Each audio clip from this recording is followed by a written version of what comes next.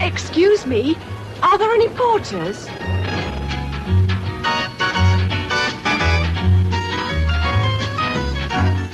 Excuse me, where are the taxis?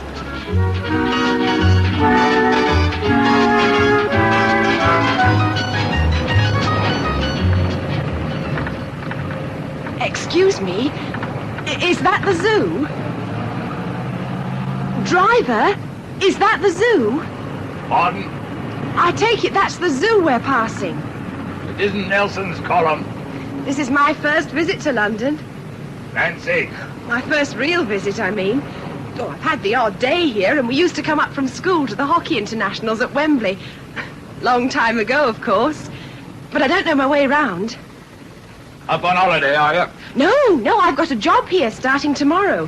And I'm going to share a flat in Belsize Park. Oh, yes. The house is called The Rope Walk. Do you know it?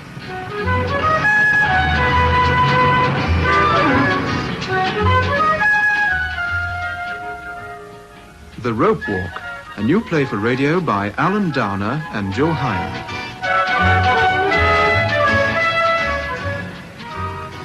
The what? The Rope Walk. Do you know it? Can't say I do. But it's a nice area. Depends what you mean by nice. Well, pleasant. A bit mixed. Oh. Get a lot of floaters up there. Birds of passage, all comings and goings. Sunday drivers! Ruddy amateurs. There is a lot of traffic, isn't there? You ought to see it during the week. But you would say Belsize Park was quite pleasant. You'll be able to see for yourself in a couple of minutes. Oh.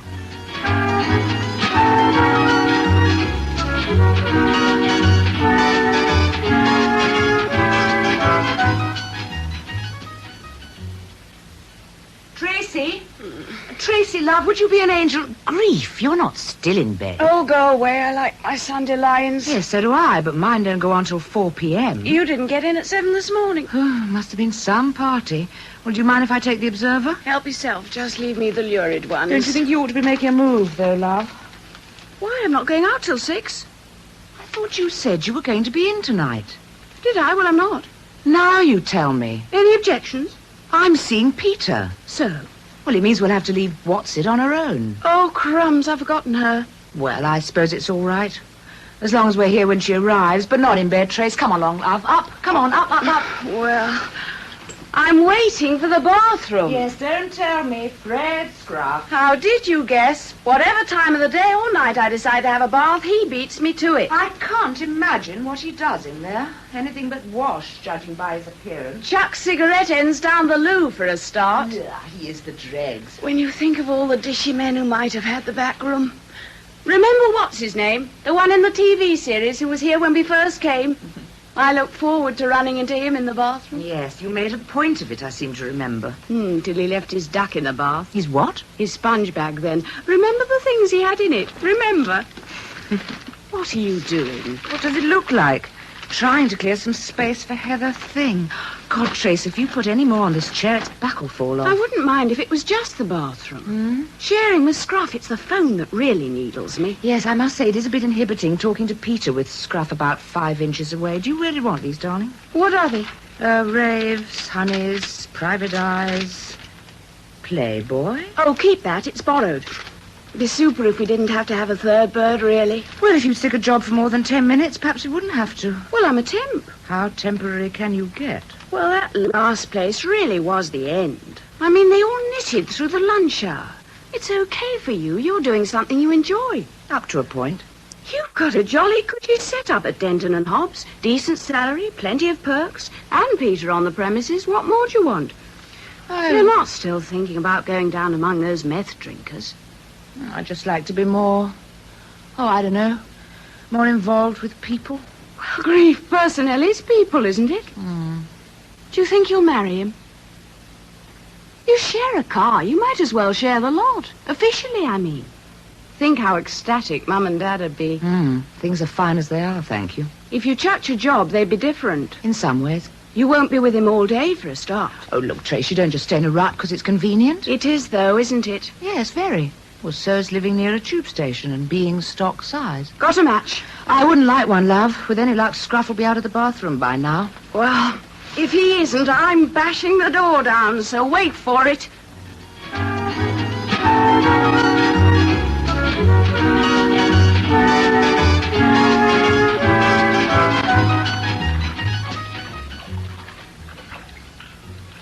How much longer did you say? 5 minutes or so. You said that a quarter of an hour ago. Some people. Hello. What are you doing there? Oh, hi, Rusty. You went to the bath? Just for a change. If you were any sort of landlord, you'd have put one in our flat. Yeah, double the rent. Good idea. I'll have a word with Grandad about it. Grandad. Well, I've got to call him something. You're still coming tonight, aren't you? If I ever get in that bathroom. You don't have to be clean for a protest rally. The only thing I feel like protesting about right now is him. Out with Fred Scruff. You sound like the Hickeys. Another cool breeze blowing from the basement. Hot air, more like.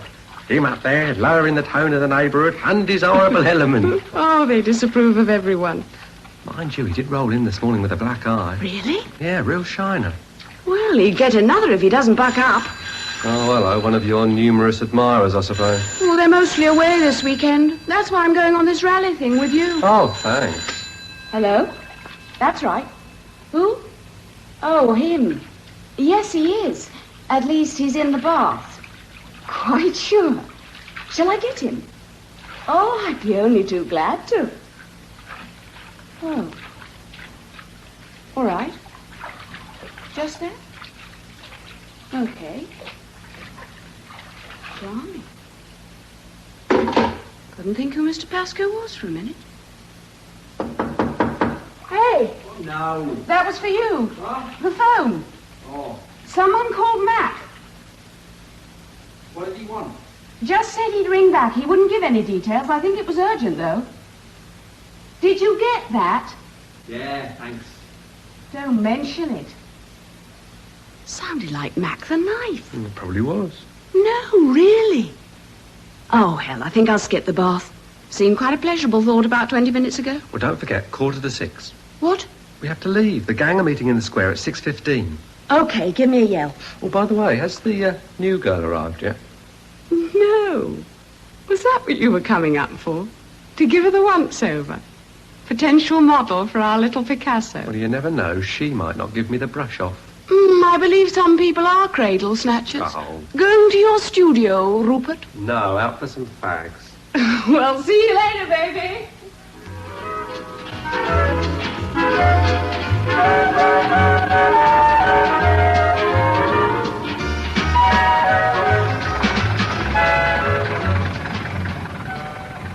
Change of a fiver? Is that the smallest you've got? I'm afraid so. Well, I can't change it. Oh, are you sure? Of course I'm sure. Not even if you include a half-crown tip? Not even then. Well, if you don't mind hanging on a moment, I'll ring the front doorbell and see if either of my flatmates can help out. Why don't you ask him? Who? Chap down there in the area. Where? Down the basement. Putting stuff in the dustbin, see? Oh, I could try. The meter's still running, you know. Another few minutes, you can give me the fiver and call it quits. Oh. Excuse me. Hello? Excuse me, but are you the caretaker? I am not. Oh. Oh, you're Mr. Vaughan, then. No, Hickey's the name, Mr. Stanley Hickey. I'm Heather Benfield. I'm going to be a neighbour of yours. Oh, yeah. I was wondering if you could let me have change. Oh, change, certainly. How much want you? Of a £5 note. A fiver? Oh, well, I don't know, I mean... It's to pay for the taxi. Well, look, I'll have a word with the missus. Just a tick. Alice! Won't be a moment, driver. You're my guest, darling. It's all the same to me once I got the meter running.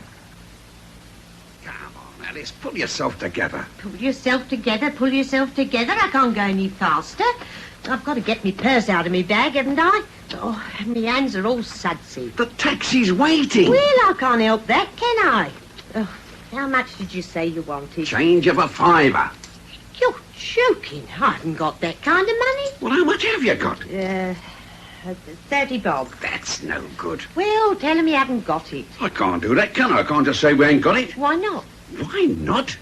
Use your loaf. Oh, who is it, anyway? The new girl up at the top flat, I think. Anyway, she's got a pile of luggage. Oh, let's have a look. You can have a look after. Oh, what's she like? Never mind about what she looks like, but what about the money? Well, I suppose I could take it out of me Christmas money. Oh, yeah? I suppose it wouldn't do any harm to take it out of there. Where'd you keep it? That's none of your business, Stanley. You just turn your back.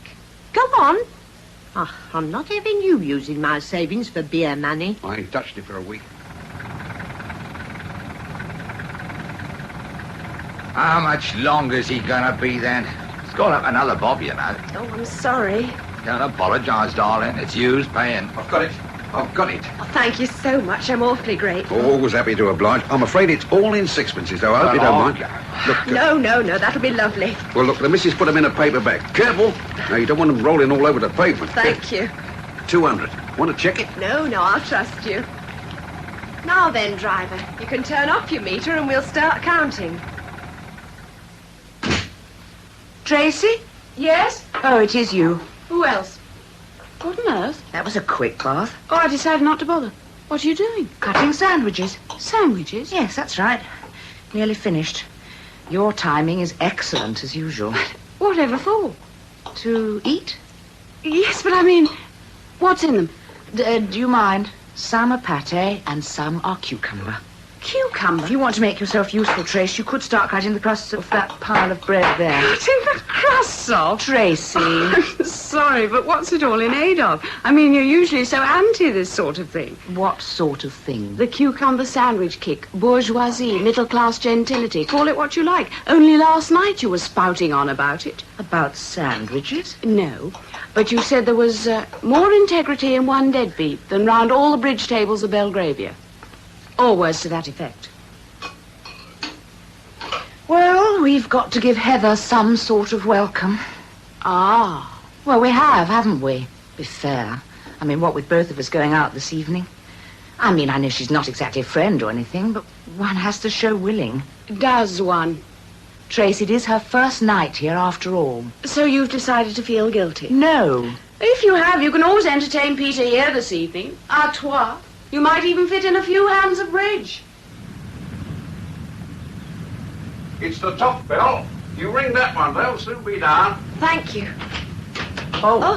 Did you want somebody? I was just going to ring the top bell. Oh, you're the new girl, are you? Yes, Heather Benfield. Well, Lynn and Trace are expecting you. I should go on up. Oh, thanks. I'm Rusty Vaughan, by the way. Your landlord, officially. Oh. You know, I own the place. Well, nice to meet you. Mr. Vaughan! Mr. Vaughan! Oh, Lord, trouble. Wonder what's wrong now. Excuse me. Why don't you just go on up? God, blimey, you've got enough luggage. Yes, Mr. Hickey, what can I do for you? Go on up, Heather, please. Don't be shy. A word in your ear, Sonny. About this geezer you've got on the first floor back. Let's face it, he's got to go, hasn't he? Well, it's either him or us, and he's trouble, isn't he? Miss Livingston, I presume. Oh. Hello. Look as though you've been deserted by your bearers. Yes. You don't want to be put off by the hairy chest. I've just been performing my ablutions. Oh, I see. Don't want to take notice of the eye either. It's a battle scar. It looks very sore. Like having an eye full of gravel. Ever had a shiner, have you? No. No, I didn't think you would have. I'm Heather Benfield. Oh, yeah? Going to the top floor, are you? I'm going to be living there. Is it much further? Next landing. I shouldn't have brought so many cases. How many did you bring? 3 big ones and lots of odds and ends. Haven't made much progress, then, have you? I'll give you a hand. Oh. I won't take no for an answer. I wasn't going to say no. Oh. I'd be most grateful. Where's the rest of your stuff? Down by the front door? I'm afraid so. Right. It's very kind of you. Forget it. I've been doing awfully well since I arrived in London. I know what you mean. Well, taxi drivers and things. Well, we better get started, don't we? Well, I think that's everything. So, we can put our feet up, can we? Yes. Oh, no, just a sec. What's the matter? Better empty the WPB. Why? I don't know, it looks all gungy. It's all right. It's full of tissues and things. Well, that's what it's for. All the same. You've tidied everything else so beautifully, it's a pity to spoil the picture. Anyway, I suppose I ought to make some contribution to the joint effort. It's a pretty funny contribution. Just as well to have one eccentric in the family. I'll go. Coming. Oh, Hello? what do you want? That's what I call a friendly welcome. You can't have come to apologise for keeping me out of the bathroom. You're right. Hmm? I haven't. Being the only member of the working class is handy, I offer to carry up the ladies' cases. What lady? Oh, drat it. The lady whose carrier bag has just come apart down there. I'm sorry, this just hasn't been my day. I'll come down. I'll take the cases through, shall I? Yes. Yes, I will. Is that you, Heather? Come on in. I was just putting the kettle... Oh. I'm taking these through. They belong to your new flatmate. Where's she sleep? Look, I'd rather you didn't. Would you just put them down there? Please? Okay. That'll be fine. Thank you. Got it nice in here, haven't you?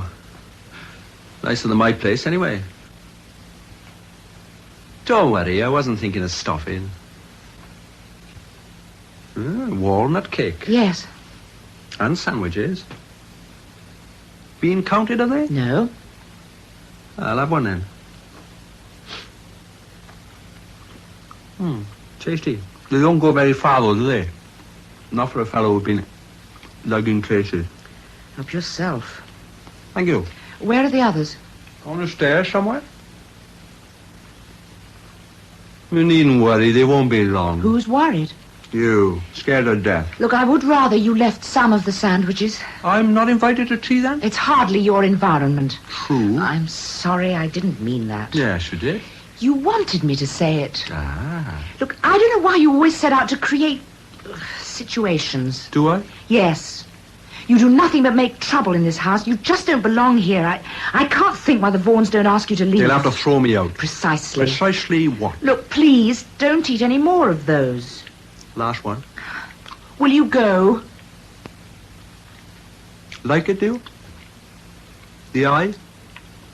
Adds a bit of a cavalier touch, doesn't it? No. Oh, come on, now. I bet it would have been all right if I got it on the playing fields of Eton.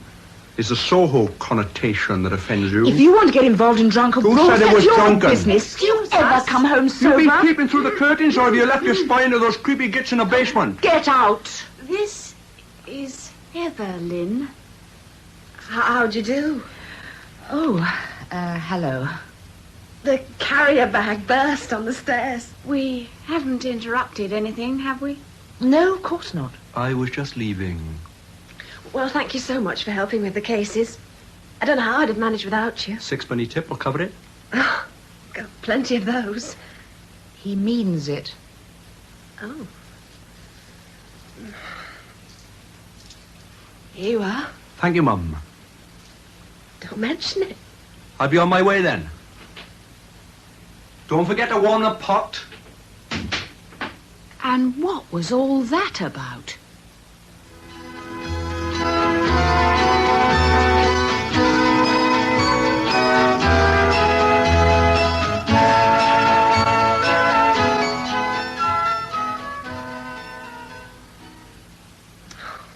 These sandwiches are lovely.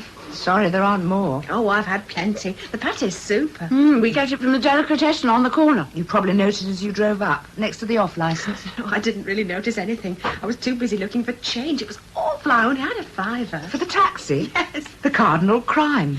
But luckily the man in the basement changed it for me. Mr. Hickey, isn't it? Stan and Alice, they're Our controlled tenants. who pay the minimum rent and make the maximum fuss. They never stop complaining to the Vaughans. About what? All the noise, the damp, the drains, everything. Especially Fred Scruff.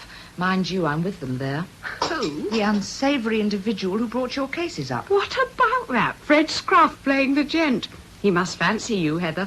I think he just saw I was stuck. Well, you want to watch him, love? Scruff's his name and Scruff's his nature. Only it isn't. His real name, I mean. We just call him that. It's something Pascoe. Another cup of tea? Oh, thank you. I'll get some more hot water. I met Mr. Vaughan on the way in, briefly. Oh, he's super. I'd imagined a much older person. Well, he must be 65. 65, but then... He's retired anyway. He used to be a schoolmaster. Then I must have got hold of the wrong end of the stick. This was someone about 17. Oh, you mean Rusty. 17. He'd have a fit if he heard you. He's the Vaughan's grandson. Oh, I see. He said he was the landlord, so Well, he is really. His parents left him the house. They were killed in a car crash. But his grandparents run the Are joint. you talking about Rusty? He's at art school. Yes, only he's never actually done anything there. They've been sitting in ever since he started. Oh, you mean like Hornsey in Guildford? Yes, sort of. You do take sugar, don't you? Thanks. It's awfully nice of you to have laid all this on. Oh, good heavens, that's nothing. After tea, I'll show you where everything is so you won't feel lost this evening. I should have told you before. I'm afraid we're both going out. I hope you don't mind. Oh, no. Of course not. Only we each thought the other one was going to be in. Breakdown in communications. I'm awfully sorry. You'll be okay, though. Nothing ever happens. Nothing ever does. And the Vaughans will be in, I think. Please don't worry about me. I'll be quite all right. Really. You going out tonight, Rupert, dear? Oh, please, Gran, do me a favour, not Rupert. I'm afraid you're fighting a losing battle, Rusty. Well, I do try to remember. But Rupert is such a fine name. Oh, yeah, great. For teddy bears. Rusty sounds just like a dog. Mildred Saunders had a cocker spaniel called Rusty. Do you remember, Oliver? Yes, That fits, poor thing. smelt too. Going anywhere special, old chap? Just out with some of the gang. Somewhere exciting? What I like about you is your subtlety. Well, I feel so much happier if I know where you are. Look, I'm not a kid. I can look after myself. I'm sure you can, dear. But I still shan't rest easy unless I know. Oh, okay, then I'm going on a rally. What sort of a rally? A motor car rally? No, the other kind, on foot. You mean a protest rally? Yeah. Oh, my goodness, you're not going to get mixed up in one of those dreadful Oh, things. it's all right, Gran. It's not Chicago. Still, they can get very nasty, even in England. Look at Grosvenor Square that time. Those poor horses. Yeah, I seem to remember the police came off pretty badly, too. Yeah, okay, I agree. That was a hash-up. Well, the organisation went to pot, but this is strictly passive. Yes, I know, Rusty, but there are always agitators out to make trouble. But they're the minority. Well, as long as you bear that in mind. Don't get carried away by them. Oh, look, I've no intention of slugging policemen or anything else. I simply want to be there. I just hate to think of you with all that rabble. Most of that so-called rabble are just people like me who are fed up with politicians sitting on their backsides. Rupert. Well, bottoms, then. While half the world are having a go at each other. Well, I really don't see what you can do about it. Why not spend an evening at home for once? What, join the bandwagon, you mean? Turn a blind eye and let it all happen. The lad's right, Sybil. Nothing changes without protest. I've been on a few in my time. Oh, well, you will dress warmly now, won't you, dear? It's very nippy out. Yes, Gran. Wear your sheepskin jacket, and you'll need a scarf. It's one's neck that feels the cold so. You shouldn't have made me have my hair cut then, should you? If you knew how much nicer it looks now, you wouldn't say that. Your scarf is in the hall, Rusty. Thanks. You won't be getting any supper, I suppose. Well, not unless the ambassador asks us in. Well, I'm not letting you out on an empty stomach. Oh, but we had a joint for lunch. All the same, I'm going to warm you up some soup. But I'm off in a mo. Not until you've had a nice hot bowl of soup. Soup.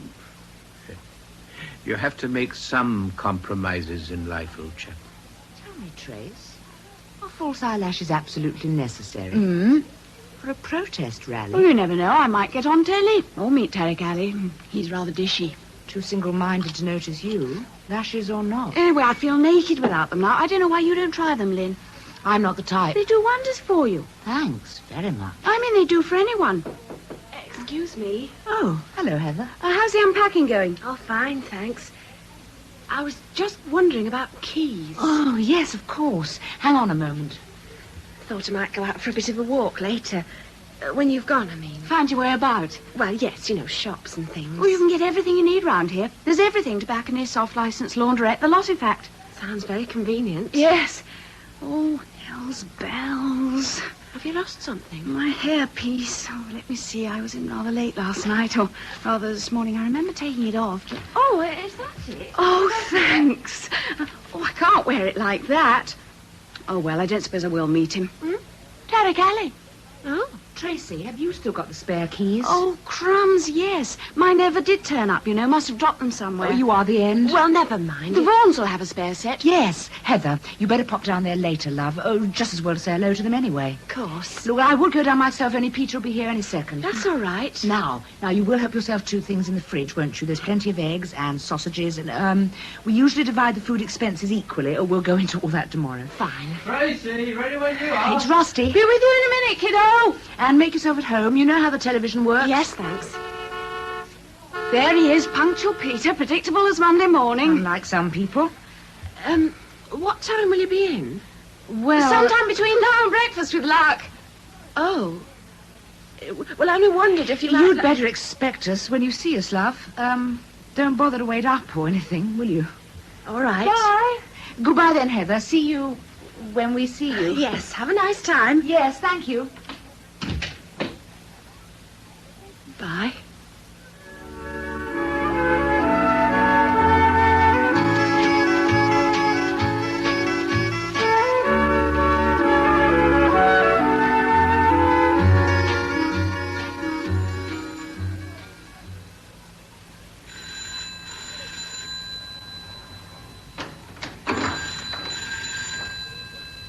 You gonna let it ring?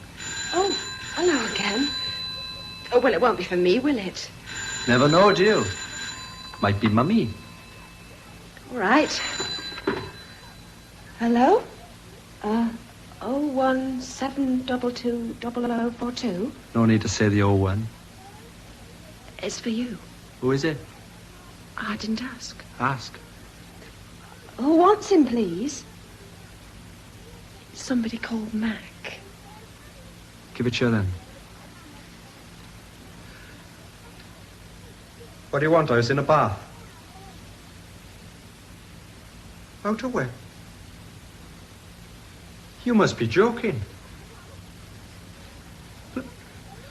Look, Mac, I guessed I was out of a job. Well, Elman, where can I go? Listen, Mac, let's get this straight. I'm not going. Anything wrong? Oh, you're still here, are you? I didn't mean to. Forget it. Are you in trouble? I don't know the meaning of the word. I just thought you You'd like that, though, wouldn't you? If I was in trouble, you could patter back upstairs with that prim pair of dollies and break the good news. Pasco's gone too far this time. Not much longer before he's on his way. Well, let me tell you something. I like it, yeah. And... Light.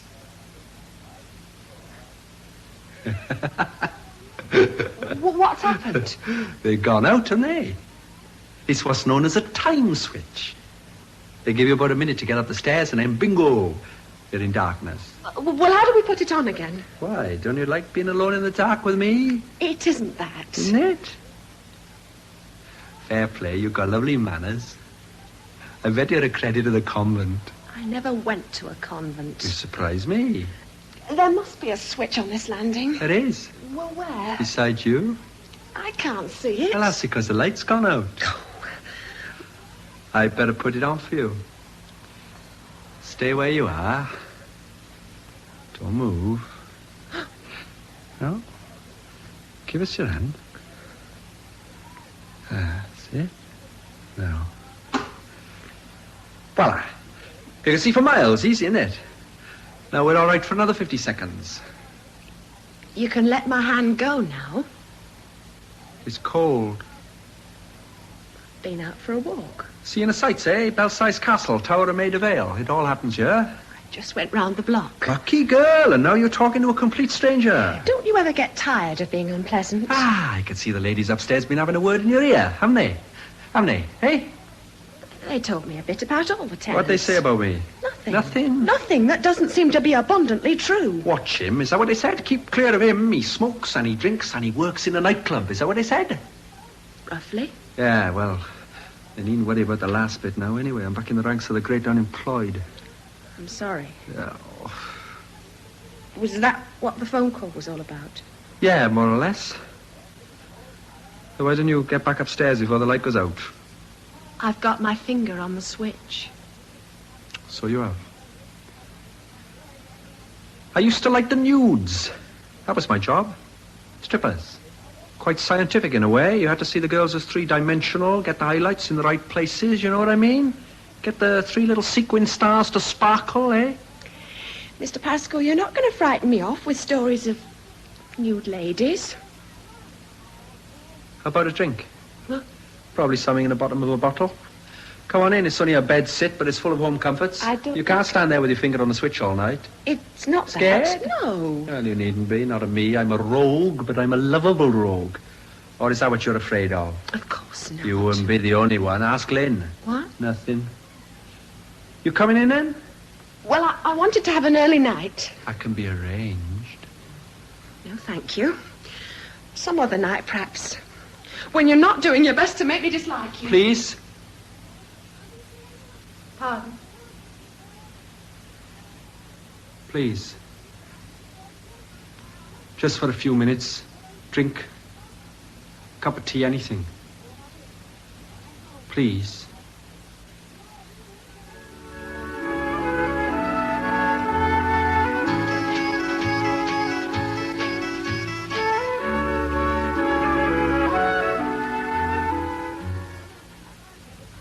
It's okay, darling. Panic over. Had another packet of 20 in the bedroom. Oh, good. Didn't think it was like you to run out. Oh, change places. What? You usually sit in the tub chair. It isn't compulsory, is it? I just always think of it as Lynn's perch. I'll light you one. Oh, by the way, I managed to get those tickets for the Rachmaninoff. Great. When for? Friday week. It doesn't start till 8, so we'll be able to look in at the Nielsen's cocktail party. Cocktail party? Mm-hmm. Didn't I mention it? No. Sorry, I thought I had. Oh. Here. Thank you, darling. Oh, and we've been invited to dinner with Jean and Aubrey next Thursday. She rang this morning. Oh, that'll be nice. Mm-hmm. As long as they don't show us all those baby photographs again. Surely the novelty will have worn off by now.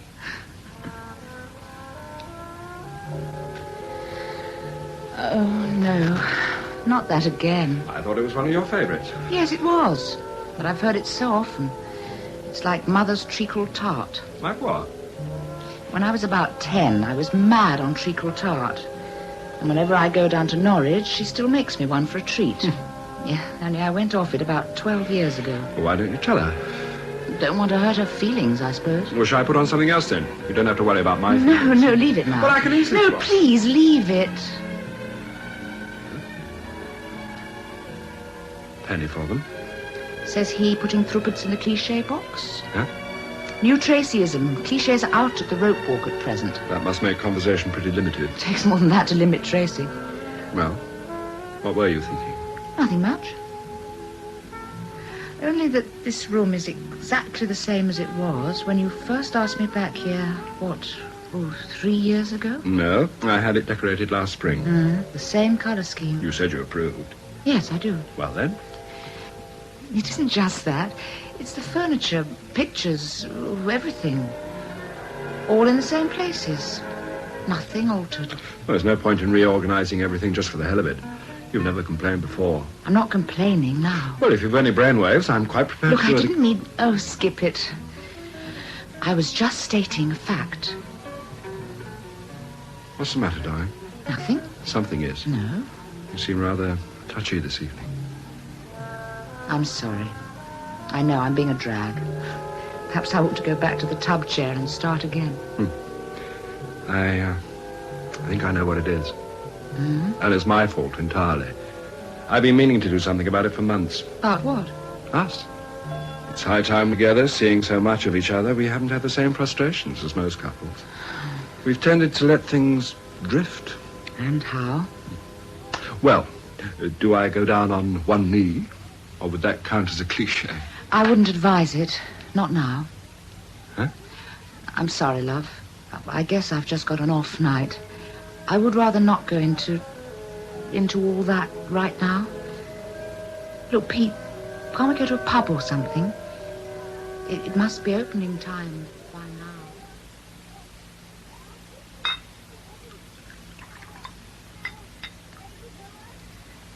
There's no glasses.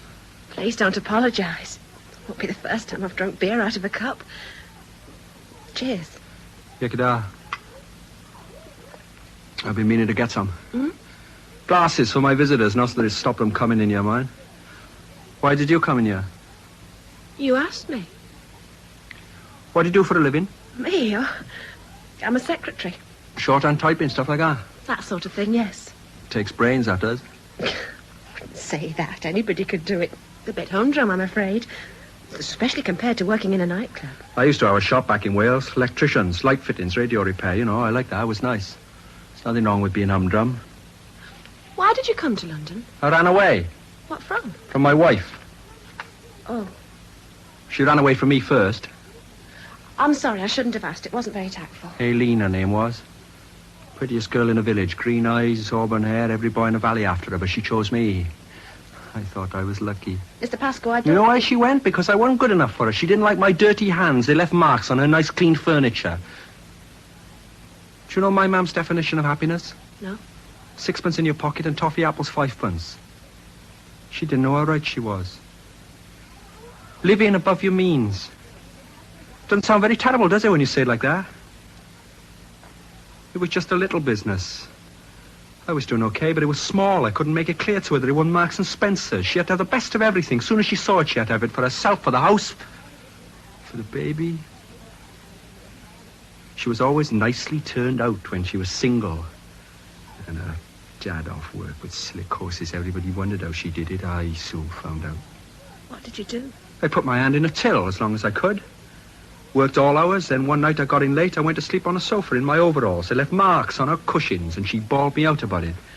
Well, I told her, I can't keep pace anymore. I'm in over my head. I'm beat. Next morning, she was gone. Gone off in search of respectability, all lovely and shining and new. Yeah, corruption can come in some pretty fancy cartons. So you came to London? Well, the business was bust. I had a house full of posh junk I hadn't paid for. Everything was mortgaged up to the hilt. So I raided the till for the last time and I hitched my way up here. Soho, strip joints, pimping, pot. Only one direction for Pascoe, down to the bottom. Tonight maybe I got there. You want some more? No, thank you. Well, I do. I want some more. What will you do now? You'll have to go and look for a new job, won't you?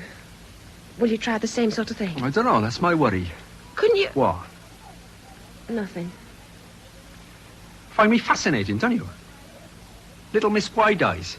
You sit there like some candy floss fairy and all I get is questions, and just another mind to explore. That's it, isn't it? Find out what makes his tick. Lift the stone, watch the bugs all scuttle. Ah, I've seen people like you pulling their wings off flies. Why don't you go? That wasn't what I was doing. You determined to get your 6 worth, didn't you? Yeah. There, have it back. Go on, pick it up. Go on, pick it up. Right. Now we're square, aren't we? Heather. I'm sorry, please stay. Are you sure you really want me to? Yes, I want you to. Well, you're not taking much of a risk, are you? If I put a foot wrong and you scream, the avenging furies come down from upstairs, Bob's your uncle. The avenging furies are out. What? They've gone out. As far as I know, there's nobody else in the house. But I can still leave whenever I want to. I haven't locked the door yet. Have I?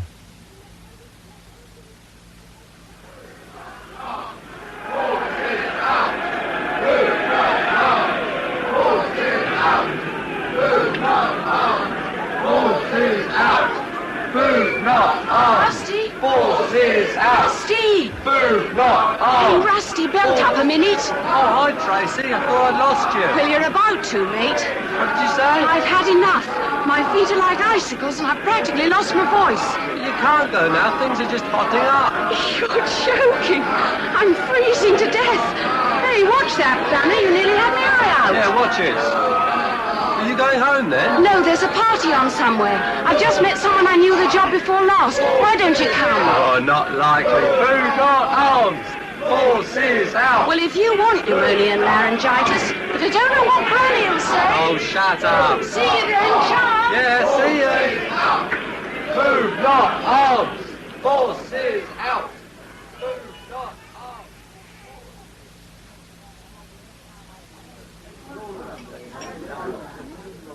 I like this pub, you know. Always have. It's got atmosphere. Damn lucky to have a good local, really. Yes. Hey, you've gone off gin or something. What? You've hardly touched that. Oh, no. You did want gin, didn't you? I mean, you usually have it. Yes, I know I do, but Treacle tart again? it might be nice to have something else occasionally. Well, if you wanted something else, why didn't you say so? You didn't ask. Oh, for crying out loud, you're not usually that reticent. You are a funny girl. I just don't understand you this evening. You turn up in a ruddy, awful mood, you carp about everything. You say you want to go to the pub, so here we are. And now you just sit there with that glazed look in your eyes about as communicative as a brick wall. I'm sorry. I'm sorry. I'm sorry. Perhaps it'd be better if I went home. Oh, no, that's just stupid, lover. Look, if you want another drink, I'll get you one. No, but Well, it's no trouble. I can see. It isn't the gin. It's everything. Look. Pete, look, read this. What's that? It's a cutting from last Friday's Telegraph. There, where the mark is. Welfare officer. Require for newly formed housing trust in East London. It'd be so stimulating. Main aspect of work will be building up relationships with tenants. To be on the with a view beginning to of something. integration and other community to activities. be really involved. Male or female over 25, social diploma or degree. I'd like to apply. Oh, you're barking up that tree again, are you? I mean it. Look, I know it's been in the back of your mind for some time. Yes, Lynn, well, but now you it's must... come to the fore. Well, I've got stale in my job at Denton's. You know I have. Personnel just isn't enough anymore. Shunting people from one department to another. Deciding if Mrs. X is more suitable for hosiery or hardware. I need a change. And you think you'd be cut out for this? I'd like to try. That or something like it. I see. And are you suggesting this instead of marriage? Is that it? I mean, I told him. Pasco's trouble, I said. Outside the front door this afternoon. I turned round and I told him. But he's still wet behind the ears, isn't he? What does he know? I don't like it, Stanley. Eh? He's still there, by the lamppost, that man. Now, pull yourself together, Alice. It's just some yobbo with nothing better to do than hang about the streets. They're all the same. But he's been there gone 10 minutes and he keeps looking over this way. Well, he's probably looking at you, isn't he? Looking at you, looking at him. Oh, I still don't like it. He's not a darky, is he? I don't think so. Oh, well, that's something. But I'm sure he's up to no good all the same. Well, if he acts suspicious, we know what to do, don't we? What's that? Dial 999, use your loaf, girl. That's what the police is paid for, isn't it? To protect the public. Now, sit down, pull yourself together, and let me resume what I was saying when you interrupted. About him upstairs, you Yeah, mean? it's about him upstairs. Now, the time's come for us to put our foot down. Well, it's in the interest of the whole neighbourhood, isn't it? It's people like him that drags Belsize Park down to the gutter. I don't see as we can say more than we've said already. Oh, we've just got to put it to him straight. Either he goes or we do. Oh, Stanley, you'd never say that. Well, you don't think they'd let us go in favour of him, do you? Use your loaf. Well, he does pay more rent. I mean, us being controlled. Look, the Vaughans are refined people, aren't they? Morals counts with them, not money. Now, I put it to you. Are we or are we not respectable and clean living tenants? I should hope so. And have we or have we not occupied this flat for 30 years? 31 now, isn't it? Oh, don't let's quibble over details. The point is, no one in their senses is going to let us go, but him. Not only is he out all hours of the night, not only does he mix with undesirables, but he uses language that'll shock a bleeding navvy. Yeah. And that's my case. That's how I'm going to put it to the Vaughans tomorrow. You could say that about the dustbins, too. Eh? How he leaves the lids off and don't wrap nothing in newspaper. Yeah, good idea, yeah. I'll throw it in and all. What I'll say is this... Oh, look, he's moving off now. What? The man outside. Oh, what did I tell you? No cause to get hysterical? Looks like he's going to the telephone box. Yeah. Well, that's it, isn't it? That's what he was doing there. Waiting to use the phone. I must be going. Yeah, Thanks again for the drink. my pleasure. Sorry I shouted at you. I shouldn't have been so nosy. Night. Night. Best of luck in the morning. What? In your new job. Oh, don't even mind me. Don't much like first days. You'll be all right. I'll tell you how it goes. Will you? Well, I should be passing your door. Night now. The phone? You toddle off. It'll be for me. See you. Hello? Yes, it is. Oh, look, Mac, what is this? What? I'm not going to say anything. How can I call the police? I'm just a... What? Well, look, why can't you leave me be? Well, tell him I'm not going to be any trouble. I can't... Yeah. There's no need for that, Mac. Honest, Yeah. Yeah, I know it's nothing personal. Was that the same man? The one I spoke to? Yeah. I thought you'd gone to bed. What did he want? He wants me out of this house, out of London. He wants me back where I came from. Or else. And are you going? No. What can he do? Oh, I mean, perhaps he's bluffing. He's not bluffing. He won't want trouble, will he? Perhaps he Take a look out of the window. Where? The window in my room.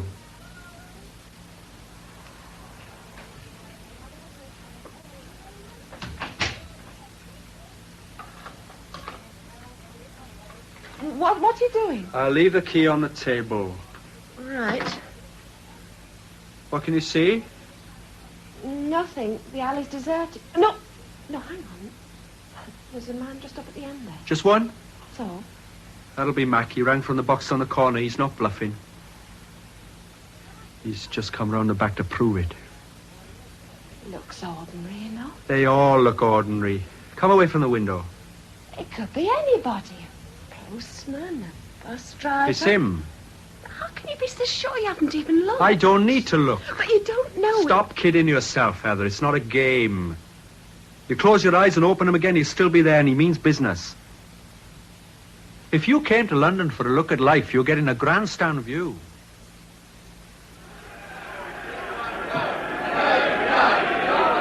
Come on, mate. Shove forward. I can't. Of course you can. Push. Isn't this getting a bit out of hand? It's not a picnic, chum. It's a protest. Shove. That's it, mate. Go on. I thought this was supposed to be non-violent. It was, kid. But who's doing the provoking? It's those blaming fascists. What? The ones in blue helmets. You can't altogether blame the police. I mean, look what's going on over there. Well, they're interfering with our rights of free speech, aren't they?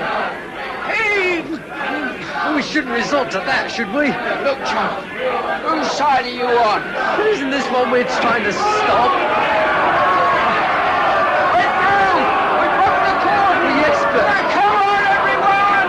Let's go!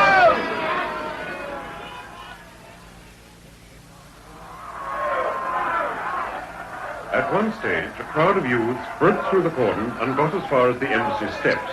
Goodness. However, police reinforcements were called in, and they were prevented from entering the embassy itself. I don't see Rupert anywhere, do you? There are several thousand 5 there. policemen and 7 demonstrators were detained in hospital. How dreadful. And Turn it 35 off, for people were heaven's arrested. sake. All right. Why couldn't he have gone to the cinema or somewhere nice? I'd say the contemporary cinema was anything but nice. Oh, you know what I mean. You should have put your foot down, Oliver. I've dealt with enough boys to know that that's the surest way to make them defy you. Reasoned argument is one thing. You didn't argue, did you? You as good as encouraged him. Rust is a sensible lad. He's not the sort who's out to make trouble. Don't tell me he's an idealist. You're always saying that. It's healthy enough at his age. Well, I'm quite sure that Poor John and Betty wouldn't have liked him to be involved in something like this. They'd have wanted him to be a normal 18-year-old. And protests and principles and putting the world to rights is part of that. Didn't we all dream of utopia at 18? Dreams are one thing, and that kind of fiasco is quite another. That fiasco, as you call it, was only caused by a small section. There's always a fanatical fringe. I just hope that Rupert's all right. Well, of course he is. If I know him, he's grabbing a hamburger on his way home. I hope not. One never knows what they put in those things. You know, there is such a thing as being overprotective. The lad's got to learn to stand on his own feet. I still think you should have been more assertive. He's our responsibility now. If we give him his head entirely... I'm not suggesting that we should, but I think we should trust him. I do trust him. He's our grandson. Well, then. Supposing you stop worrying. Let me get on with the book.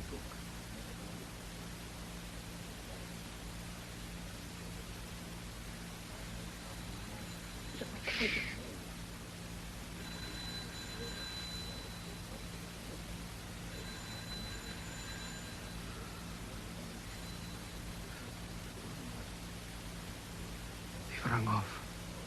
My God. What did you do? Eh?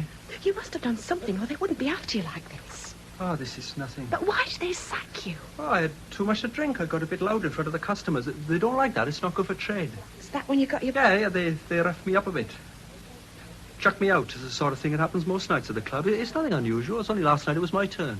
Then why are they still ringing up that Mac Oh, person? give it a rest, can't you? I'm trying to think. Is he still out there? Well, of course he's still out there. He'd be watching the front door. Who do you think was ringing Father Christmas? Let's call the police. What? Why don't we call the police? If you've not done anything criminal... Car full of roses, that's all I need. Have you done anything criminal? Will you stop asking stupid questions? Yes, I've done something criminal. That's satisfying you. Now, shut up.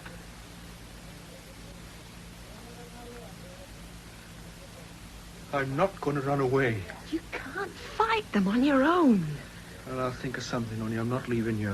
Why not? Because it's my home. Home? That's what I said. This isn't a home. It's the only one I've got. It stinks. I'll live as I want to. Like a rat in a corner. Yes. God knows it wouldn't be much if you looked after it, but the carpet, sheets, grease, everything. And you really need this poster, or is it just there to shock? You leave my things alone. The cups are cracked. Do you know what we do with cracked cups at home? We smash them. Smash them! Hey, come here, you... Now, put that down. Take your filthy hands off me. I've said it. Filthy. Does it make you feel any happier? Does it make you feel suitably degraded? Because that's what you want, isn't it? You want decent people to dislike you. Oh, decent people. A cucumber sandwich brigade. You're getting decent confused with hygienic. For decent citizens, read Peddlers of Clean Sin. Is this any better? Is this dirt any better? It's honest. Oh, that's the last thing it is. The trouble with you is you don't know the difference between respectability and self-respect. Words. There's nothing for you here. There's nothing of you here. That man outside's doing you a favour. Why don't you grab it? Get out of it while you've got the chance. I can't go back. You don't have to go back. Go anywhere. It doesn't matter where. Just go. Tell them you're going. Please. No. Then I will.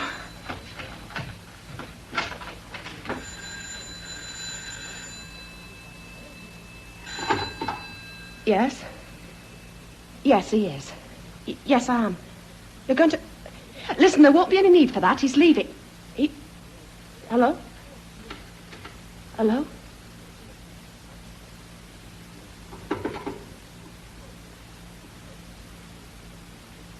Why didn't you tell me? So that they'd given me 10 minutes? Yes. Time's up, is it? Yes. Uh-huh. I tried to tell him you were ready to leave, but he rang off. Was I ready to leave? Weren't you? Maybe. He said he was sending for a friend. And then what? As soon as he gets here, they'll be coming in.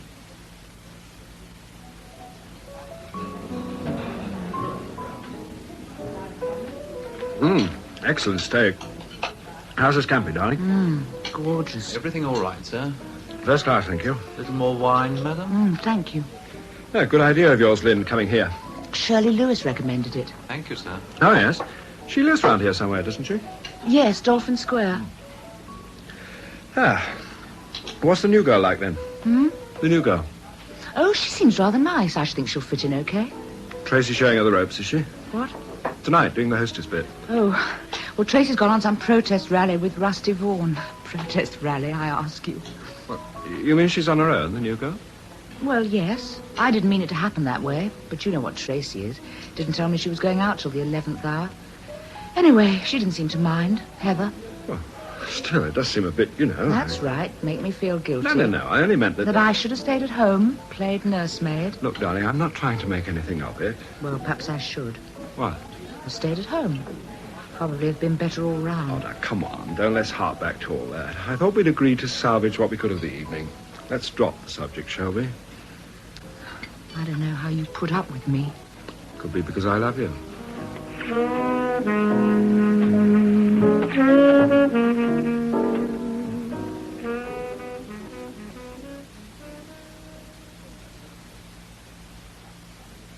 This is stupid. Hmm? Just sitting here like this. Surely there's something we can do. Fancy a game of cards? Where'd you keep your suitcase? What? Your suitcase. I take it you have got one. Yeah, under the bed. Right. Here. Now, where are your things? Here? Hold on. Don't worry, I've seen dirty clothes before. Oh, it's not that. What then? You've not got much time. You don't want to bother. But the man outside will be here in a few minutes. He's here already. Take a look for yourself. Don't waste much time. No. He looks evil. Second one. Yeah, Frank's a heavy. He's going back round the front. Heather, you're a nice kid. I know you want to be helpful, but it's time you got out of this. Can't leave you now. Well, I can't let you stay. I don't see how you can stop me. Oh, please. I didn't know it was going to turn out like this. I'd never let you get involved in the first place. I'm not leaving. Look, it's going to get nasty. No, go. No. Heather. How can I go? I'm not being brave or anything. I'm scared silly, but I can't leave you to those thugs. I'm not worth bothering about. You'd like to think that, wouldn't you? But it's not true. You're the only one who's given a single thought for me since I got here. Big deal. You are. The others have all gone their merry way as if I'd never existed. I needed you. I needed someone. You need me more now. I was lousy to you. You asked me in for a glass of beer. A cup. A clack cup, remember? Lord, yes. Well, the entertainment's over now. The beer's run out. It's time for the guests to go. Turn the light off. Somewhere I'd feel safer with the light off. All right, but we won't be fooling anybody. I know. Okay. Safer? Much.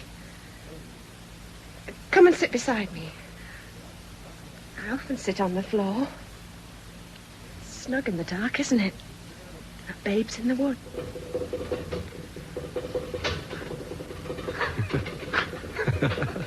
What is it? It's the plumbing. What? Sunday night, bath night. Probably old Stan Hickey out in his weekly tub. Beer turn next. It starts the pipes off in here. I thought it was... Don't know what I thought it was. Sometimes it sounds like an old man with a stick dragging a sack across the landing. Well, that's what it sounds like to me anyway. It scared me stiff the first time I heard it. Seems funny to think of people having baths. So ordinary. Oh, life goes on. It's quiet, isn't it? Mm. Well, at least they've stopped ringing. I doubt if they have. What? I took the phone off the hook. Right, Constable, put him inside for the night. That should cool him off a bit. Bloody police state, that's what it's coming to. Next one, then. Right, you there, with the red hair. Yeah, okay, just coming. Good luck, mate. Don't let them rough you up. In here. Thanks. Good evening. What's his charge? Disturbing the peace, sir. He was one of the group rolling around P.C. Wallace when he was knocked down. He wasn't involved in the actual assault, though. Look, officer, I want to make it plain that I was only trying to break it up. You'll have plenty of time to say your piece in court tomorrow. Now, name? Rusty, Rupert Vaughan. Make up your mind. Rupert Vaughan. Address? Rope Walk, Belsize Park, NW3. Rope Walk, NW3. Any means of identification? Oh, crumbs. Oh, come on, you must have something. Driving license, union card? Well, just a moment, I'll look through my wallet. There's others waiting. We haven't got all night. I'm sorry. Well, will this do, a library card? Oh, intellectual, eh? That's good enough. Right then, 10 o'clock tomorrow morning. What? Where? Magistrates Court, Marlborough Street. And be there sharp. Perhaps all we'll have to do is to sit it out till the morning. Nothing nasty could possibly happen on a Monday morning. I wouldn't bank on it. Perhaps they won't dare come in. Let's go. Don't go too near the window. I won't. Let's go. It's getting cold out here, Pascal. A friend's getting impatient. Want to get it over with. Let's go. He's going up the alley again. He's watching from the corner. You know, putting the light out was a good idea. I think we've confused them. They're not stupid. They may not know there isn't a back entrance. They'll have checked. How do you know? I know. Why won't you let me ring for the police? I can't. Is what you did so awful? There's no point in going into details. Why not? An hour ago, you'd have been only too pleased to tell me the lot. Nastier the better, if only to turn me up. I know. Well, then was it so awful? Listen, Heather, like I told you, I came to London with a fiver in my pocket and a vague ambition to end up in the gutter. The money went on beer the first weekend, a little dive just behind Piccadilly Circus. I was sitting over my last pint and this bloke comes in. He asks if I want a job. Someone had told him I was an electrician. He said what it was. I grabbed it. Because you knew it'd be sleazy? I knew there'd be rackets, of course. I knew it'd be rough, but I was happy to play along. That was my crime. I reckon people should be allowed to destroy themselves in their own way. If they hadn't got that right, what had they got? Well, last night, somehow, it just went too far. This little blonde girl, she's only a kid. On heroin. Gone. I couldn't take that. What did you do? I worked my way through the bar. All I succeeded in doing was drinking myself sober. Never seen myself so clearly before. Taffy Pasco, writ large, widescreen, Technicolor. I knew then I'd reached my limit. I couldn't go down any further. I couldn't go under. Not like her. I was the truth that took a bit of facing. And that's when you got a bit loud? Yeah. I stood up in the middle of the dance floor and spoke my mind. I told them what I thought of their racket. What did you say? I can't properly remember, darling. Must have been pretty powerful medicine. Anyway, I got back to Big Brother and he wants me out. Right out. You don't tinker about with a setup like that and get away with it, so that was the end of me. Or this is. Not the way I see it. Look, there's only one way out of this house. That's by the front door. One or other of them's going to be there. That's not what I mean. Oh, why are you always so defeatist? Well, I thought that was what you wanted, for me to run away. You're the one who was packing a suitcase, remember? Oh, but there's a difference. Can't you see it? I want you to turn your back on something that's wrong for you. That girl last night, you saw it for yourself. You don't need me to tell you. It wouldn't be running away. I mean, what satisfaction have you got from it all? Something to shake up Belsize Park?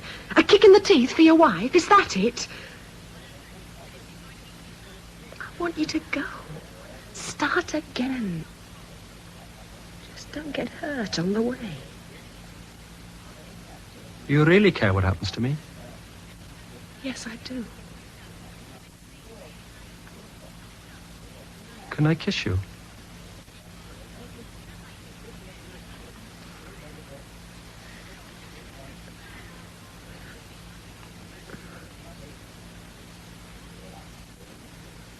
It was nice.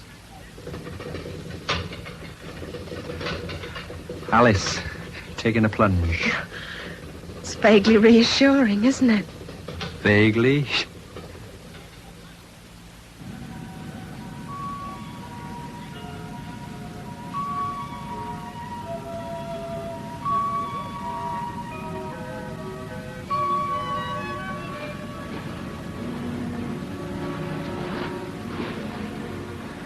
Pete all right?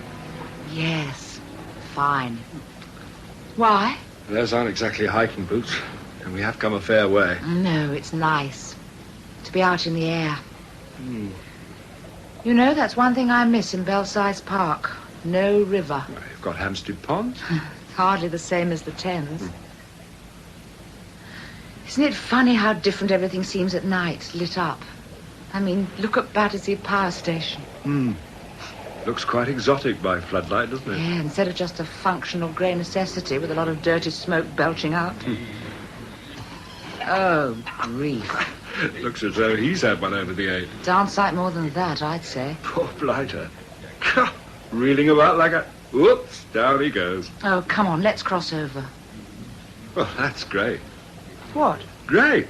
Coming from the would-be social worker. Well, he's all right, isn't he? He's getting up again. I can see you've got a real vacation now. Look, just because I'm filthy old drunk... Oh, what the hell do you think you're going to come across in your housing trust or whatever? I thought we'd dropped that subject for tonight. Well, it seems to have resurrected itself, doesn't it? You better face it, Lynn. If you're going to be a welfare worker, that's exactly the sort of bloke you'll have to deal with. It won't be just a lot of nice old ladies who've fallen on hard times. I know that. Well, what are you going to do then? Shut the door every time something revolts you? For heaven's sake! Because believe me, a lot of things are going to. It's no use having a social conscience and a squeamish stomach. My stomach is quite up to it. Well, then perhaps it's something else that's missing. Compassion, for instance? Well, I knew you'd try and talk me out of it. You're dead right. And not entirely for selfish reasons either. No? No, surprisingly enough.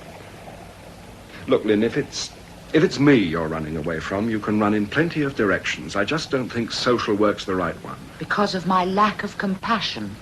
Maybe I put that a bit strongly, I'm sorry. But you must admit you do have a habit of writing people off. One drunk on a bad night isn't people. Oh, I wasn't just thinking of him. What about Fred Scruff, or whatever you call Now, him? look, don't go and bring him into it. Well, he's another, isn't he? He works in a strip club. He looks scruffy, so he's dismissed as a no-good. Well, grief, what else is he? I don't know. And I don't suppose you do either. That's what I mean. You label people without bothering to find out what makes them tick.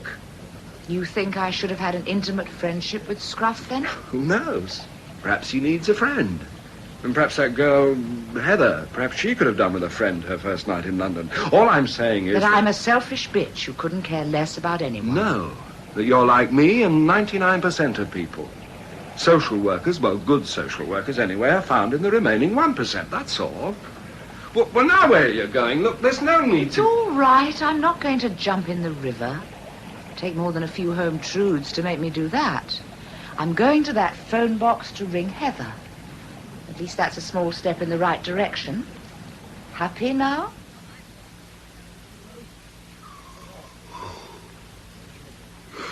You've been long enough. You've been reading in there again, have you? Just the cartoons? Reading in the bath. If there's one thing I can't stand, it's a limp newspaper. I thought you'd finished with it. Well, I haven't. Oh, I can't just lie there doing nothing, can I? You should do what I do. What? Contemplate your navel. Stanley. What? Really? Ah, cut the cackle, Alice. Come on, pull yourself together. Come to bed. Flipping heck, you're like a little oven. You've been quietly simmering in there again, haven't you? It's unhealthy. I've warned you often enough, God knows. I like my water hot. Yeah, that's all very well, but I can't sleep next to a radiant heater. Gives me hot flushes. Oh, put the light out.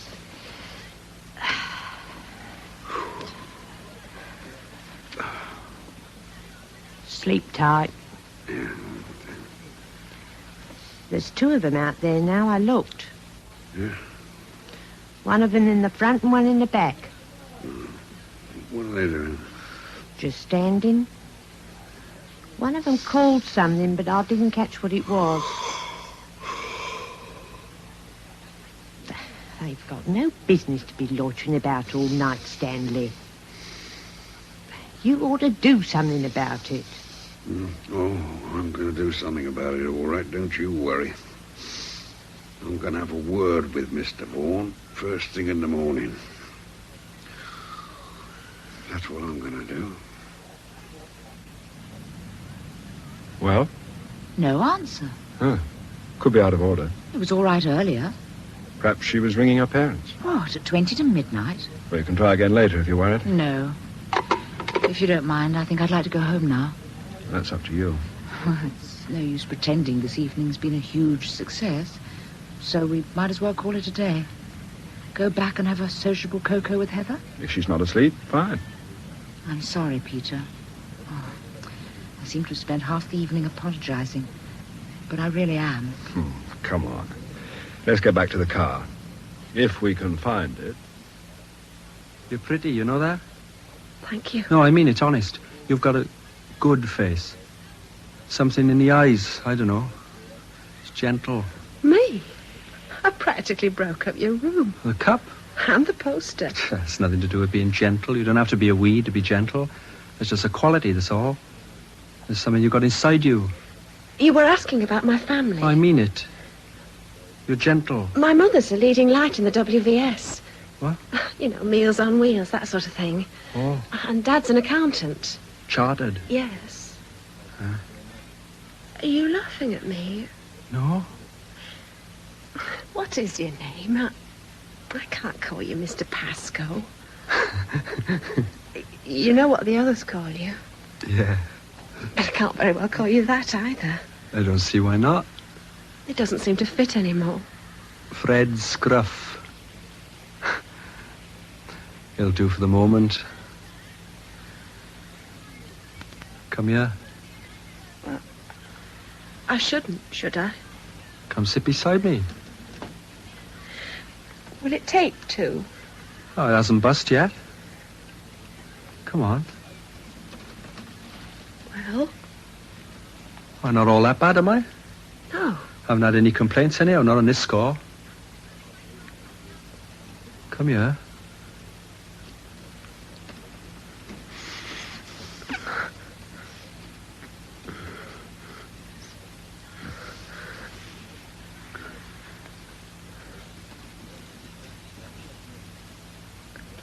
Your face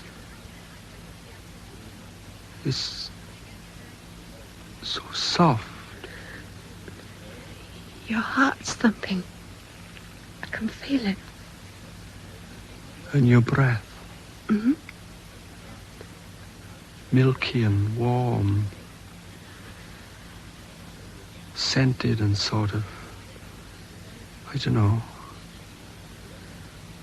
Christmas.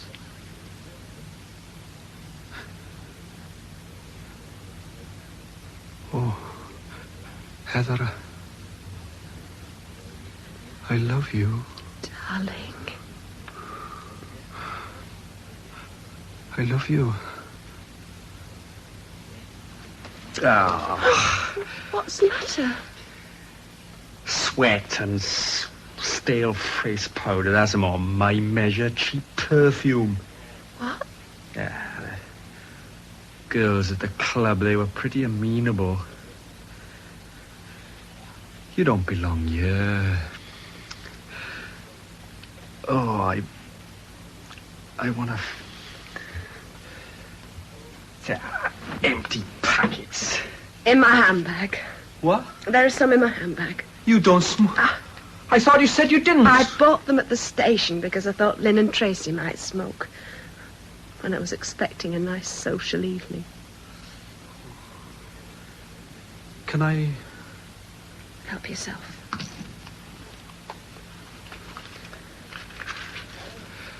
God, look at my hands shaking. I'm all thumbs. You've got good hands.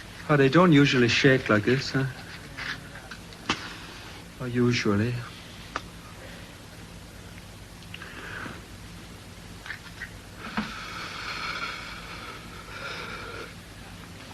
Look, Heather. Yes? I'm not used to girls like you. I've forgotten what it's like to respect. If we... Is it the first time? Does it matter? No. I don't. I wouldn't want to... You wouldn't be.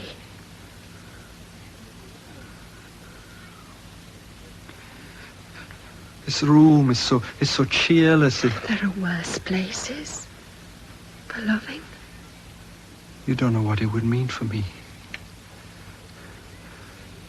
But for you... I mean, if it were to make you whole again. I do love you. You don't, you know. Not really. I don't love you either.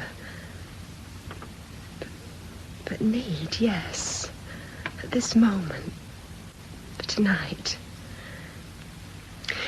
We're two frightened animals huddling together in the darkness, waiting for a footstep on the stairs, wanting comfort, reassurance. I'll marry you, Heather. Love, you're married already. Anyway, for me, I couldn't feel more bridal. Darling. Poor darling. Fire! You're right. Your face is bleeding. It was a brick. Glass, you're cut. The gits. Did it hit you? Are you all right? All right, yes. Your forehead is all... Don't worry about me. But you... Never mind. Go now, quickly, while you've got the chance. So that cut's deeper. I'll ring for the doctor. But now's your chance. You may not get another. Now, look, they're both out at the back of the house. I saw them. That means the front door's unguarded. Besides, the house will be in an uproar in a moment. They'll send for the police. I can't leave you, not like this. Darling, you must. It's all over now. It'll be all right. You mustn't stay. What's going on here? Who's done that? Please, hurry. I'll come back for you. Please. I'll be back for you, I promise. Yes, all right. But you mustn't let them catch you. You mustn't. Okay. So long. So long. So long. Mr. Pascal.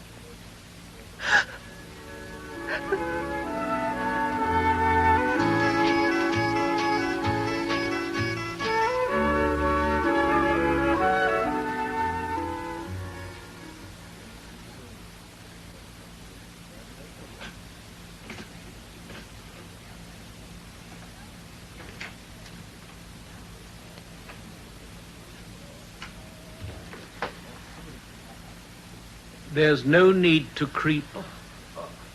Hello, Grandad. Well, what time do you call this?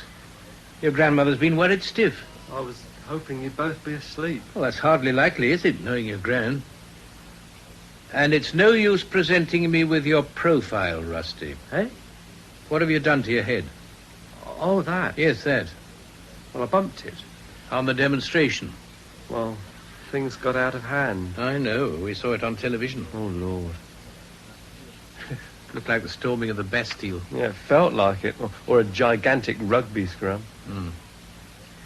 You're all right, though? Yeah, I'm okay. Tired. You want a cup of something? No, I don't think I'll bother. Thanks for not going on at me. Well, I'll just pop in and make my peace with Gran, and then I'll hit the hay then. Oh, she's not in there, Rusty. Hmm? She's upstairs, sitting with Heather Benfield. With Heather? What for? Well, you're not the only one to have seen violence this evening. Eh? Somebody heaved a couple of bricks through Pascoe's window. What? Heather Benfield appears to have been in there at the time. She got cut about the hands and face. Nothing serious, but obviously distressing on her first night in a strange house. Yeah, I'll say. Did you send for the doctor? Oh, yes, she needed patching up. A few stitches. He gave her a mild sedative for good measure. Blimey. What about Fred Scruff? Oh, cleared off before the police arrived. The police? Well, of course, we had no alternative. And the Hickeys insisted, of course. Oh. They seem to have had something of a ringside seat. Yeah, I'll bet. Anyway, the police found them a mine of information. They're not long gone. The police, I mean. Well, what I don't get is how Heather came to be in Scruff's room. Oh, could have been in the bathroom, I suppose. Heard the first brick arriving. Got there in time to get the worst of the second one. Police have taken the statement, of course. I didn't get the details. Gosh, what a kick-off. Yes. Poor girl. There isn't much we can do about it now. What about Lynn and Tracy? Oh, I thought Tracy was with you. Not for long. Well, they're both still out. Otherwise your gran would have come down. I can't help thinking they've been a bit casual. Lynn especially. She might at least have made some effort to get in early. There are other things in life than having a good time. Look, I've only just got in myself, Grandad, and I can't say I've been having a ball exactly. Well, you are looking a bit ropey, you know. You sure you're all right? Yeah. Well, what happened? Who hit you? Oh, it's a long story, Grandad. I'll tell you about it in the morning. Well, sometime. Good night. Don't forget to look in on your grandmother for a moment. Put her mind at rest. Okay. Oh, and Rusty, you have my permission to present her with your profile. Just your head round the door. Right?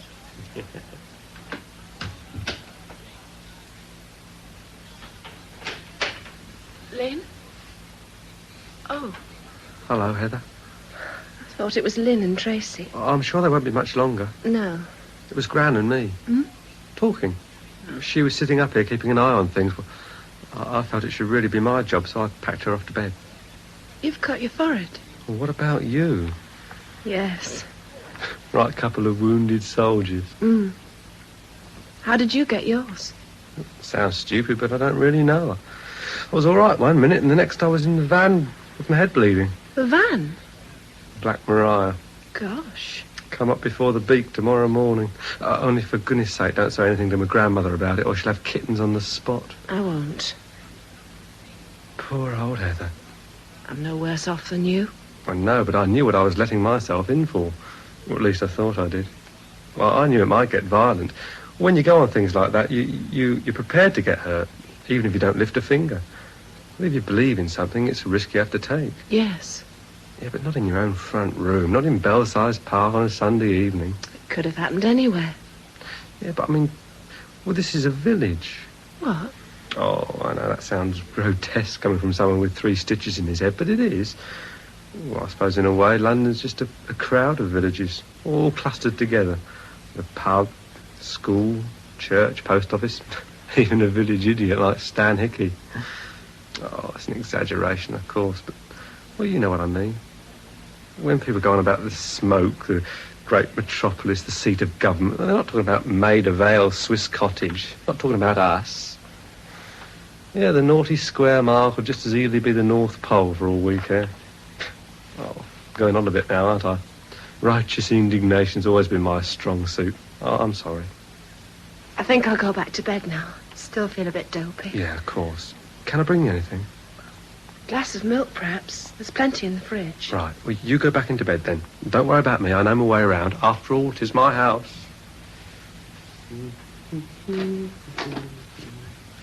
Yeah, you know, the only difference between us and Chipping Norton is that we're more cosmopolitan. Come to think of it, there's hardly anybody living round here who could even call himself a Londoner. Sometimes wonder where they've all gone to. I mean, take this house. Well, there's us from Nottingham, girls from Norwich, Scruff from Wales, you. It's only the Hickeys who really belong. Rest of us are just interlopers. Try. Ah. Delicatessen's run by an Austrian Jew. Chap in the off-licence is a Geordie. And the old bloke who sells flowers from a pram every Saturday is called Seamus. Yeah, none of us are Londoners. It's just where we happen to be. And what we are rubs off, leaves its mark. It makes the place what it is. You know what I mean? Heather? Oh.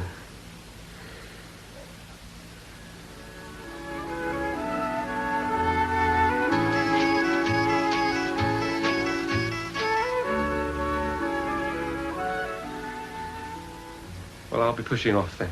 Okay, Rusty. Yeah, get a bit of shut-eye. I'm all right. Night, then. Night.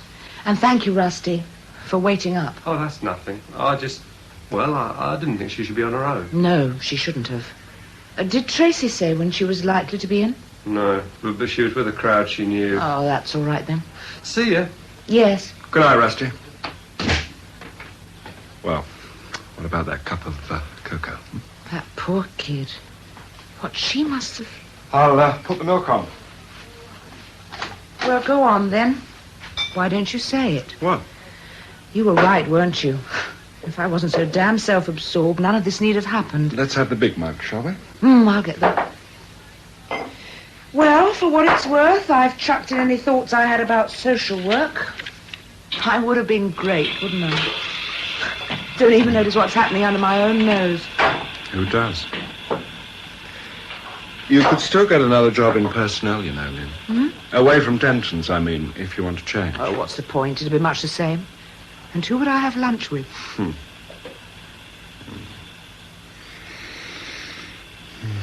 You're shivering. Just hold me.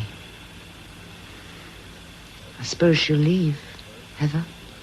You mustn't blame yourself entirely, love. Who else can I blame? The milk, it'll boil over. You know, I think I might get myself a car, Pete. Just a second-hand one. Never for, we don't need two. Well, it seems ridiculous you always having to pick me up and chauffeur me about. I don't mind, no, I don't. It's quite unnecessary for you to run one as well. And if we're getting married... Okay, if that's what you want. Yes, it is. For the moment.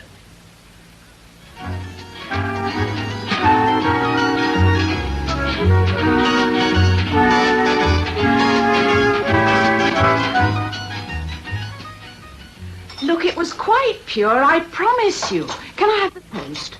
I slept on a sofa in South Ken, Toot Searle. Cross my heart. I wasn't talking about that. Well, you're making it sound as if it's my fault that Heather's got stitches. Wouldn't have made any difference if I'd come home the same time as you did. We ditched her. She was our responsibility. Or mine. Heck, it isn't as serious as all that, is it? Serious enough to send the poor girl packing, I should think. I don't know what her parents are going to say. Have you seen her since it happened? No. But you really think she'll go? Well, what do you expect after that? Hell's bells. And to think I missed it all. Oh, Tracy, this is nothing to be flippant about. Look, it's 10 to 9. Pete will be here soon, and I'm relying on you to look after her while I'm at work. You'd better skip the agency. I was going to. Yes, we'll take her in a cup of tea at about, 10:30, and be kind to her, love. Okay, I'll do my best. Oh, hello, Heather. You're up already? Hey, I've just been hearing all about your dramas. Tracy. Well? How are you, love? I like the plaster. Oh, for Pete's sake. Did you manage to get any sleep after all that? Well, come and sit down. Tracy, get another cup. Oh, no, thanks. I never have breakfast. Well, sit down anyway. Poor Heather, you look washed out. Was it dreadful? Of course it was. He got away. They didn't get him. Who? David. Fred Scruff. Grief, was that his name? Mr. Vaughan told me. David Pascoe. Where did he go then? Didn't say. Doesn't matter. Little shop somewhere, perhaps. Light fittings, radio repairs, something like that. Oh, you mean he's gone for good? Yes. You talked to him? What was he like? Yes. What was he like? Gentle. I think I will have a cup of tea now. Oh, good. I suppose the buses are quite frequent. To Euston, you mean? You are going back, then? Back? Home. Poor love, you really have been through it, haven't you? No, I'm not going back. Well, I don't suppose last night was really typical. No, not really. That's typical. Give him a wave, would you, love? Okay. Heather, we're going roughly in your direction. We could give you a lift. Oh, if you wouldn't mind. Of course not. You're very welcome. Hey, Peter, they're just coming. Buck up, you workers. He's double parked. We're on our way. Oh, can we leave supper to you? At your own risk. Will it be for 3? Yes? Oh, well, I suppose we'll all be in this evening.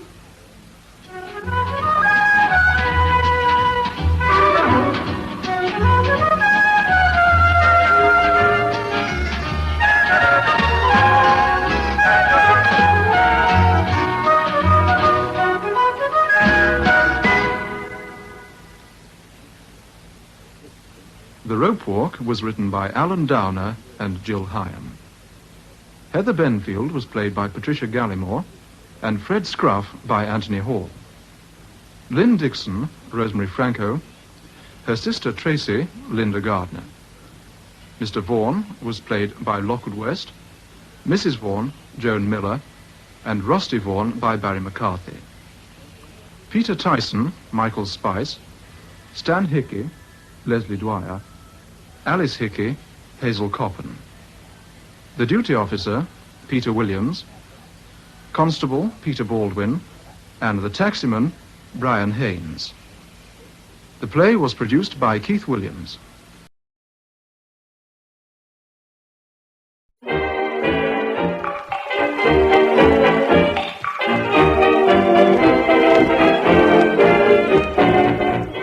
We present Vile Bodies, a radio play by Barry Campbell from the novel by Evelyn Waugh, with John Standing, Lynn Redgrave and Anna Cropper. The time, 1928. The place, mainly London. Vile Bodies.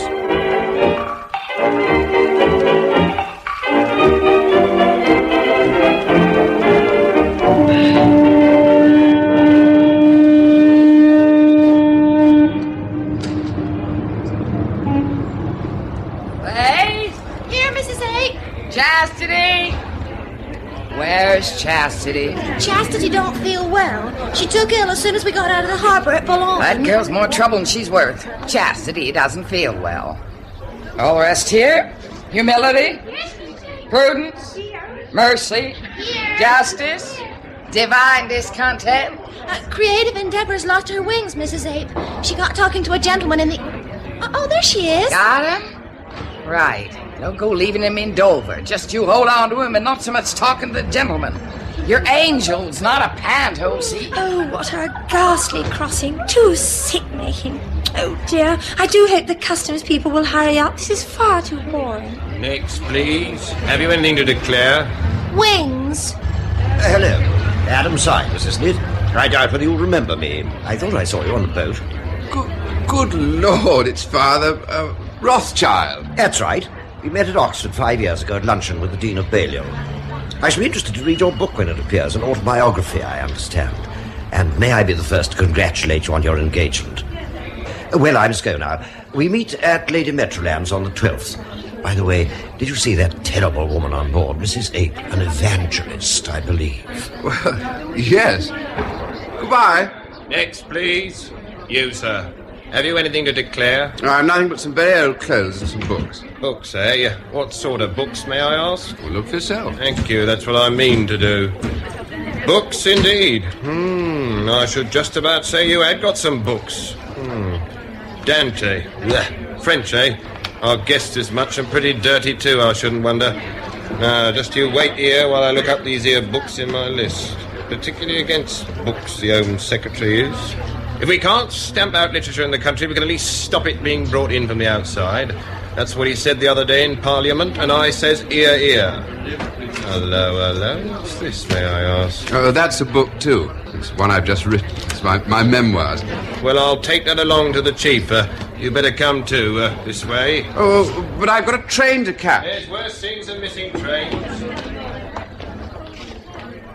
If you'll just wait in here a moment, sir. Yes, but I must... Thank you, sir. Shan't keep you a moment. This way, please, miss. Really, this is absolutely intolerable. Intolerable. Just wait until I get to London. I shall read every newspaper I can think of. I shall... In here, please, miss. Oh, no, you're not to touch me. Really, I won't. Please be reasonable, miss. I must, sir. It's my job. Oh, don't you dare! Sorry to keep you waiting, sir. This is my chief. How do you do? Now, look here. Do you realise it... Crumbs. I hope you haven't been worried by the noise across the corridor the other day. Right, then, what's all this about books? Let's have a look. Got the list there? And close that door. Yes, sir. Right, then, we'll go through the list of banned literature. Ready? Aristotle Works. Illustrated. Aretino. Not in. And now, what's all this in your handwriting now? Memoirs. Oh, I'm awfully sorry. I seem to have chosen the wrong door. Adam, darling, I never saw you on the boat. Agatha Runcible. Good Lord, what a surprise. Oh, my dear, I can't tell you the things that have been happening to me in there. The way they looked. Too shaming. Positively surgical, my dear. As soon as I get to London, I shall ring up every cabinet minister and all the newspapers and give them all the most shy-making details. Excuse me. Oh, yes, of course. Can I have my books now? Well, see here, you can take these books on architecture and the dictionary. But this book on economics comes under subversive propaganda. And this here Purgatorio don't look right to me. So that stays behind pending inquiries. But as for this autobiography, that's just downright dirt, and we burns that straight away, see? Oh, dear. I know dirt when I sees it, or I shouldn't be where I am today. Do you realise my whole livelihood depends on this book? And my livelihood depends on stopping works like this coming into the country. But look here... Adam, Angel, don't fuss, or we shall miss the train, and then we shall never be in London in time for Archie Schwett's party. Yes, but it's... Oh, do come along, Adam.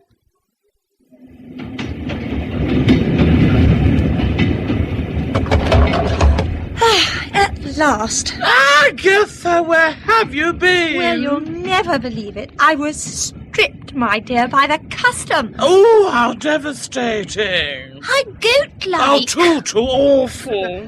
Who is this Archie Schwert? Oh, it's someone new, the most bogus man. Miles discovered him, and since then he's been climbing, my dear, until he hardly knows us. He's rather sweet, really, and he's too terribly common, poor darling. He lives at the Ritz, and I think that's rather grand, don't you?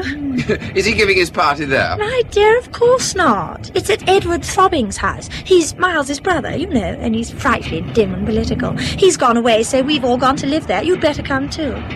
Well, I rather thought I'd go to Chesterton House, and I must see my publishers about my manuscript. Well, Adam, how are you? This is nice. Sit down. Where are you staying? At Shepherd's Hotel, Lottie Crumps. Oh, well, that's always fun. I've been trying to get an autobiography out of Lottie for 10 years. And that reminds me, you're bringing us your manuscript, aren't you? I hope you're not going to say it's not finished. The date on the contract, you know. Oh, it's finished, all right. Burnt. By the customs. Burnt? What an awful thing. Oh, it's all very difficult, you know. You have had an advance already, haven't you? £50, wasn't it? Well, I mean, would it be convenient and all that to repay the advance? Not only inconvenient, but impossible. Oh, just awkward. Look, I think I can see a way out. We'll have a new contract. Forget all about the advance. Oh, but my dear fellow, don't thank me. We'll just give you our standard first novel contract. Now, just sign here. Oh.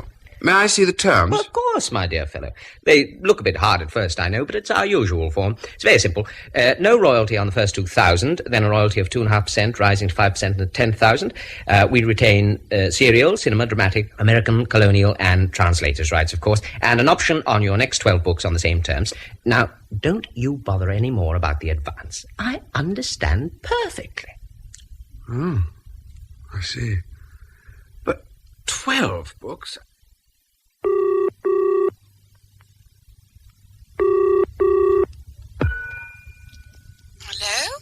Hello?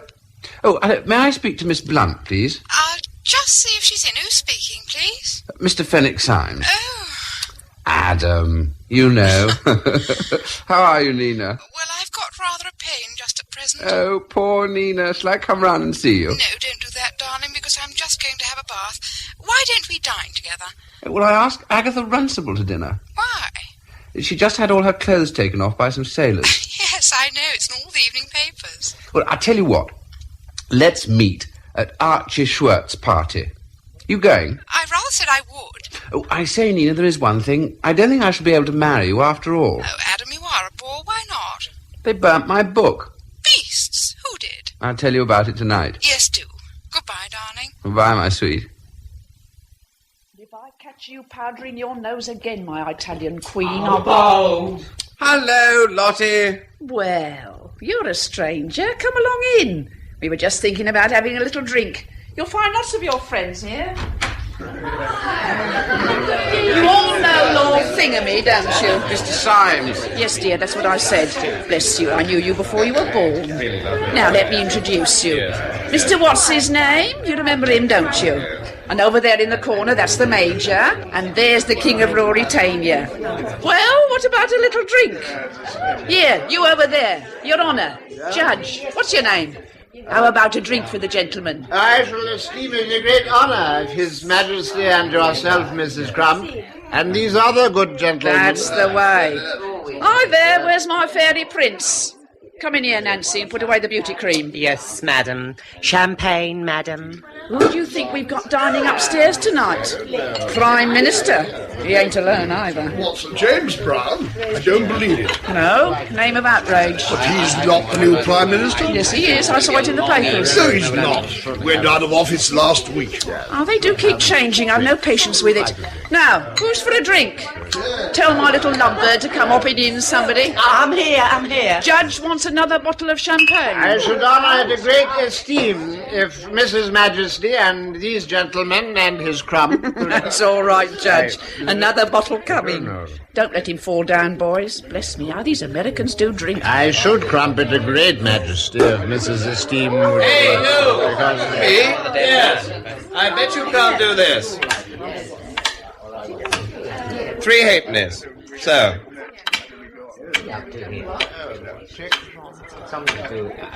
There. Only touch them 5 times and change their positions twice. It didn't look very hard. Just you try. Bet you anything you like you can't do it. How much will you bet? Anything you like. £500? All right. Yes, well, I don't know. There. How's that? Well, I'm jiggered. Never saw anyone do it like that before. I've won a lot of money this week with that trick. Well, here you are, £500. Thank you. That's sporting. Give the boys a drink for that. I tell you what, toss you, double or quits. All right. Here goes. Heads. Well, I'm jiggered. You are a lucky chap, here you are. Do you mind if I telephone, Lottie? Of course not, dear.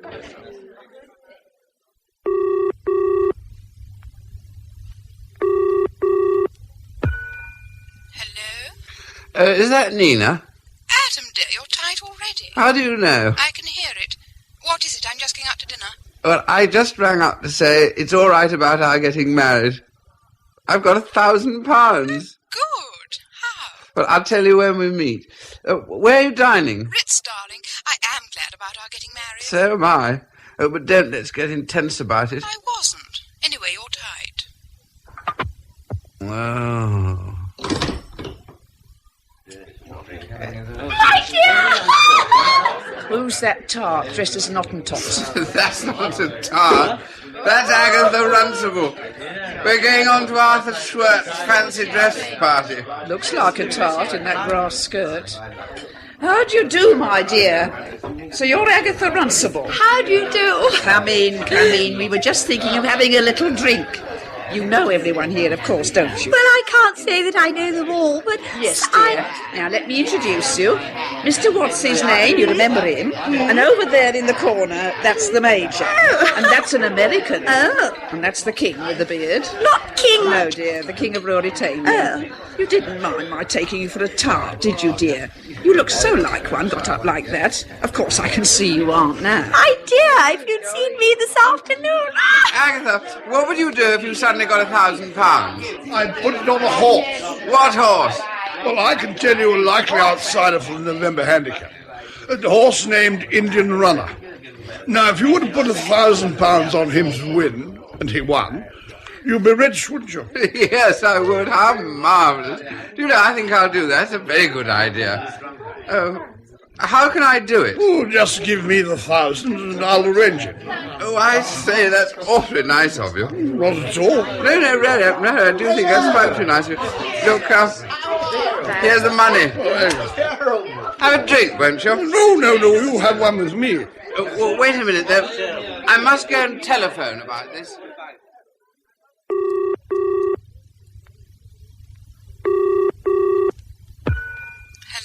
Oh, hello, Nina. Darling, you do telephone a lot, don't you? Nina, I've got something important to say. Yes, darling. Nina, have you ever heard of a horse called Indian Runner? Yes, I think so. Why? Well, what sort of a horse is it? My dear, it's quite the worst sort of horse. Mary Mouse's mother owns it.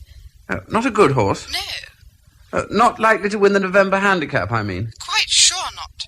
Oh, I say, Nina, do you know... Oh, I don't think we shall be able to get married after all. Why not, my sweet? Well, you see, I've put my £1,000 on Indian Runner. I gave it to a major. He offered to place the bet for me. What sort of major? Oh, rather a drunk one. I don't know his name. Well, I should try and catch him. I must go and eat now. Goodbye. I say, Lottie, where's the major? What major? I never saw a major. You know, the one you introduced me to in the corner. How do you know he's a major? You said he was. My dear boy, I've never seen him before.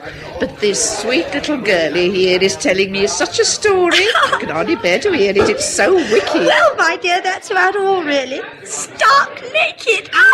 The very idea of it, the dirty hounds. I used to know your poor father, too, before you were born. Adam, my dear, we'll never get to Archie's party. Do come along.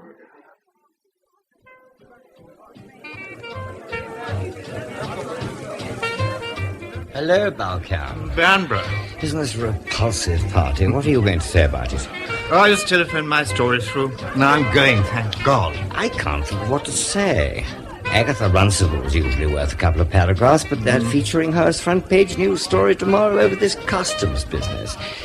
I made rather a good thing over Edward Throbbing being in a log shanty in Canada, which he built himself with the help of one Red Indian. I thought that was very good. Where is Throbbing, actually? Heaven knows. Government House, Ottawa, I think. Who's that awful-looking woman? I'm sure she's famous in some ways. Not Mrs. Melrose Ape the Evangelist, is it? I heard she was coming. Who? That one making up to Nina. Oh, good Lord, no, she's no one. Mrs. Panrast, she's called now. She seems to know you. Oh, yes, I've known her all my life. As a matter of fact, she's my mother. Oh, my dear, how too shaming. Do you mind if I put that in? I'd assume you didn't. My dear, of course not. I quite understand. Well, I hope you do. Hello? Yes, still there. Good. Now, new paragraph. One of the most striking women in the room was Mrs. Panrast, former Countess of Balcam. She dresses with that severely masculine chic which American women know so well how to assume.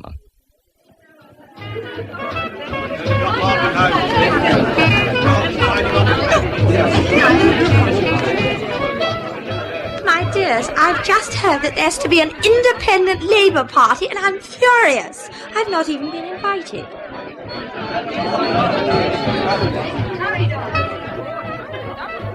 Do you know, I'd quite made up my mind that your hair was dark. Oh, you're disappointed.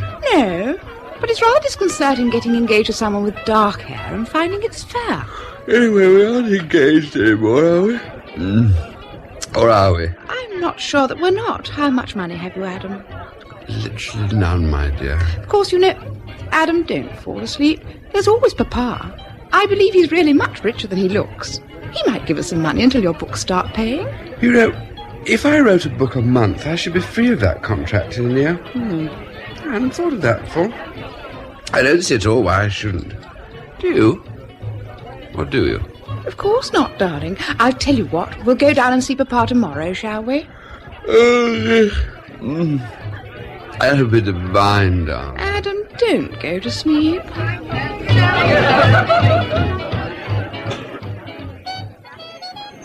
Now, where are we all going? Yes, where are we going? Let's go to Lottie Crumps and have a drink. Lovely! It's a delicious idea. That would be fun, Adam. Ah, clever. You always eat the right things at the right moment.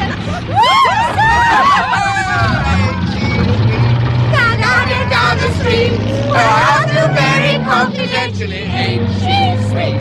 Oh, ain't she nice? Look around her once or twice.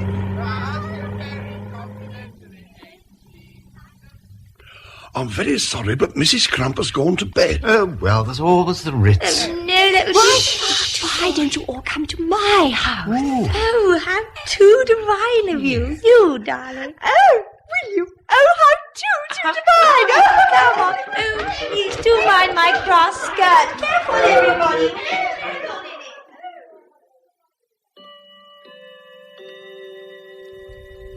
Now, Jane, do try to remember to talk to your father at breakfast. He was quite hurt yesterday. He feels out of things. Yes, Mamma. I do try, you know. By the way, Mamma. Yes, Jane? Mamma, I asked a girl to stay the night. Yes, dear. When? We're rather full up, you know. Last night. What an extraordinary thing to do. Did she accept?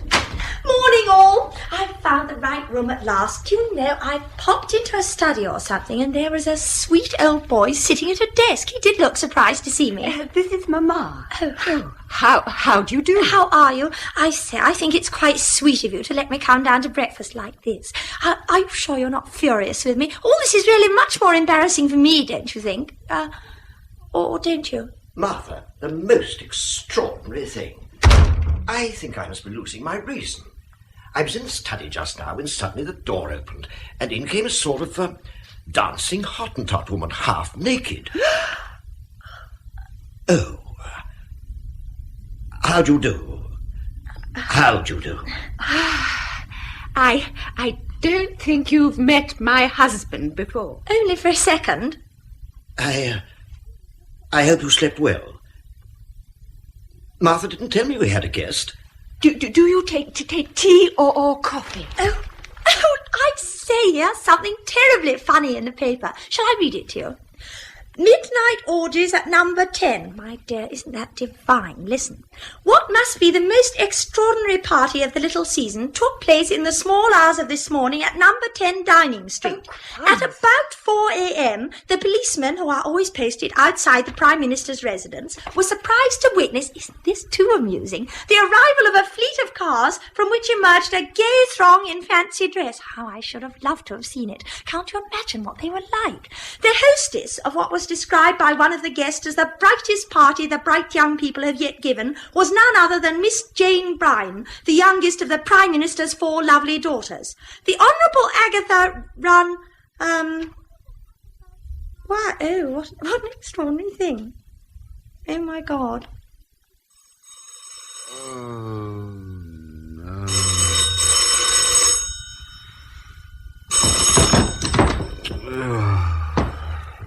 Hello, is that you, Adam? Is that Nina? How are you, my darling? Oh, Nina. Poor sweet. Oh, I feel like that too. Listen, Angel, you haven't forgotten that you're going to see my papa today, have you? Or have you? Do you know where he lives? Oh, you're coming too. Well, no, I don't think I will, if you don't mind. I've got rather a pain. Oh, what am I going to say? Darling, don't be tiresome. You know perfectly well. Just ask him for some money. Well, will you like that? Yes, darling, of course he will. Why will you go on? I've got to get up now. Goodbye. Nina, where does your papa live? Oh, didn't I tell you? It's a house called Doubting Hall, and it's falling down, really. You go to Aylesbury by train and then take a taxi. They're the most expensive taxis in the world, too. Have you got any money? About 7 shillings. My dear, that's not enough. Oh, but I wish you'd come, Nina. If I go alone, I'll get into such a... Oh, Lord.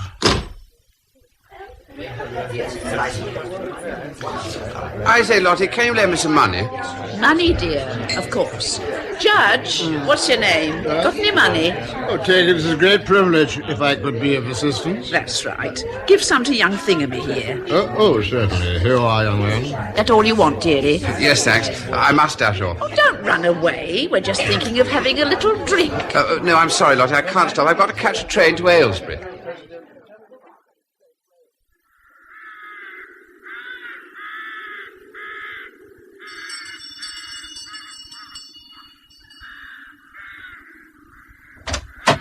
Don't ring twice. What do you want? Oh, is Mr. Blunt in? There's no Mr. Blunt here. This is Colonel Blunt's house. I'm sorry. I think the Colonel is expecting me to lunch. Nonsense. I'm Colonel Blunt. Have you come about the vacuum cleaner? No. Funny, I've been expecting a man all morning to show me a vacuum cleaner. Come in. Won't you stay to luncheon? Oh, I should love to. Splendid. I get very little company these days. Put your hat and coat here. I hope you haven't got wet. I'm sorry you didn't bring the vacuum cleaner. Never mind. How are you? Oh, I'd quite forgotten. I'm afraid you think me very discourteous, but it is after all impossible for me to ask you to luncheon. I have a guest coming on intimate family business. To tell you the truth, it's some young rascal who wants to marry my daughter. I must see him alone to discuss settlements. Had a telegram only this morning. Well, I want to marry your daughter, too. What an extraordinary coincidence. Are you sure you do? Well, perhaps the telegram may be about me. What does it say? Here, just a minute. Yes, here it is. It says, engaged to marry Adam Symes. Expect him luncheon, Nina. Are you Adam Symes? Yes. My dear boy, why didn't you say so instead of going on about vacuum cleaner? How are you? Now, if you don't mind, we'll keep our business until after luncheon. I'm afraid everything's looking very bare here at present. You must come down and see the gardens in the summer. How long are you staying? Well, I promised Nina I'd be back tonight. That's a pity. They changed the film at the Electra Palace today. We might have gone. Yes, what is it, Mrs. Florin? Luncheon is served, sir. Yes, thank you. Mrs. Florin, what is on at the Electra Palace? Do you know? Greta Garbo in Venetian Kisses, I think, sir. I don't think I like Greta Garbo. I've tried to, but I just don't. Anyway, luncheon. Come along. If you don't mind, I prefer not to talk at meals. For what we've just received, may the Lord make us truly grateful. Well, I don't know about you, but I'm going to have a little nap.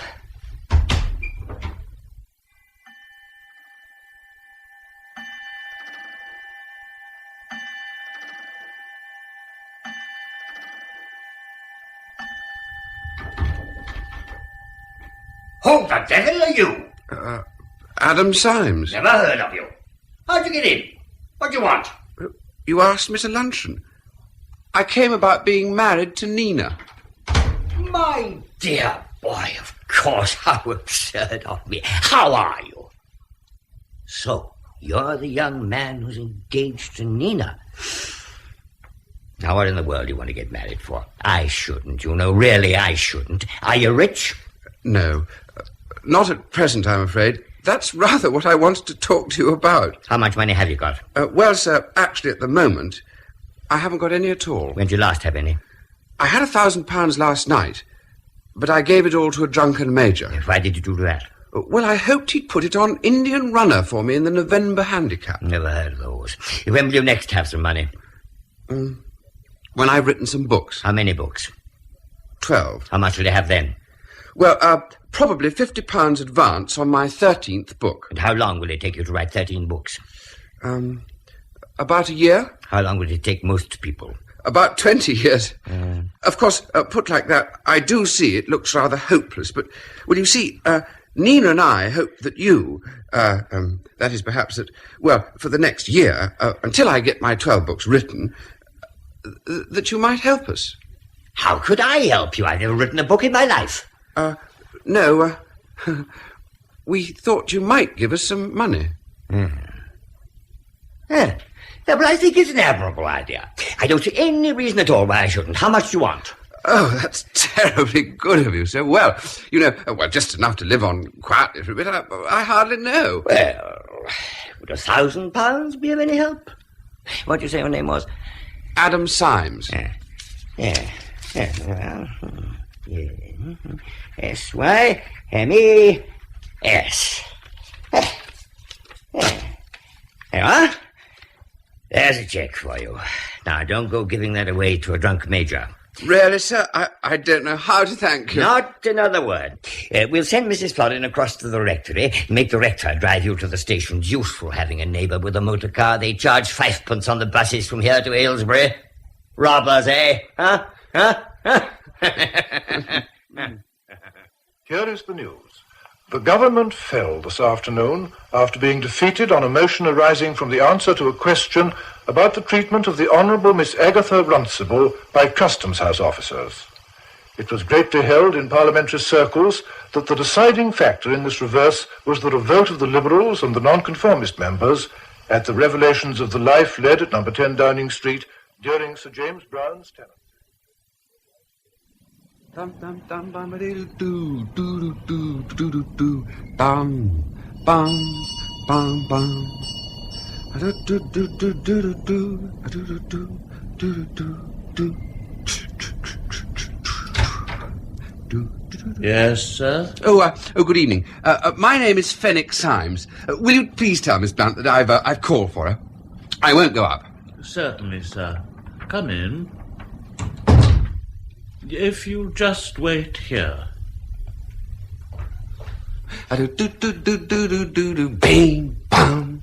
Darling, why don't you come up? It's so rude. Margot's longing to see you. No, I'm sorry, Nina. I couldn't face a party. I'm so excited. Why? What's happened? Everything. I'll tell you in the car. Car? Yes, it'll be here in a minute. We're going down to the country for dinner. I can't tell you how clever I've been. What have you done, darling? Do stop dancing about. No, I can't stop. You've no idea how clever I am. Adam, are you tight again? Adam, I will be told. Here, look. What do you think of that? My dear, £1,000. Did Papa give you that? No, I earned it. Oh, you should have seen the lunch I ate.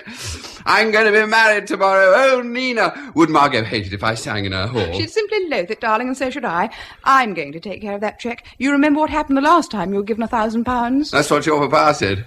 Did you tell him about that? I told him everything, and he gave me £1,000. Poor Adam. Why do you say that? I don't know. Nina, why do you say poor Adam? Did I? Oh, I don't know. Oh, I do adore you so. I'm going to be married tomorrow. Are you? Yes, I expect so, dear. Now, where on earth are we going? Arundel. My dear.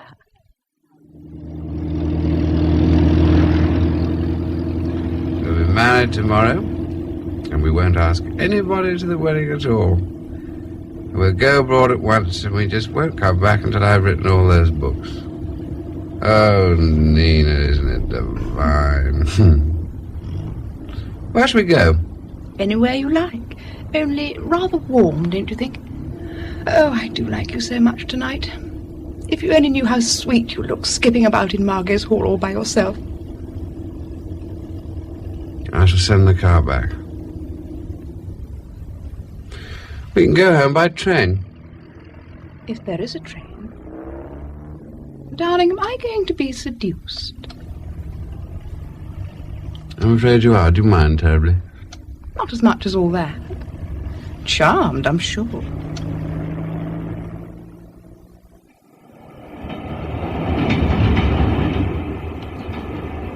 By the way, Nina, you said last night that you'd something terribly important to tell me. Well, it's about that cheque. I'm afraid it won't help us as much as you thought. But, darling, it's £1,000, isn't it? Just look at it, my sweet. I don't see anything wrong with it. Not with the signature? Good Lord. The old idiot signed it Charlie Chaplin. That's what I mean, darling. When I'm damned, this really is a bore. I say, Nina, we shan't be able to get married after all. No, I'm afraid not. What are you doing today? Oh, I don't know. What are you? I'm lunching with Balkan. Why? Oh, I don't know. He asked me to.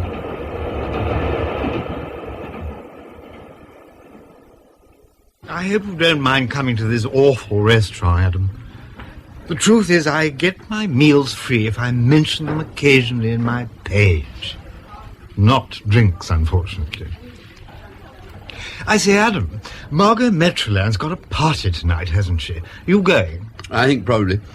I usually like Margot's parties, don't you? Yes. Adam, I'll tell you a very odd thing. She hasn't sent me an invitation to this one. Well, I expect she will. The thing is, she told Agatha Runcible she wasn't going to ask me. Well, it means ruin for me. Absolute ruin. She's asked Vanbrugh. Well, he's some sort of cousin, isn't he? So damned unfair.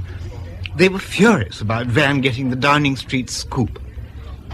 If I miss this party, I may as well leave Fleet Street for good. I may as well put my head in the gas oven and have done with it. I'll tell you what. I know Margot Metroland pretty well. If you like, I'll ring her up and ask her if I can bring you. Will you? Will you, Adam? If only you would.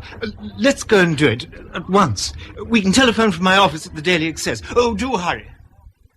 Oh, hello, Margot, may I bring someone with me tonight? Well, Adam, I don't really think you can.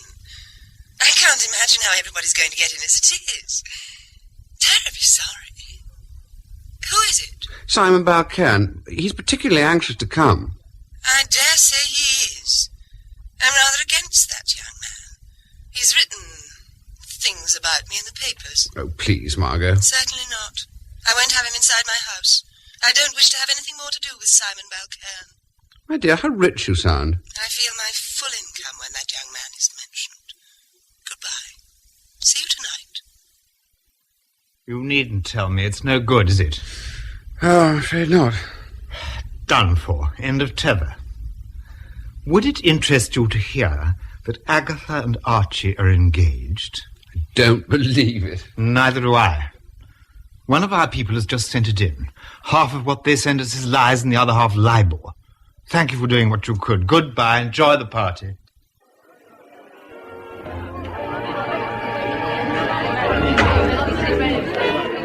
Hello, Nina. Hello, Adam. My dear, do look at Mary Mouse's new young man. The Maharaja of Puckapore. Well, I call that a pretty pair. Oh, how bored I feel.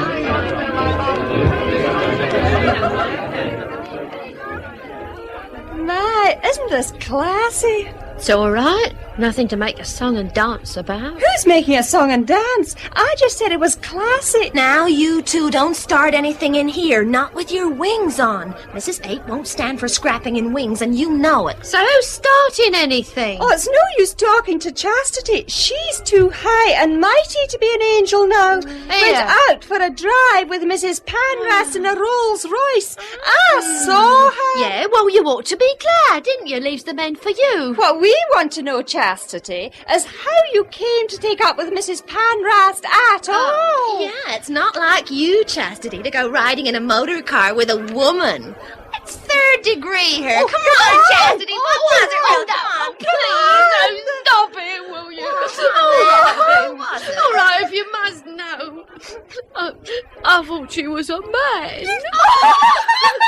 Smut again. I'm sick ashamed of you. And you've made Chastity cry again just before the big act. Now, if you must bully someone, why choose Chastity? You all know by this time that crying always gives her a red nose. Sluts.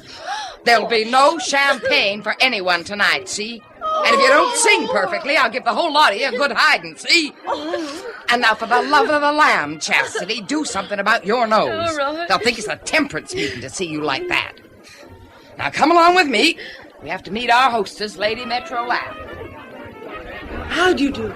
Delighted to meet you. How do you do? Lady Metro Lamb, these are my angels.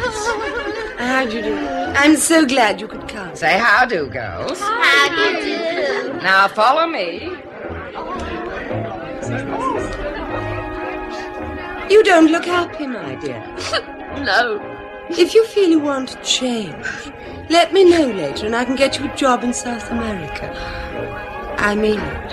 Oh, well, thank you very much, but I could never leave Mrs. 8. But... Well, think it over, child. You're far too pretty a gal to waste your time singing hymns.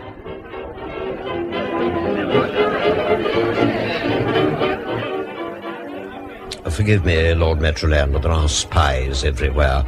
That man with the beard, do you know him? Something to do with the Foreign Office, I believe. Exactly. I think it would be better if we continued our conversation in private. I've been watching him. He's bowing across the room to empty places and to people whose backs are turned. Oh, go this way.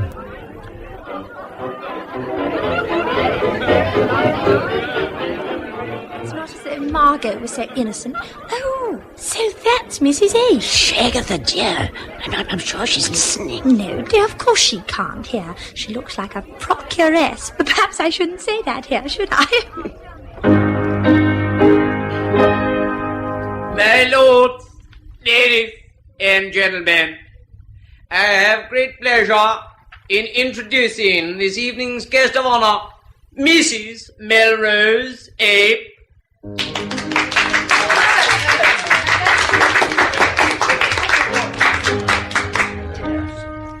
Jesus, Jesus, Jesus. Sweetest name I know. Fills my every longing.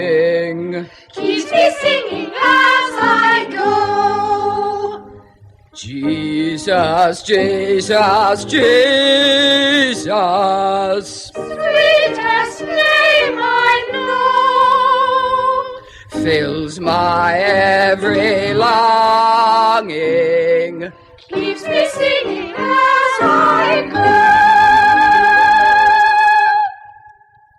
Brothers and sisters, just look at yourselves. Darling, is my nose awful?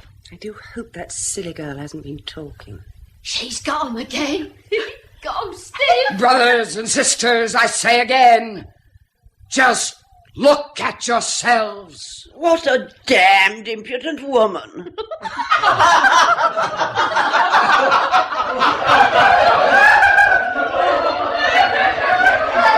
Thank God! I thought for one awful moment she was going to be a success. Stay exactly where you are and take off that beard. Damned if I do. Take off that beard. All right. If you will make such a thing about it.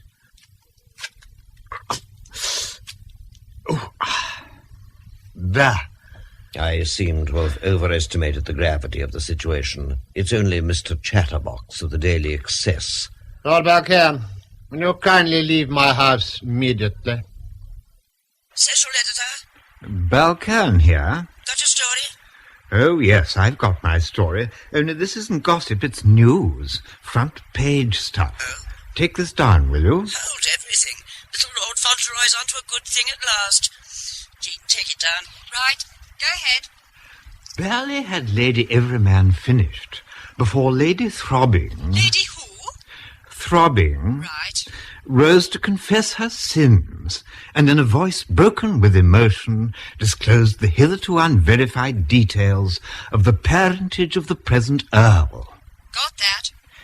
The Archbishop of Canterbury, who up to now had remained unmoved by the general emotion, then testified that at Eton in the 80s, he and Sir James Brown... Well, that's it. End of story? Yes, end of story.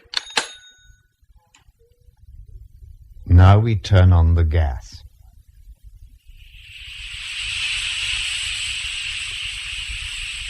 End of story.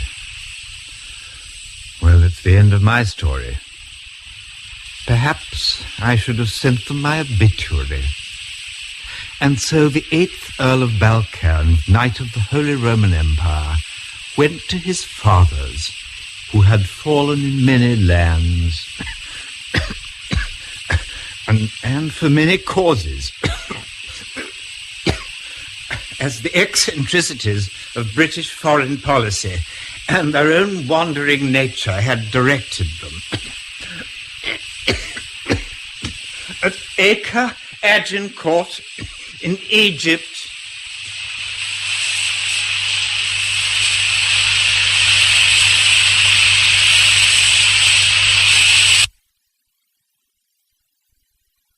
Social column, indeed.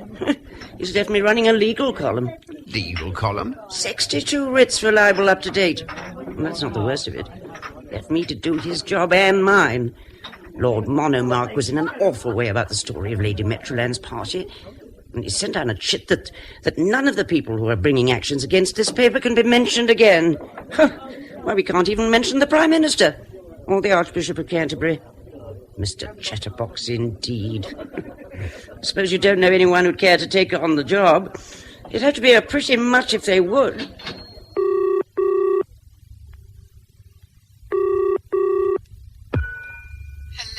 Nina? Hello, Nina? Yes? Nina, I say, I've just become Mr. Chatterbox.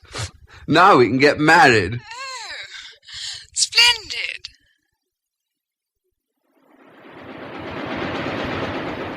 The popular young attaché at the Italian embassy, Count Cincinnati, is held to be the best amateur cellist in London. Noticed at Chez Espinosa yesterday evening that 2 of the smartest men in the room were wearing black suede shoes with their evening dress. The fashionable bottle green bowler is now being worn by all.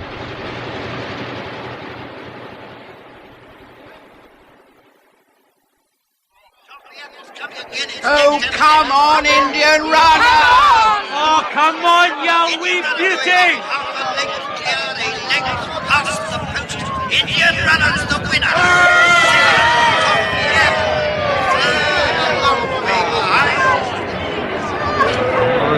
Oh, hooray, hooray!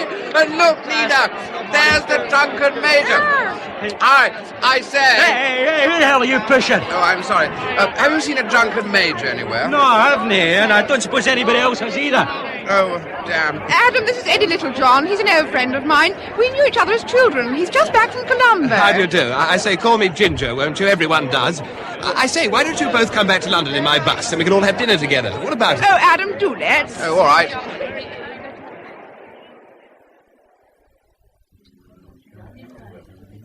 You know, it was awful luck meeting you two today.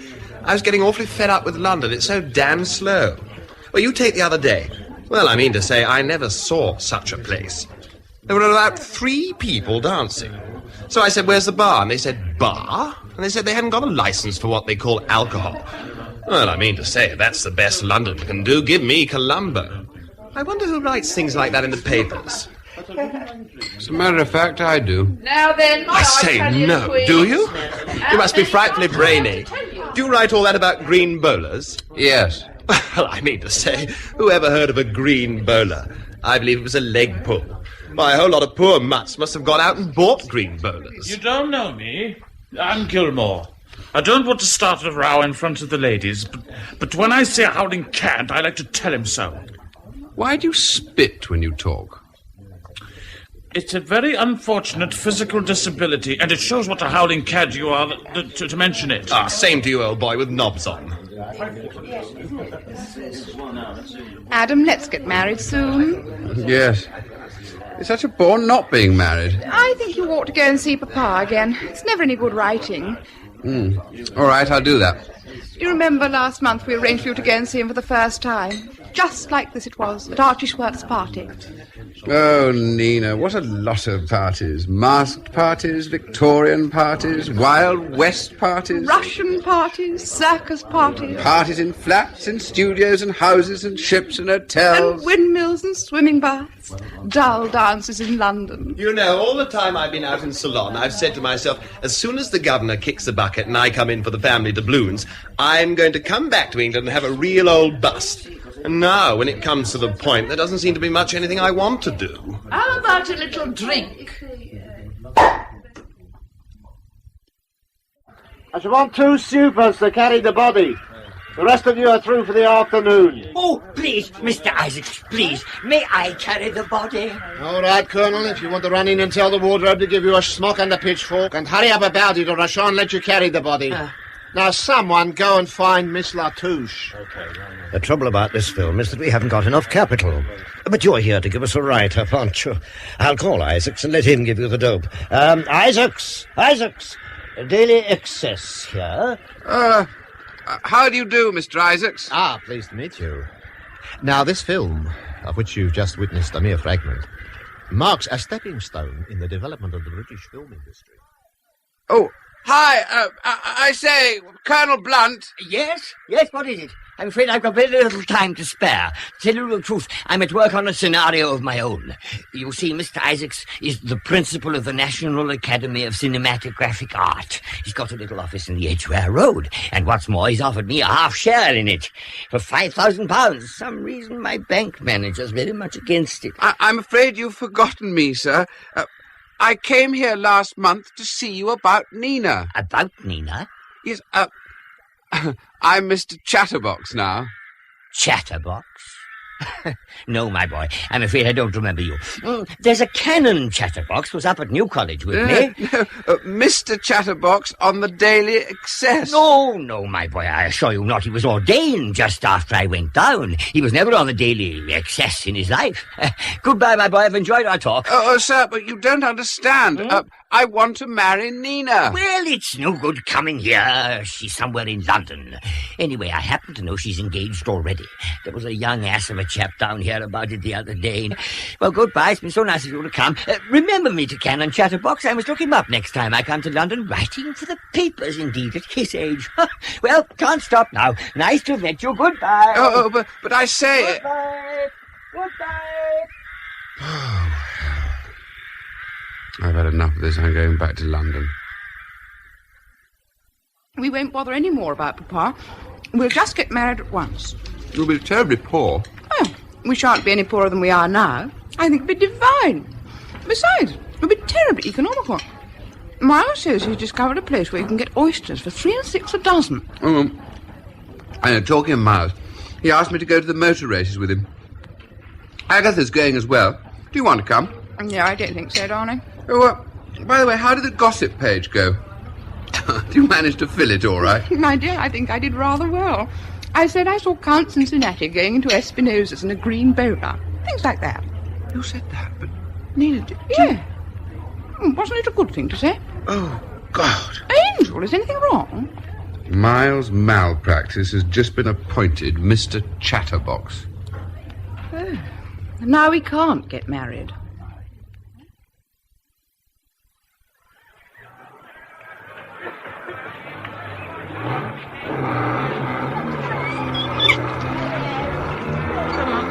Miles, where have you been? I expected you ages ago. Nigel, I brought 2 friends along. I hope it's all right. Agatha Runcible, Adam Fenwick Symes, Nigel Force. How do you do? Pleased to meet you. By the way, Miles, here are some brassards. You're all better put them on and come over to the pits later. When you're ready, I'll be in pit 13. Mustache, bye. Bye. Well, now we'd better put these brassards on. My dear, what bliss. Fancy they're having pins. Here you are, Adam. You can be depot staff. I'll be spare mechanic, and Agatha spare driver. My dear, what fun. There, now, how do I look? Oh, stunning. Now what do we do? Well, perhaps we'd better make our way to the pits. We may even have time to have a drink or a root. Oh, that's a good idea. Oh, I say, Adam, there's an awful man shouting at you. My dear, your friend. Oh, I say. I've been looking for you everywhere. And I've been looking for you. I want some money. Can't hear. Some money. That's no good. There's too much noise, too many people. I can't get through. What's your name? Lottie forgot. Adam Symes. Can't hear. I must know your name. Oh, it's no good. Look, now he's disappeared. Oh, the way you pick people up.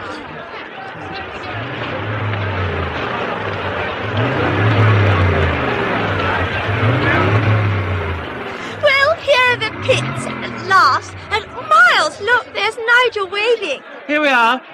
Pit 13. No smoking in the pits, please. I'm sorry, I didn't know. Now listen, Miles. You're in charge of the depot. Do you think you've got all the signals clear? The race may depend on it, you know.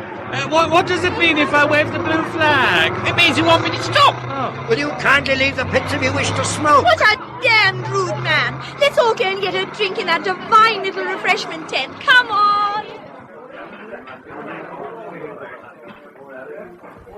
Here we are, home from home, darlings.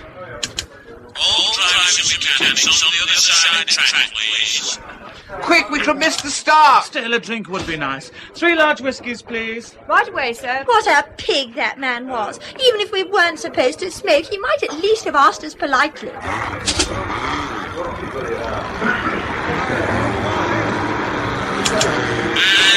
Exactly on time. Oh, they'll be round again in 1/4 of an hour. Let's have another drink. I really think after this one we ought to go back to the pits, don't you?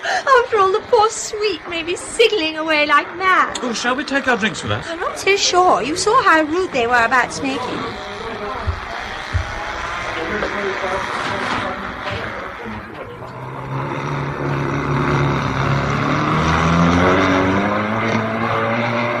Here they come again. Look, it's number 13! And there's that Italian devil just beside him. Come on, 13! Come on! Well done, 13! Agatha, darling, you shouldn't have waved that blue My flag. dear, how awful. Why not? Well, it means he's going to stop next lap. Good Lord, did I wave the blue flag? Oh, you know you did. How shaming. Let's all go away before he comes back. Do you know, I think we'd better. Let's go and have another little drink. Don't you think, or don't you?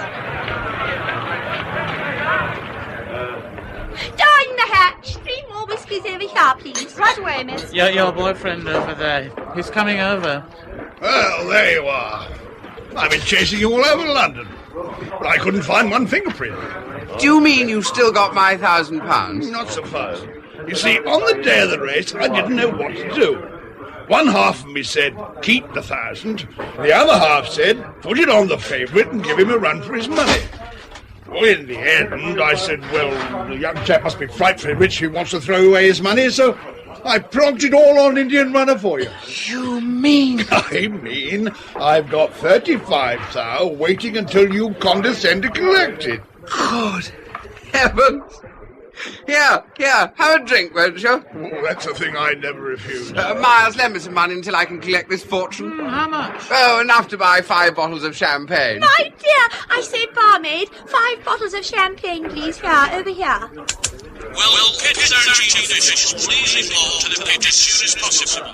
Pit 13 officials, report at once to the pit, please. There we are. Look here, old boy. I'm in rather a hole. I wonder, old boy, if you could possibly lend me a fiver. Oh, why, of course. Here, Miles, lend me a fiver, will you? Thanks. Here you are. Well, here's to us all. What an angelic man your Major is. Have one for the road, Major. Oh, all right, let's have one for the road. Cheers. When shall we meet again? Oh, any time, old boy. Tickled to death to see you any time you'd like to drop in. So long, everybody. But couldn't I come and see you soon? About the money, you know. My 35,000. Yes, to be sure. Fancy my forgetting that. You roll along tonight to the Imperial. I'll give it to them. 7 o'clock at the American Bar. Bye-bye. We better go, you know. Here you are, sir. Thank you. Keep the change. Thank you, sir. Cheers, Miles. I say we better go. Miles, you're an official and you may be needed. Oh, I hadn't thought of that. All right, let's go and watch the race from the pit. Hey, Pit 13 officials, we've been looking everywhere for you. You've got to come quick. I say, has there been an accident? Yes, come on, no time to lose. Oh.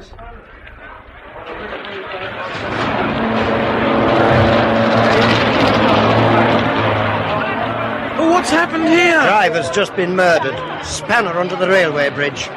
Well, you're going to scratch. Who's the spare driver? I'm spare driver. It's on my arm. She's the spare driver. Look, it's on her arm. Well, do you want to scratch? Oh, don't you scratch, Agatha. No, I don't want to scratch. All right, what's your name? I'm the spare driver. It's on my arm. I can see it is. All right, start off as soon as you like. It's on my arm. I say, Agatha, are you sure you're all right? Agatha, it's on my arm. I mean, are you quite certain it's absolutely safe? Absolutely safe. Not if they throw spanners. Just, you see, coming to.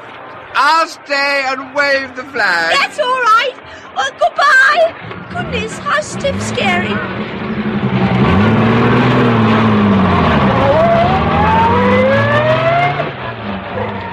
I say, Miles, is it all right being tight in a car? Oh, all tight on the race course. All of them? Absolutely everyone. Tight as houses. Oh, that's all right then. Number 13, the English Plunkett Bows, came into collision at Headlong Corner with number 28, the Italian Omega car, driven by Captain Marino. Number 28 has overturned and retired from the race. Well done, Agatha! Number 13, the English Plunkett Bows, has retired from the race and was last seen proceeding south, apparently out of control. Oh, my dear, that is lucky for me. A really good story. Oh, my second day in the paper. Well, I'm off to the post office to file my story. Oh, I'll come too. Oh, I must wire Nina about that drunken major. Oh, I nearly forgot. The Imperial Hotel at 7 o'clock.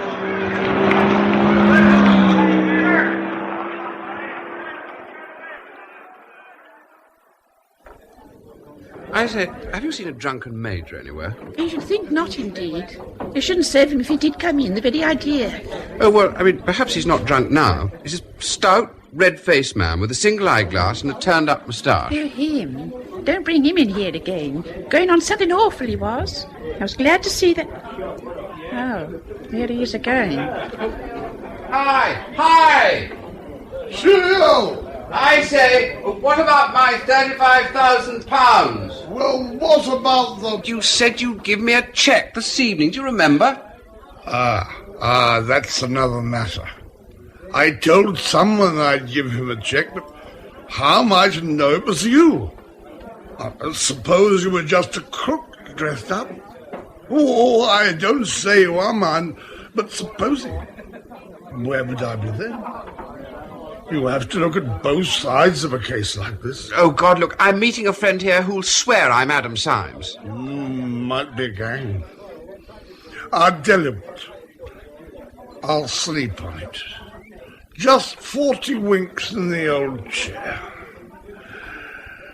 I'll let you know my decision when I wake up. Oh, don't think me suspicious, old boy. There's other chaps' money, you know.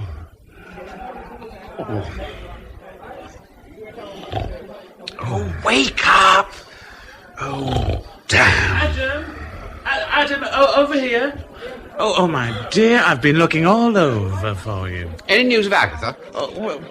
Well, they found car 13 smashed into a market cross in a village miles away.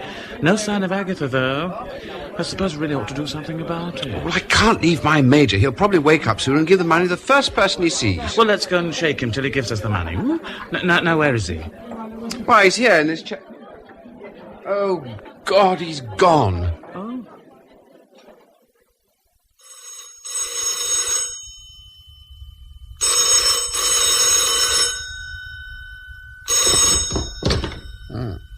Hello? Darling, I've been so happy about your telegram. Is it really true? No, I'm afraid not. The Major is bogus. Yes. You haven't got any money. No. We aren't going to be married. No. I see. Well? I said I see. Is that all? Yes, that's all, Adam. I'm sorry. I'm sorry, too. Goodbye. Bye, Nina.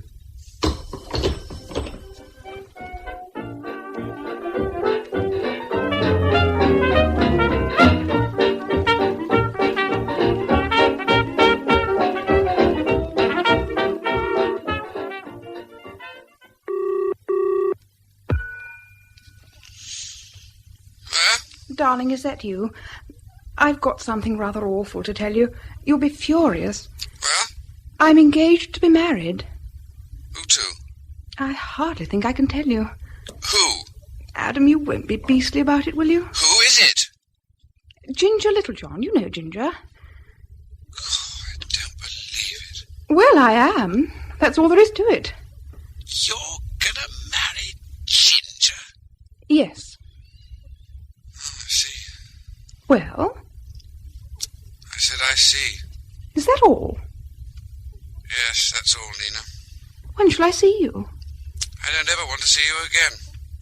Well, goodbye. Goodbye. Goodbye, Adam. I'm sorry. There's someone to see you, dear. Now remember, you aren't to talk much. Oh, Adam, my dear, how nice. Oh, look, there are some cocktail things in the wardrobe. Do make me a big one. The nurses love them, so it's such a nice nursing home, only all the nurses are starved. And there's a breathtaking young man next door who keeps putting his head in and asking how I am. He fell out of an aeroplane, which is rather grand, don't you think?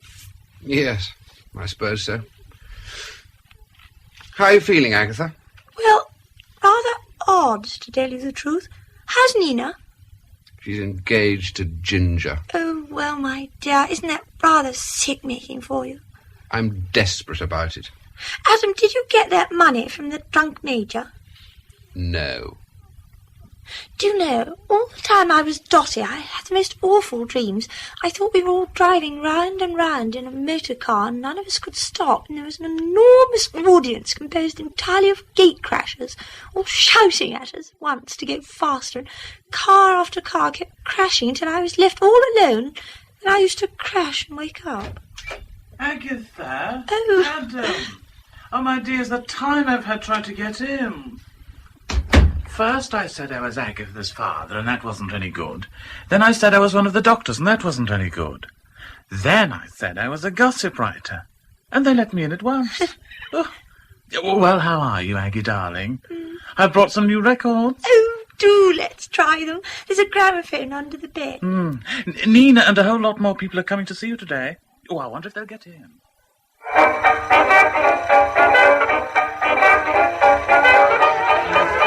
Nina, I hear you're engaged. Yes, it's very lucky.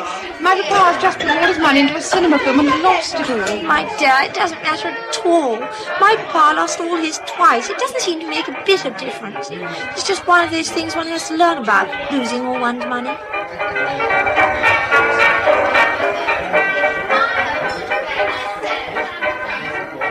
Nina, I've been absolutely miserable not seeing you. When we leave, do come and dine with me tonight. My dear, I know exactly what it will mean. Well, why not? You see, Ginger's not like us, really, about that sort of thing. He'd be furious. Well, what about me? Surely I have the first claim. Darling, don't bully. Besides, I used to play with Ginger as a child. His hair was a very pretty colour then. For the last time, Nina. Well, I suppose I must. Oh, you angel. I believe you knew I was going to. Nina, do you ever feel that things simply cannot go on much longer? What do you mean by things? Us? Or everything? Everything. No, I wish I did. I'd give the world for something different. Different from me or different from everything? Different from everything. Only I've got nothing. What's the good of talking? If only you were as rich as Ginger, Adam. Or only half as rich. Or if only you had any money at all. Well, whoever heard of cocktails and a gramophone in a concussion case? Out you go, the whole lot of you. Why, I've known cases die with less. Nina, Miles, come on. Goodbye, Agatha. Goodbye. Darling, how too divine. How are you? How angelic of you all to come. You must be careful not to fall out at the corners. Do try to drive more straight, my sweet. Faster, faster. That's all right, Miss Runcible. Oh. You mustn't get excited. Oh. Sister, run for the ice packs quickly. Yes, all friends here. Ah! Faster, faster. I'll stop all right when the time comes. Morning, Lottie. Good morning, dear. And that reminds me, what about my little bill? Oh, yes. Here's the pen. Here's the ink. Here's a blank checkbook. Oh. All right. Yes, no, £78, 16 shillings and twopence. There. That's a dear. Why, look who's turned up, if it isn't Mr. Thingamy. Good morning, Mrs. Crump. Come and sit down and have a glass of wine, dear. Why, I knew you before you were born. Look here, Symes. What I mean to say is, what I'm going to say may sound damned unpleasant, but look here, you know. Nina and I are engaged, and I'm not going to have you butting in, or there'll be hell to pay. Well, what makes you think I'm butting in? Oh, no, look here, Symes. I mean, damn it, you mustn't say things like that. I mean, Nina's a girl who likes nice clothes and things, you know, and all that. I mean, Nina's going to be frightfully hard up. And I mean, you haven't got an awful lot of money, have you? I haven't got any at all. Now, what you've been trying to say all this time is that you're not sure of Nina. Oh, rot, my dear fellow. Absolute bilge. Ginger, tell the truth. What is Nina worth to you? Good Lord. What an extraordinary thing to ask. I'd go through fire and water for that gal. Well, then I'll sell her to you. No. What? Look here. I'll sell my share in her for £100. 100 down, and I leave Nina to you. I think it's cheap. 50. 100. 75. 100.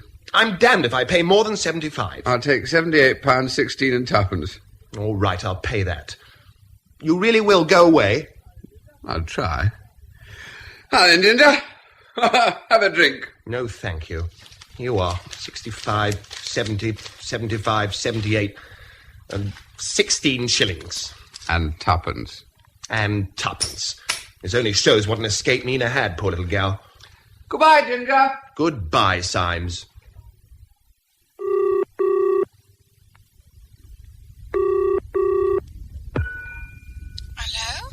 Hello, is that Nina? Who's speaking, please? Mr. Fenwick Symes. Oh, Adam.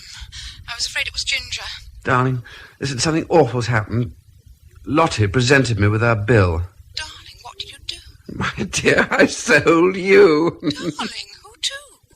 Ginger. You fetched £78, 16 shillings and twopence. And now I'm never going to see you again. Oh, Adam, I think this is beastly. I don't want not to see you again. I'm sorry. Goodbye, Nina, darling. Bye, Adam, my sweet. I think you're rather a cad. Of course, I'll never know. Hello, dear. I've just remembered a chap came asking for you yesterday whilst you were with young Thingamy Littlejohn.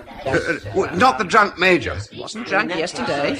Red-faced chap with an eyeglass. You ought to remember him, dear. He made a bet for you. I must get hold of him at once. What's his name? Oh, that I couldn't tell you, dear. Well, I did know, but it slipped my memory. Anyway, he's gone to Manchester to look for you. Oh, damn! I must make a telephone call. How about a little drink?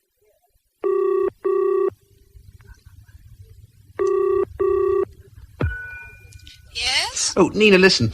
Don't do anything sudden about Ginger. I may be able to buy you back. The drunken major's turned up again. But, darling, it's too late. I'm just packing for my honeymoon. We're going in an aeroplane. Ginger says he knows a top-hole little spot not far from Monty with a very decent 9-hole golf course. Oh, well. Yes, I know. We shall only be away for a few days. We're coming back to spend Christmas with the Pa at Doubting Hall. Perhaps we shall be able to arrange something when we get back. I do hope so. Bye. Goodbye. There, Mrs. Florin. Doesn't that look nice? Welcome home to Doubting Hall. The Colonel's mother made that banner, Ada. It was always hung in the hall when he came home for the holidays. Shall we put some holly in Captain and Mrs. Littlejohn's bedroom? Whoever heard of holly in a bedroom? Well, perhaps just a bit of mistletoe over the bed. Ada, you are far too young to think of things like that. Why, like that? As shouting as the Colonel. Should I light the fires in the big drawing room, sir? Fires? No, why should you? Because of Captain and Mrs. Littlejohn, sir. Huh? Captain and Mrs. Fiddlesticks, never heard of them. Besides, Nina and her husband said they were coming down. I can't have the house turned into an hotel.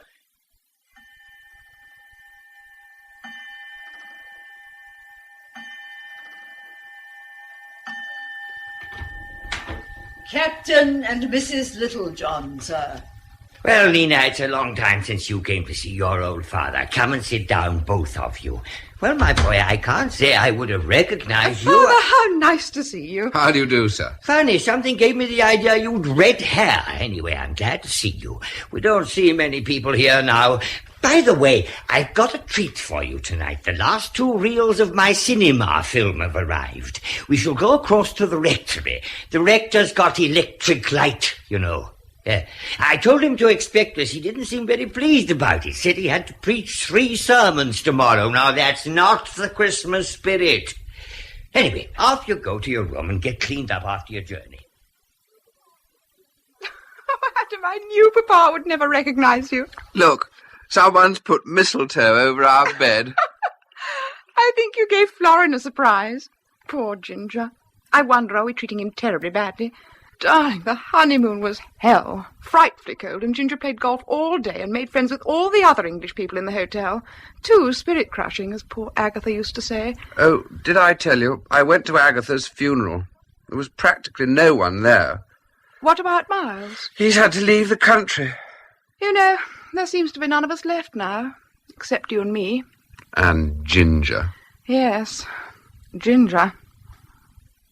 Well, Rex, I must say it's very decent of you to ask us over like this. Not at all, Colonel. Indeed, I'm very much looking forward to seeing your, film. That's the spirit.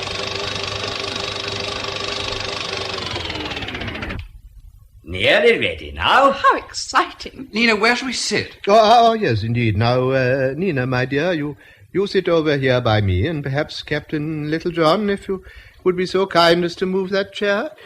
Colonel Blunt... Oh, don't worry about me. I shall be working the machine. Oh, yes, of course.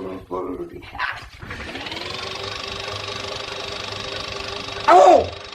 Oh, damn the thing. I got a nasty electric shock. Never mind. Settle down, everyone. Lights out. Ready. Action. It's going backwards. Hello, something wrong there. I must have forgotten to rewind it. No, got it. There we are.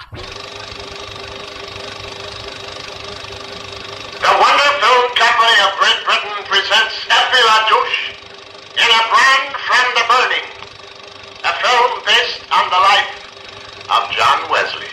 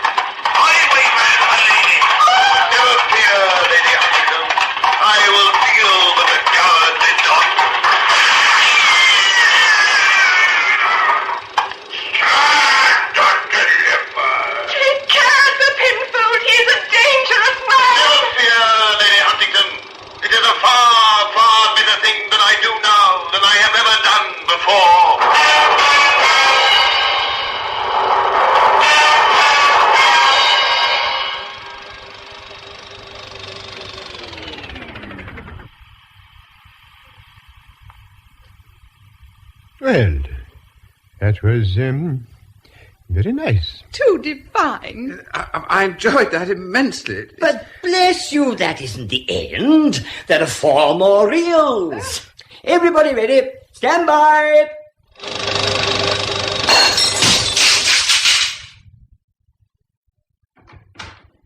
If you please, sir, the lights have gone out all over the house. Christmas at Doubting Hall. What could be nicer? You know, I'm very glad that Nina has married you, my boy. I liked you the moment I saw you. I hope we'll spend many more Christmases together. I hope so too, sir. I'm sure of it, my boy. She very nearly made several mistakes, you know. There was an ass of a fellow here the other day, a journalist, awful silly fella. He told me that my friend Canon Chatterbox was working on his paper. Have some port. No, thanks, sir. Then there was another chap came, selling vacuum cleaners. But you're different. Oh, hello, Nina. Just listen to the carols. Yes, grand, aren't they? By the way, tell me, did you really like what you saw of my film? It was the most divine film I ever saw. I don't think the rector enjoyed it. He seemed quite put out. And fancy not bringing us home. You know, that taxi had to come 7 miles to take us a few hundred yards. No wonder he finds it difficult to fill his church if that's his idea of Christian fellowship. Oh, Colonel Blunt. Oh, come in, Rector. Good of you to come over. A happy Christmas. Colonel, I have very terrible news. I had to come over and tell you. Nothing wrong at the rectory, I hope. Worse, far worse. The most terrible and unexpected thing. War has been declared.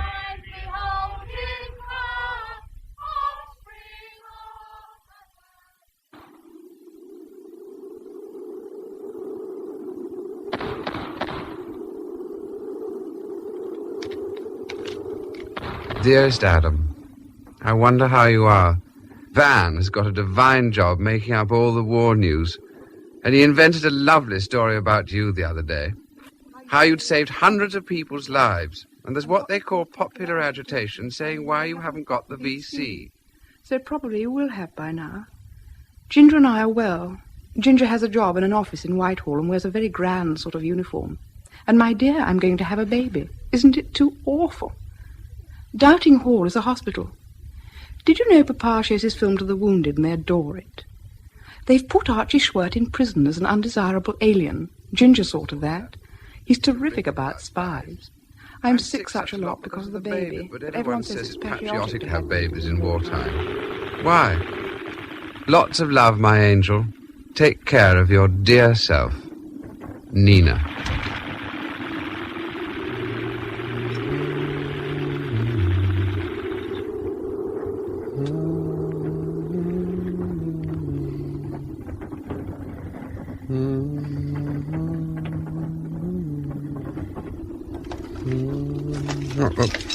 Who goes there? Where the devil's my leprosy bomb? Who goes there? Oh, I'm sorry, sir. Well, you're English, are you? My word! You're the drunken major. I'm not drunk, damn you, sir. What's more, I'm a general. Well, who are you? I'm Adam Symes. Good Lord. What the deuce are you doing here? Well, I've lost my platoon. Lost your platoon? I've lost my whole bloody division. Is the battle over, sir? Oh, I don't know. I can't see a thing. Funny meeting you. I owe you some money. £35,000. 35,005. Well, I'll give it to you now if you like. But the pound's not worth much nowadays, is it? Still, may as well give you a cheque. Buy you a couple of drinks in a newspaper. Oh, talking of drinks, I have a case of bubbly in the car. Come on.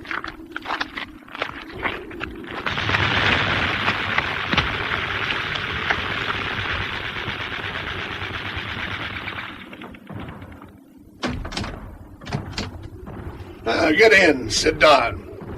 I'll turn the light on in a second. Oh! Hello. I'd forgotten about you.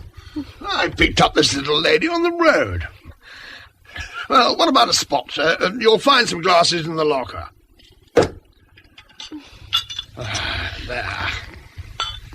Now, perhaps our fair visitor will tell us her name. Oh, I don't know. Oh, come on, little one. You mustn't be shy. Well, I've been called lots of things. I was called Chesterton once. Then there was a lady at a party, you see, and she sent me to Buenos Aires, and then when the war came, she brought me back again, and I was with the soldiers training at Salisbury Plain. They call me Bunny. I don't know why. Oh! Oh dear. Well, now I don't rightly know where I am. I went the war awful. Well, you're as right as rain now, little lady. Better than this chap. Look, he's gone to sleep. Now, let's see you smile and look happy. Oh.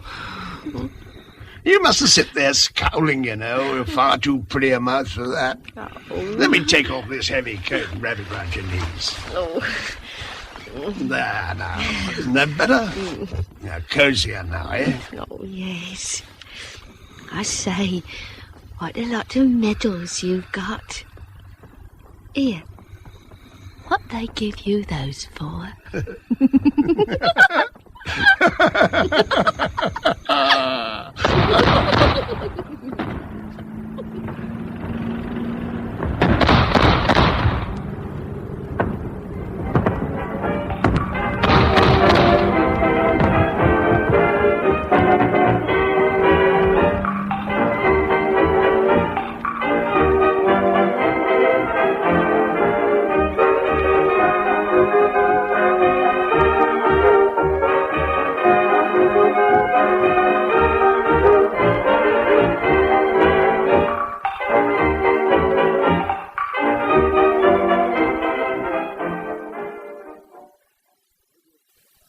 That was Vile Bodies, a radio play by Barry Campbell from the novel by Evelyn Waugh.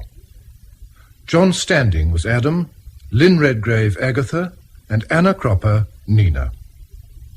Lottie was Julia Lang, Mrs. Ape Margaret Robertson, the Drunken Major Alan Lawrence, Lord Balcairn Ian Lubbock, Colonel Blunt Anthony Jacobs, Social Editress Griselda Harvey, Ginger Littlejohn, Sean Arnold, Mrs. Florin, Lynn Carson, Ben Fleet, a publisher, Leo Maguire, Matron, Diana Robson, Customs Chief and Judge, Malcolm Hayes, Mr. Brown, the Prime Minister, Gerald Cross, Mrs. Brown, Pauline Wynne, Miles Malpractice, Richard Griffiths, Margot Metroland, Carol Boyer, Faith, Patricia Gallimore, and Chastity, Elizabeth Morgan. Angels, customs officials, bright young things, revellers, racegoers, maids, and film men by members of the cast. Vile Bodies was produced by R.D. Smith.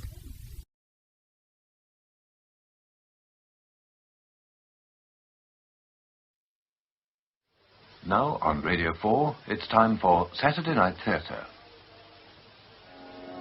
Now the door is open, now burns the flame of ecstasy. Come with me, O Father, into the oneness of the Spirit. Let go your hold on earth. Ecstasy is yours. Now you, our chosen vessel, must drink of the flaming cup. I am one, and I am all. I give you the wine of ecstasy, and may it bring you joy in body and in soul. Give me. Drink.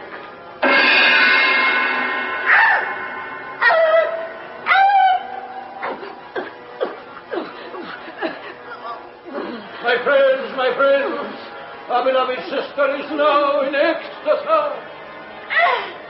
She's not. I've just touched her. She's dead. Cara Queen is dead.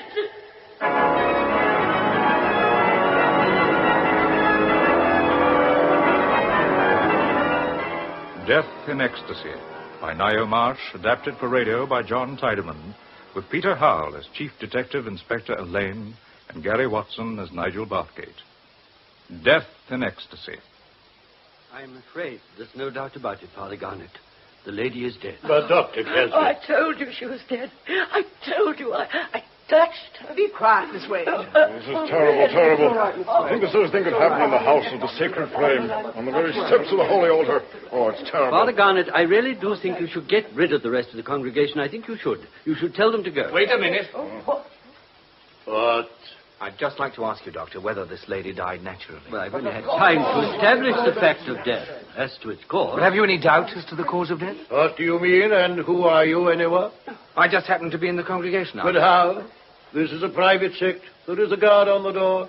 He has strict orders not to admit strangers. Let's just say the guard lowered his guard and I slipped in out of the rain. Monstrous. Look, I'm sorry to be here and I'm sorry to interfere, but I'd just like to say that if there's any suspicion of unnatural death, then I believe no one Unnatural death? Where'd you get that idea? Well, I'd say the manner of the lady's death.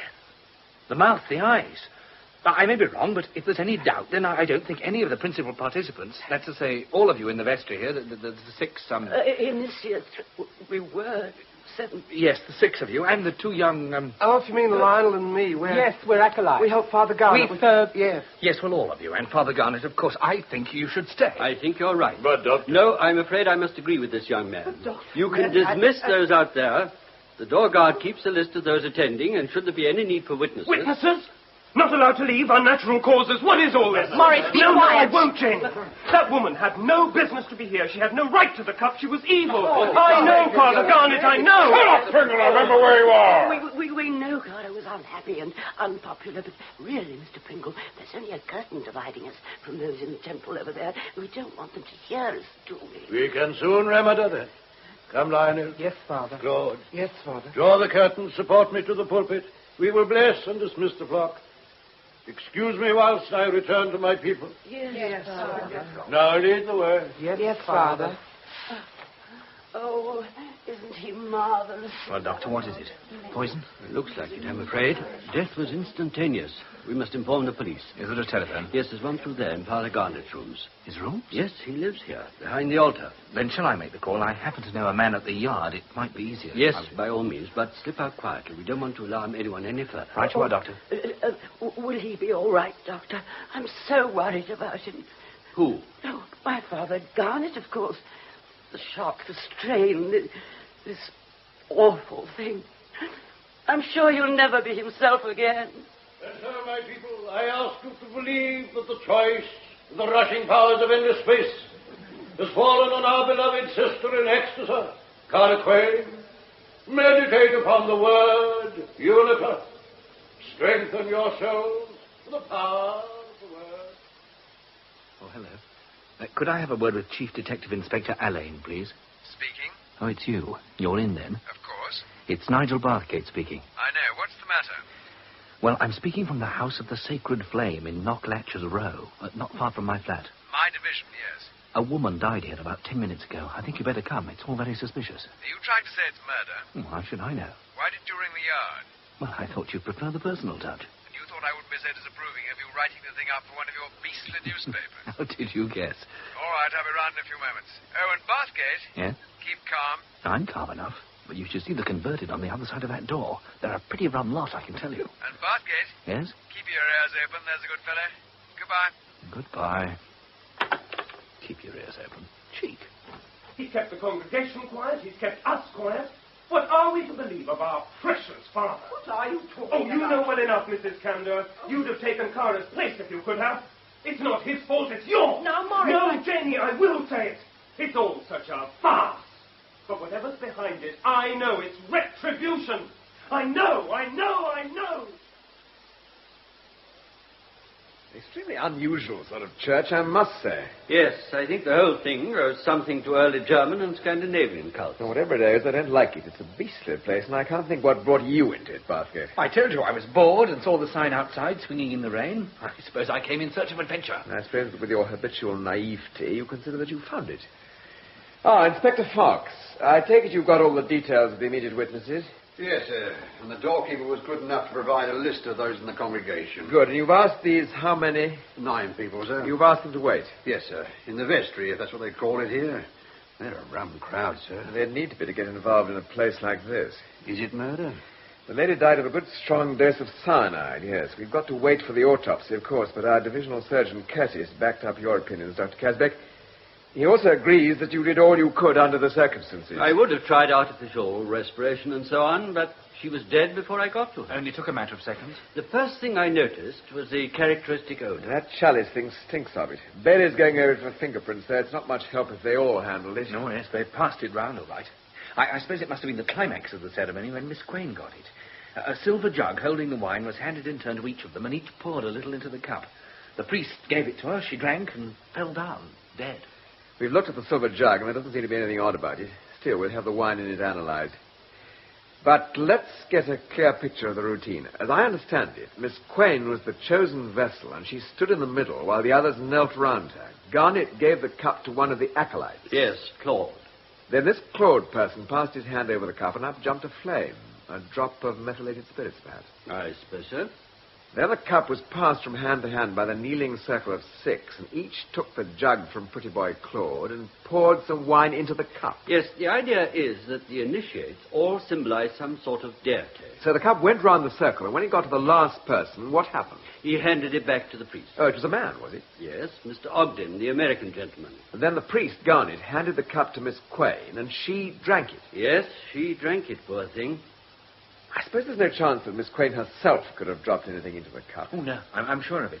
She held the cup by the stem with both hands. It looked so odd that I remember it distinctly. Yes, Mr. Bathgate's quite right. Tell me, how is a man like you connected with all this, Dr. Casbeck? Well, I'm not a member of the sect or anything. I'm just an onlooker, if you like. Garnet's doctrines amused and intrigued me. So did the man himself. He has some strange sort of hold over people.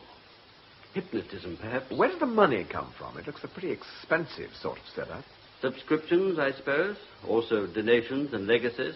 Ogden will be able to tell you. He's Grand Warden or something, and I believe he looks after the practical side of things. And the service tonight, was that ritual a very frequent sort of event? Oh, no, that's the star turn. It's only held once a month, and the chosen vessel has to do a month's intensive instruction and meditation with the priest. So Cara Quain spent her last month on Earth largely in Mr. Garnet's company. I imagine so. I don't altogether envy her. Well, Dr. Casbeck, you've been most helpful, and I won't keep you any longer. You'll be subpoenaed for the inquest, of course. Of course. Well, it looks like being an interesting case, Inspector. Yes, but I don't like the look of it, I must confess. But then we policemen are always supposed to say that, aren't we? Yes, and you always do. Well, good night, Dr. Casbeck. There's a constable on duty at the door, but he's been told to let you out. Good. Well, good night, Mr. Bathgate, and thank you for your sensible assistance. Think nothing of it, Doctor. All part of the job. Good night, Inspector. What about me? Will your tame constable at the door let me go? If you want to. Oh, but you don't want to, do you? No. Then stay. You can take notes, but no releasing the story until I give you the go-ahead. Okay. What next? What do you think? We recapitulate? Later. We interview the witnesses. Precisely. You've got the list, Fox? Yes, sir, it is. Uh-huh. I know we're in a place of worship, Fox, but let the first be first. Father Garnet? I prefer to call him Mr. Garnet. Yes, Fox, bring in the priest. Let's see if he's got anything to confess. Pretty good, sir. What are your impressions, Bartgate, of the names on this list? Ah, that'll be telling. Well, then tell. Well, you know what I think about the two acolytes, Lionel and Claude. I see from Fox's notes that Lionel is a dancer in a West End show and Claude is a ladies' hairdresser. It's very much in character. They also share the same address. Hothouse plants, the pair of them. Yes. Mrs. Candor. Not so candid as her name would suggest, not quite as grand as she liked to appear. Mr. Ogden seems like the original cliched American. A sort of middle-aged gentleman who beams from the advertising pages of transatlantic periodicals. A bit too good to be true, perhaps.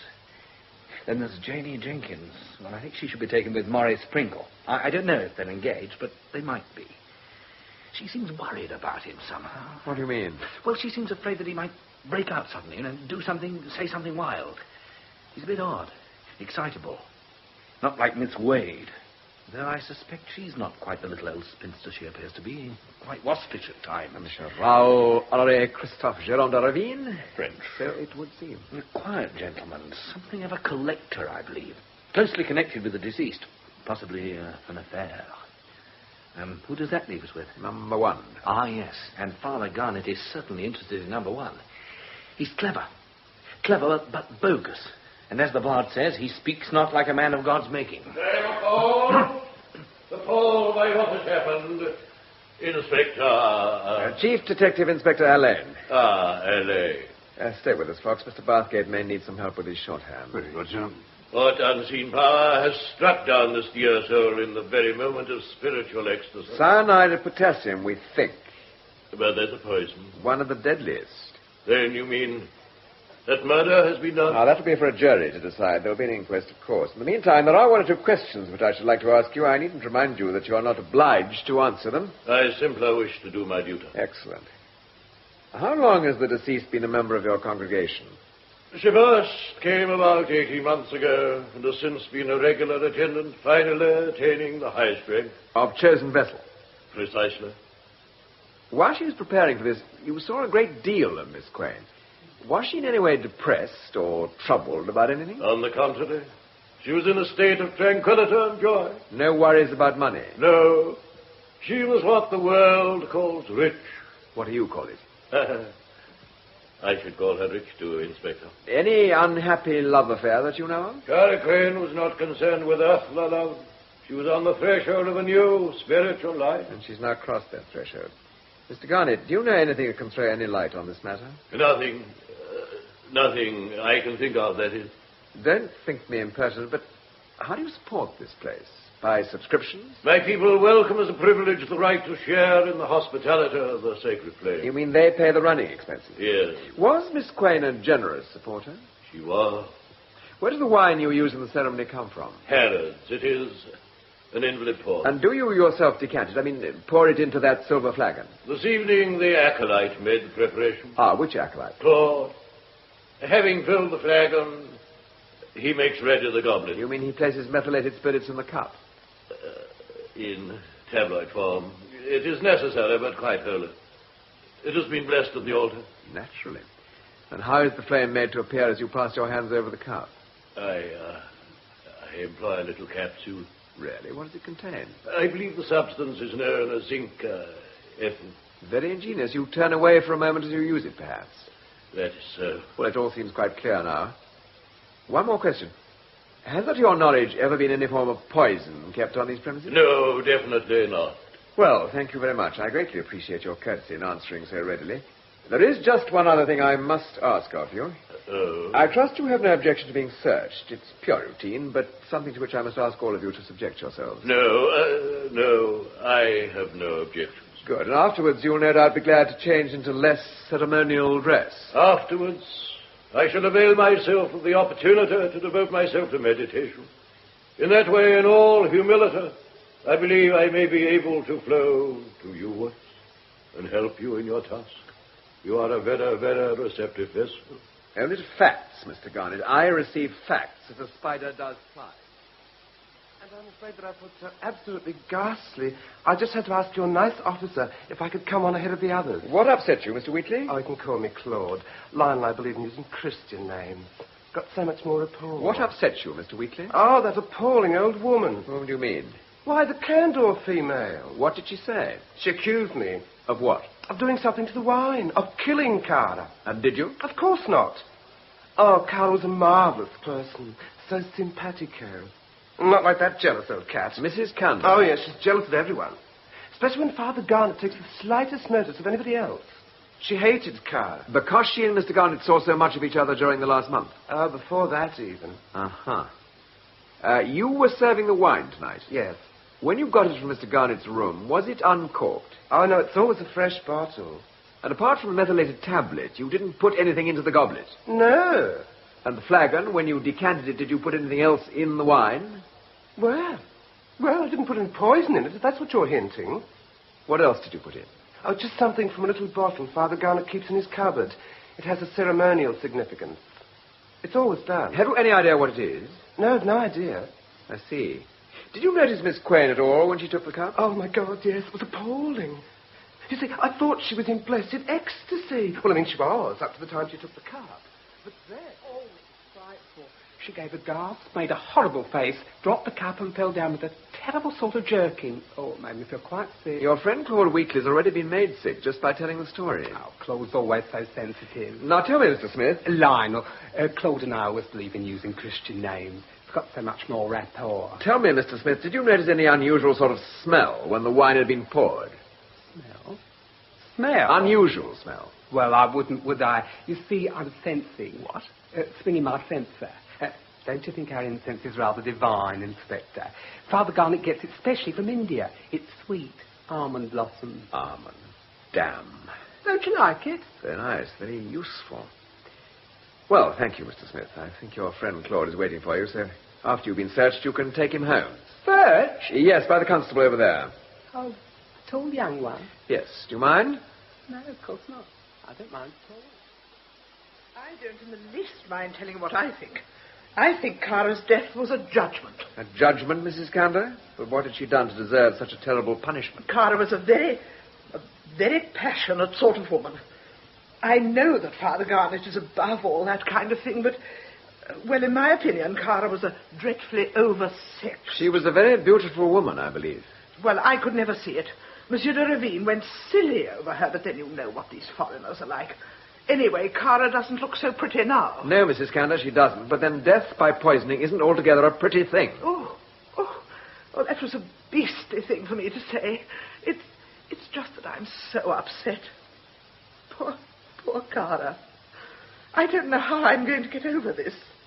I'm so sensitive, you see. But you, Inspector Allain, you've been so very kind. I always thought police methods would be rather brutal. I suppose I must congratulate myself on sitting right next to the works for an inside survey of British investigation methods. This isn't a game, Mr. Ogden. Somebody has died. If you mean murder, why didn't you say so? We must wait for the inquest before I can say that quite categorically. Well, if it is murder, and the trail's not just all that easy, and... Oh, hell, we're men of the world, Chief. I've got all the dollars. Mr. Ogden, I suggest we ignore what I believe you are suggesting. Only trying to help. You would help us most by answering our questions. Now tell me, did you notice an unusual smell during the ceremony? Oh, can't say I did. Mr. Ogden, you were the last of the 6 initiates to handle the cup before it was passed back to the priest. That's correct. And he then handed it to Miss Quain, who drank it and... And we know what followed, Chief. Yes. I take it you're a businessman, Mr. Ogden. I have certain mining interests. You're also an officer of this sect. That's all the warden. I've looked after the business side of things since its foundation. I helped found it, if you like, about 2 years ago. I met Father Garnet on the boat coming over to England, and he impressed me right away. By the time we reached Southampton, we'd mapped out a scheme for this church, and within 6 months we were drawing congregations of about 300 souls. And the money, the financial support, where did that come from? Well, I dipped in $5,000, I'm proud to say, and the father pulled in the rest with his high-voltage oratory. But who were the really big subscribers? Well, De Ravine chipped in at a pretty high level, but Dagmar Candor and poor Cara came out tops with £1,000 each. They seemed somehow ambitious to carry off the generosity stakes. But Cara took a long leap ahead last month. Oh, how's that? She deposited 5,000 sterling in bearer bonds in the safe back there beyond the altar. They'll have to wait there until $5,000 is raised among the rest of us, and then it's to form a building fund for a new church. Very generous of her. He was a very generous and very lovely person. I understand that Monsieur de Lavine thought so, too. Oh, he was crazy about her, crazy. Yet I gather the initiates were supposed to be a cut above mere earthly love. Yes, well, I guess de Ravine is not altogether cast off the shackles of the body, but get this. Cara was not interested. No, sir. It was the inner mysteries of the spirit that her soul was yearning after. The inner mysteries. Talk about the inner mysteries of the spirit and so on must sound pretty bogus to you, Inspector. Just a trifle, Miss Jenkins, I must confess. But there is something in it, you know. At least I thought so. Thought?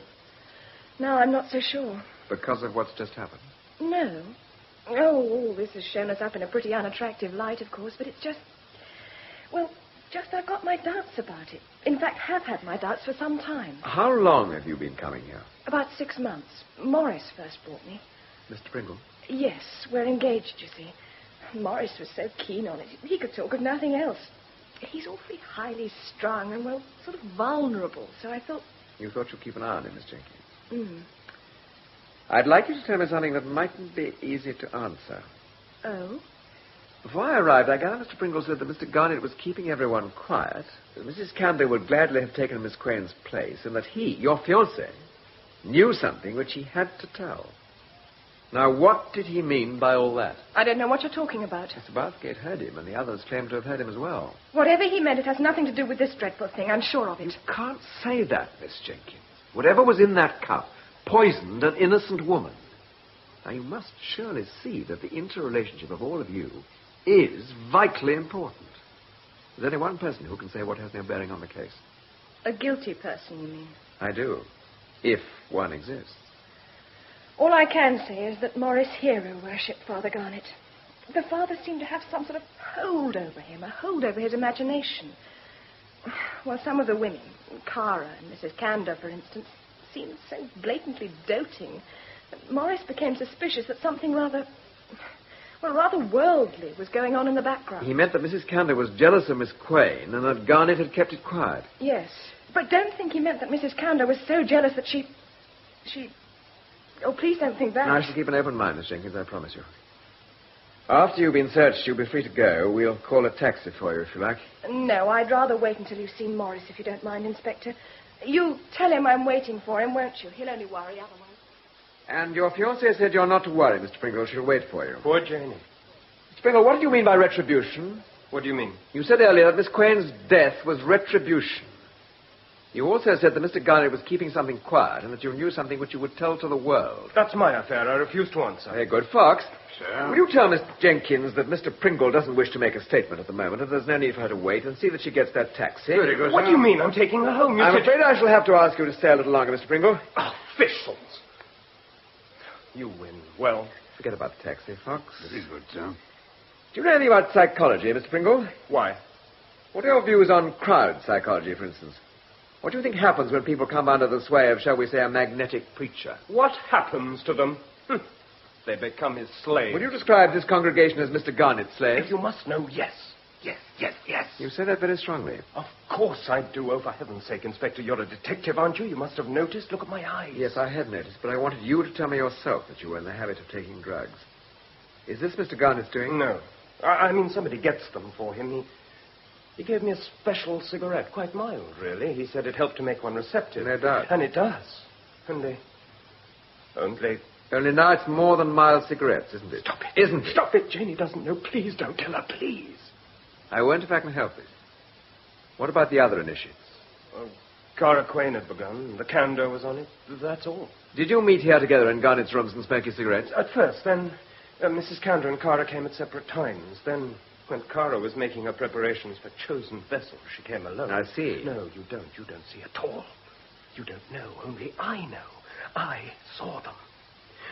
One afternoon, about 3 weeks ago, I came in to see him. There was no one here in the church. I went to his rooms, opened the door, and there they were. Father Garnett and the chosen vessel. God. So that is what you meant by retribution. Have you quite finished, Inspector? Yes, Miss Jenkins, quite finished. You may both go home now. Morris, darling, let's go. Let me alone, Janie. But, darling, I want you to take me home. Yes, of course, I'm sorry. There we are. Take my arm. I'm all right. All right, now. Inspector Allain, I could murder you for this. Oh, my child, don't talk like that, please. She was murdered, Monsieur Inspector. Whatever the inquest may say, I, Raoul Honoré Christophe Jérôme de Ravigne, know that. My Cara was murdered. You say my Cara. Am I to understand between you and Miss Quain? But yes, I adored her.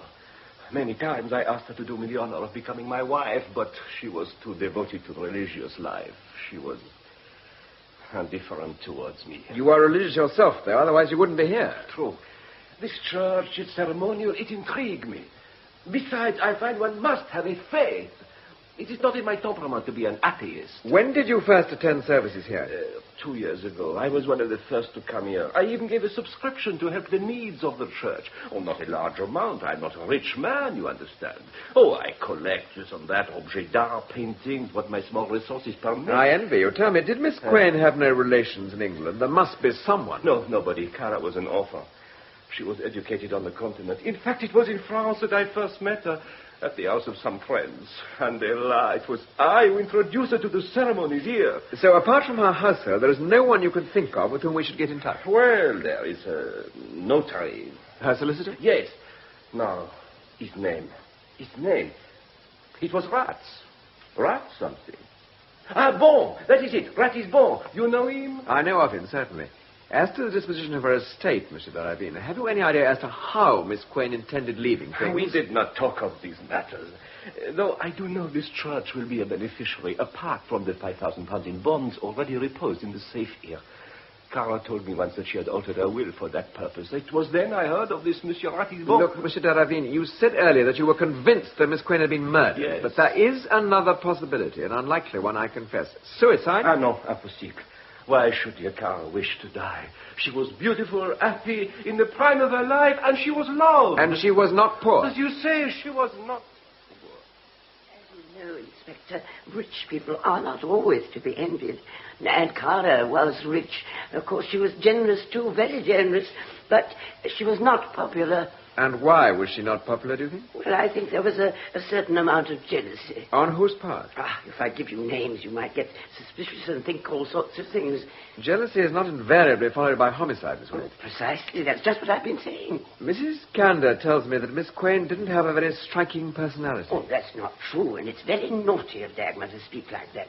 It's not as though Father Garnet gave her any encouragement. She's too noble and too pure even to guess. To guess what, Miss Quain? Oh, no, To guess what? Well, I don't believe what they say.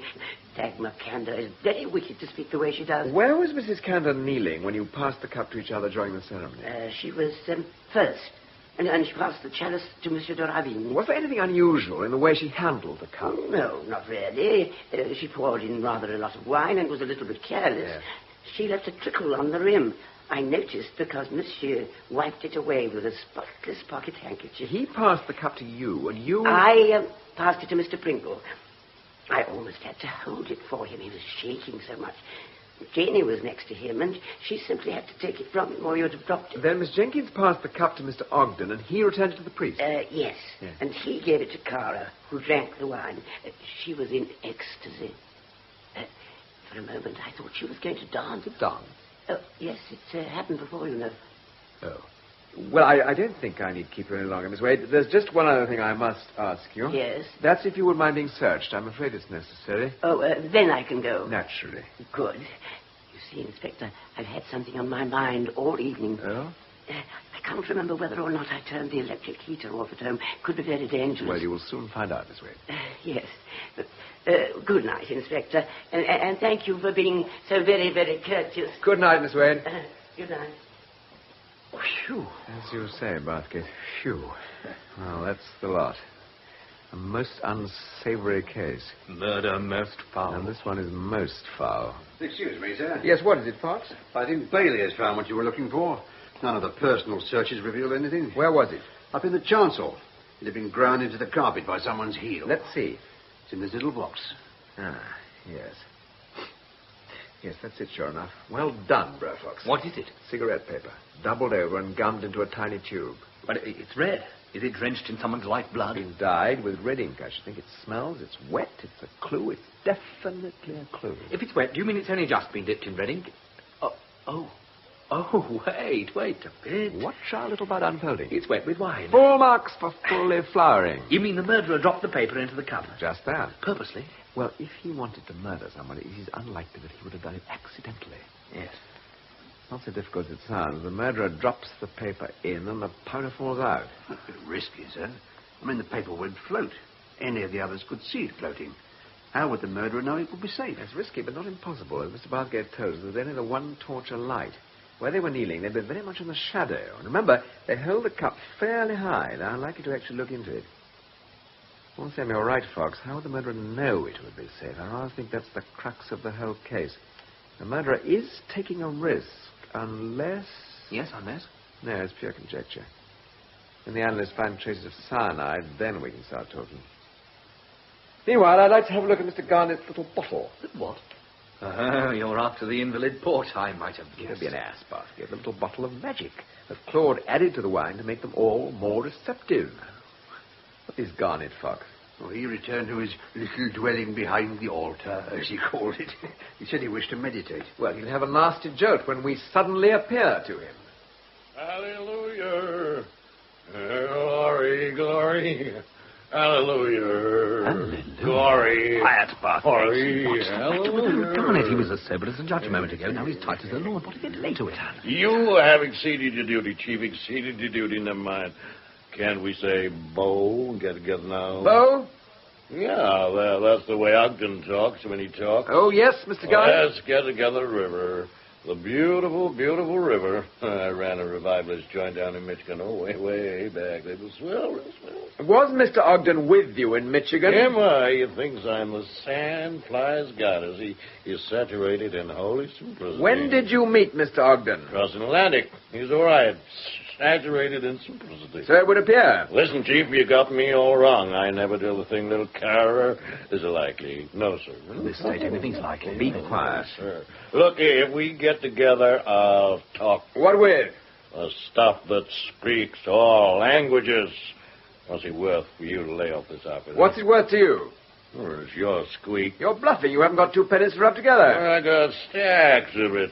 Stacks of it. So you say? So I say. And what I say, so I say. If you don't believe me, here are the keys. Look for yourself. Thanks, I will. And where do I look? Look on the box and desk. Another to that, the safe. Safe's best. Safe is. Safe. He's out for the count. What did you do? Aha. No, sir. You took the gentleman. Not I. He's merely tight. Filled with the spirit. His own spirit. But he's only drunk 1 glass of brandy whilst we've been here. I saw him pour it. He was perfectly all right when we came in. This. And what's that? A little bottle of magic that Master Claude doctored the wine with. And what is it? Proof spirit. Overproof is like it now. Pure alcohol? Something of the sort. Have to be analysed, of course. It seems to work, though. Garnet just turned away, and I slipped into his drink, which fortunately knocked back at 1 gulp. Hence the instant effect. Why, you beastly old Borgia. Stop talking, Bathgate. Can't you see I'm detecting? What's out at the back, Fox? Just Garnet's bedroom and the usual offices. And the back door? Oh, it's a bit odd. Before you Mickey Finn the father there, he said it was always locked. Invariable was the word he used. Well, sir, it was open. Funny. Very funny. Now, you go through the wastepaper basket and the ashtrays and grate and so on. I'll tackle the desk with these keys Garnet so kindly provided. What would you like me to do? Why don't you lug the guts into the neighbour room? What, put this old fraud to bed? That's it. You can manage, can you? Fox and I have work on hand. Very well. Fireman's lift for you, you horrid heavy old man. From his fair and unpolluted breast may violets spring. Pinks and roses, more like. The bedroom's like a whore's boudoir. We wouldn't know, would we, Fox? You don't want me to undress the unpleasant old blob, do you? No, just cover him up and leave him out to breathe. Ah, now this is interesting. Found something? Possibly. 2 torn bits of paper in the grate. Badly charred. Writing in green pencil. Block capitals. Pretty hard to decipher. Say, have I missed something? Do I smell a clue? Sir, this is to warn blank, blank, blank with Mrs. C.A. Mrs. Candor. It could equally well be Miss Cara. The middle bit of the Miss or Mrs. is torn. That's all there is on this fragment. The other bit's even less communicative. Put the bits away tenderly, Fox, and let's brood over it. What has the chief inspector found? Just letters. Juicy. Odious. From women? All of them. Oh. Any from the deceased, sir? Quite a few. They're all a mixture of mystical gibberish and hysterical adulation. Look at this one. Pages of the stuff. Look. This must have been the one she sent with the bonds that Ogden mentioned. With this you will find a parcel. It contains the bonds I spoke of, £5,000. Oh, hateful to speak of money, but... Well spoken, Fox. The bonds. Ogden said they should be in the safe, so let us see. Bank book. Check for Mr. Ogden, £20. How he gets the money out of the gentleman beats me. Extraordinary, isn't it? But he does, he does. Ah, this brown paper package looks more like it. To the Reverend Father Jasper Garnett in Miss Quain's hand. Well, aren't you going to open it? Of course. Good heavens. Well? I wish Mr. Garnett were not so sound asleep. Why? I should like him to have a look at this. Right. But it's all cut-up bits of newspaper. Yes, it is. So you've got the motive. Possibly. Garnett has pinched the bonds. Ah, don't jump to conclusions. Somebody's pinched them. We better get fingerprints on this lot, Fox. Very good, sir. Can I have copy on all this? It'll be front-page stuff. I'm eyewitness to a murder. All right, it's your story, but no mention of the bearer bonds, and I'd like to see the rest of it before you send it in. There's something else, sir. Yes, Fox, what is it? This. I found it in the cigarette box on the sideboard. Looks like a page from a pocket diary. Today's day and date on the top of the page. But see what's written on it. Must see you. Terrible discovery after service tonight. Written in pencils. Miss Quain's handwriting, that's certain. Fox, did you notice whether there was a small diary among the deceased's effects? Yes, sir, in her handbag. Let's have a look at it then. Yes, sir. It looks as if Miss Quain had found out about the missing bonds and wanted to have it out with the reverend gentleman tonight. How would she find out? Well, maybe she came in earlier this afternoon when old Garnett was out, found the safe door open and had a peep inside. Maybe, but it sounds a bit careless of him to have left the safe open, don't you think? Yes, sir, here's the diary. Today's page has been torn out. Looks as though she tore it today as well. The diary is scribbled in up to the present date. However, I don't think Mr. Garnett has read that note. No, sir? No, if he has, then I don't think he's a murderer. Why not? Because he'd have destroyed it. I don't think he knew it was there. That could follow, sir. There were only Turkish cigarettes in that particular box, and there are no corresponding butt-ins anywhere around. So the box probably hasn't even been opened. Good. Anything else, Fox? Oh, I don't think so, sir. The place has been gone over very thoroughly. Then we better pack up here for tonight. You've got all the bits and pieces for the lab safely stowed away. Yes, sir. Then you better put all that stuff back in the safe and lock it up. I'll hang on to the key for the time being. Quite sure, sir. Let's see if we can tell from Mr. Garnett's book. He's got enough of them. You know, that's one of the best things I ever got from Cambridge. Learning about a chap from his books. Cambridge, that accounts for it. Accounts for what? Your style, Barkett, your style. And yours smacks entirely of the other place. I'm glad you've noticed it. How could anyone fail to? The grape and thorn together bind my brows. Delight and torment is my double me. You see? And that's a sample of Jasper Garnett's style from this slim volume of verses. Entitled Eros on Calvary and Other Poems. How inexpressibly beastly. Yes, isn't it? The Quran, spiritual experiences of a fakir, from Bolton to Hitler, the soul of the lotus bud. Kama Sutra. That's a point. I wonder if, like certain eminent Victorians, the more salacious stuff lies concealed behind the works on theology. I believe Thackeray... You're right, Barkett, you're right. Let's have a look. Here we are. Several dusty volumes covered in the telltale brown paper. Oh, yes, a nasty secret hoard. Petronius, yes, very nasty. Hey, let's have a look. Odd. What is? This one. Doesn't fit. Abley's Curiosities of Chemistry, published New York, 1865, by Gassop and Houghton. Let me see. There. But do that again, Barkett. Do what again? Close the book and let it just fall open as you did then. Very well. There. You see? The same page, damn it. But I don't... Well, look at the heading. A simple but little-known method of making sodium cyanide. You see that, Fox? I heard, sir. Seems a bit of a coincidence, doesn't it, sir? I wonder if coincidence is quite the right word. Hey, you must listen to this. It says here that you can make sodium cyanide from wool and washing soda by heating them up in a retort or something. It goes on... It is perhaps a fortunate circumstance that this simple recipe is not generally known. The tyro is advised to avoid the experiment as it is attended by a certain amount of danger. So deadly is the poison thus produced. Quodirat demonstrandum, I'd have thought. Well, don't leap to any conclusions now, Bathgate. Well, I hope to find these books. I suggested Even the theory. so, it doesn't give you the right to conjecture. Well, you do it all the time. Only when I forget myself. Facts are what count. And to return to facts, Fox. Sir? Can you see anything odd about these books? Well... The chemical book has a newer brown paper cover than the others have. Yeah? And the others are stained. And they smell, too. Can't quite place the smell, though it's definitely familiar. Take the cover off Curiosities. No stain on the red binding either. Well, there we are. You better have this gone over for fingerprints too, Fox. But, Elaine, this is the most important thing we've found so far. I mean, if the pathologist definitely finds cyanide, and if Garnet has this book... I know. Extraordinarily careless of him to leave it there, don't you think? I mean, he could surely have hidden his recipe book better than that. And the same thing goes for the note. But you said he never found that. Well, if that's so, why do you think it necessary to kill her? Well, Miss Queen may have rung up or something. She may, but wouldn't she have mentioned it in her note if she had? Possibly. Look, Bartgate, they all had the opportunity to commit the murder. But some had a better opportunity than others. For instance, Garnet. And they could all have had a motive. Yes, that's true. Jealousy, passion, religious mania. Oh, come on, it's bedtime. You're even leading me into conjecture. What do we do about him, sir? About who? The sleeping parson. We leave him. Oh, we can't. Don't worry, I'll be back tomorrow. I can't wait to see him open the surprise packet in the safe. Nor can I.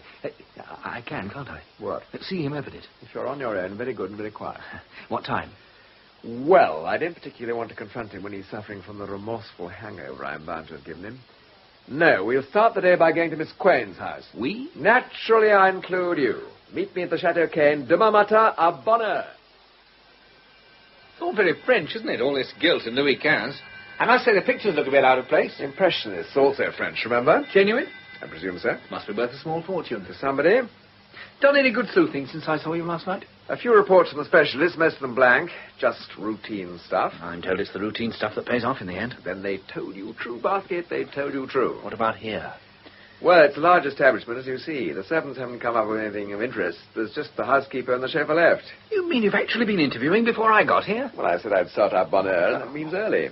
But what about clues? Surely there must be something. Nothing spectacular. A lot of letters from de Ravine. Letters of the heart. May I? No, you may not. You've seen quite enough already. Besides, there's only one that has any bearing on the case. Oh, yes. He warns her off her role as chosen vessel and implies that she is risking her life if she goes through with it. Does that imply that he'd take her life if she did carry on with the game? He doesn't say that. He asks her to destroy the letter and all the others he wrote, but she was a woman and, of course, didn't. Suspicious. Then there's the blotter on her desk. There's always the blotting pad. Don't be facetious. What you detectives will do when we all use ballpoints, I can't imagine. Did you hold it up to a mirror and read a full confession? Or was it in code? It was in French. A letter, several pages, smudged and unreadable. And an address. But of course you could read that. Actually, no. We could make out one or two words there, and by comparing these with Miss Quain's address book, we deduced that she'd written to a certain Comtesse de Bassac. Deduction? Oh, just elementary stuff, my dear Barclay. And? That's it. Fox and his merry men are now going through the place with a fine-tooth comb. Oh, where is that woman? Who? The housekeeper. I kept her till last because they said she'd been in a state of shock as a result of her mistress's death. The old family retainer type, by all accounts. Yeah. This must be she. Now, look, Bartlett, you sit down in that wing chair over there. With a bit of luck, she won't see you. What? We don't want to alarm the lady unnecessarily. Well, really? Come in. Sir? Oh, I'm sorry about all this, but I'm afraid it's necessary. I quite understand. How are you feeling? Recovered, thank you. I put my trust in the Lord. Very wise. Oh, do sit down. Now, you are Miss Edith Hebborn, I'm right? Yes, sir. And how long have you been with Miss Quain? Nearly all her life. She was just 3 months old when I first took her. I became her nanny. And when she grew up? I became her housekeeper. Tell me about her childhood, her family. Her father, Colonel Quain, died in India before she was born. The mistress returned to England and died within a year. A tragic beginning. And a tragic end, sir. Yes. What happened to you and the baby? We went to France and stayed with the mistress's aunt. She died when Miss Cara was 17. And then? We went to live in Paris. Miss Cara liked it. She had friends there. And was Monsieur de Ravine one of these friends? He was. Did you think he is a suitable friendship? I did, until recently. Why did you change your opinion? It was after we came to London. Monsieur de Ravine came over soon afterwards. He said that London appealed to him, though we knew it was Miss Cara that did the appealing. And then he changed. How? It was that newfangled religion that did it. Religion. A lot of wicked claptrap. The House of the Sacred Flame. Sacred? Heathen humbug. It changed Miss Cara, too. Changed her whole nature. I'll never forgive him for introducing her to that place. Although I'm strictly chapel myself, I brought her up as a good Anglican. It's what her parents would have wished. Quite right of you, Nanny. Oh, I'm so sorry. Well, don't worry, sir. I've always been Nanny, ever since she could talk. I'm sure you have. You see, there was nothing I could do.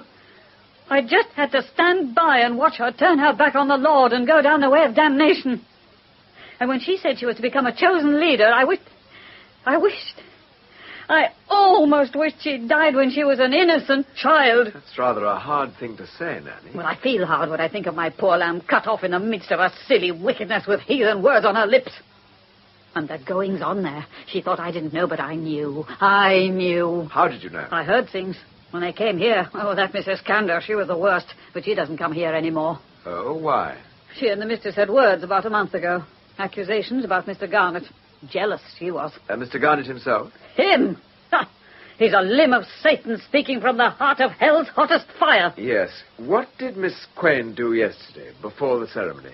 Well, the morning she spent in what was called meditation. Then she asked for the car at 2:00, and Wilson took her to the church. She was back by 3. She seemed very upset when she got home and went straight to her room. One other question. What did you do last evening when Miss Quain was out? I went for a walk. In all that rain? I'd wanted to go to chapel later, but I was that worried I followed her up to the hall. I think I meant to stand up for the Lord in the midst of his enemies. And when you got there? The door was shut. But I couldn't rest till I knew if she was actually going through with it. I walked round the block to the back of the building. There was a door. It was slightly open.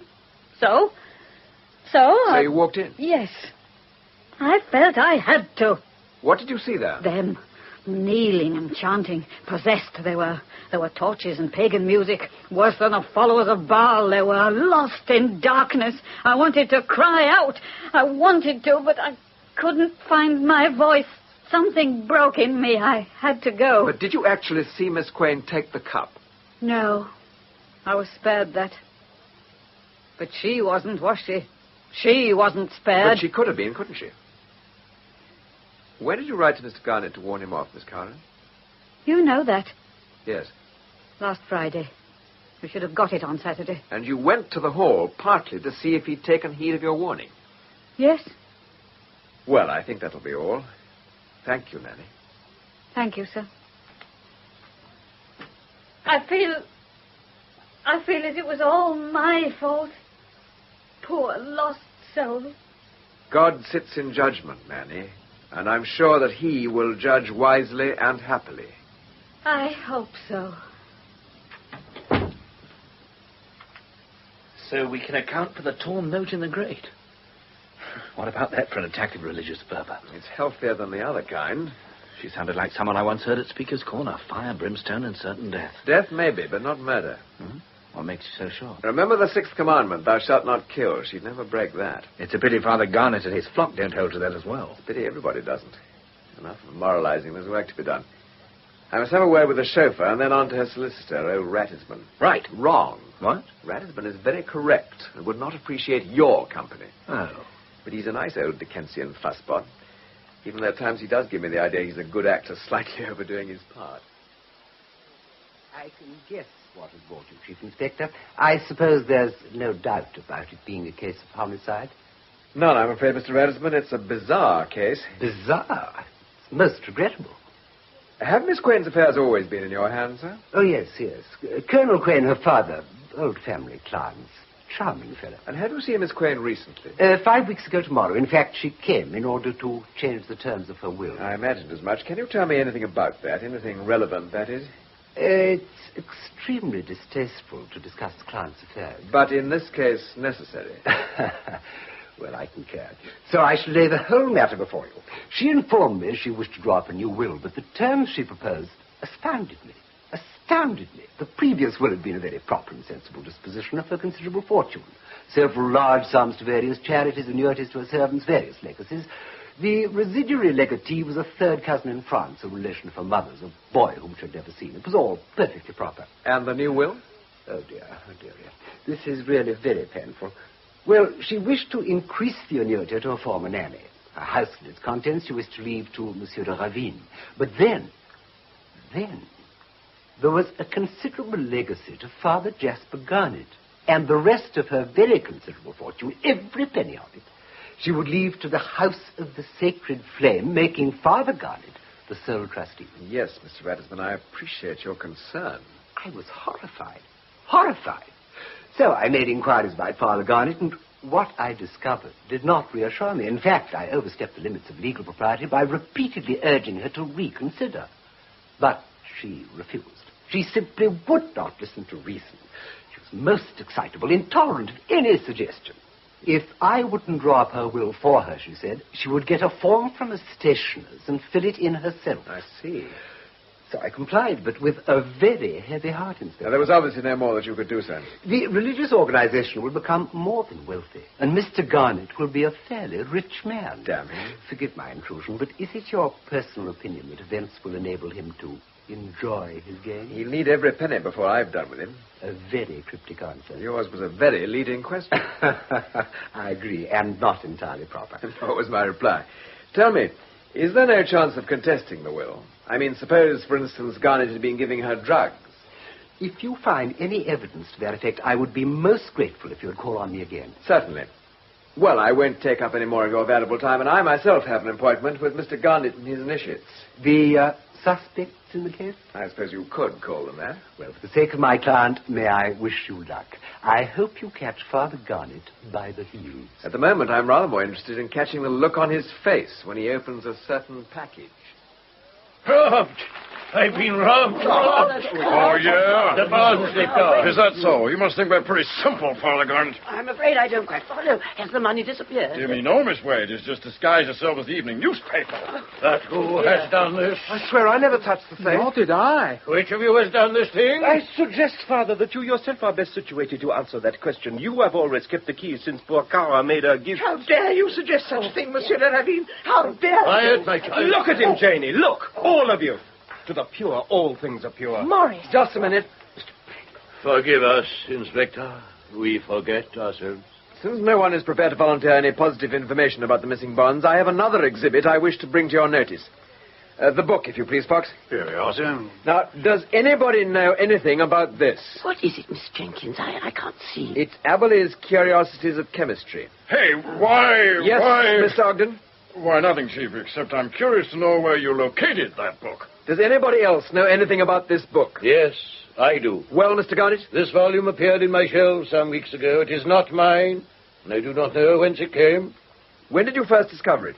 I do not remember. It was there 3 weeks ago, wasn't it, Lionel? Yes, Claude, it was. How do you know? Because I saw it. We both saw it. But it was at the back of the shelf behind some other books. I know. I put them there myself a week before I found it. A marvellous book. Marvellous books.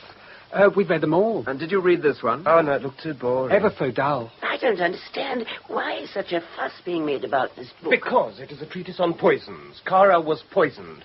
Find the owner of that book, and there's the murderer. Not necessarily, Mr. Pringle, but it would help us in our investigations. Well, any offers? Then on to the next item, Fox. Item, 1 cigarette box. Benares ware, containing cigarettes. Turkish. Put it on the table, Fox. This is your property, Mr. Garnet. Yes. Will you open it? What's this, a conjuring trick? I'm not a magician. Don't you agree, Mr. Garnet? But this note is hers. Her handwriting. Read out the message, Fox. Must see you. Terrible discovery. After service. When was this put here? Yesterday afternoon between 2 and 3 o'clock. You haven't seen the note before? No. And you didn't see Miss Quayne when she called? No. Father Garnet was my guest to lunch yesterday. He left me shortly before 3. Did any of you see Miss Quayne here yesterday? Oh, yes, I did. About 2:45. I was here doing my meditation. Why did you say nothing of this before, Miss Wade? Because you didn't ask me. Well, ladies and gentlemen, I don't think there's any need for me to keep you any longer. The meeting is adjourned. With your permission, Inspector, I will lead my people in a short prayer. We'll pray for the power of light to enlighten your darkness. Yes, there are 1 or 2 dark corners. I must confess, any help will be welcome. Then come, dear people. Yes, Lord. Must we, Janie? Yes, Morris, if only to show Miss solidarity. Wade, would you mind staying behind for a moment? There are just 1 or 2 things I wish to clear up. Certainly. Inspector. Later, Mr. Ogden, later. Oh, well. Good all. It really was very naughty of you to conceal information, Miss Wade. Well, I wasn't doing that, was I? Now, tell us what you can. Well, you know, Inspector, I've been thinking, if the bonds were stolen, perhaps they were stolen yesterday afternoon. And perhaps that's what Cara meant when she said she would tell Father Garnet about it. You heard her say that? Yesterday afternoon, when I was meditating. I overheard her. She was in the father's room, and the door must have been open. Who was she talking to? Oh, I couldn't hear. The other person was mumbling. But Cara was shouting. She was very distracted when she came out. I didn't notice her go in, you see. I must have arrived after her. And she left at 2:45, That's right. Can you repeat exactly what you overheard Miss Quain say? She said, I don't believe you're speaking the truth. And I shall tell Father Garnet what you've done. Couldn't have been the father to whom she was speaking, or she wouldn't have said that, would she? Miss Wade, have you mentioned this to anyone else? No, I don't think so. Then I implore you not to. Do you understand? Really, I can't say that I do. Miss Wade, to please a poor policeman, please promise. Very well, I promise. I must say, it's a pity a gentleman like you has come down to this sort of work. You have what my dear mamma would have called... Oh, sorry. It's all right, Mr. Ogden. Miss Wade was just going. You will have to tell me some other time what your dear mamma said. Fox, will you see Miss Wade gets a taxi? But I don't want one. Yes, you do, Miss Wade. I'll see you out. I've forgotten all about you, Bathgate. We also serve you now. Besides, you told me to promise to keep quiet. And see you keep that promise. Anything to oblige a poor policeman. Why all sudden politeness? I want to have a word with Miss Jenkins. Well, I promise not to tell Angela, just to oblige a poor newspaper man. Thank you, Miss Wade. Good afternoon, Inspector. And I'm sorry to have got it all so confused. Not at all. You were very helpful. Was she? What? Helpful. No, she was hopelessly muddled. Still, we had to humor her. Well, you don't have to humor me. Do you know why I want to word with you? I imagine you want to own up. Say, what do you mean? Confession? No, just to the book on chemistry. We'd have found out sooner or later. How'd you guess it was mine? Well, we know you're something of an engineer by profession, and then the book is an American publication. Well, you're right. But you know, I didn't miss it from my shelves until last night. I looked for it to check up on something after Cara had been poisoned, and the book was gone. When did you see it last? At a party I gave 4 weeks ago. I showed it to Ravine, since he collects old books, but he didn't seem that interested. And that was the last time? Well, it might have been there when young Claude came to collect some books Garnet had lent me. Books in brown paper covers? Oh, yes. Classics. And boy, what classics. And your book, did it have a paper cover? Well, it didn't need one, did it? Not a book on chemistry. No, it stood there in its honest red binding. And you saw it when Claude came? Well, I think so, but I just can't remember for sure. Mr. Ogden, why did you suggest just now that Mr. Garnet had taken those bombs? I'm not saying anything. Well, that's up to you. Just how many of you are there in all this with Garnet? I'm not in on any homicide racket with anyone. I'll get that straight. Now, there are more rackets than murder, you know.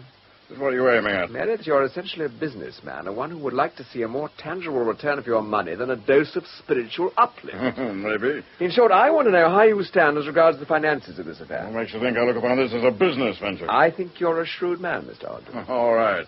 Well, Garnet and I are both in this on a percentage basis. Were there any other shareholders? Only to Ravine. He chipped in to the tune of £500. How did it work? Like any other company. I'm the biggest shareholder.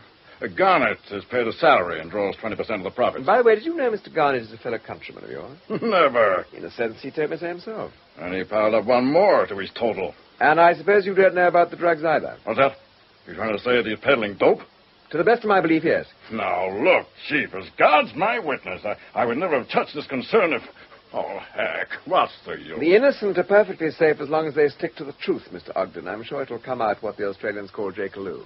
I wouldn't know what the Australians say. I've never been down under. Have any of the others? Garnet, for instance? Well, I wouldn't know. But let's hope you find your man. Oh, you can trust us, Mr. Ogden. The British police are probably the most trustable in the world. So I've heard. Well, thank you. Inspector Fox and I must leave you now. I'm afraid we have to get back to the yard. Even we have our office work to do. I'm afraid the in-tray's got a bit overloaded in the last 24 hours, sir. Well, unload it then, Brer Fox. A long report from the fingerprint people, but it all adds up to a blank. Then there's this letter from Mr. Ratisbon, the solicitor, sent round by special messenger. Had as much sealing wax on it as Magna Carta. Let's see. Would you believe it? Yes, sir, in this case, anything. Ratisbon writes that after we called, he opened his post and in it discovered a letter from Miss Quain enclosing a new will. She must have written it after her return from the hall. She even put the time on top of the form, at 3:30 p.m. What were the changes, sir? The legacies to her staff at Doravine are the same, but she's changed the legacy to the sect. The lion's share, in fact. Everything goes to Father Garnet himself. But why? In her letter to Rathbone, she said she had made a terrible discovery, that Garnet was the victim of an unholy plot, and that she would come round and explain. Which she never did. So it looks as if the interview Cara Quayne had that afternoon at 2:45 led directly to the alteration of her will.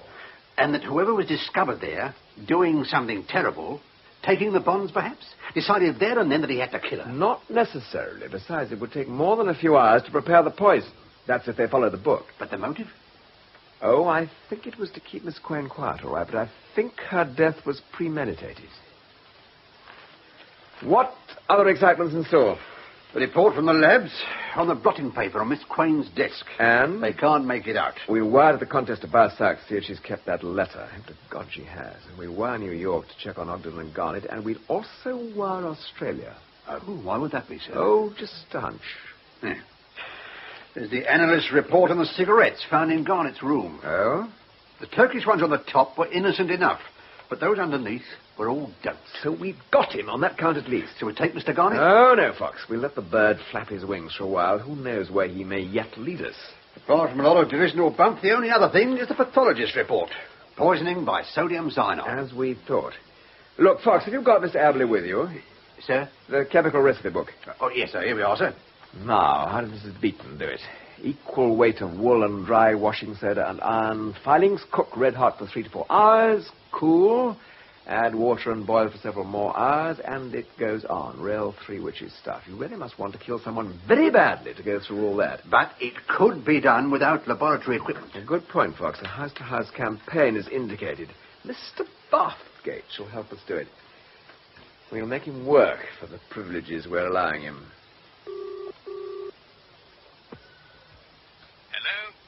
If you're not alone, say hello, darling. Hello, darling. That's right. Now answer simply and lovingly. Is Miss Jenkins with you? Yes, and Pringle. Look, pretend I'm Angela and answer who is Pringle. He's just a friend, darling. And Miss Jenkins. I know. Now, there's no need to be jealous, Angela, my love. They're engaged, just like us. Now, listen, have you all got friendly? Of course we have. Good. Now, can you get yourself invited to either or both of their flats? But, darling, I did all that ages ago. You mean you already have been to their flats? Don't be silly, Angela, my sweet. I'm not a fast worker. We're all going to a show, then on to dinner. But first, I've got to take Mr. Pringle and Miss Jenkins back to their places to change. Well, see, they both ask you in. Oh, that goes without saying, my sweet. Why don't you join us? Where are you? At the yard. Yarborough. Long distance, a very expensive call. Is there anything I can do for you in London? Now, listen carefully. When you get to their flats, I want you to keep your eyes open. Naturally, darling. But must it be pink, my sweet? Now, don't be too clever, Bathgate. Pay attention. When you're there, I want you to observe certain things. Now, this is what I want you to look out for. It's a nice place, Miss Jenkins. Bit cramped, I'm afraid. Did Morris help you to a drink? Of course Yes, I did. thanks. Will you have one? No, thanks, Morris. I'm all ready. And very attractive you look, too. If you don't mind my saying so, Mr. Pringle. You can say what you like. I'm going to have another drink. Do you think I could have another one, too? Oh, of course. I'd like ice in it this time, if there is any. Yes, in the kitchen. I'll get you some. No, don't bother. I'll get it. You know, other people's kitchens fascinate me. I'm just nosy. But it's no I trouble. insist. It's through here, isn't it? Yes. You shouldn't have any more, darling. The cigarettes are bad enough. Don't drink too much as well. For God's sake, don't start nagging. It's just that I'm afraid you'll say something. About Sunday afternoon. Yes, partly. We must stick to what we've said. That's my pigeon, but can I trust you? Of course you can. You know that. But you must give up those filthy Shut cigarettes. up, Janie. I will, but not yet. Shh, he'll hear As you. the man on the Titanic said, I asked for ice, but this is ridiculous. Your refrigerator seems somewhat overproductive. Yes, I'm afraid it is. You don't seem quite so well provided for in the cookery department. No, I eat out most of the time. Eh? Just boil the odd egg or two on a gas ring out there. It's very sensible. I'd always eat out if I could.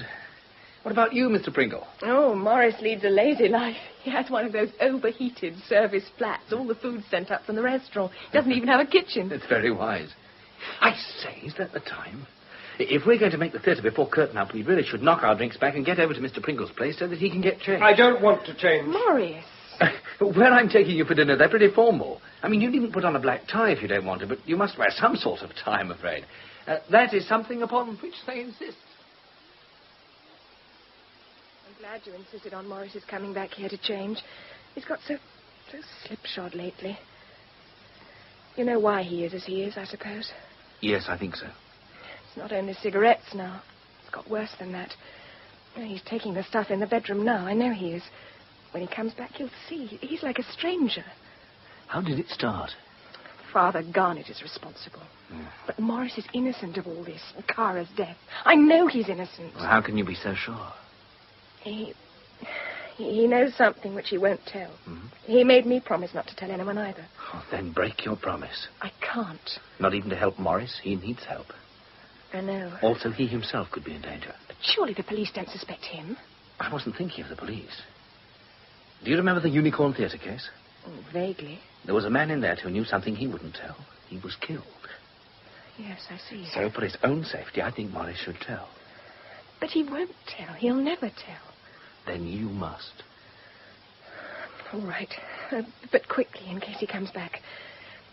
That afternoon, the day of the murder, Morris went back to the House of the Sacred Flame. But you said he was with you all day. He told me to say that. He wasn't. I mean, he was until after lunch. Then we had a row, a dreadful row, about the drugs and so on. I told him about Cara, that she was taking them, that she and Father Garnet, what they wear, what they did. He was angry, furious. He said he'd go right away and get some more of the stuff, a big shot of it. And he went. I couldn't stop him. What time was all this? Oh, he left my flat about 2:30. And when did he come back? Early evening. He came to pick me up to go to the service. He behaved as though nothing had happened. Oh, you should have told all this to Inspector Allain a lot earlier. It would have saved the police a great deal of trouble. And made trouble for Morris. Oh, you don't know what he can be like. He frightens me sometimes. I'm frightened now. Now that you tell me? Yes. Oh, he need never know. Inspector Allain is very human and very discreet. Then you'll tell him? Of course. It's what you wanted, isn't it? Well, isn't it? Well, you two, what have you both been burbling about while I was getting dressed? About you, good-looking. Well, we must put a stop to all that, mustn't we? I'll stop it with a kiss. Now, don't be silly, darling. Sorry, Janie, I lost my head. I sometimes do lose my head, you know. Come on now, Morris. We mustn't be late for Mr. Bathgate's party. Party! Yes, I feel like a party, an all-night party. Just theatre and dinner, I'm afraid. I don't think we should make it too late. After all, it's the inquest tomorrow morning. The inquest? Yes, I'd quite forgotten. What'll happen, Mr. Bathgate? Oh, I expect there'll be a quick show and then an adjournment. An adjournment? For what? For Chief Detective Inspector Allain to earn his wages, of course. A very satisfactory result, Foxkin. I wish all coroners could be as quick and understanding as that one. We're certainly having to work for our money this time, sir. You've been doing all the hard slog since the inquest, Fox. I've merely been sitting back here at my desk musing and trying to fit the facts together. What new facts are there? Well, Sergeant Bailey and I visited Miss Wade's apartment. More of a room, really, sort of private hotel. All meals taken in the restaurant. Then we went to Lionel and Claude's flat. Studio, I think you would call it. There's a sort of gallery where they sleep. No bathroom or kitchen of their own either.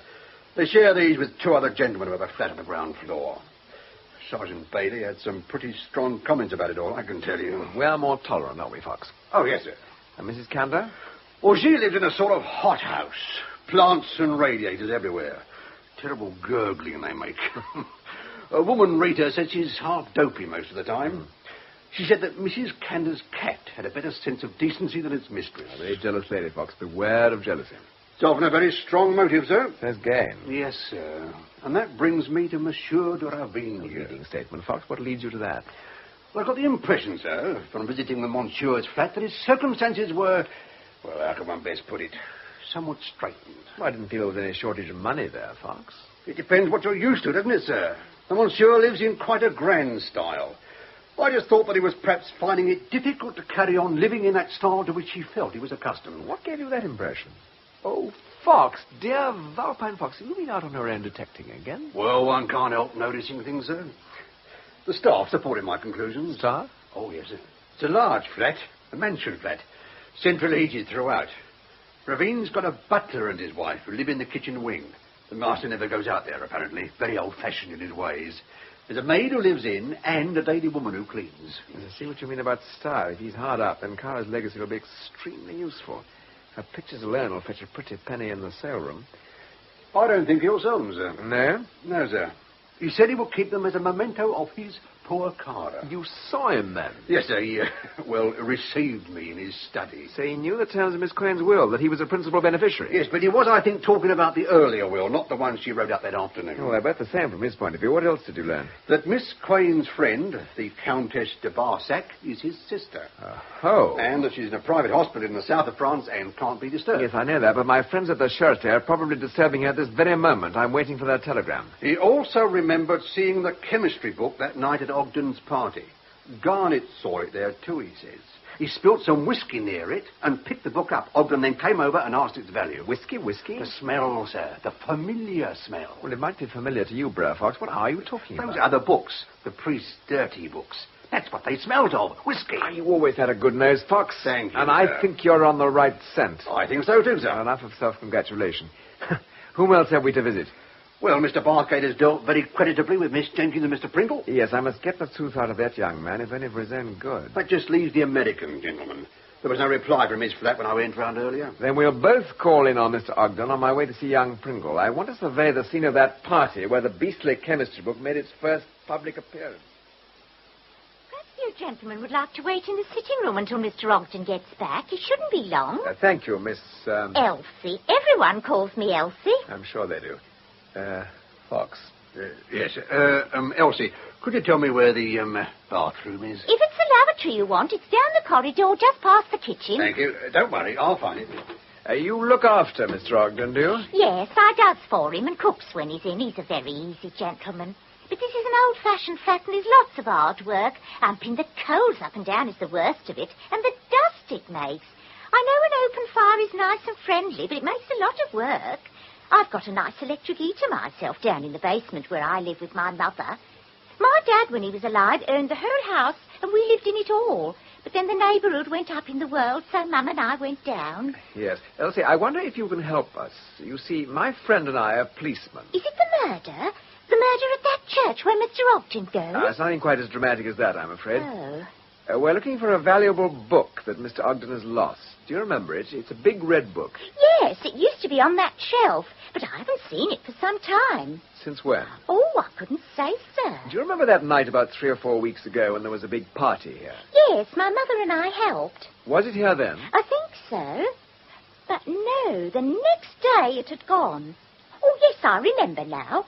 I did the tidying up and I dusted extra special because Mum and I were off on our holiday the next day and Mr. Ogden was to do for himself. There was a gap on the shelf, so I thought the book had been lent to someone. And do you remember 5 books in brown paper covers? Oh, yes. Not very nice books from what I could make out. They were piled on the side there. On the night of the party, someone spilled some drink near them. A French gentleman, I think.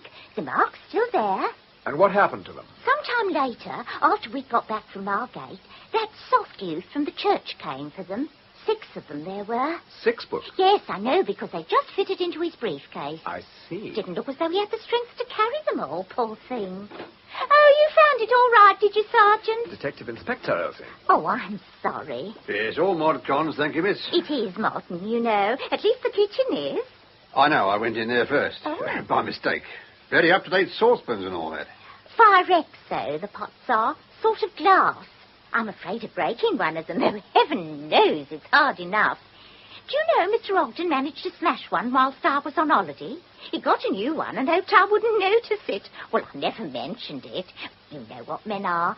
I expected he would be embarrassed. He's been so clumsy. He even ruined the poker.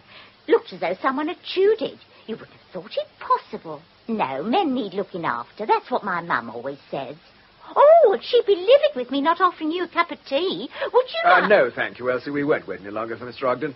Inspector Fox has to go and talk to Claude Wheatley, the boy who collected those books back from here, haven't you, Fox? Sure. Oh, yes. And I have to go and have a few words with an even more unfortunate young man. You've been very helpful, Elsie. I am sorry about the tea. I really am. You won't mention it to my mother if you see her, will you? Who told you all this? I want to know who told you. We found out, Mr. Pringle. After all, we are supposed to be detectives. Detectives? You know quite well that we can arrest you on the grounds of receiving prohibited drugs. If it comes to that, what will you then do about your supplies of heroin? It's a lie. The facts are here, Pringle, in your flat. You need treatment, and we can help you. But first, you must help us. What do you want to know? You went to Father Garnet's room that Sunday afternoon, so did Cara Quain. At the precise time when you were there, she was overheard having a row with somebody. Now, she said, I shall tell Father Garnet what you have done. To whom did she say that? It wasn't to me. Then you did overhear it? Yes. Was it to Mr. de Ravine? I won't tell you. To Mr. Ogden, then? I won't tell you. You had gone there to get more heroin? No comment. Is it Mr. Garnet who supplies you with the drug? Garnet didn't kill Miss Quain, I can tell you that much, and neither did I. But you may be an accessory before the fact, and if you've taken Miss Jenkins into your confidence, you made her an accessory after the fact. You are both liable to arrest. Look, Jane has got nothing to do with it. That'll be for a court of law to decide, won't it? Unless you tell me the truth. Well? All right, I'll help you. You went to Garnet's to collect some more of your filthy drug. It was kept in the bedroom. Whilst you were there, someone came into the sitting room from the hall. They opened the safe. You saw them, but were afraid to come out. And then Cara Quain came in and caught whoever it was red-handed with the bond. They had a row. She left, and you tiptoed out through the back door, leaving it unlocked. Now, why didn't you tackle the intruder? It was either because it was someone to whom you were deeply attached, or someone who had a very strong hold over you. Of course, it's possible you no longer have either a sense of responsibility or any human feelings left whatsoever. I tell you, I have. I do have feelings. Then prove it. Who are you trying to protect? Look, give me time. Time. I must think things out. I'll give you until tomorrow. And Pringle, what? You won't try anything silly, will you? It won't do anyone any good. You do understand, don't you? Well, is everything all right? Are all the suspects there in El Garnet's room? Yes, we'll just give them a moment to settle down. Fox. Sir? Is the eavesdropper fixed? Yes, sir. Eavesdropper? What do you mean? We've installed a microphone in Garnet's room with a small loudspeaker over there. So you've bugged the Reverend Father. Going a bit far, isn't it? I always like a dramatic close to my cases. It casts a spurious but acceptable glamour over the more squalid aspects of my profession. I must remember that. You wrote it about my solution of the O'Callaghan case, remember? Now, gentlemen, ladies. I think we should be quiet, sir. Be quiet, Bathgate. Voice of America, loud, clear, and too good to be true. Hi, Bathgate. Right.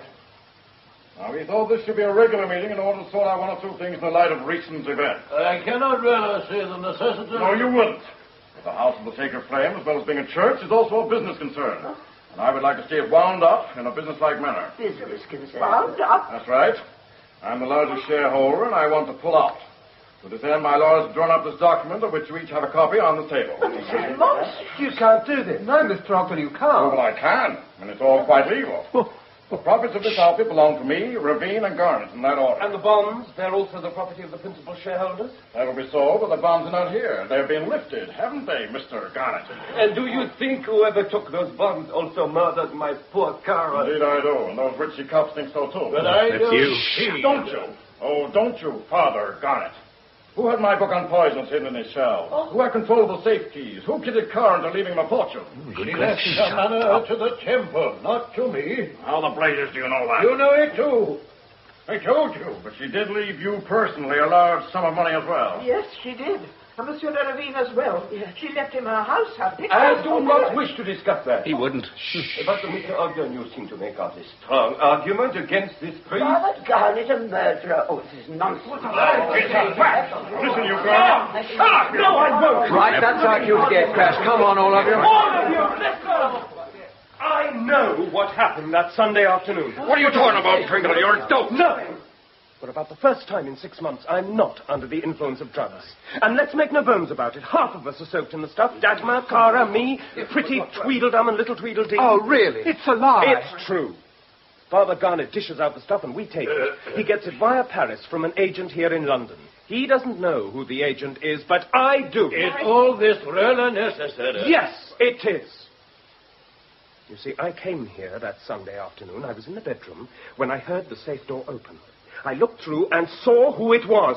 It was... Sit down! No! Sit down, shut up! If you don't shut up yourself, I'll make you... Yeah, you and who else? Me. Why, you? You can't escape, Mr. Ogden. The building is surrounded. You're under arrest. You can't do this. I'm an American citizen. Are you? What do you mean? It's not what the Australian police tell me. Who is S.J. Samuels? Convicted 2 years for the sale of prohibited drugs. Never heard of him. I was born in Michigan. Then Australia may congratulate herself. Have him taken away, Fox. Yes, sir. I demand to see my attorney. You haven't heard the last from me. Of course we haven't. I look forward to hearing a lot more when you're in the witness box. The charge is, of course, murder.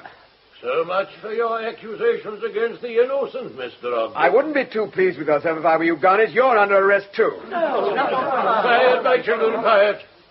Why? The sale and distribution of prohibited drugs is also a serious charge, and that is precisely what we're charging you with, even though you may be an American citizen. This is a conspirator. This man, whom I have taken to my bosom, is a viper. Oh, can it? Now take them away, Bertha, and they make me sick. Come on, gentlemen. There's a nice black van waiting outside for the funeral. I'm sorry about the interruption, Mr. Pringle, but Mr. Ogden was carrying a gun, and we thought you ought to be allowed to finish your story. Oh, Morris. Let Mr. Pringle continue, Miss Jenkins. Well, Cara came in and asked Ogden what he was doing with the bonds from the safe. He didn't answer, but spoke quite calmly about the drugs. He said he owned the whole racket, and that if she did anything or said anything, he would stop the supplies. She was hooked, and he knew it. So was I. I was in the same boat, you see. If I told anyone, I wouldn't be able to get any supplies either. He had us both. He could have killed you, too. You've been very brave and very helpful, and we'll see you get treatment. Thank you. Now, all of you, I think you should return to your homes. We'll be in touch, I'm afraid, as the court will need to call you as witnesses. In the meantime, I suggest that you put this place and all its associations right out of your mind. Nonsense, officer. I shall continue to attend the ceremonies. I'm afraid there will be no ceremonies. No ceremonies. What shall I do? I'm sorry, Miss Wade. Now, come along, Ernestine. I'll see you home. Oh, yes, Dagmar. Good night, officer. Now, come along. Take my arm. Thank you, Inspector. And I'm sure my Cara would like to thank you as well. I understand. I shall always blame myself. I introduced her to this place. I am responsible. No, monsieur. Only one man is responsible for your Cara's death, and he will be made to pay for it. But before heaven, I am the guilty one. I will always feel it. Good night. Morris and I will see you home, Raoul, won't we? Yes, darling. If you say so. Good night, then. Good night. Well. So, what do you two want? Oh, we just want to say how simply marvelous we think you've been. Yes, wonderful. Oh, Mr. Ogden. So vulgar. Well, I can't say that I exactly encourage hero worship. But we do. Oh, yes, we do. You don't think we could have a photograph? Well, you'll have to cut one out of Mr. Bathgate's beastly newspaper. Oh, but they make you look so awful. I really am rather awful, but Mr. Bathgate will see what his press photographer can do, won't you, Bathgate? Vanity of vanity. Yes, I know one preacher who's not going to say that for some time. Good night, the pair of you. Good night, Inspector. Well, So, after the storm... come the calm revelations. I feared as much. What do you want to know? Everything I don't know already. What made you first suspect Ogden? His position. His what? His placing when the cup was handed round. He was the last person to handle it before it was returned to the priest, and Cara drank it. Would have been too risky for any of the others to have dropped the poison in the chalice. Well, Ogden took a risk as well. Yes, and it nearly came off. Then there was an extremely intelligent remark that you made that Sunday evening. Which one was that? Well, you said that Ogden's Americanese was too good to be true, and it was. When you said good-o, I smelt a rat, and I followed up a hunch. Oh, cliché, thy name is Ali. Well, yes, it is a question of style. You see, good-o is essentially Australian, and Ogden's style was altogether much too large. I suspected he was acting a part, and my cable to Australia proved me correct. What about the book? Well, Ogden planted it by giving it to Master Claude along with the pornographic classics. I thought at the time it was a bit too obvious for Garnet to have left it lying around. That's it. He'd done the murder. I think that Ogden got the idea of trying to pin the blame on the priest that night at the party when Ravine accidentally drew attention to the poison book. Likewise, the disappearance of the bonds. Only Garnet kept the key.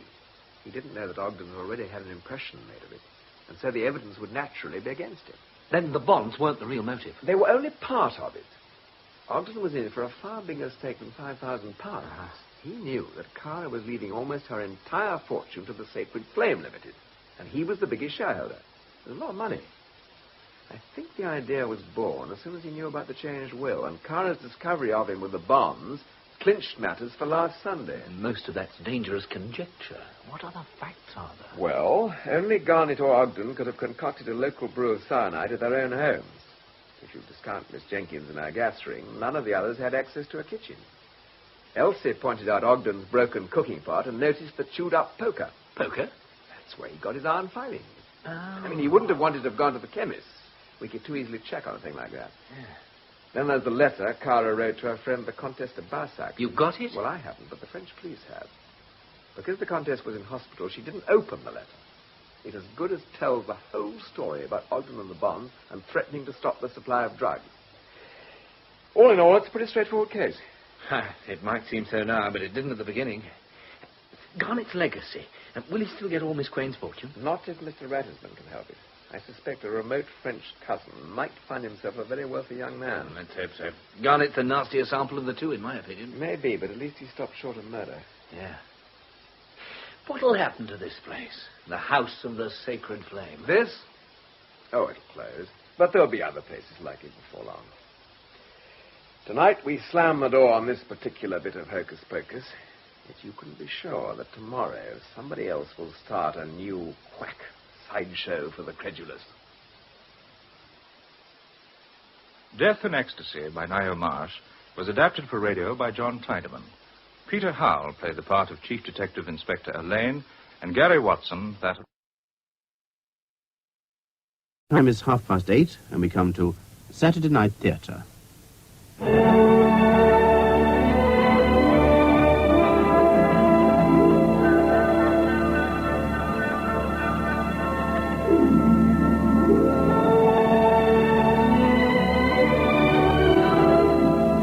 The Fallow Land, the novel by H.E. Bates, adapted for radio by David H. Godfrey, with Denise Breyer as Deborah and Geoffrey Matthews as Jess. The Fallow Land.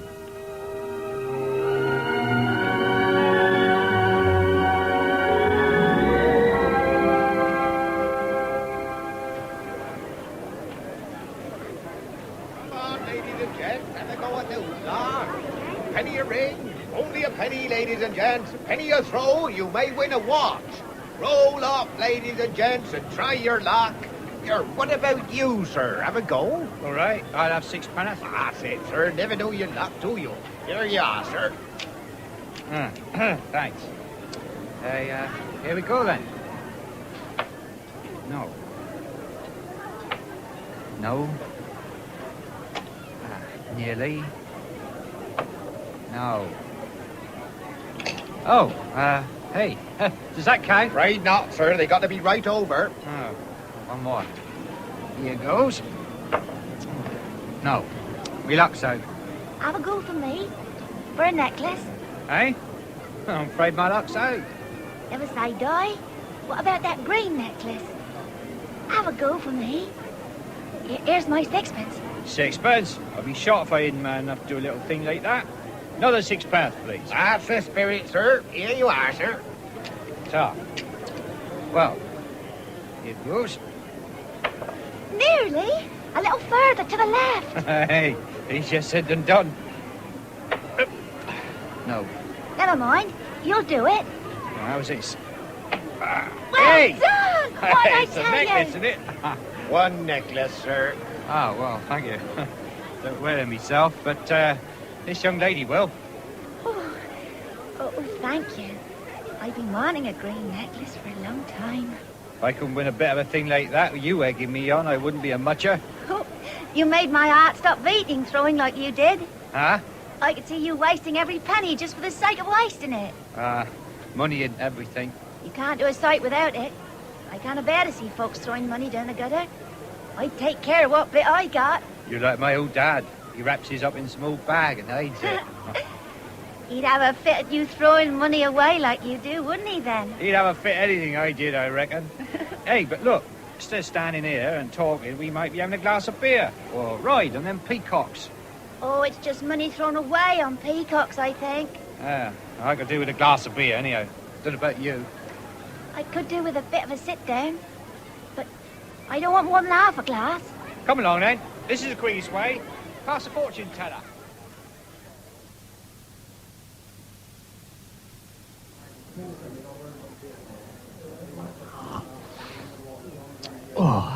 Oh, that's better. I look well, I warrant. Sitting here with a stranger, don't I? You're all right. Your mother won't see nothing. It'd puzzle my mother to say much, and my father, too. They've been buried long enough. So one I didn't lose you in the crowd when we left the Oak last door. You like some little dilling pig, you are. What's a dilling pig? The litter of pigs is always a little mate. That's what a dilling is. We always feed the dilling up a bit, if the sow don't lay on it. I reckon that's what we better do with you, too. While we sit here talking, we might be eating a mite of brandy snap. Oh, I couldn't eat a crumb. You couldn't? Well, let's have about 200 peacocks and then eat something. You won't rest till you drag me on those peacocks. I know. You are a tartar, you are. Oh, I don't know. It's throwing your money in the street. But I'll come. Just once.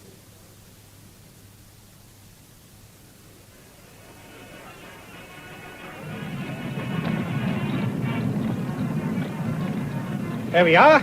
Now, which would you rather? A peacock or a swan? Oh, a swan. Somehow I could never trust the look of a peacock. It's all show and nothing else. Did you ever see a string of swans flying over? No? When we were ploughing, day before yesterday, a string went squawking over. They're pretty to look at, flying. Are you a farmer, then? Well, we got a bit of land, such as 'tis. 2, please. Thank you. Now, let me give you a hand.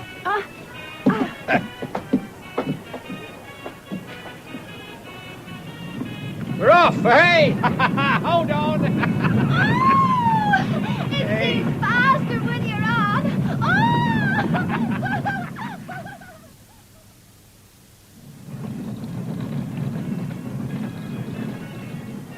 Oh! What's a fiddling bit of a ride like that? You don't know as you've had it. You know what it's like when you've had one as well as when you've had a dozen. It's a measly bit of a ride for tuppence, though. Second ride's the best. Besides, what's tuppence? Here we go again, oi!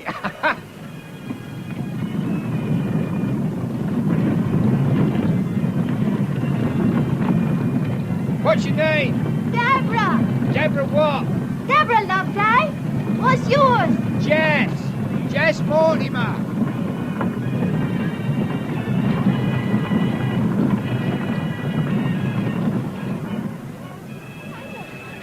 I don't know what you think, Jess Mortimer, but you've thrown away enough money on this thing.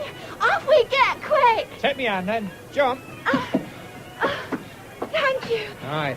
Now come along. Don't stand there looking at it. Wouldn't take long at that rate to spend a week's wages whirling round. Oh, depends what you call a week's wages.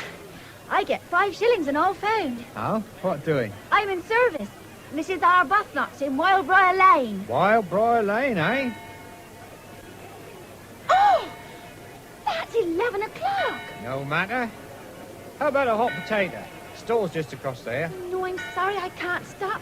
I ought to have been in not a minute after 10, and here I am. Well, if you must go, you better take this buttonhole I've been wearing.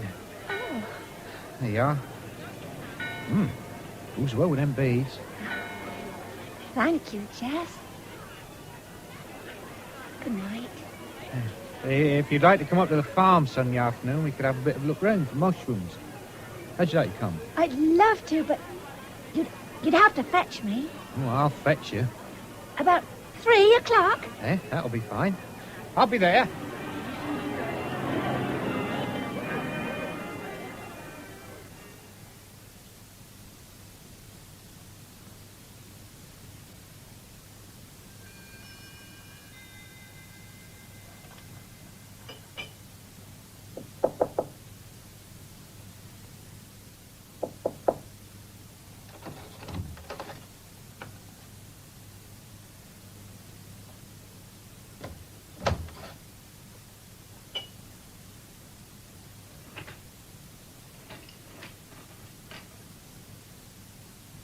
Mrs. Arbuthnot? Mrs. Arbuthnot? I brought your tea, Mrs. Arbuthnot. Oh, well, help me up, can't you? I'm standing there like a dummy, you fool. Help me up. I can't drink lying on my back, can I? Help me up. Now, take it gently, Mrs. Arbuthnot. Gently. I might die while you stand there. Why don't you use your wits? You'd like to choke me, wouldn't you? I know.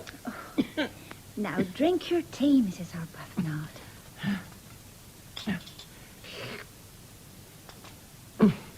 You poisoned it. Oh, what a story. Oh, what a wicked thing to say. You poisoned it. What have you put in it? Tell me what you put in it.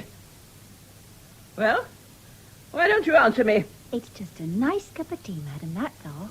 Why, drink it myself. Come, taste it again. It's your fancy. Fancy? Come now. Drink it while it's still hot. Ugh. I don't like it. It's queer. Well, don't stand there. Bring me my shawl and put it round my shoulders. Yes, madam. Well, what are you doing there? Come away at once. Come away from that wardrobe, I tell you. I know. You're after something there. You want to steal something. First you want to poison me, and now you want to rob me. Well, if you're not trying to steal, why don't you say so?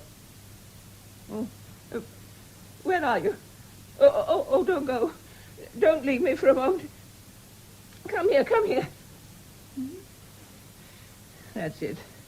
Stand there. Yes. You didn't hear anything in the night, did you? No. Something walking about and sighing. I know I heard it. A man's voice and something moving up and down. Didn't you hear anything? No, Mrs. Arbuthnot. I know I heard something. I woke up. It wasn't a dream. I woke up and felt he was in the house. Felt who was in the house, madam? My son, Leopold, of course. The son I lost. He was in the house. He was walking up and down. Oh, Mrs. Arbuthnot, you was having a dream, that's all. You were only dreaming. You'll work yourself up into such a state again you won't be able to write your poetry. What you going to write about today? Huh? Oh, yes. About the leaves. About the autumn. October, with her sweet and faded face, majestic in her form of moulded grace. I should begin like that. I thought of it in the middle of the night when I woke up. Oh, are you sure you didn't hear anything? Of course I didn't. Now, you lie quiet. You won't be worth a hatful of crabs if you don't. That's better. I'll just go and get your breakfast.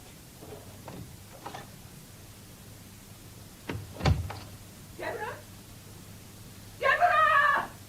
Come back here, you hear me? Deborah! Oh, Jess. If you'd like to come up to the farm Sunday afternoon, we could have a bit of a look for the mushrooms. How'd you like to come? I'd love to, but you'd have to fetch me. I'll fetch you. About 3 o'clock. That'll be fine. I'll be there. Look, what's this one? Hey? That's only an old puffball. I trample on them, I do. They ain't no good. And those you're carrying are what we call blue legs. I'm a fine mushroomer, no mistake. Why can't I find them? You'll soon catch on. Hey, now don't throw the blue legs away. The old dad will be glad of them. Oh, am I going to meet a lot of folks? Out of the old mum and dad. Haven't you any brothers or sisters or anybody? No. What does your mother say about my coming? Nothing. She wouldn't say nothing to what I'd done. Through his gate here.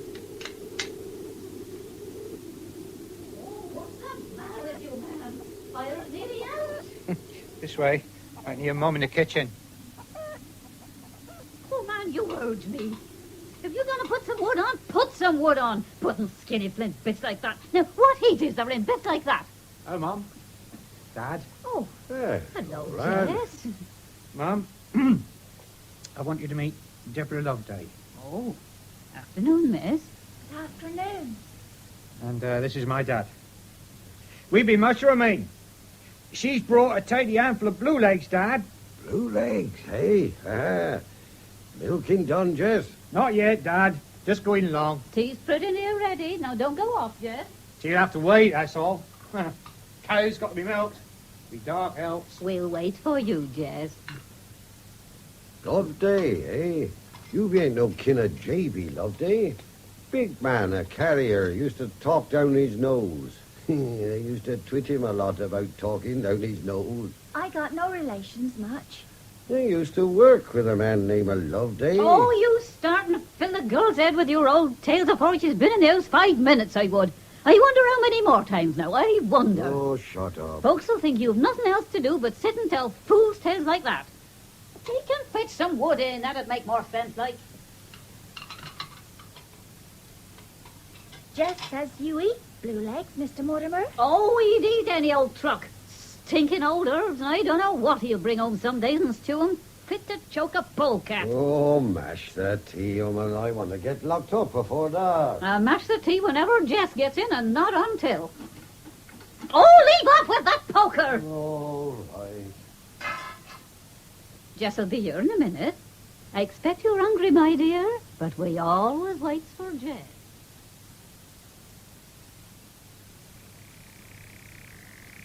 There's a basket of things Dad's put up for you to take home. Oh, that's very kind of him. There's some pears and walnuts. And he says next time you come, he wants to know how you like the blue legs. Yeah. Some of them in there, too. How'd you like our old farm, Deborah? Oh, I like it. And your dad. Come up again next Sunday. I'd love to. Hey, come here. Oh, Jess.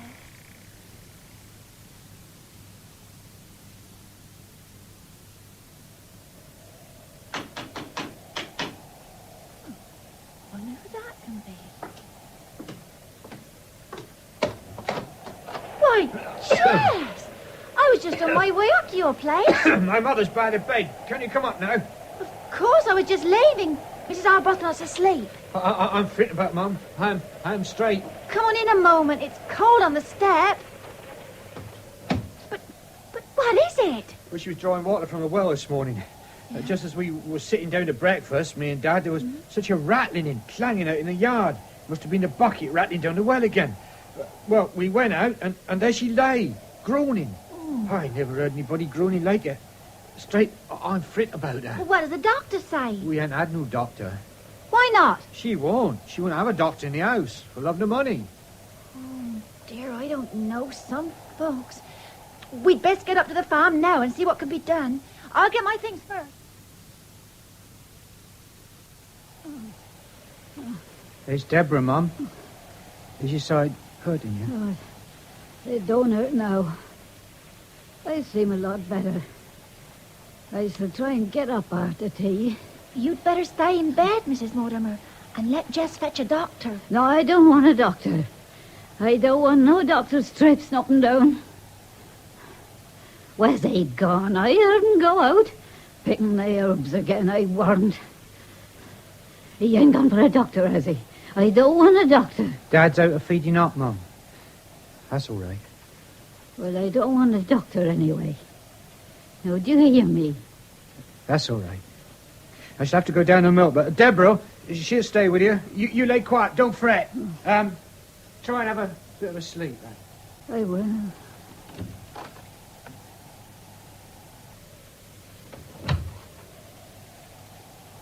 Deborah. Yes, Mrs. Mortimer? Put your hand down here. Down my side. No, lower down. There. That's it. There's a lump. I know. I know. It worried me a bit. It's been there a good while. A good while? How long? Oh, I don't know, justly. It's them old wet stones on the well. I slipped. Caught my side on the winch handle. I did it once before, back in the summer. Tain't nothing much, is it? I don't rightly know. I think you ought to have a poultice or something before it gets worse. I'll go down and get one hot for you. Deborah? Yes, Mrs. Mortimer? Come here a minute. Yeah? Don't say nothing to Jess. Whatever you do, will you? I ain't said nothing to him. Don't say nothing to him, will you? I shall be all right, though. I shall be all right.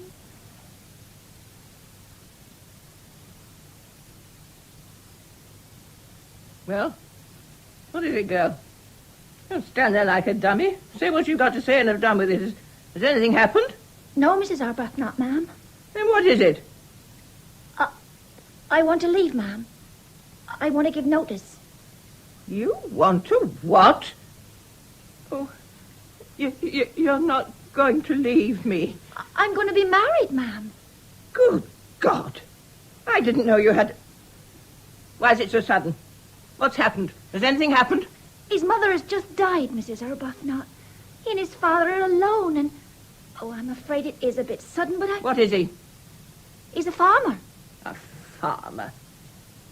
Well, if you want to go, you'll have to go, I suppose. There's nothing I can do. Then you take my notice, ma'am? A farmer? There's no money in farming, never was. Has he got money? I'm sure I don't know what he's got. Not much, I dare say. Then you ought to know. Money's most important. There's no use entering on married life without money. You'll want children, I expect, won't you? Oh, I expect so. Do you know anything about having children? Well, Ma'am, I know. I dare say. But do you know anything about not having them? I don't know what you mean. I thought not. Well, before you get my tea, I want you to look in the top left-hand drawer of the chest and give me the box in there. Very well, Mrs. Arbuthnot. That's it. Now, fetch me a pen. Hurry, girl. That's it, and the ink. Now then, I'm determined to see you're not penniless when you start. Now, this cheque is for you. There. £30. I'll put it there to dry. Mrs. Arbuthnot! Oh, be quiet, girl. I haven't finished yet. Now, this ring is quite hideous, but it's valuable. It's yours also. A girl who has the courage to marry a farmer needs something behind her. Now you may get me tea. Yes, Mrs. Arbuthnot. Trouble is, Deborah, that fallow land will take such a deal of cleaning afore it's ready for cropping. But I've said my say a dozen times. I got that calf to attend to. I'll leave you and Jess to chew it over.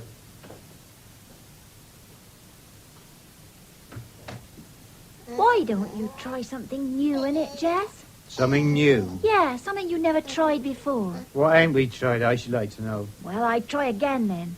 I'd never see a good field like that go to waste. A good field, did you say? If it was the only field you'd got, you'd have to make it do. Oh, yeah, I dare say. Well, all I can say is you'll have to try something soon. Your son won't always feed on milk. There. He's a right to live as well as anybody. Why don't you think about him and break that field up for something? Aye, keep on about it. You and that fallow field. Yeah, me and that fallow field if you like. But if it was cultivated once, it can be cultivated again, I know. You know such a lot about it. What shall we try? Well, you might try sugar beet. Sugar beet? Oh, the papers. Don't you believe all you read in the paper? Well, it's something you never tried anyhow. And there's a paper offering free seed and prizes for the biggest beet. Oh, yeah, we should get a prize, all right. You've no faith, and that's what's wrong with you. If you believed you could do it, you could do it. No man alive could stop you. What do you think just Dad and me could do? I know it's hard.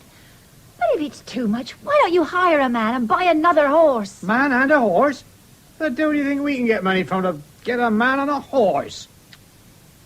Well, you might as well know it first as last. Know what? Your mother left you a little money. Oh, yes, I know. How much? 18 pence. Anyway, how'd you come to know what she left? It'll be a fat lot anyway. Now for a pint and a smell. That's about all. I'm off out. You said anything to Dad? I'm sure I haven't said a word to a soul. Where is it? Still where I found it. In that big chest that belonged to your mother. It's safe enough. Why didn't you tell me before? But it slipped my mind. Slipped your mind? Let's have a look at it. I don't believe it till I see it. Fetch it out. Let's have a look at it. I've got something else to do besides thinking about money, I'm sure. This for a start. Anyhow, how do you know it's for me? Because it says so. Oh, here, hold David for me a moment. Hey? And I'll fetch the money once and for all. Here. Why don't you take him? I am taking him as fast as I can. Why Why don't you like him?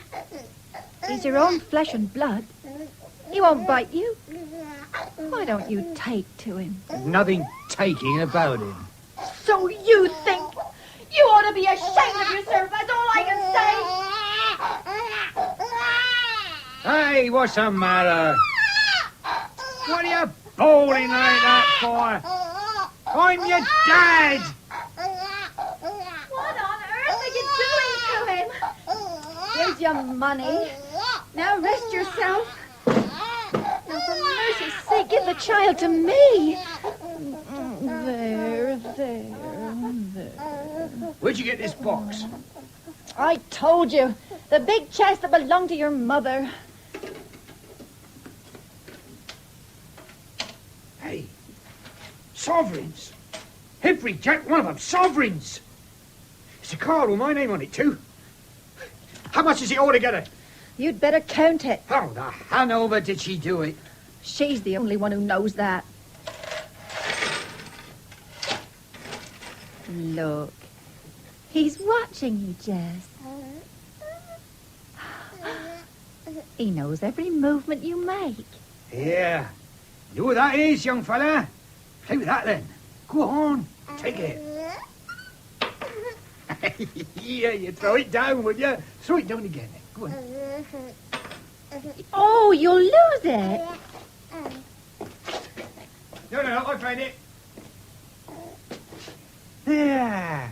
You'll keep on till you lose it. What matter? There's all of £150 here. You can have it. Here. Here, son. Have another throw. Your mother won't know. And again. Oh, Jess, you great fool. That's it. Go on, do it again.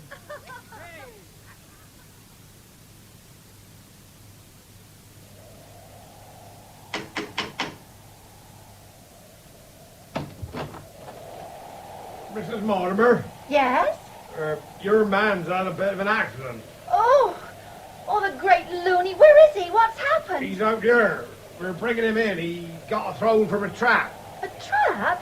Whose trap? He never went out in a trap. The horse shied at a fallen tree. You're take his arm when you talk. Come on, Jess. Yeah. That's it. Right there. Well, you can soon be all right now, ma'am. Thank you. I'm most grateful. All right, ma'am. Very well.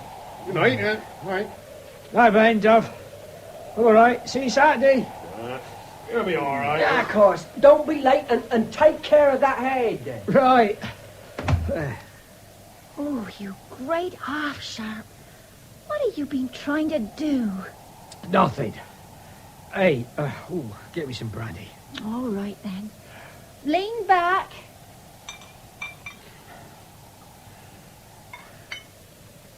There you are. Now drink that.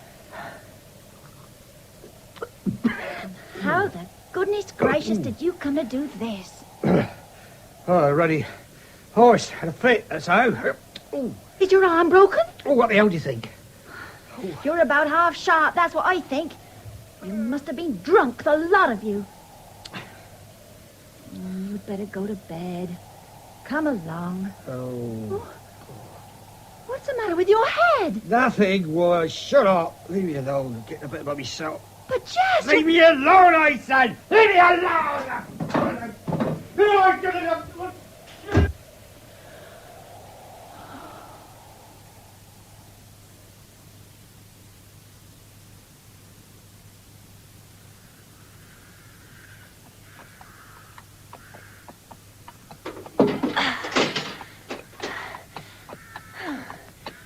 Whose horse have you got there? Whoa! What? I said, whose horse is it? Mine. Who's you think? Yours? Why, how's that? You haven't bought it. What do you think I did? Picked it off a tree? You'll come to grief one of these fine days, my man. Oh, man. Yeah, you sneer. You done a sneer at me when I first met you. Ah. What made you buy a horse like that? It's no good on the land. What do you think you're going to do with it now you got it? Ride it. What the blazes do you think? You're well enough to ride a horse, but you won't carry a swill bucket Or put the plough to that fallow land. Ah, you don't know what you're talking about, woman. Get up, girl. Go on.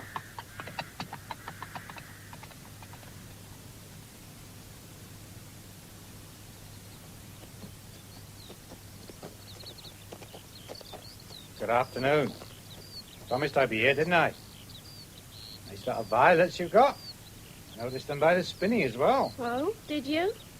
Primrosy's coming out too. What you been doing to yourself? Breaking me neck. I don't know who's the prettiest, the violets or the one who's getting them. You got a fine horse. I'll give it to you. You will? Said I would. There you are. What's your name? Alma. Alma Wollstonholme. Oh, a nice name. Well, there's your horse. Can you ride? No. Would you like to ride? Oh, yes. Come on then, I'll teach you. Here. Put your foot in the stirrup, catch hold of me. Yay, whoa, girl. She don't know you yet. She'll be all right. Put your foot in the stirrup, that's it. Now, get up. There, how'd you feel? I don't know what you'd think if I told you. Yeah. You ready? Yes. Now sit easy, don't pull her. Just sit easy and let her take you. I've got you. So it seems. You wouldn't like to fall, would you? Not yet. Careful now.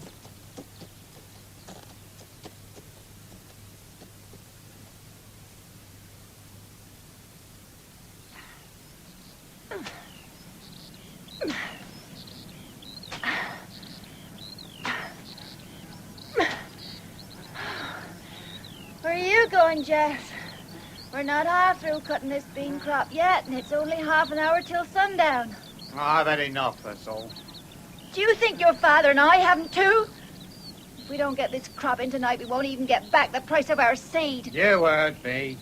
Said I've had enough. I'm off. Not if I know it, you're not. And I don't care who she is. This bit of beans come before any little bitch of a barmaid. Barmaid? Clever dick. Well, whatever she Hey. is, Yeah, what's your game? You let go of me. you're coming back. Who says so? I say so. When this field is clear, you can do your dirty business.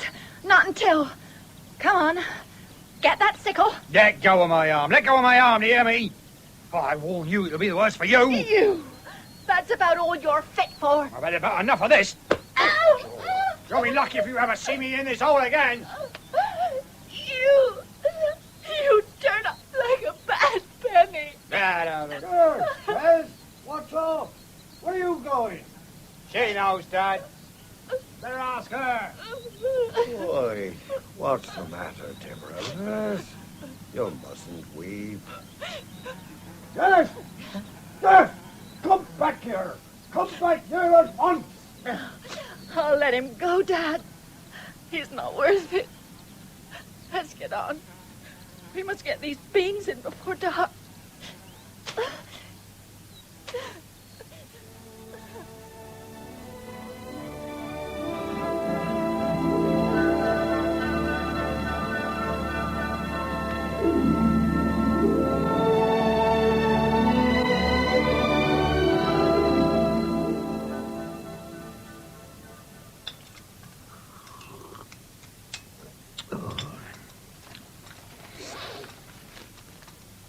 Dad? Dad? Dad? Ah, what is it? Little brat, shut up. You hear me?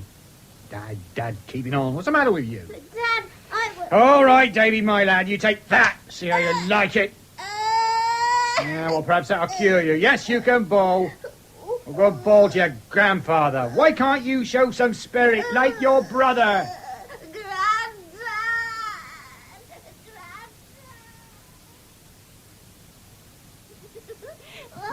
Hey, that's the spirit, young Benjamin.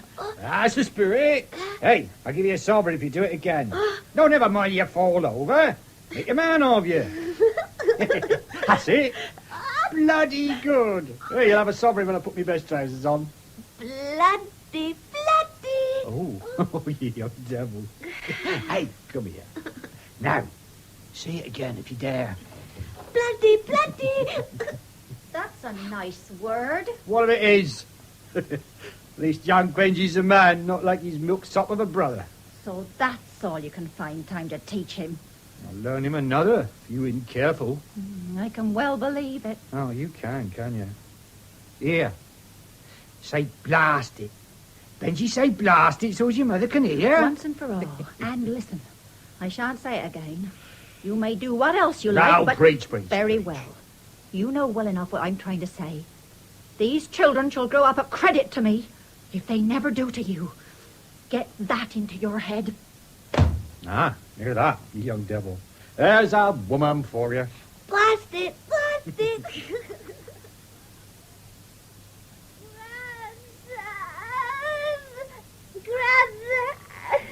Yeah, I say. This won't do, young David.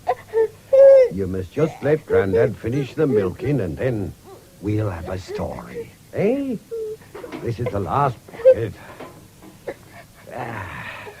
There we are, Rosie. Good gal. Now then, David, let's have a sit on this hay, shall we? Yes, Granddad. Yeah, that's better. Now then, what story shall we have? The one about the magic lake. A magic lake? Oh, yes. Well, now, once upon a time, there was a big old house. Was it quiet there? Oh, yes, 'twas very quiet. And behind the house, in a beautiful garden, was a beautiful lake. Was that the magic lake? That's right, David.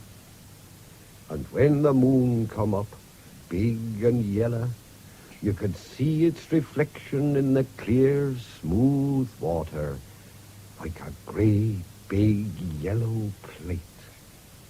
It was all very peaceful.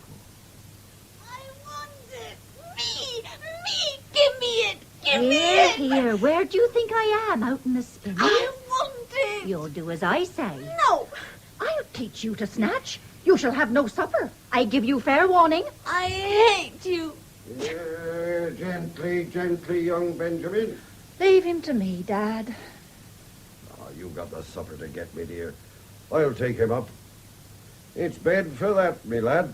That's not the way to behave to your mam. Come along. I hate you. I hate you. Oh, God.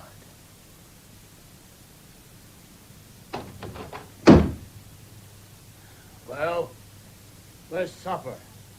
I'm hungry. Let me put the fry in the pan. Supper's not the only job around here, you know. Yeah, Ali. Where's Benji? Where he deserves to be. Oh? Where's that? In bed. Well, what's up? What's he there for? He lost his temper. Ah, so you lost yours and sent him up. Did he have any supper? Of course not. No? No? Well, I'll see that he does then, that's all. You'll do no such thing. Who says so? He stays there, food or no food, until he learns not to spit at his mother again. Oh, will he? We'll see about that then. Benji, come on down. Dad! Go back, Benjamin. Go back at once. Didn't you hear me tell him to come down? Yes, and I tell him to go up again. And up he shall go until he's learned his manners. So that's it. Yep.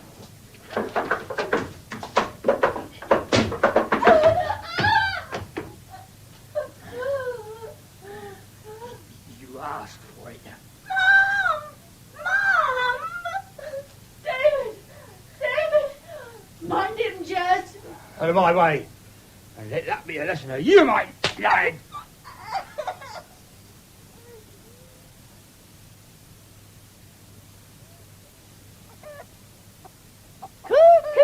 There you are. Good evening, madam. Good evening. My name is Starling. I bought old Dr. Ramsden's practice. I've only been here a few days, but I thought I'd come round to ask you about a possible lease of the shooting. I'm sure we could come to an arrangement, Doctor. Forgive my mentioning it, ma'am, but I see you're in black. Yes. I lost my father-in-law in May. Oh, I'm sorry to hear that. And your husband? He He left some time ago. I don't blame him. He was a bit wild. His mother left him some money and it went to his head. We can't help ourselves. So you're up here alone? No, I've got my 2 boys, David and Benjamin, though they're young. 50 acres isn't much to shoot over. Oh, I'm renting 12 trees, too. I shall drive up the hill and finish at your place. There isn't much, I'm afraid, Doctor. I see a hare or 2 occasionally and an odd covey, but nothing much. Perhaps you'd care to show me the boundaries of your land. I needn't go trespassing then. Certainly. If you'd like to come this way, Right. I'll just put this bin in the barn. Shoo, go away with you. That's all you're getting till tomorrow. Go on, shoo.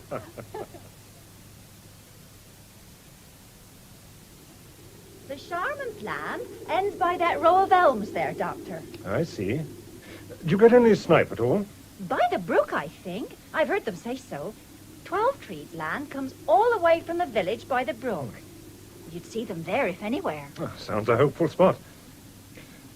So you're keeping the farm by yourself, Mrs. Mortimer? I want it for my sons. Why shouldn't I? Goodness, I couldn't do much worse than those before me. I do know that. They're saying there's not much in land nowadays. They've always said that. What's wrong with the land, I should like to know? It's the same land, the same weather, the same seasons. Everything's the same, except the people farming it. The people have changed, that's all. The land alone can't do much, can it? Look at this field. Now, this land lay fallow through sheer laziness. My father-in-law let it go completely, and now look at it. Oh, it's poisoned. Look at the weeds and twitch. 5 years won't see it clean again. It's always been the same. Always has been and always will. If you're not master of the land will be master of you. Nothing so sure as that. I only wish it could be. It must be worrying for you with so little help. Oh, nothing worries me much except accounts. And they frighten me rather. Do you know anything about them, Doctor? A little. Well, even if it's only a little, and you can tell me what it is, I should be thankful. I want to do things properly. I must. A farm is a business like anything else. If it isn't run properly, there's no hope for it. I'll be glad to do all I can to help. But talking of accounts, I haven't settled mine for the shooting. Oh, no. That doesn't matter now, Doctor. In the spring... Now. And I think that's what we agreed. No, Doctor, I must go now, Mrs. Mortimer, but we'll have a chat tomorrow about the farm accounts. I'll blow in about this time, if I may. Of course, Doctor. Thank you. Good night. Good night, Mrs. Mortimer.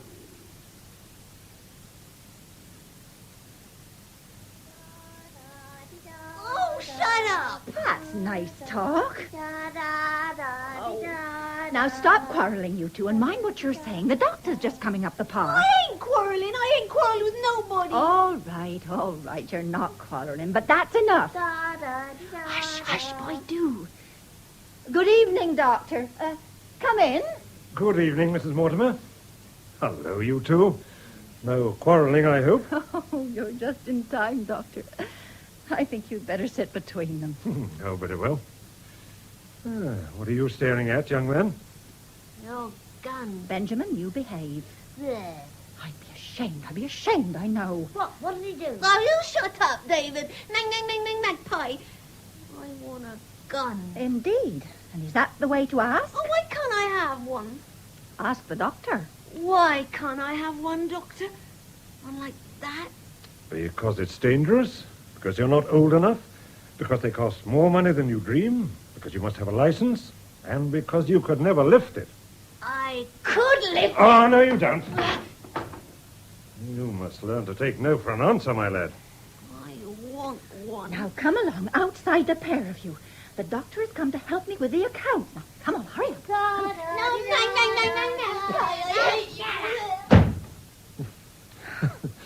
Bit of a handful, those two, Mrs. Mortimer. Yes, though they're good lads, really. But the one thing they need, they've never had. A father's discipline. It must be very difficult for you. I expect they also lack companionship up here. No, not really. There are the 12 Trees. They have children, and the Sharmans. Their 2 sons are grown up, but they have a daughter, Sophie. She's 7. David's quite taken her recently. So they're not really alone. But you're right, it's not always easy. Things will sort out, I dare say. Well, let's have a look at these accounts and see if we can sort them out, too.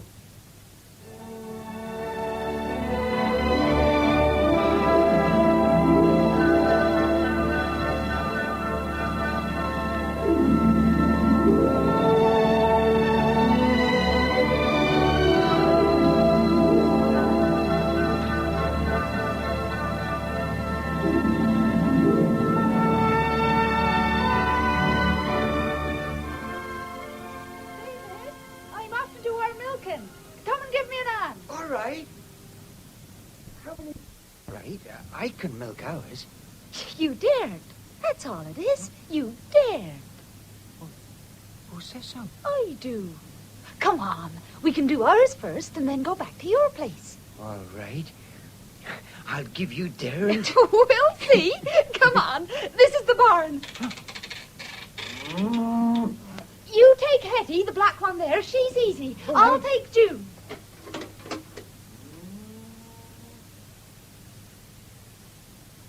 They seem to like you, David. That's nearly 3 gallons. You must have a way with you. I finished pegging her, and that's the lot. I'll take the buckets into the house for you. Oh, that can wait a minute. I want to tell you. There's an old hen that nests up in the loft. Oh. Shall we go up and see if she's laid? All right. But what a place to lay. Yes. This way. Race you up. There she goes. Move that box. She'll lay anywhere. She laid in the chaff cutter last week and the egg was smashed. My fingers aren't long enough. You try. Bend down and look and see if you can see it. No, wait a minute. I can touch it. Give me your hand. No, I can't reach it. She must have laid a thin egg. You should just feel my heart. It's going like an old threshing drum. You won't feel it beating there. Don't you know where a girl's heart is? Lower than that. Sophie, I shall have to go now. Mother'll be waiting for our milk. No, don't go. Don't go. Come here, just for one moment. Then you can go. Afterwards. Don't go yet. Well, I must. I told you, Mother's waiting for the milk. I told you you dared, didn't I? And I was right, too. You can do your milking by yourself. Leave that old milk, Mum. Help me get my kit together. There's a war. A war, do you hear? I heard. What war? A war with Germany. The Kaiser's marched into Belgium. I'm joining up. Your place is here, Benjamin. I shall have to go. I'm a volunteer. That's what we're for, in case we go first. Well, don't you see? I shall have to go. You're only one. A few ones soon make an army. You wouldn't like it if you hurt your mother. Wait till after harvest. Wait and see what happens. It may be all over. You must wait until after the harvest. The parade ground was crowded yesterday, crowded. 50 chaps listed straight off. Oh, Benjamin, please. Oh. All right. I'll stop till we've carried, unless things are bad, but I'm going sooner or later. What about David? If things are bad, he'll have to go too. Things won't get bad. It'll be over before we've ploughed. That's what they're all saying, Mum. You wait. Just you wait.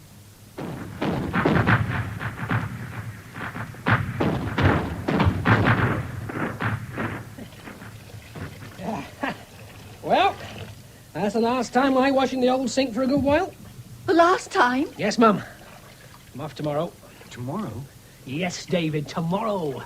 Call me early, Mother What a dear. row. Folks will hear you in Staviston. Be quiet, for goodness sake. Oh, tomorrow you'll be saying, oh, if only that boy was singing at the sink. If you weren't so big, I'd give you something to sing for, I know. Can't keep a good man down, Mum. We'll get up before daylight and be off, won't we, David? We'll see. I'll give you a knock. David's place is here on the farm. And so is yours, Benjamin, if you could see it. I see, said the blind man. When are you going? You keep talking about going, but when? Early in the morning, before the sun was rising. Very well, then. If you want to go, you must go. But don't come grizzling home to me when your shirt isn't ready to put on. Or when your dinner isn't ready. Or when your socks need darning. I shan't be at home, my lad.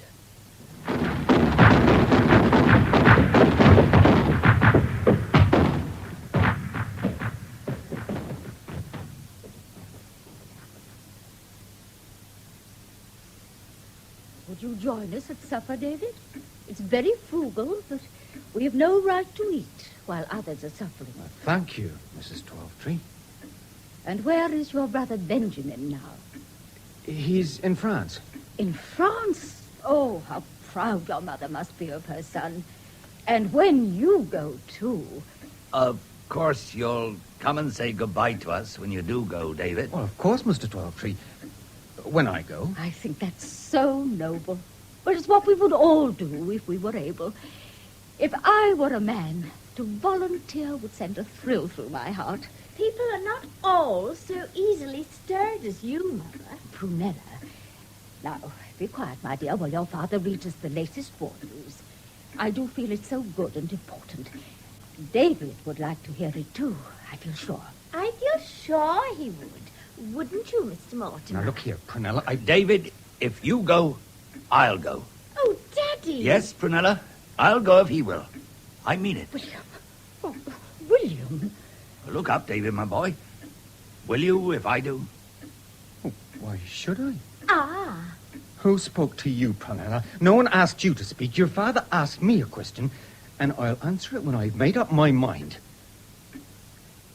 Anthea, come out and talk with me. Whatever you say, I'll do. May I go, Mother? I have nothing to say.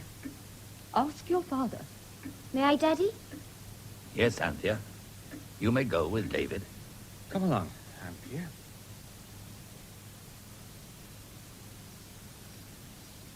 Which way should we go, Anthea? Let's go down by the brook. Do you want me to volunteer? Anthea, you do want me to, don't you?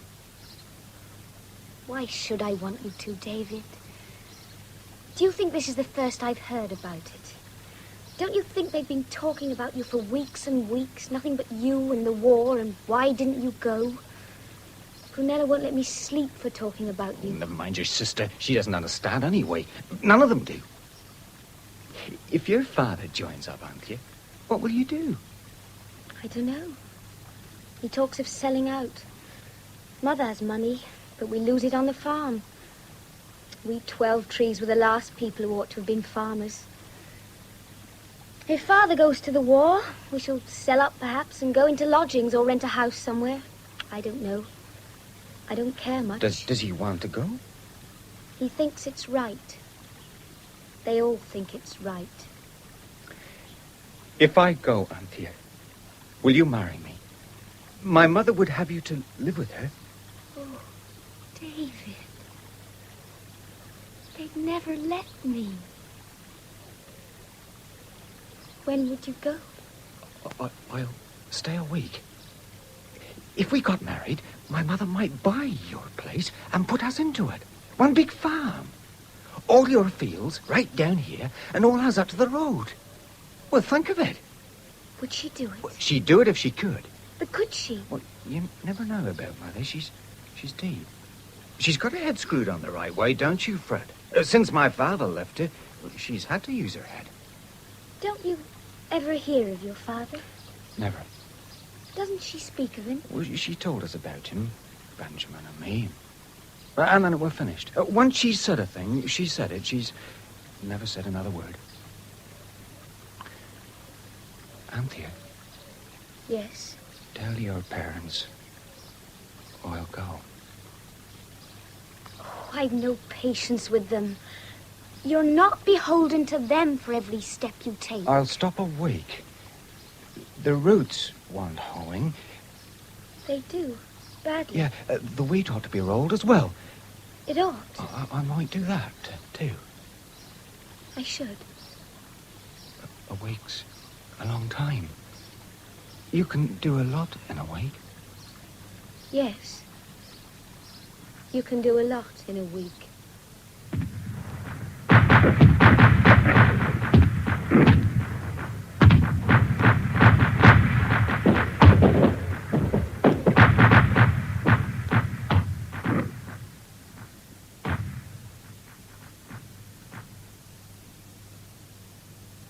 Here's your tea, David. Oh, it's good to see you. It's nice being on leave, Mum. Thanks. Oh, what's all this about money, eh?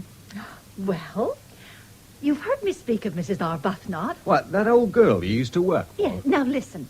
I received a letter from a lawyer yesterday telling me she'd left me some money. And there's me not even knowing she was dead, poor soul. Oh, how much is the money? If I told you, you wouldn't believe me. 20 or 30 quid, I expect. My goodness gracious, I'll give you 20 or 30 quid. 20,000. What, do you think she was a millionaire? Well, if it isn't 20,000, it's not worth having. Then you don't think 1,000 is worth having?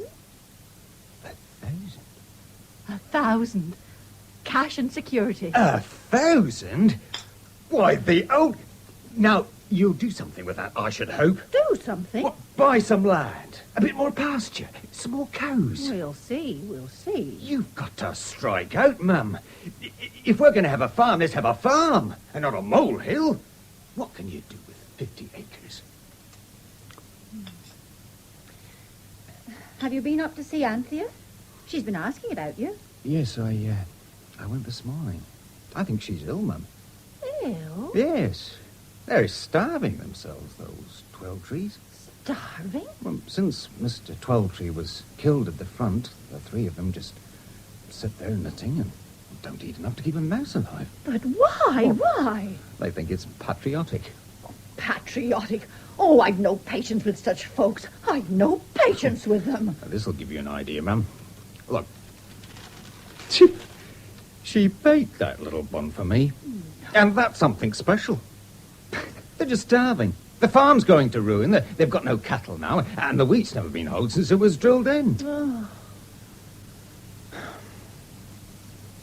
What are you going to do with this money?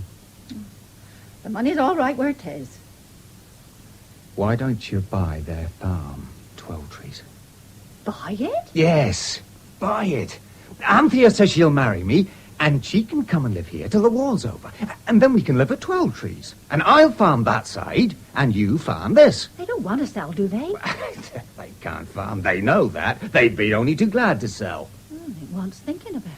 I should want to be clear about the rights and wrongs of a big thing like that. Yes, I know, but I want you to do it. Promise me you'll buy it. Promise. All right, David, lad. I'll buy it. I promise.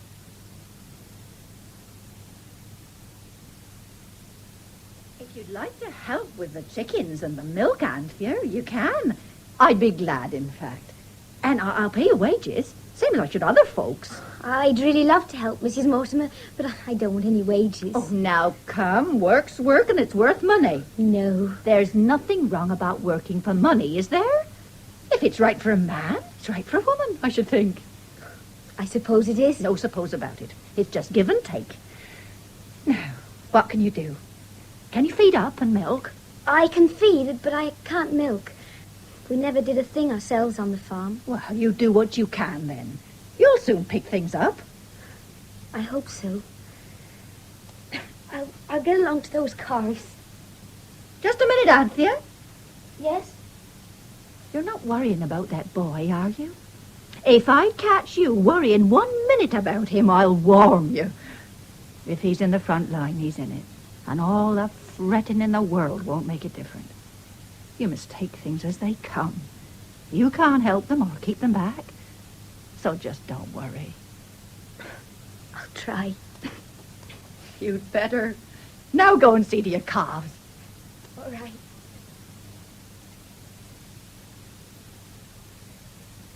I'd be most grateful if you'd examine her, Dr. Starling. Anthea's my daughter-in-law, and it's my duty to my son. Sounds like undernourishment to me. I thought as much, and that's patriotism. What can I do for her? Oh, is it serious? It could be serious. She's at an awkward age. This humbugging war, too. Does she worry? She broods and she thinks, always having presentiments about something. If she could work in the garden, it might occupy her mind, don't you think? The garden? Of course. Let her sow things. More of those lovely sweet peas and marigolds and poppies. I'd like to paint the garden this summer. Anthea paints a bit herself. Does she? Then perhaps she could join me sometimes. Don't ask her. Drop a hint, quite offhand. Here she comes now.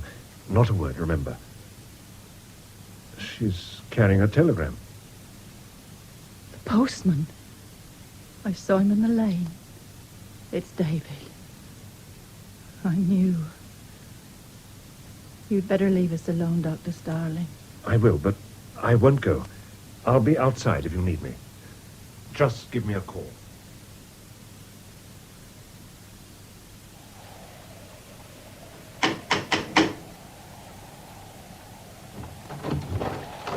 Yes? Mrs. Mortimer. Yes? Good afternoon, ma'am. I'm a government official. I understand you have 15 acres of fallow land. Yes, what of it? Well, you will appreciate, ma'am, that with a war on, every acre of land ought to be yielding. I have heard of the war. Both my sons went away to it, and one won't be coming back. What do you want me to do with this field? Plough it, ma'am, plough it. How am I to plough it? With a plough, woman. Oh, and will you drive it? A plough wants a man behind it. I've enough to plough now without turning to fallow land. The government takes the men away from us and sends them to their death and then expects the land to plough itself. But, ma'am, the government... What do you know about the land? Nothing. You've sat on your backside in an office all your life, and in 5 minutes you think you can learn what it takes a lifetime to learn? Who told you to come here anyway? It's my duty. Duty? If you want to do your duty, come and strip your coat off and plough the 15-acre field. I'll pay you well. What do I know about ploughing? I'll send you some German prisoners. They'll plough for you. Prisoners? I'll neither plough the field nor have prisoners. While I can stand up, I'll run this farm myself. And when I want prisoners and advice, I'll ask for it. Not until... My good woman, it's a government order, and if you don't obey, you'll suffer. Suffer? Suffer!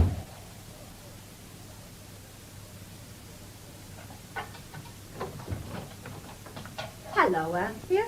Did you have a nice walk? Yes, thank you. The doctor was down by the brook shooting. Oh, yes? We had a chat. Oh, didn't you ask him in? Yes, he came in for a moment before he left. Oh. Would you mind if... He wants me to marry him. Gracious child. He must be almost 50. I know. What's the matter, Mrs. Mortimer? Oh, nothing. Nothing. Do you like him? Oh, yes. Yeah. But I'll do whatever you say. Do you want to marry him? Yes. Well, if you want to do it, there's no more to be said. You must do as you think best. I shan't stand in your way. Lay the table for me, will you? The fry's nearly done.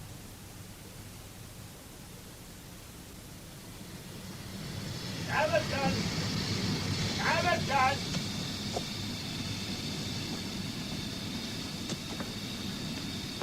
Well, well, Mum. How are you, Benjamin, lad? Fine, fine. Still driving the old trap. Same old cart cushions, same old whip. Why don't you burn them? I'll burn you. You'd keep going for a month or more, you great horse. What have they been feeding you on out there? The size of you. That's better. Get up, gal. Go on.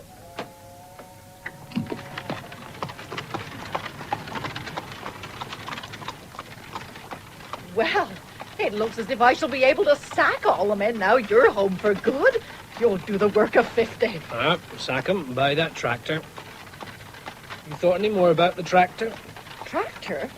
Oh, I've plenty else to think about. We got horses, haven't we? Horses? Who wants horses?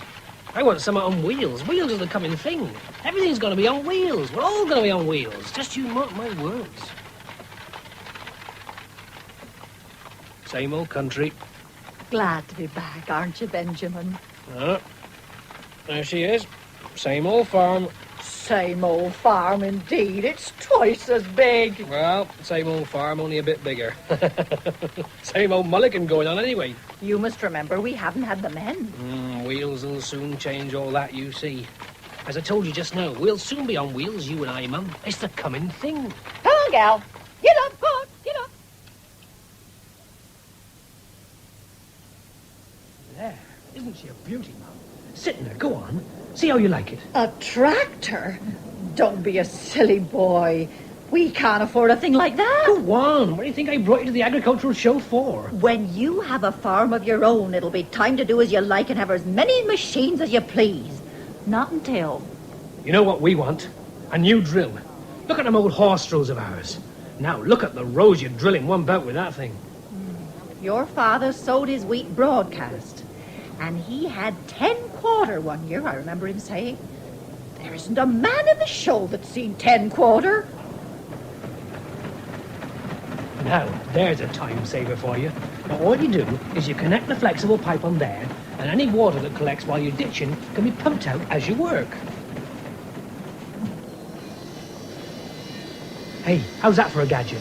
No more aching elbows at the sawing stool. 30 logs a minute, clean as a whistle. Just look at it.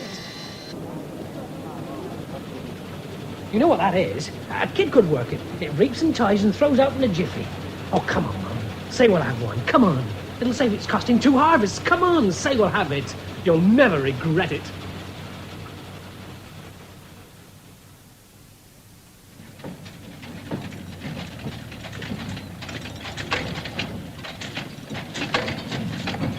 There you are, Mum. What did I tell you? No more worries. The old field ready to trace and ready for collecting. Oh, she's a beauty. Thanks a million. She certainly is. You and me, Benji, are going to make this a grand farm. Yes. And now you can get the flags out. And what for? For me. And now what's the jape? Going to be married. You mean that? Got my throat if I tell a lie. Here, well, you needn't be so sniffy about it, need you? I don't think I am sniffy, but it's a bit sudden, surely. Yeah, what's the matter? It's my business. I mean, I'm marrying the girl. And who is the girl? Name's Ada. She's all right. Oh, I hope she is. When did you meet her? Last week at the dance. A dance? Are you going to bring her home? I think I should be allowed to see the sort of girl my son's going to marry all in a hurry. Well, she's crossing the field behind you now, Mum. She's invited herself. Hello, Ada. Hello, Benji. Benji. And she hasn't known him a week. Mother, this is Ada. Ada, my mother. How'd you do? Ada, eh? Why are you in such a hurry to get married? That's what I want to know. Oh, we want to. I'm sure you do. Well, what's the use of waiting? Once you start waiting, you wait forever. You don't catch me at that game. I can imagine that. Where are you going to live? Oh, we thought you'd have us here, Mum. Oh, tied to your mother's apron strings. Well, you came to live here when you were first married. Yes, and I learnt my lesson. Yeah, well, where are we to live? You're big enough to answer that for yourself. You should think of these things beforehand. If I put you in 12 trees, Aye? Could I trust you to look after things? Could Ada do the work? Oh, Mum, you're Don't say you would just for the sake of saying so. The farm was to have been David's. He was to have farmed that side and me this. Could you farm it? On my own? You'll both come into it when I'm dead in any case, so I'd better by half make it over to you while I'm alive. And then I can see you reaping the benefit. Oh, we'll farm it, eh, Ada? We'll show you how to farm. It's a big thing. Oh, you'll see. When you see me across that hill ploughing a whole damn field, and the time it takes old Rook to do a headland, your eyes will drop out. Oh, you'll see me. And at harvest time, I'll cut my own wheat in the morning and yours in the afternoon. Farming? You don't know how to farm. And as for the fallow field you're always on about, we'll settle that one, too. Will you, my lad? I wonder.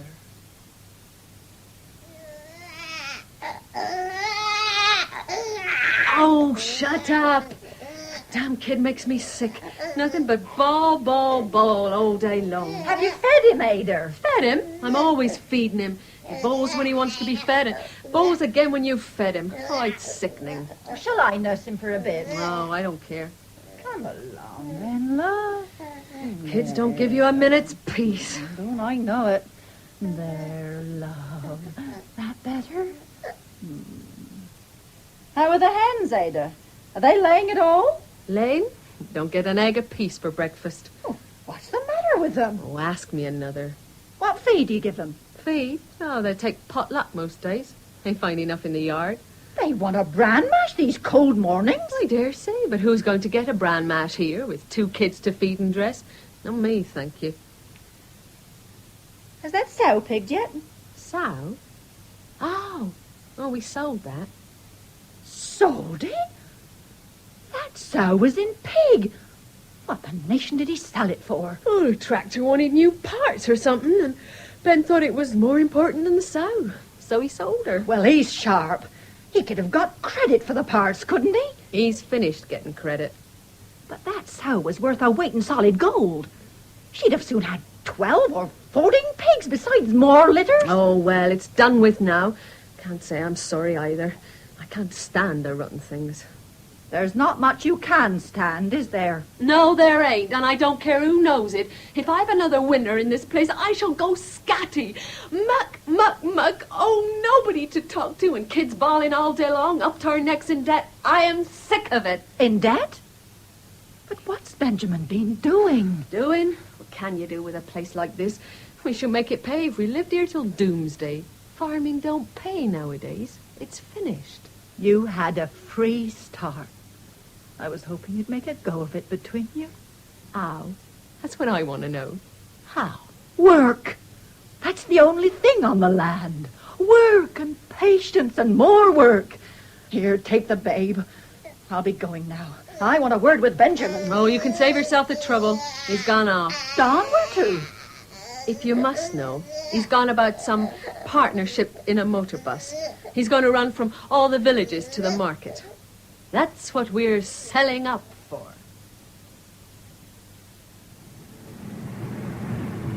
Market Square! Market Square! Thanks for the ride, Benjamin. Oh, that's all right, Mum. It's on the house. I pays like everyone else. Take it. I hope you're all right, my boy. Oh, can't grumble. How are the children? Benny's meddling. How's yourself? You don't look too good. Oh, I'm all right. Had a fall on the farm, that's all.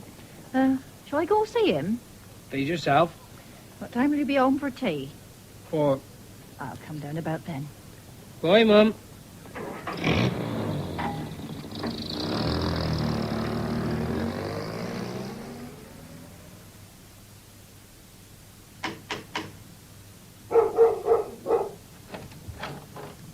Ah, it's you. Yes, Ada.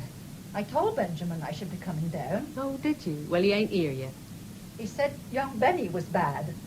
Thought I'd come and see how he was. Is he better? Oh, he ain't half as bad as he likes to make out. Can I come in? Come in if you like.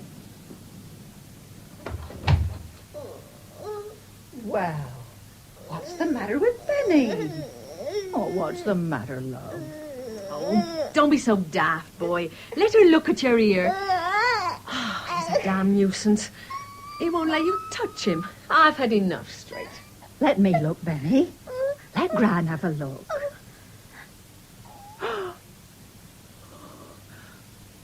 I'm going for a doctor at that child at once. Why didn't you send for him before? He wouldn't let me do anything. He wouldn't let me touch him. He let me look, and he'll let a doctor look, I know. Hello? You off already? Yes, I'm off, Benji, for the doctor. Yeah, I told you you look middling. Me, middling? I'm all right. It's that child of yours. You ought to be ashamed of yourself. What's that? I know what's wrong with him without asking you. You leave him to me. Leave him to you? I should think he's been left to you long enough. Why, that child's not even clean. What? If he'd been clean, this wouldn't have happened. Ada, why don't you wash the child? Who said I don't wash him? Who said I don't? You interfere too much by half. If you'd given us a lift up when we needed it, we shouldn't have been here. But you never came near, did you? You took damn good care to keep away. I know your sort. Telling me I don't wash the child? We don't want your help. We're as good as you any day. Don't you mutter at me, my boy. I've given you chances enough for a dozen men. You're big and lazy, though. Too big and too lazy to wash your own children. That's what you are. What's that? You get out before I do something I wish I hadn't. Go on. Don't you lose your temper with me. I'm going. Who's losing that temper? Who's losing that temper? Tell her straight I won't. I've had about enough. Tell her straight. Get out of this house and don't come back. I'll go when I'm ready. And you better be ready quick. I'd be ashamed of myself shouting about. Oh, go on, get out. How many more times do you want telling?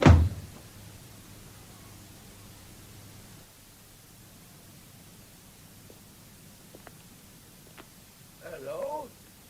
Everything all right, missus? Hmm? Oh, yes, Rook, thanks. Saint, you know. What's the matter? You look middling. Me? I'm all right. What's the matter with me? I'm all right, man. You want to be careful at your age.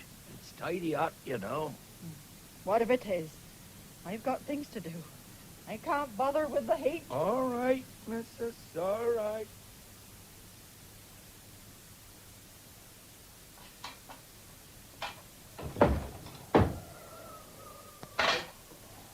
The bad penny's returned. Yes! Ah, you may well stir.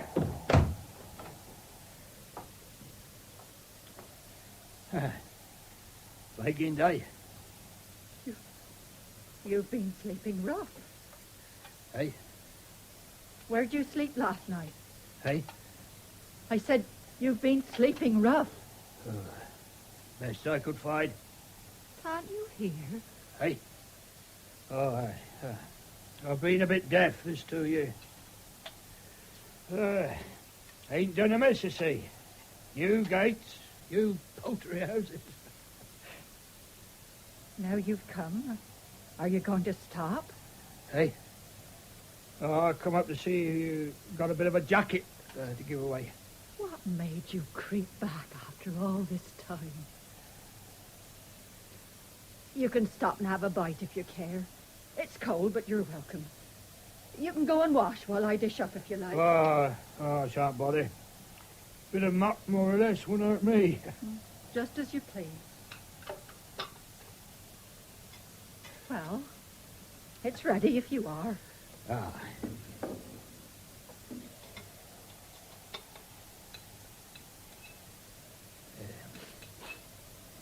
Ain't the boys about? Benjamin's married. He's been with a bus company.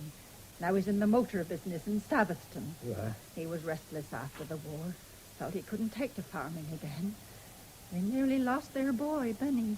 But he's better now. Where's David?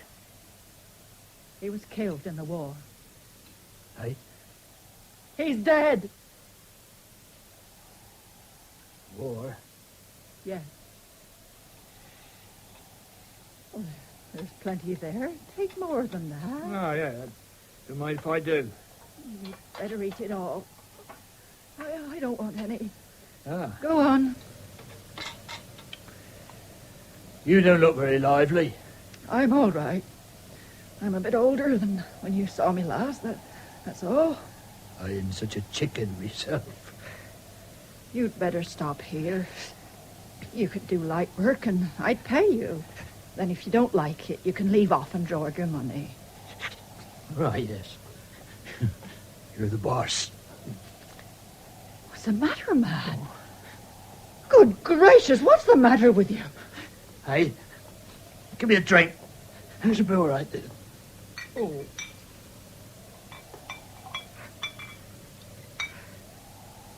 What's the matter with you? It's that damn gas. I got it. It's got it proper. Thank you.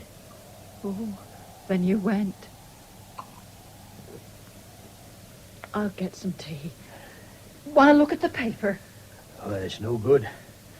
I can't see. I'm as blind as a bat. Just make it the picture bits, so.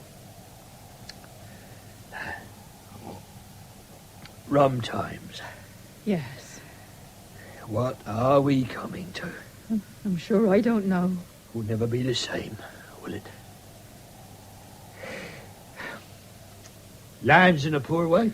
The land's all right. It's the people on the land. The land's still the same as ever. Can't you do anything for that everlasting trembling? Give me a drop of brandy. There you are. Ah. Well, I'll say good night. I get up betimes. I shan't be long myself. Good night.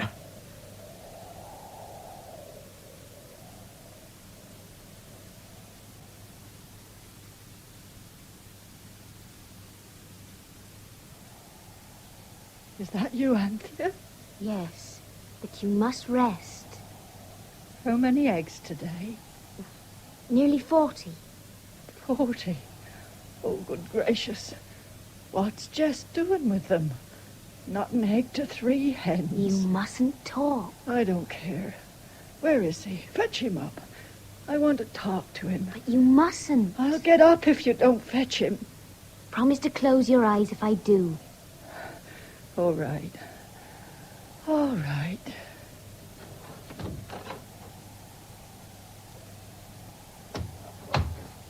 "40 eggs.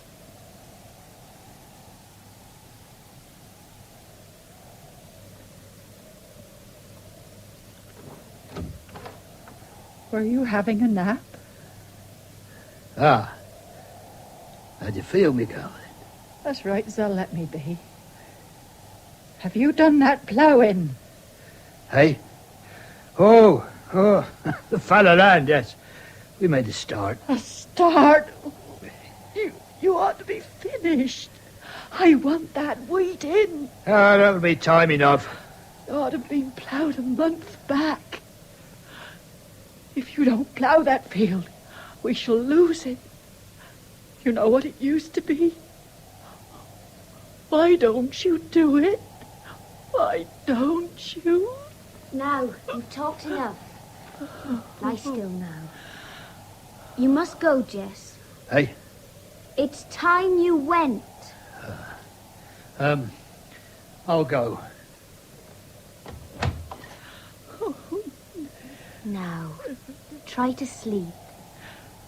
He's been drinking again, hasn't he?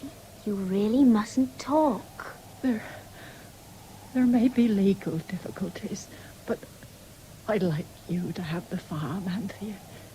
You and the doctor. You would have had it if David had come back from the war. Jess'll drink it away. I know he will. You see how his hands keep trembling? That's drink. He told me it was gas. But it's drink. I know. When the doctor comes, I shall make him give you a sleeping draught. I must... You must stop talking. How many eggs did you say? How many? Nearly 100. I found another basin full. Oh, that's more like it. Oh, so you're here, Doctor. I don't want a sleeping draught. Many birds this year? Not many. The spring was too wet. I want you to have the farm.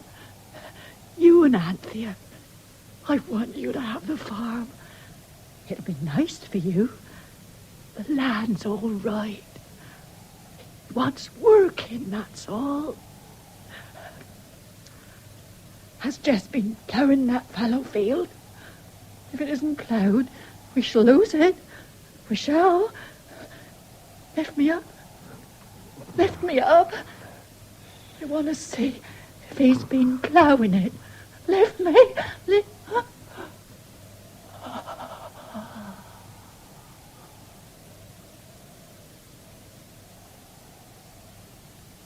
Anthea, my dear, go and sit in the car while I tell Jess.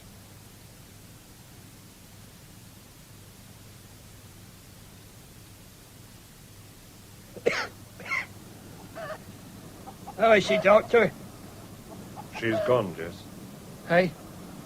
She's gone. She was asking about the fallow field. She asked me to tell you to plough it up and have wheat on it. Oh. Well, that fallow land's no good. What good's wheat? Anyway, they won't buy it. It's no good at all. Land's no good. She wanted to leave the place to Anthea and me, but there may be legal difficulties. If you care to sell, though, we'll buy it. Hey? Oh, I couldn't do that. It's my place. Anyway, the land's no good, I tell you. It's no good at all. Well, just look at it. No one's ever beaten that yet. Should be wasting your labour. I see.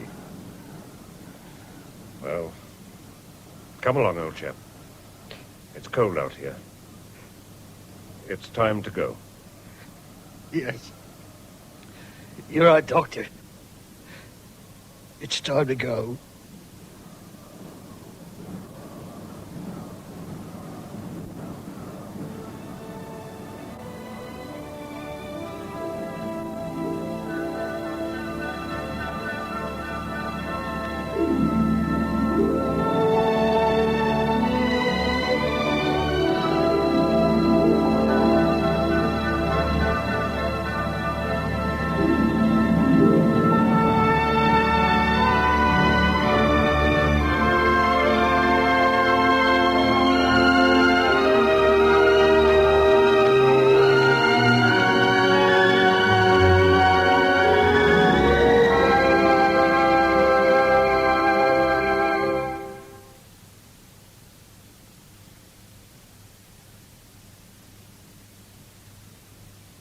The Fallow Land, the novel by H.E. Bates, was adapted for radio and produced by David H. Godfrey.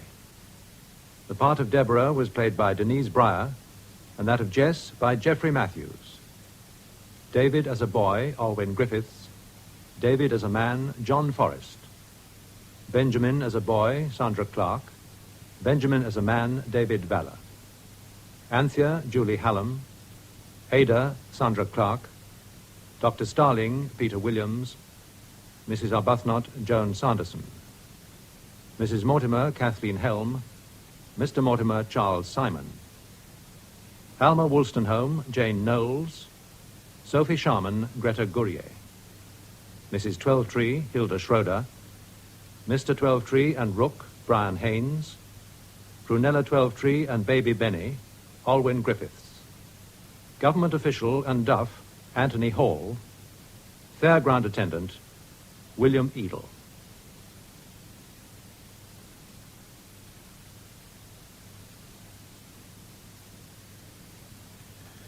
Joan Sanderson is now appearing in Habeas Corpus at the Lyric Theatre, London.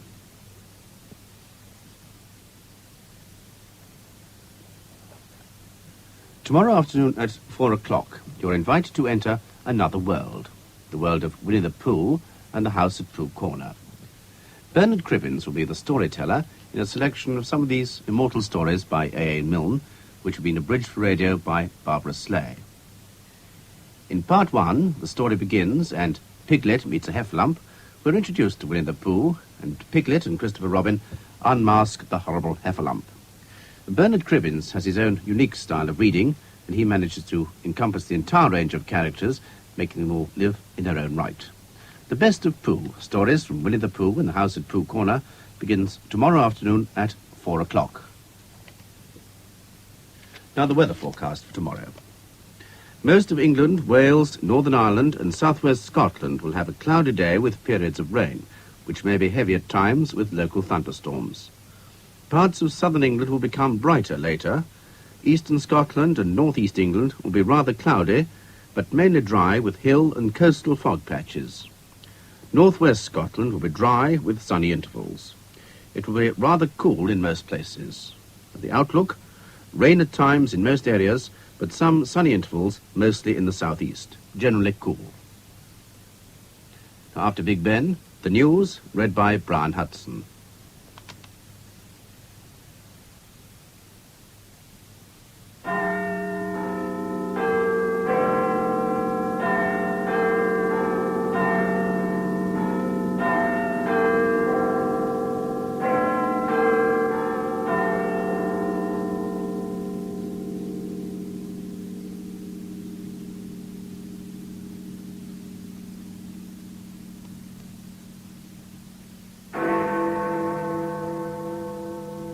BBC Radio News at 10 o'clock. President Nixon is a little better, though his doctors say he's still a very sick man. They'd like him to get away to the sunshine of California. In Belfast, 4 people were hurt in a pub explosion tonight, but it could have been much worse if the bomb hadn't been spotted. Mozambique. Journalists have been taken to a village said to be the one mentioned in the massacre allegations. The British Grand Prix at Silverstone had to be restarted after a multiple crash at 170 miles an hour. Golf. Tom Weiskopf of the United States is the 1973 Open champion. Way along the ledge, sir. Oh, it must be at least 20 stories. Do you think he intends to jump, sir? Now, will you please listen to me? I think he is going to jump. Just keep still and listen to me. I don't think he can hear you, sir. What you have done is not so very serious. I think you'll have to climb out to him, sir. The ledge is wide enough. A few francs stolen from someone's wallet. It happens every day of the week. I'm sure he's going to jump, sir. We've got to arrest you, but you'll be fined, that's all. He can't hear you, sir. You'll have to climb out to him. Yes. The ledge is wide enough. You can lean with your back against the roof. Yes, I must talk to him. I must make him listen to me. Let me go, sir. Well, no. It's my duty, Louise. Let me go, please, sir. No, Louise, don't, please. Come back. Don't go. Louise, it's dangerous. You might slip. Easy, sir. It's Louise. Louise!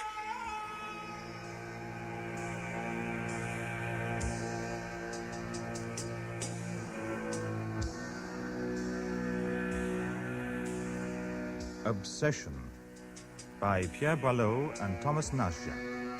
Translated and adapted by Michael Voisey. With Peter Jeffrey as Flavier, Sarah Bedell as Madeleine, and Nigel Stock as Paul Jevine. Obsession.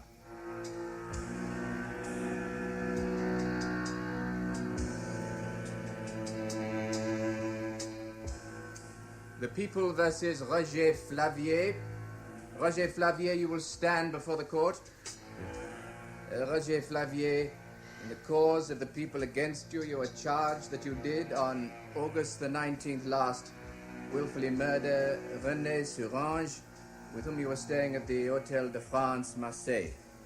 You will answer the questions put to you by the examining magistrate. Yes.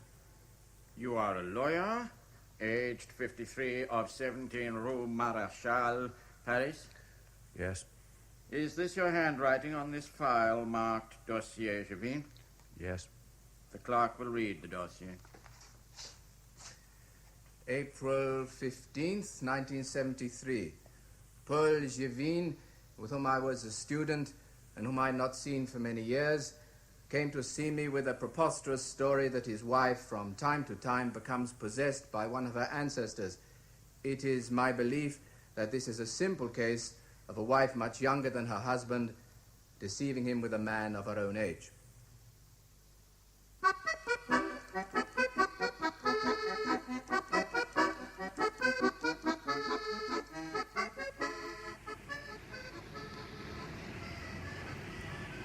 Come in, Paul. Thank you. I'm sorry you had to walk up, but the lift's not working. It's quite a climb when you're not as young as you used to be. Yes. Well, would you rather talk in here or in my sitting room? It's just through there. You see, my apartment is both my office and my home. No, we'll talk here in your office. I've come for your professional advice. Yeah, well, I'll just close the window. You don't mind being on the 4th floor? No. Have a drink. Thanks. What have we got? Vermouth, cognac, glass of wine. Wine, please. Right.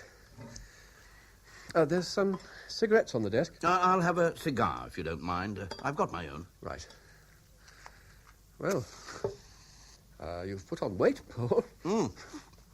Too much good food, not enough exercise. Yes, indeed. I believe you're a little thinner. Well, santé, Paul, after all these years. Santé, Roger. Must be nearly 30. Must, indeed, yes.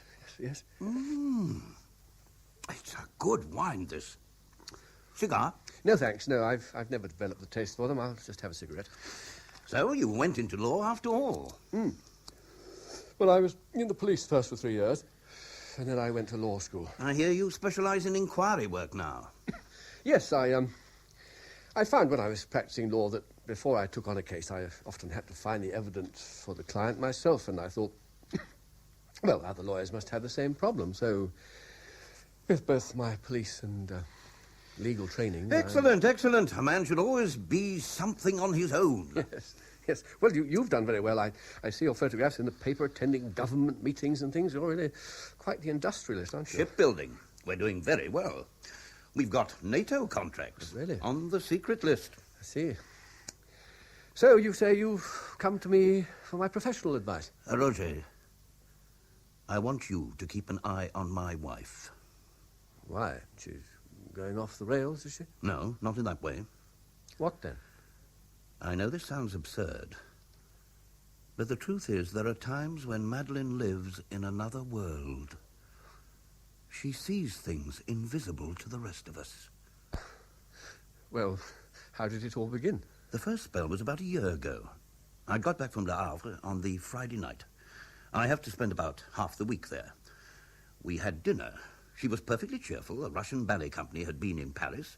We were sitting having coffee after dinner.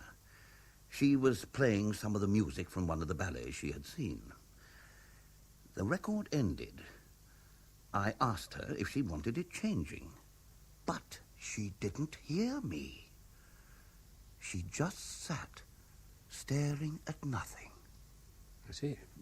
Well, how often does this happen? Well, to begin with, it was once or twice a month. Then it began to be more frequent. Now it may be once a week. How long do these spells last? They can last up to an hour. Has your wife ever dabbled in spiritualism or anything to do with the supernatural? No, never. She's always laughed at people who believe in that kind of thing. Yes. You've had medical advice, I suppose? Yes. A specialist in nervous disorders. There's nothing wrong, medically. How old is your wife? 29. Oh. Quite a bit younger than you. How long have you been married? 4 years. Children? No. You married a little late in life. Is she your first wife? Yes. Well, you know me, Roger. I was always ambitious. Yes. Another glass? Thanks. Well, I'll be honest with you. You're not the first man to come to me with a similar story. My wife is very distant. She can sit for hours and say nothing. You say your wife sees visions, Paul, but I say your wife has a lover. No, not Madeline. She's not that kind of woman. Oh, that's what every man thinks about his wife. Here. Roger, when Madeline's mother died a couple of years ago, Madeline inherited some of the family possessions. Amongst them, an amber necklace that had belonged to her great-grandmother, and a portrait of the old lady when she was young. I've caught her several times standing, staring at that portrait. She wears the necklace quite often. And now she started to do her hair in the same style as in the portrait. I tell you, Roger, when Madeline has these attacks, she is no longer my wife. You're not telling me she becomes possessed by one of her ancestors? Yes. That is exactly what I'm saying. Oh, my dear Paul, you're letting your imagination run wild. Well, how did you meet your wife? I met her in Rome. I was doing some business there. We were staying at the same hotel. Yeah. She was studying the galleries, doing some painting. She has a real talent. Oh, that's what I'm told. Does she hope to make a career out of it? I mean, teaching, designing, or... She's never had to think about earning her living. There was always money in her family. Uh-huh. Well, what made you think of coming to me? I couldn't talk to the family lawyer. I wanted somebody I could talk to personally. And then I remember the talks we had as students. I remember, too, you were interested in psychology. Well, yes. Well, you couldn't hope to practice law without knowing something of the human mind. Do you know why I left the police, Paul? No. I understand you resigned and went into the law. Well, yes, I always wanted to go in for the law, as you know, but, well, my father decided I should go into the police. I should have had the courage to refuse him. Well, to come to the point, I had to arrest a man. He was a petty thief of some kind. He tried to escape arrest by climbing out of a window onto the roof where he'd been caught. I had a young man with me, Maurice le Riche. He was only a cadet. I was standing at the window out of which he had climbed. The building was some 20 stories high. I could see the traffic below, the cars looking like toys, the sound of the traffic like a radio turned down, the people in the street like walking dolls. The roof was a sloping one. There was a chimney behind which he was hiding. He was unarmed, and there was a ledge at least wide enough to give a footing, though it had been raining. It was a question of climbing out and talking to him, because he'd threatened to kill himself. Well, it was young Le Riche who climbed out of that window, slipped and fell to his death. I remember now. You never had a head for heights. He screamed as he fell. I shall never forget that scream.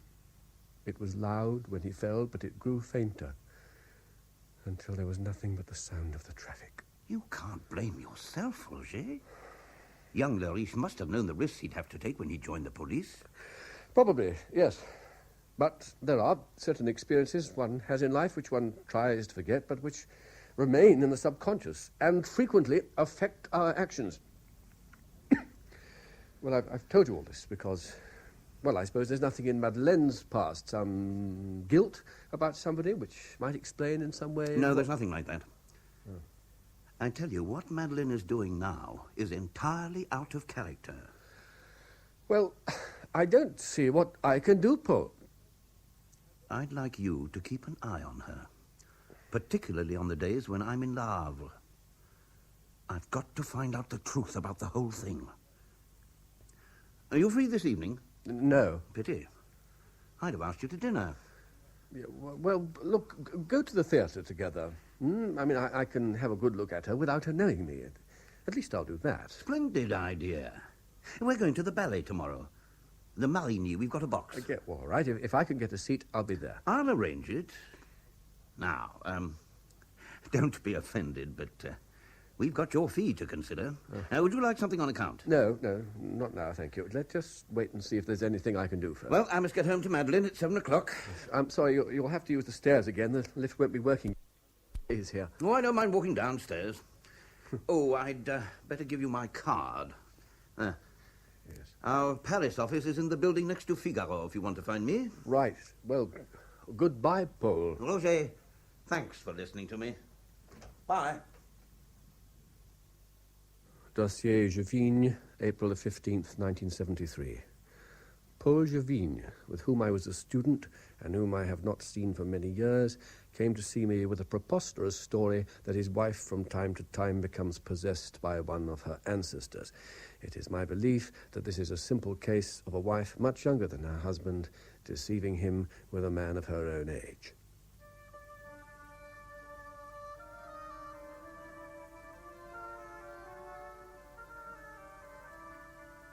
Dossier Jevigne, April the 16th, 1973.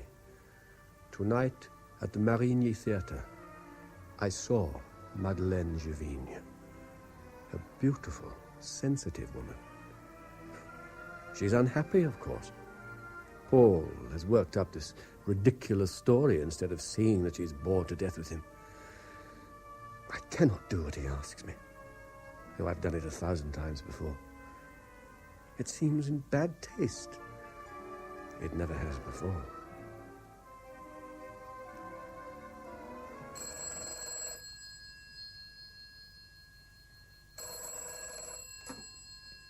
Roger? Yeah? Paul. Oh, hello. Have I woken you? No, I was just making some coffee. I saw you at the theatre last night. Yes. What did you think of her? She's very beautiful. I asked Madeleine what she was doing this afternoon. She said she was going out for a walk. That'll be about 2 o'clock. She lunches early. Did I give you the address? Avenue Kléber? Yes. 76? Yes. Apartment 43? Yes, you did, Paul, but I don't think really... I'm always worried when I'm not with her. There was something so quiet about her. Yes, Paul, but honestly... Go about it in your own way. I'll give you a free hand.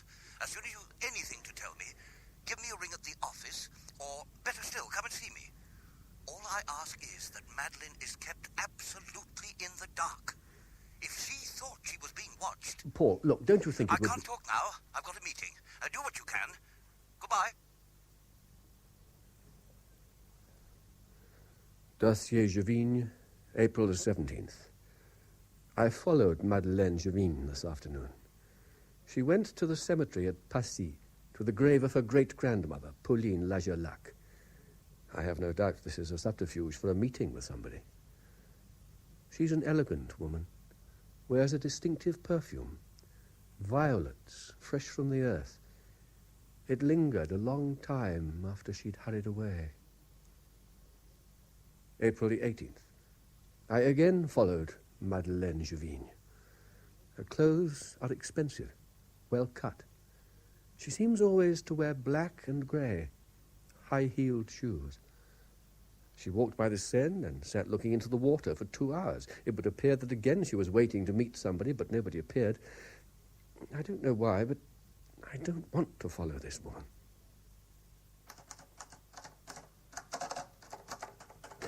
Oh, can I help you, sir? I'd like to see Monsieur Jevigne. Have you an appointment? Monsieur Jevigne will see me. My card. Oh, just a moment. There's a Monsieur Flavier to see you. Please show him in. You can go in. Thank you. Hello, Roger. Is there something wrong? No. There's nothing wrong. Well, grand offices you've got. Though I'm not sure I like this modern American style. You've seen Madeleine? Yesterday, she went and sat looking into the river. And the day before, she went to the cemetery at Passy. Passy? To the grave of Pauline Lagerlac. You see, Roger, she is obsessed by this dead woman. That's a fine photograph of her. Oh, it was taken the year before all this. It's one of my favourites. Hello, Jess. Oh, it's you, my dear. I was going to ring you. And the thing is, I've got meetings at the ministry all day. My dear, it is a little difficult now. I'll ring you back as soon as I can. Goodbye. Mademoiselle, how many times have I told you not to put anybody through to me direct? Sorry, I'm actually... Modern office equipment is more efficient than the human being these days. Now, you must admit, it's an extraordinary thing to visit the grave of an ancestor who's been dead 80-odd years. Paul, I've been thinking of getting away for a month or two. I've been overworking for some time now. Roger, the responsibilities of a man in my position are sometimes more than I can take. And then to be worried by Madeline. Don't let me down. Not now. All right. I'll carry on with the case for another week or two. Thank you, Roger. You don't know how much I appreciate this. Oh, good afternoon, monsieur. Good afternoon, concierge. I'm sorry if you're wanting a room. We're full. It's the English visitors this time of the year. No, I don't want a room. Here's my card. I'm a lawyer. Oh, yes, monsieur. Yes. The lady who just came in... Madame Jevigne? Yes, that's right. Well, thank you, monsieur. Not at all. Does Madame Jevigne visit somebody staying here? No, Madame Jevigne took a room here. Well, does anybody visit her here? No. Does she receive letters? No. What's the number of her room? She wanted number 19 on the 3rd floor, which looks onto the courtyard. She knew exactly which room she wanted. I thought she must have stayed here some time and I'd forgotten her. I see. Does she keep the room permanently? She has it by the month. At least she took it for 1 month. Yes? Monsieur Flavier to speak to you. Put him through. Yes, Roger? There's nothing wrong. Do you know of any reason why your wife should visit a house in the Rue des Saints-Pères? No. But I do remember my mother-in-law pointing out to me a house in the Rue des Saints-Pères where Pauline Lagerlac had lived after she was married. It's a block of flats now,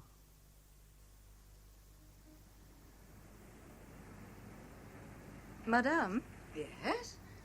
how much is my coffee? 2 francs, madame. Where is the nearest post box? It's a little further down the quay, madame.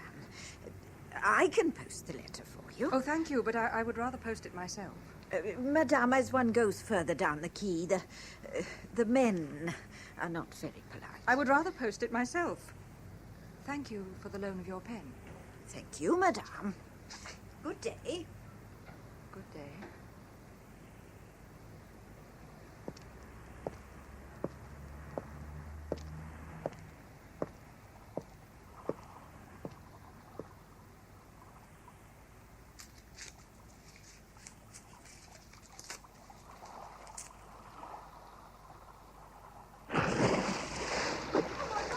What's happened? She said they're having a cup of coffee. She asked to borrow a pen. Please, madame, hold my jacket. Yes, monsieur. Hold on, I'm coming. She sat writing a letter. We've reached her. Hold on, monsieur. It's not easy for him. She's determined to die. Please don't get her out. Yes, monsieur. No, just relax your body, will you? You're going to be all right, madame. She asked me where the postbox was. Here, madame. Take my hand. Now, monsieur, you hold her by the waist. Now, madame, try and ease yourself up. You're still alive, madame. You want to thank God and your friends. She just stood on the edge of the quay, tearing up the letter. Madame, will you please help me get her up? Yes. No. Slowly does it. Up you come. Ready. Up. There. You know, you nearly killed me as well. Oh, you are. You're not dead. It doesn't hurt to die. You've been very stupid. I'm on. Pull yourself together. Come on, stand up. Try to walk. You better come inside the bistro. Yes, thank you. Can you manage? Yes, I think so. Right. Carefully then. I'm all right, really. Come in, madame. Oh, monsieur, you better get yourself dried. Yes. You think you can lend us some clothes? I can find something, but they won't be very smart. Madame had better come into my bedroom. Thank you. You can make it a hot drink or something. Milk, cognac, something Yes, like that. monsieur, yes. Come with me, madame. Thank you. Is there anything to get home in? Can I get a taxi here? Yes, the telephone's there. There's a number on the wall. They know us. Bistro Vincent.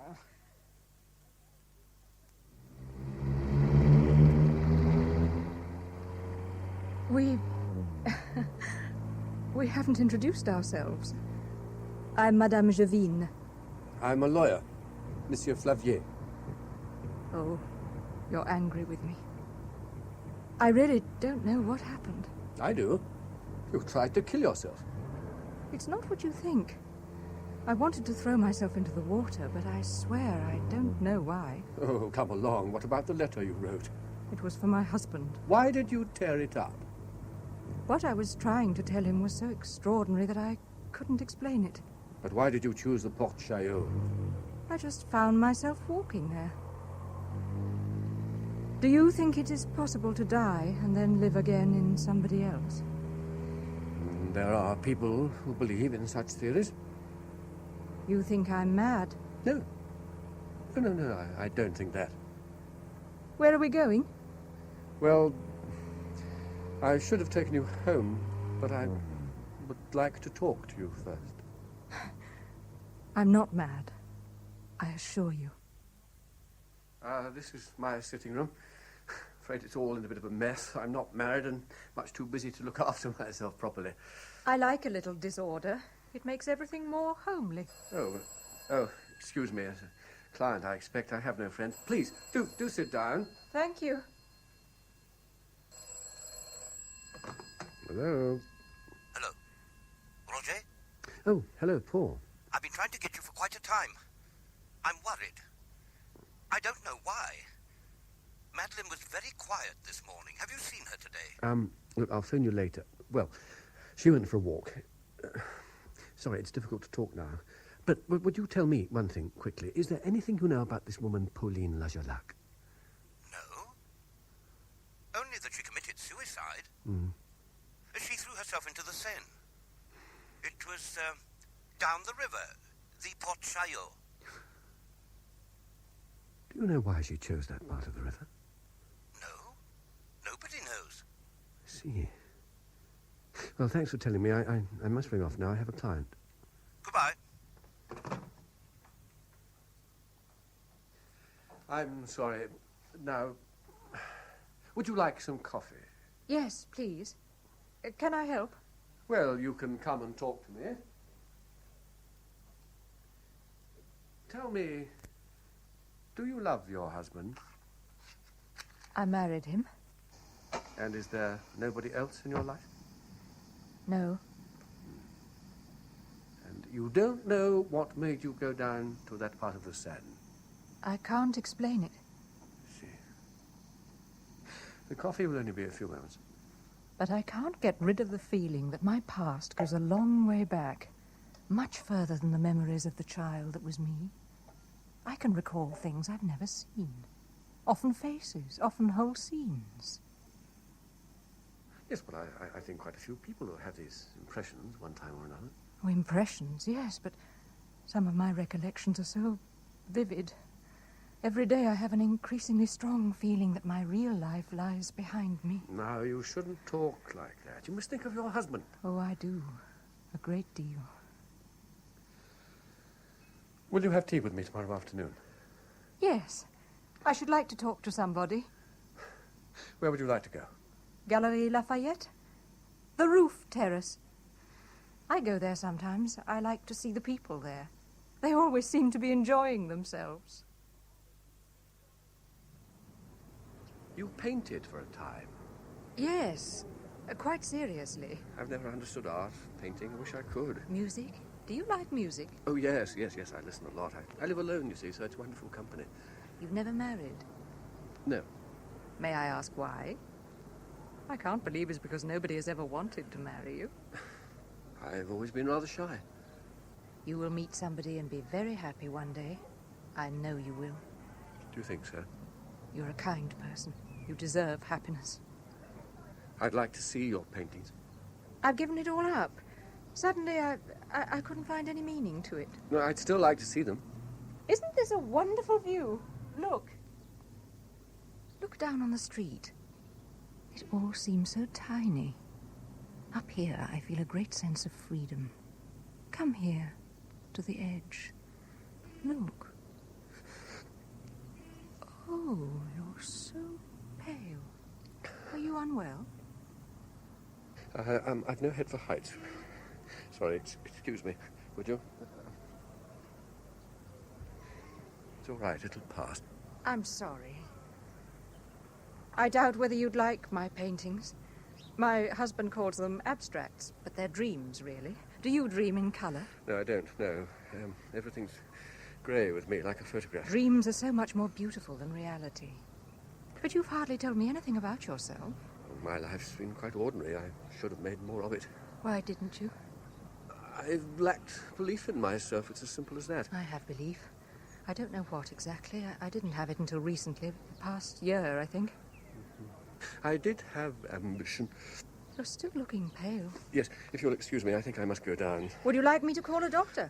No. Once I get down, I'll be all right. Dossier Juvine, May the 1st. We're meeting every day now. I can talk to her. She listens to me. I've never had any success with women. I've never found the courage. Oh, a prostitute from time to time. But Madeleine Juvine gives me courage. I'm in love with her. Why did she marry Paul? Oh, Paul said there's always been money in her family.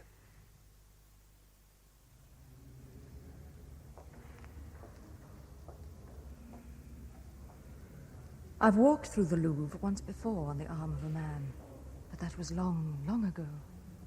Is that just an impression, or is that one of the things you say you can recollect vividly? Just an impression, but I was in love with him. I wasn't married to him. There was a room in the house where I lived where I used to write to him. One day he told me he was going to be married, and I wanted to die. I think we've all felt that there was somebody we've loved and yet have never known. Another of the things I see vividly is a little town. I don't even know whether it is in France, but there are times when I walk through it as if I had always known it. A river runs through the middle. On the right bank there's a Gallic Roman triumphal arch, and if you climb up an avenue of poplar trees, you can see an amphitheatre, and behind it grapevines and a herd of sheep. I know that town. It's Sainte, and the river is the Charente. I've often wondered where it was, and there is a little fountain. The fountain of Saint Estelle. And behind the amphitheatre, a tall church with a very old tower. Saint-Eutrope. I must have lived there once. When you were a child, perhaps? No, in a former existence. Where were you born? In the Ardennes. My father had paper mills there. He had many other business interests, too. But the family originally came from Paris. Did you have any of these recollections or impressions when you were young? No, they began about a year ago. It seemed to me that I wasn't in my own home, that I wasn't living with my husband, but with a stranger. Do you know the feeling of waking up and not knowing where you are? Madeleine, there's a question I've got to ask you. Had you thought of trying to kill yourself before that day, and have you thought about it since? No, neither before that day nor since. But, Roger, I didn't want to kill myself. It was an impulse, drawing me into the unknown. Do you realize that I've come to love you? Yes. Perhaps if we had met at another time... You're not angry with me? I could never be angry with you. Would you like to walk a little? Have a cup of coffee? No, I'm rather tired. I think I shall go home. Oh, you've turned pale. You sound afraid. I'm tired, that's all. I've nothing to be afraid of. Well, I have a little present for you. What is it? Go on, open it. A cigarette lighter. To my Eurydice. Why do you call me Eurydice? Wasn't Orpheus inconsolable when he lost her? Oh, yes. You're right. You must lose me one day, and soon, perhaps. Thank you, Roger. Shall we see each other tomorrow? Yes, of course, my dear. Shall we go into the country for the afternoon? Yes, that would be pleasant. I shall ring you tomorrow. No. Please, you must never telephone me. I rarely answer the phone myself. It could be the housekeeper or even my husband. Sometimes he works on papers at home. I will telephone you. June the 15th. I believe she loves me. I do not know why she should, but I believe that she does. I think it is best we do not see each other again. Not only for my sake, but for her own. Come in, Roger. Thank you. Please, sit down. Thanks. You look tired, Paul. Oh, you've no idea the life I lead. There are times when I'd like to run away from the whole thing. Yes, well, at least you have a beautiful wife. Yes. Paul, I'm not going on with this. My dear fellow. Apart from the fact I've become friendly with your wife, the truth is there's nothing I can do. Your wife does have some affinity with the past, but she's not the only person, and I don't think she will attempt suicide again. Roger, please. Give it another fortnight. Oh, I haven't told you this. It's confidential. But our government contract has been extended for 10 years. They're going to finance the rebuilding of our yards at Le Havre. It means we've got to live there. I shall buy a house. It'll become our permanent home for the next few years. Does Madeleine know? Of course. Well, it will be better for her if she leaves Paris. Yes. I shall be able to spend more time with her. And she will have the new house. Very well, Paul. If it's only for a fortnight. Oh, thank you, Roger. Thank you. By the way, do you know if she's ever been to Sainte? Sainte? No, I'm sure she hasn't. She described it to me exactly as if she'd been there, but not as it is now, as it was years ago. I've never heard her mention Sainte. But her mother mentioned it as a town where their family had connections. Well, could she have seen photographs? Well, anybody might see an old photograph of Paris, Nice, anywhere.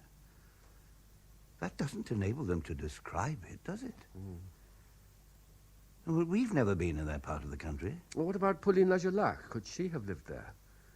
I don't know. Your wife describes a place which we must presume at some time was known to Pauline Lajolac, and she described it as it was a century ago. I can't explain it.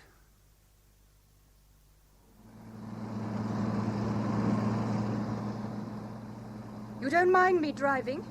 No, but you don't look well. You're very pale. I have a headache. I've had a lot to think about. So why do you want to drive, and so fast? I thought it might clear my head. Your perfume reminds me of violets when it's been raining. It's a perfume like any other. Are you upset about something? Is it because of what I've said about loving you? No, but we mustn't think about it, Roger. It cannot be.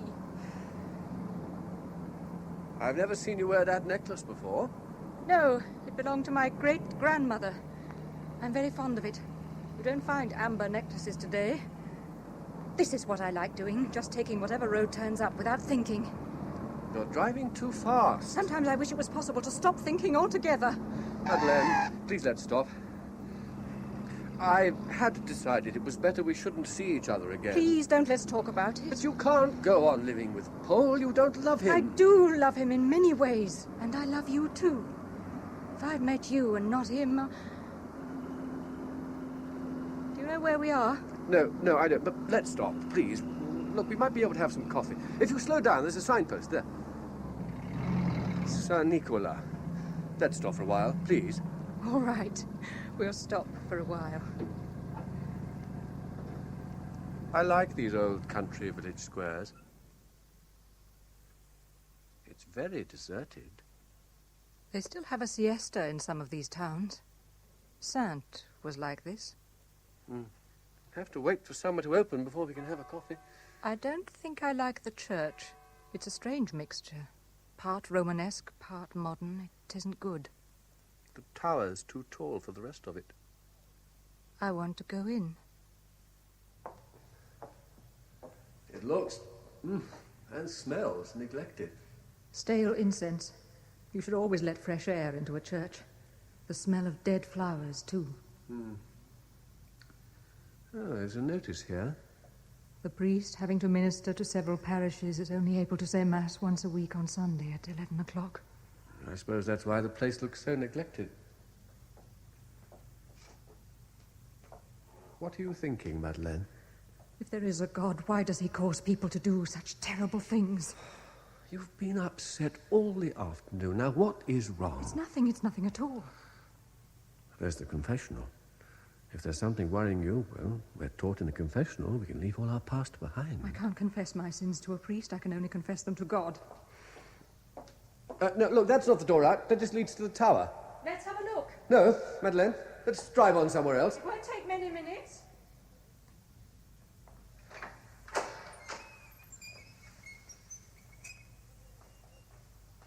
Madeleine, don't go up the tower.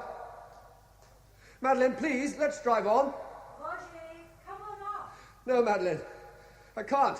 The view up here is quite beautiful, and I'm not even halfway. Madeleine, please, don't go any higher. Come on. Every time you go round, the view is more beautiful. Do come up. Well, I'll try, Madeleine. I'll try.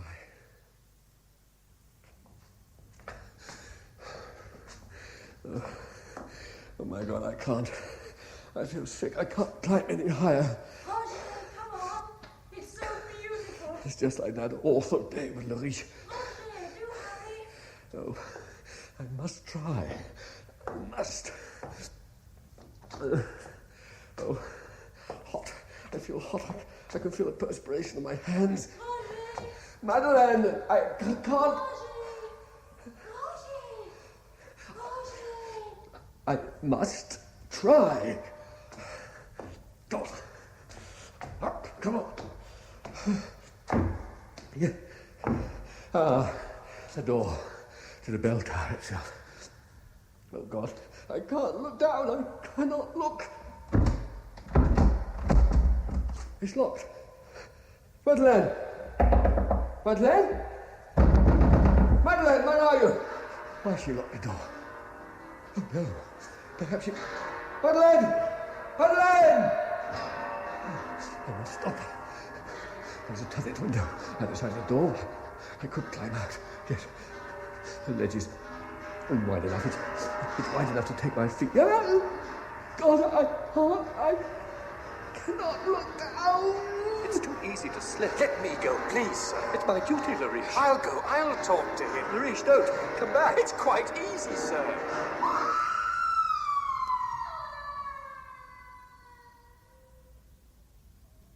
Oh, my God. Madeleine! Madeleine! Madeleine!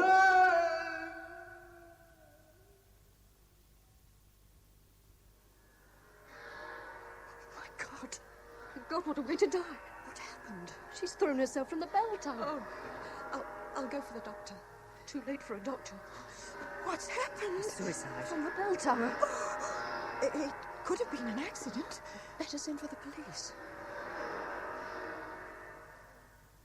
Dossier Javine, June the 19th. Today I drove into the country with Madeleine. I was going to ask her to leave Paul. She killed herself. I shall have to tell Paul. I shall have to tell him that I could not save her. I shall have to tell him I killed her as assuredly as I killed Maurice le Riche.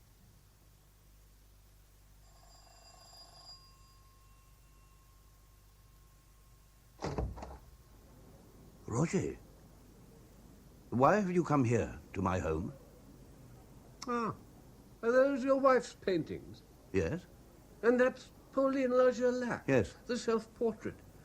And wearing the necklace your wife inherited. Have you been drinking? Yes. You better come in.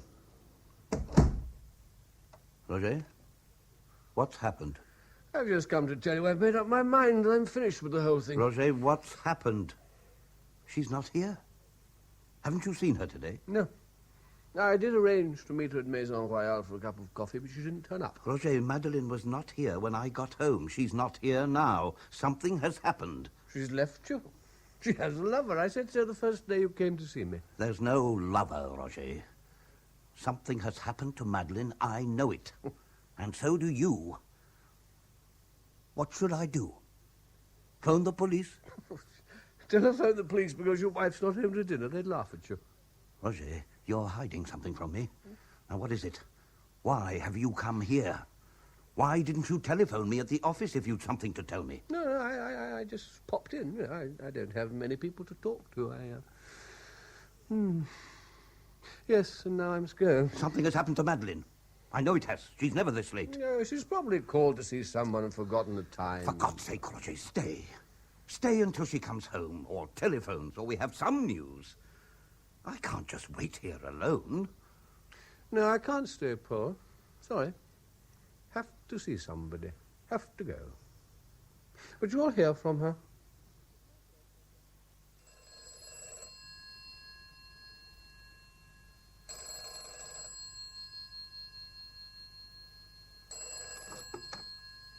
Roger? Yes. Are you still asleep? Yes. Madeleine killed herself yesterday afternoon.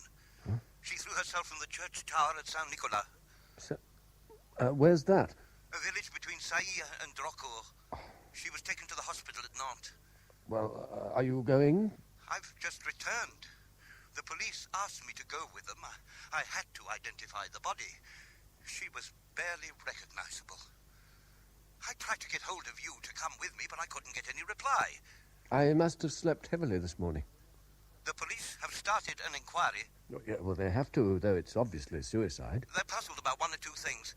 Why she should have gone so far to do it. I shall have to tell them about the obsession she had. Yes, you'll have to tell them about that. Roger, are you sure you didn't see Madeleine yesterday? Yes, of course I'm sure. Roger, I must tell them that I came to see you. Yes, you must. They'll probably want to see you. Probably. You'll tell them about her strange fancies, her obsessions. Yes, I shall have to. You'll tell them about the suicide attempt at the Porte Chaillot? I'll tell them what I can. Yes. Yes, of course. Well, Thank you. Goodbye for now, Roger. Goodbye. Goodbye.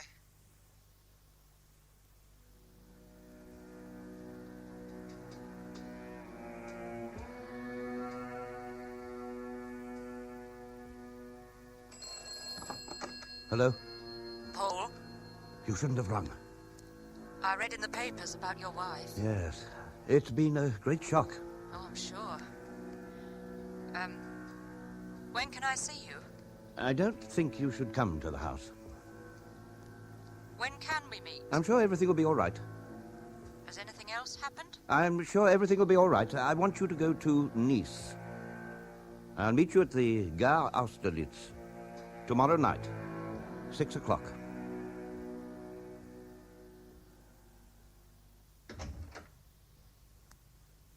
Yes. Monsieur Roger Flavier? Yes? Inspector Lemoine. Oh, yes, Inspector, yes. Please come in. Thank you. Sit down. I believe you knew Madame Madeleine Jevine. She... Yes, Monsieur Jevine has told me. Ah. I understand he consulted you about his wife. Yes, numerous men do. Husband suspects his wife of having a lover. And? I followed her for a week or two. Was there a man involved? No. A woman ceases to be attracted to her husband. He thinks she has a lover, but often as not there isn't. It's happened 100 times before. It'll happen 100 times again. And that is all, monsieur? That is all.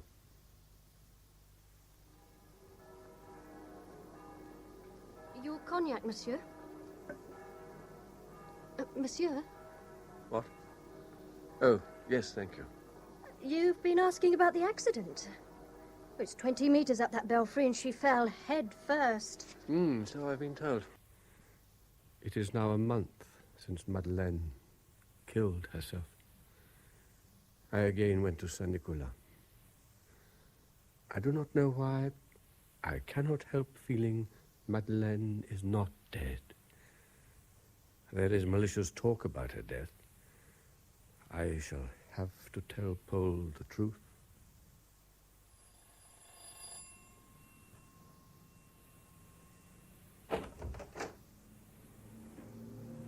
Yes, monsieur. Monsieur Jevine, is he at home? Didn't you hear it on the news, sir, or read about it? Monsieur Jevine was killed over 2 weeks ago. Killed? Yes, sir, driving back to Le Havre. No, I didn't know. His mind wasn't on his driving. It was the police. Such terrible questions they asked. Was monsieur at home that afternoon? What time did madame go out? Did madame go out alone? I told them madame went out about 1:30.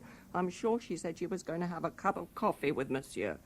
But they would have it that he had driven her out into the country that afternoon. Yes, I know that. She killed herself, monsieur. It's very sad. She never had any life with him. He was always working. And I'm certain that she thought he had somebody else. She always looked so unhappy. I felt really sorry for her, poor soul. August the 20th. Paul, too, has been killed. Am I responsible for his death, too? I must try to put the whole thing behind me. The dossier Jevine is now closed.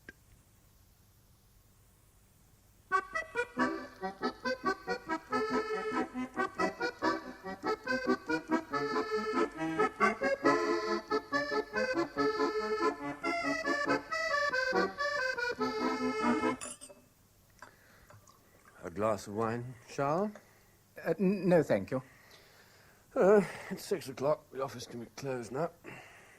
Monsieur Flavier, may I say something to you? Yes? May I say you're drinking too much? Yes, perhaps I am. I will be completely frank, Monsieur Flavier. It is now over a year since I made an investment in your business. I not only naturally expected to benefit from your knowledge and experience... Of course. I naturally also expected to have a reasonable return on my investment. Yes, of course. But it seems to me that you are taking less and less interest. I'm sorry, Charles, I hadn't realized. I'm sorry to have to speak to you about it. You see, Charles, just over a year ago, the woman I loved was killed. Oh, I didn't know that. Yeah, well, I thought if I took you into partnership, it would help me forget. It would inject new interest into my affairs. I'm sorry. It's as well we have spoken, Monsieur Flavier. Perhaps matters will prove to be a little better now. I hope so, yes. Sure you won't have a glass of wine? Quite sure. Monsieur Flavier, perhaps I've spoken a little unkindly. Would you have dinner with me tonight? No. It's quite all right. I had thought of going to the cinema.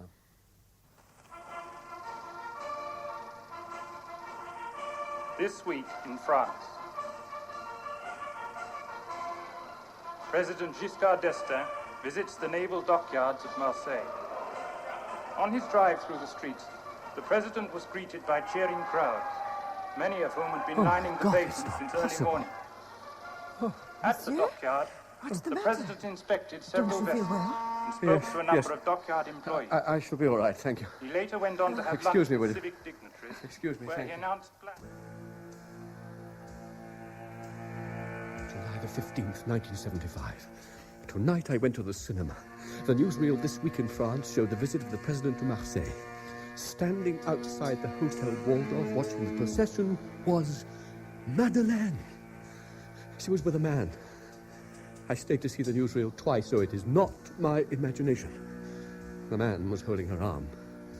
Her husband, her lover. She's put on weight. Her face is more rounded. Her hairstyle is different. But it is Madeleine. I have reopened the dossier Javine. Flavier, I telephoned last night. Ah, yes. Will you please register, Monsieur Flavier? Yes, thank you. Will you be staying long, Monsieur? I'm not sure. 2 days, certainly. Thank you, Monsieur. I hope you enjoy your stay in Marseille. Yes, thank you. Could you tell me exactly when the president was here? A week ago, last Friday. Week ago, yes. Did you by any chance notice a gentleman staying here, middle-aged, with a pearl tie-pin? He had a lady with him, 31 or 2, wearing a mink coat. This is the Waldorf Hotel, Monsieur Flavier. Your description would fit many people. Are you dining alone, monsieur? Yes. I'll have the hors d'oeuvre. Hors d'oeuvre. Blanquette de veau. Blanquette de veau. And a bottle of Médoc, please. A bottle of Médoc, yes. Thank you, monsieur. Just a moment, just wait. Have you seen a lady and gentleman dining here? The gentleman's perhaps nearing 60. He wears a large tie-pin. And the lady's a little over 30. And her hair is blonde, nearly down to her shoulders. Monsieur, I could think of many people. Yes, of course. No, I just thought some friends of mine might have been staying here, but there's no reason why they should. No, monsieur.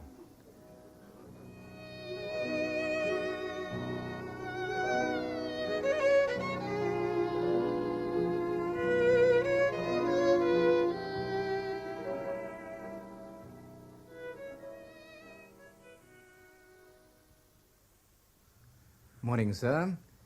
Morning. My bill, please. Oh, leaving us so quickly? Yes. Have you a railway timetable? Yes, sir. Where to? Paris. You are too late for the rapide, sir, but there is the express at midday. Very well, I'll take the midday. My God. Monsieur? The man just going out and the woman with him. Do you know his name? Monsieur Almarien. Almarien. What does he do? He buys and sells. Nobody quite knows what, but he does know how to make money. Is that his wife? No, he never keeps the same one for long. Mademoiselle Renée Sourange. Monsieur, do you want me to try and get you a reservation on the train? What? No. No, I think I'll stay another day or two. Yes, monsieur. Hotel Waldorf, July the 17th. It was not my imagination. The woman is Madeleine. Her clothes are expensive, but they're not Madeleine's taste. The eyes are the same. sad and far away. As she went out of the hotel, she recognized me. There was a sudden, startled look on her face. Is there anything else, monsieur? No, thank you. Waiter. The lady sitting with the gentleman there in the corner. Do you know anything about her? They've been here for about a month. That's all I can tell you, monsieur. I'm sure I knew her in Paris. Yes, monsieur.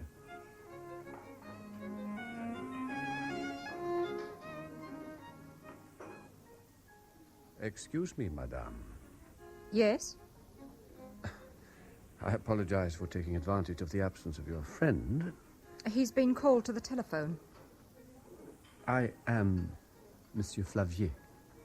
Yes, monsieur? Oh, didn't we once know each other? I don't remember ever meeting you, monsieur. You don't remember that we had tea together once at Galerie Lafayette? Visited the Louvre together? The last time I saw you was when we drove into the country to Saint-Nicolas. I'm sorry, but you are mistaken, monsieur. It is. It is Madeleine. Her colours of her clothes are wrong, the shoes are wrong, her earrings are in bad taste, the nails too brightly coloured, but the perfume is the same. Violets and fresh earth. Who is it? Monsieur Flavier. Just a moment.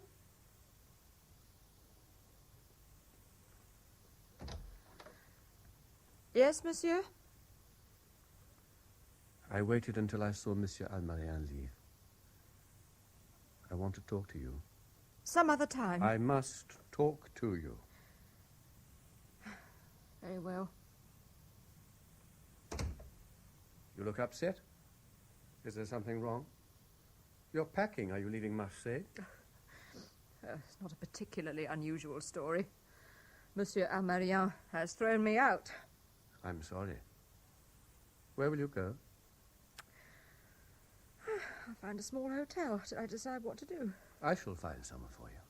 For both of us. No, monsieur, I couldn't agree to that. Why not? Why not? I don't know you. I don't go and live with any man who speaks to me over a dinner table and then knocks at my door. No, no. That is not the reason. You recognized me in the hotel yesterday.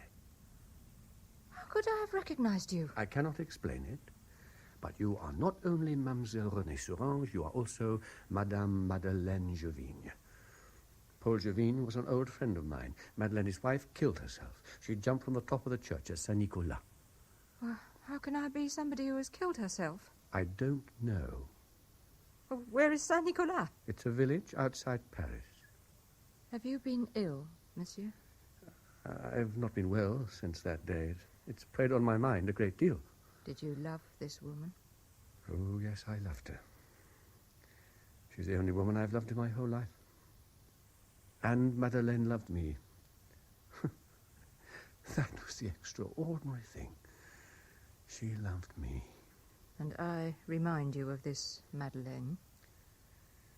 Yes. Well, as we both seem to be lost in the world, perhaps we should stay together for a while. But not here. It's too expensive. And I don't want to meet Almarien again.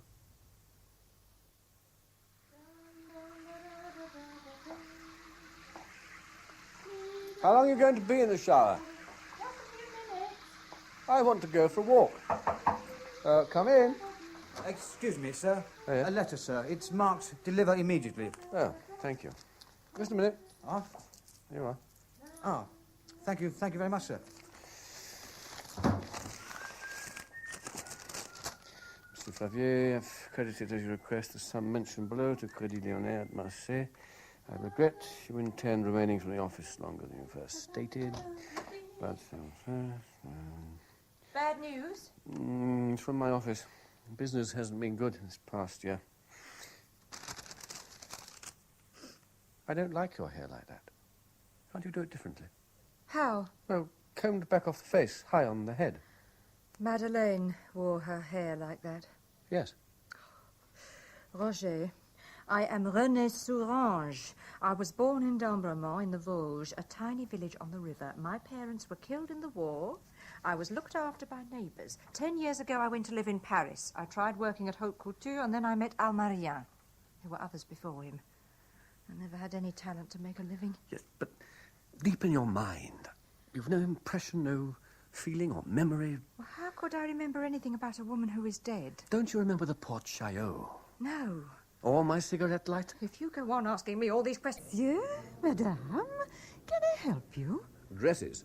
The most elegant you have. Roger, this is all too expensive. Yeah, monsieur. We have the new collection from Maison Roche. That one. The black? Try it on.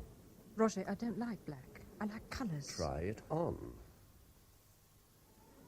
Ah, here comes madame. Madeleine. Do you like it? Your earrings. Take them off. Very well. Yes. Now you look more... More like Madeleine. Where's the shoe department? Third floor, monsieur. Yes, monsieur. Shoes, please. Black, high heels. Of course. Will these suit, madame? Yes. Exactly what we want. Madame's size? I prefer what I'm wearing, lower heels. What size? 3. Here we are, madame. Size 3. I really prefer my own... Try them on. Roger, please. Try them on. Very well. Oh, they're a perfect fit. Oh, madame, very elegant. Does monsieur like them? Yes. They're exactly the kind of shoes Madame used to wear. There's a mirror here. Madame, would you like to see how they look? No, I'd rather... Come on, look. You're hurting my arm. Look! That woman you're looking at, that's not Renée Sourange. That's Madeleine Jovine. I'm going back to the hotel. You're crying. There's something wrong. Please tell me. I just want to be myself. Is that so difficult to understand? Oh, don't cry, please. Your face looks like it did the day I pulled you out of the Seine. Your makeup's running. Oh, for God's sake, leave me alone. Madeleine. I'm not Madeleine. You're obsessed by this woman. You are Madeleine. Oh, you've too much makeup on. Madeleine hardly ever wore any. And your hair is still wrong. But nevertheless, you are... I'm going to have my bath. She is Madeleine. She is. A passport. She must have a passport. What? Sourange. Renée Catherine.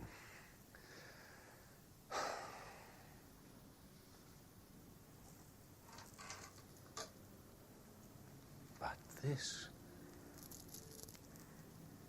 You are Madeleine. What are you doing, looking through my passport? You see? Sourange, Renée Catherine, born 16th October in d'Ambremont, and you... this? This necklace I found in your drawer? This just a necklace? This necklace belonged to Pauline Lajolac, Madeleine's great-grandmother. I've seen it only once, but I have seen it. Madeleine was wearing it the day she was killed. And now, you are wearing it. Almarien gave it to me. I don't believe you. He bought it in Paris, an antique shop in the Rue du Faubourg Saint-Honoré. When? 6 months, a year ago. He'd some business in Paris. We'd had some quarrel. He wanted to make it up. Mm-hmm. And this lighter? You've seen this before? What? No. You have seen this lighter before. No. You asked me why I'd called you Eurydice, and I said it was because when Orpheus lost Eurydice, he was inconsolable. I must leave you. When I left the church at Saint-Nicolas, Madeleine's handbag had been thrown to one side of the square. It had burst open. I picked the lighter up. I can't stay with you. No, listen to it. Listen. There's nothing to be frightened of. Pauline Lajolac was reborn in Madeleine because in her lifetime she could not find happiness. She was married, but she loved somebody else. I know that. Now, Madeleine Jovine has been reborn in you because she was not allowed the happiness she should have found with me. It was meant that we should meet again. Please, can't you forget the past? My life has not been happy either. No, it's quite true. I am still in love with her. I'm in love with you, too. It's one and the same love. A love such as no man has ever known before. Please, I'm tired. I must go to bed. Tomorrow we will decide what is to be done. No. Let me go on. I'll tell you something now which I've only realized myself in the past few days. I've always been afraid of death. I came to believing in the Christian God because of the promise of the resurrection. The body wrapped in the linen cloth, and then the third day. Oh, yes, I used to think about that third day. When I was a boy, I used to go into an empty cave and shout into it, but no one rose from the dead. When I saw you, I saw Madeleine born again, and I believed my shout was answered. The trams. I can't stand the noise of the trams. I loved Madeleine. I love you. Please, stop, please. I'm tired. I must go to bed.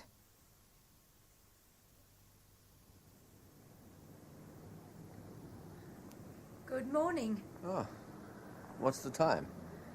Nearly 12. We've slept late. Don't brush your hair downwards like that.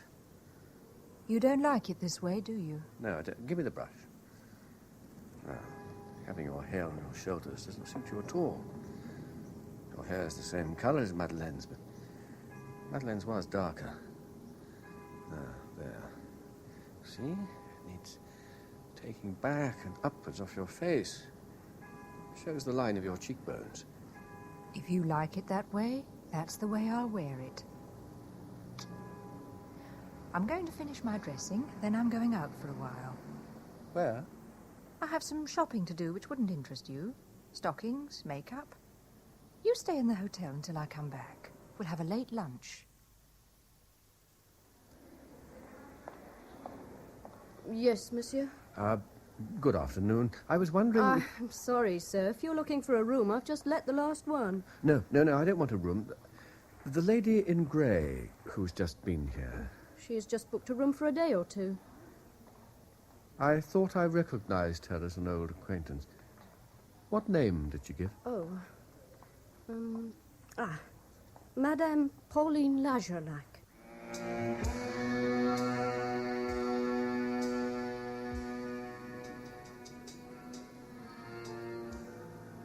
Thank you for the loan of your pen. Thank you, madame. Where is there a post box? Just a little further down the quay. Thank you. Give me that letter. Let me go. I've been following you since you left the hotel. Why have you come down to this part of the quay?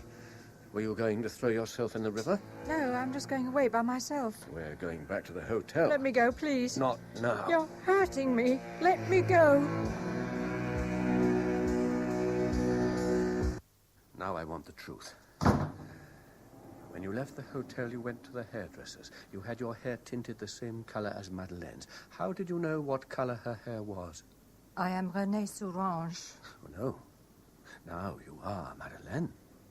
It is better for both of us if I just go away. You have booked a room at a hotel. You have given your name as Pauline Lagerlac. Yes, I gave my name as Pauline Lagerlac. You are Madeleine. You can remember Pauline Lagerlac? No, I cannot remember Pauline Lagerlac. Then this afternoon, the pension, the quay. I knew you would follow me. You want to believe I am your Madeleine. You will not believe I am Renée Sourange. You do not know me. You do not want to know me. I loved Madeleine. I love you. You do not love me. You believe only in Madeleine. You've made me wear clothes that Madeleine would wear. You are Madeleine. No. But I decided to become your Madeleine. My hair is the same now. The same style, the same colour. I gave the name of Pauline Lagerlac at the hotel. I knew you would believe it was something only Madeleine would do. But you sat writing a letter on the quay. I went down to the quay. I knew you would keep following me. I sat and I wrote a letter. I intended to post it to you and then escape somewhere where I could start all over again. I hoped you would believe that your Madeleine had come back to you and then disappeared again. I hoped you'd be happy living with your memories of her. You went down to a lower part of the quay just as Madeleine did in Paris. You sat writing a letter just as she did. Now, I never told you about that. How could you know about it unless you are Madeleine? Why do you open the window? I must have some air. I feel faint. The way you're looking down now. Down into the street. It's the same expression you had the first night I saw you at the theatre. You were looking down then, lost in some world of your own. Yes, I am your Madeleine. Why have you closed it? Well, you might have jumped just as she... No, I couldn't have jumped as she jumped. You recognized me the first time I saw you at the Waldorf. I recognized you, and I should have found some excuse to leave the hotel immediately. Why didn't you tell me then? Oh, I should never have come to live with you. How could I know that you had become so obsessed with the woman you knew as Madeleine Javine? I loved you. You know that. The woman you knew in Paris. The woman you saw in the theatre with Paul. The woman you followed to the cemetery, the Rue des Saints-Pères. The Porte Chaillot. The woman to whom you gave the lighter. The woman you drove to the church at Saint-Nicolas. That woman never was Madeleine Javine. But that night at the ballet, you were with Paul. No! That was me! Renée Soulange! The woman who died was Madeleine Javine, his wife. I was Paul's mistress. His mistress? Madeleine was a wealthy woman. Oh. Yes, there was always money in her family. She was the real owner of the business. Paul only became chairman and managing director after they were married. Paul always wanted to be something, but it wasn't in him. He didn't want to go and live in Le Havre with Madeleine. He wanted me. But if Madeleine died, he would inherit everything. You mean Madeleine was murdered? There was no other way. He was then going to sell. We were going to leave the country. Her death was to look like suicide, and I was to be the witness. Yes. Paul wanted somebody who would be able to give evidence at the inquest that his wife had already made one attempt at suicide because she had become obsessed with the memory of her dead great-grandmother. Paul didn't think this all up by himself. Everything Paul told you about Pauline Nagellac was the truth. She did drown. Madeleine did inherit the portrait and the necklace. Madeleine's obsession? Well, I always did have a lively imagination. Oh, it all makes sense. The tower at Saint, which you pretended to describe. Paul knew I'd stayed there when I was a child. When he suggested I should go to his apartment to meet his wife, he knew I'd refuse because I was always paralyzingly shy with women. And he knew I had no head for heights. He'd heard what had happened to Maurice le Riche. The day we went to tea at the Galerie Lafayette, was that Paul's idea you should take me there? Oh, yes. Did I still suffer from vertigo? I see. Yes, that day he came to see me, he was surprised I was living on the 4th floor. Oh, yes. He knew all that. On the day you drove me to Saint-Nicolas, Paul drove his wife there, but he first gave you her amber necklace. He also knew exactly what she would be wearing because she wore only black or grey. Yes, and I was to wear almost the same. You were to identify the body. The clothes were important. They had already climbed to the top of the tower. Paul kills her. He waits for you. You put the necklace on her dead body and the lighter I gave you in her handbag.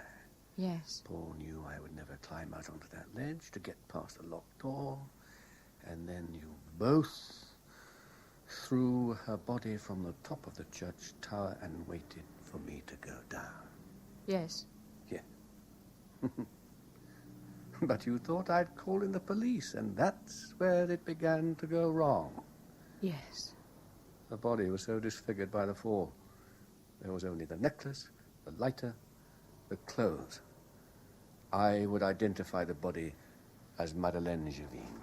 Yes. Well, you chose the church very well. And the time, and the village was deserted. The men working in the fields, the women at siesta. Yes. After you'd murdered her, how did you leave the church? Well, there was a second way out at the side of the altar. Paul had parked his car the opposite side of the village from which you and I entered. And you knew I'd go straight down to the square. Oh, yes. And that photograph on his desk was of you. That's why he made a point of asking me to go and see him at the office. It was specially taken for me. And the necklace. You still have the necklace. I only saw Paul once after that day.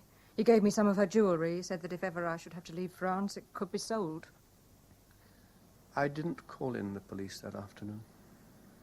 I didn't tell Paul the truth, because I would have had to admit it was my cowardice that killed Madeleine, just as it was my cowardice that had killed Maurice le Riche. When I left Paris, I went to Nice. I let my hair grow back to its natural shade. It had been dyed Madeleine's colour. I dressed as I wanted to dress. I hated all her elegance. For Paul, it was not easy. Wives do not normally commit suicide by jumping from the bell tower of a village church. He couldn't produce an alibi between 3 and 4 that afternoon, and he should have been in the office. But he was in the bell tower of the church of Saint Nicolas. And then someone had seen me driving towards the village square with you, and then driving away alone. The police thought that person was Paul. So? When I agreed to come and live with you, I thought I could make you believe in René Sourange. I had changed the colour of my hair, my style of dressing, everything. There was only one thing I hadn't changed. My perfume. Madeleine. The only woman I've ever loved. Gentle, sensitive, elegant. A woman who never existed. René Sourange, common, vulgar Madeleine who once said she loved me. I did love you. Madeleine. Roger.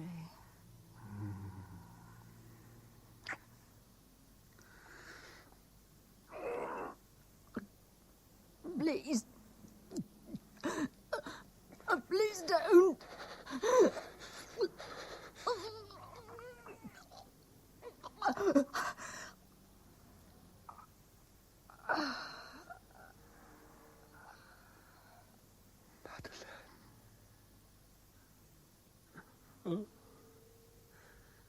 Madeleine.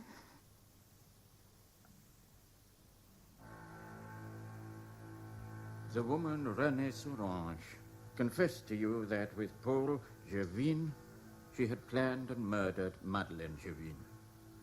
Yes. And you admit you loved this woman? Yes, I loved her. We accept your evidence, but murder has been committed, even if the victim herself has been party to murder. You are remanded for trial.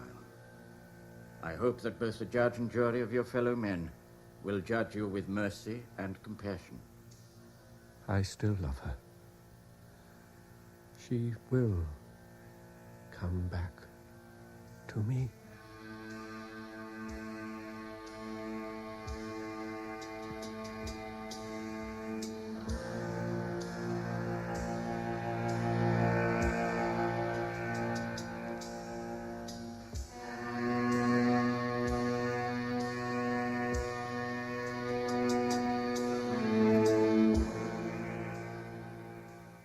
In Obsession by Pierre Boileau and Thomas Nashjack, translated and adapted for radio by Michael Voisey, Flavier was played by Peter Jeffrey, Madeleine, Sarah Bedell, Paul, Nigel Stock, Traboul and hotel receptionist David Graham, Le Riche, John Rowe, examining magistrate Hayden Jones, the inspector and commentator Ian Clegg, waiter Leonard Cracknell, secretary and Marseille concierge Alison Gollings, Parisian concierge and second saleswoman Eva Haddon, first saleswoman and Parisian bistro woman Maddie Head, Gervin's servant and Marseille bistro woman Elizabeth Oakley.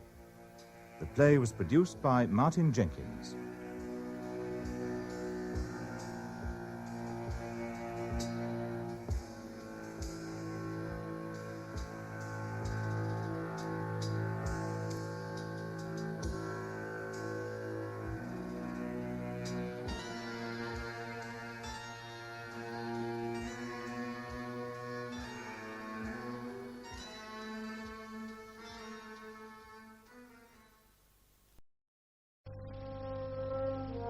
This is the BBC Home Service. Afternoon Theatre.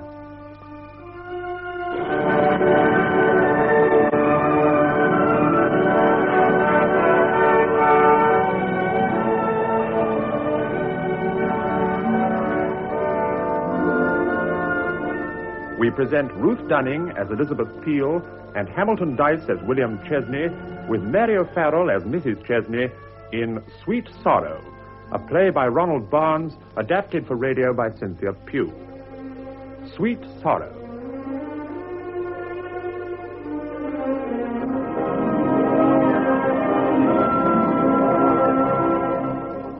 The action of the play takes place in the home of Mr. William Chesney, somewhere in St. John's Wood, in the year 1890.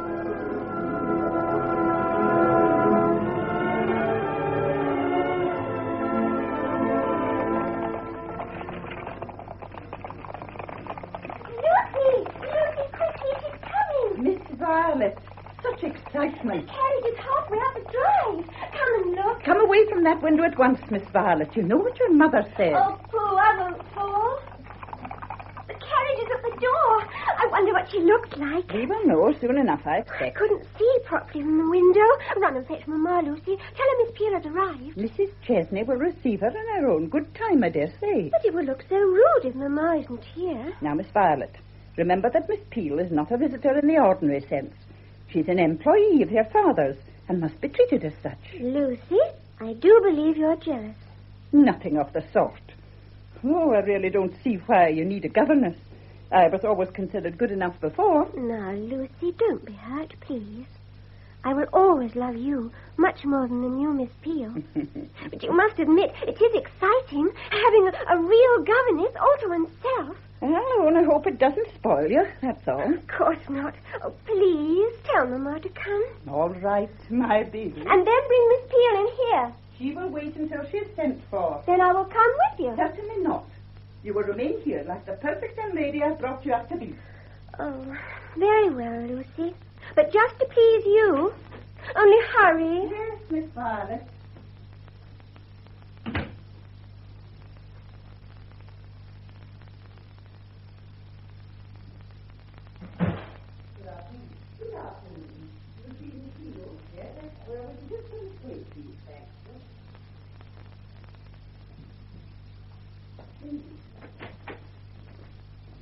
Miss Peel, miss.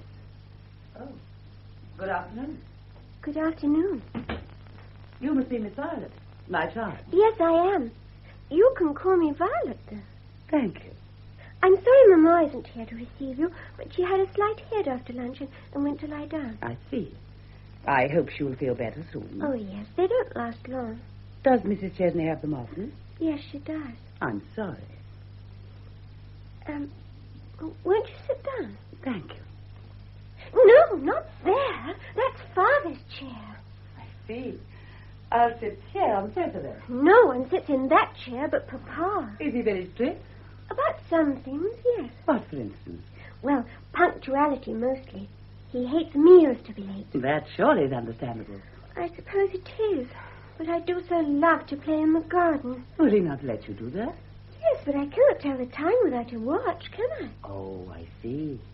And then, one day, he caught me reading in that chair. He was furious. Why? Just doesn't like it, I suppose. You're not afraid of him, are you?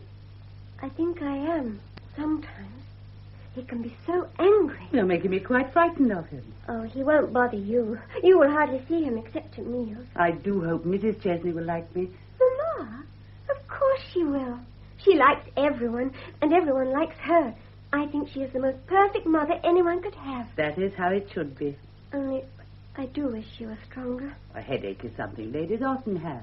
Oh, it isn't just the headaches. She looks quite ill sometimes. If only Papa would take us abroad, I'm sure it would do her good. Perhaps he will one day. No, I don't think so. He doesn't want to go. How extraordinary. No, it isn't.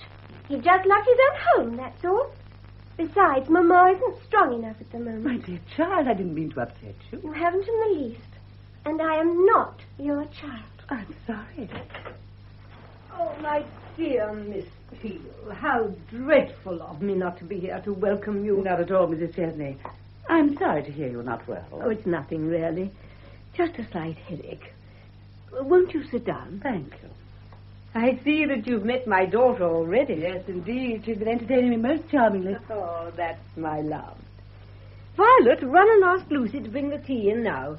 Miss Peel and I have one or two things to discuss. I know. My future. I shall watch out for Papa. Be careful not to overdo your welcome. You know how tired he is at the end of the day. Yes, Mamma. Will you excuse me, Miss Peel? Certainly, my dear. She's a dear child, but quite a handful at times. She will not seem so to me, Mrs. Chesney. I hope not. My references were quite acceptable, I gather. Yes, of course. Did you expect us to require more? I wasn't sure. As you know, I've never done work like this before. That's why we chose you. You're very kind. Not at all. The loss of your father must have been a great blow to you. Oh, here's tea. Put it down here, Lucy. Yes, ma'am. I expect tea will be welcome to you, Miss Peel, after your journey. It is indeed. Thank you, Lucy. That's all. Very good, ma'am. I always feel that tea is a great inducement to friendship. Sugar or milk? No sugar, thank you. It's very odd, Mrs. Chesney. But already I feel at home and happy here, happier than I felt for years. I'm so glad. Your tea. Thanks. As I was saying, you've just suffered a severe loss. Indeed, yes. It is only a month ago that my dear father passed away. Oh. As I explained to you in my letter, he was the vicar only of a very small parish, but greatly beloved by everybody. It came as a great shock to us all. It must have done. My mother had died many years before, and I did my best to take her place. When he was gone, I had nothing. I had to find employment somewhere. When I read your advertisement, it appeared ideal, so I wrote immediately. Lady French, who lives in the parish, was good enough to give me references, and so here I am. I cannot express my gratitude to you strongly enough. There's no need, my dear. You see, we didn't want a professional governess because I, for one, would be intimidated by her. I'm not particularly strong, and I need a companion. I see. You seem distressed. Is anything wrong, Miss Peel? It is nothing. I realize now why you chose me instead of a professional, as you call it. I didn't mean to offend you by saying that. I thought it would make you feel more at home. Of course it has. How stupid I am sometimes. I feel sure I will be very much at home. Splendid. I expect it'll take a little time to accustom yourself to your new surroundings. But you needn't start your duties with Violet until tomorrow. But I would like to begin immediately. After she's had her tea, if possible. Very well, my dear. But she must not have too much excitement before bedtime. Is she Alice Drummond? I didn't mean that. But it isn't every day a governess arrives. What education has she had? She's very intelligent, but she requires more knowledge of history and art. And I particularly wish her to learn French and Italian. You are proficient in those languages, are you not? I pride myself especially on that. I spent many years in France. Oh, how did your dear father spare you for so long? I was sent to a convent there as a child. It's amazing how quickly one picks up a language at that age, is it not? How fortunate you were. I've never been abroad. Really? Unfortunately, my husband has never been able to spare the time to take me. Still, we hope to go one day. I'm sure you would love it. So am I. Gracious me, look at the time. I'll ring for Lucy to show you your room. Mr. Chesterton will be home shortly, and we like to be free for a quiet hour before dinner. Of course. I've enjoyed our tete-a-tete so much. There, you see, I know a little French. Indeed you do. Oh, Lucy, show Miss Peel to her room, will you? Yes, ma'am. Au revoir, Madame Chesney. Bureau de entrée. Au revoir, Mademoiselle Peel. Au revoir. This way, miss. Oh, I beg pardon, Miss Violet. I didn't see you. That's all right, Lucy. Well, Mamma, is she satisfactory? Violet, that is not for you to ask. But she is most satisfactory. Have you finished tea? Is that all you have to say? I thought you'd been much more excited. I'm hungry, Mamma. Excitement always makes me hungry. What a terrible child you are. Miss Peel will have a lot of work with you, I can see. French and Italian. French and Italian. Oh, Mama, how wonderful. I'll work terribly hard. I promise you will be proud of me. Hooray, hooray, hooray! Violet, what do you mean by making such a noise? You know your mother has a headache. She didn't mean any harm, William. I was only pleased, Papa. The new governess has just arrived. Then we must show her what a well-behaved family we are, mustn't we? Yes, Papa. We must not give her the impression that we are not used to such luxuries. I'm sure it wouldn't matter in her case, dear. She seems so friendly. Friendly. Well, like one of us. Then she must realize her place. She will, Papa. She's just gone to look at it now. Violet, leave the room. But, Papa... Please do as I say. Yes, Papa.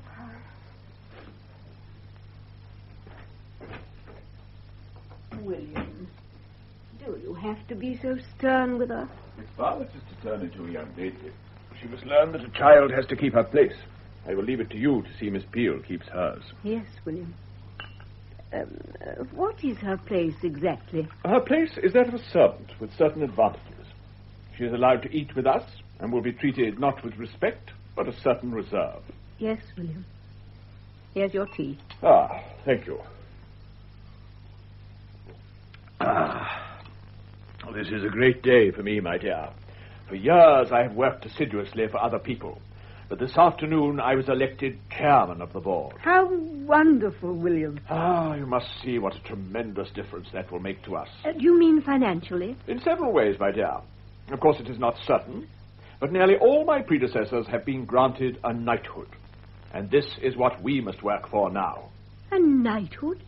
Oh, dear. Yes, I hope by the time Violet is of age, we will be able to launch her successfully and give her a London season.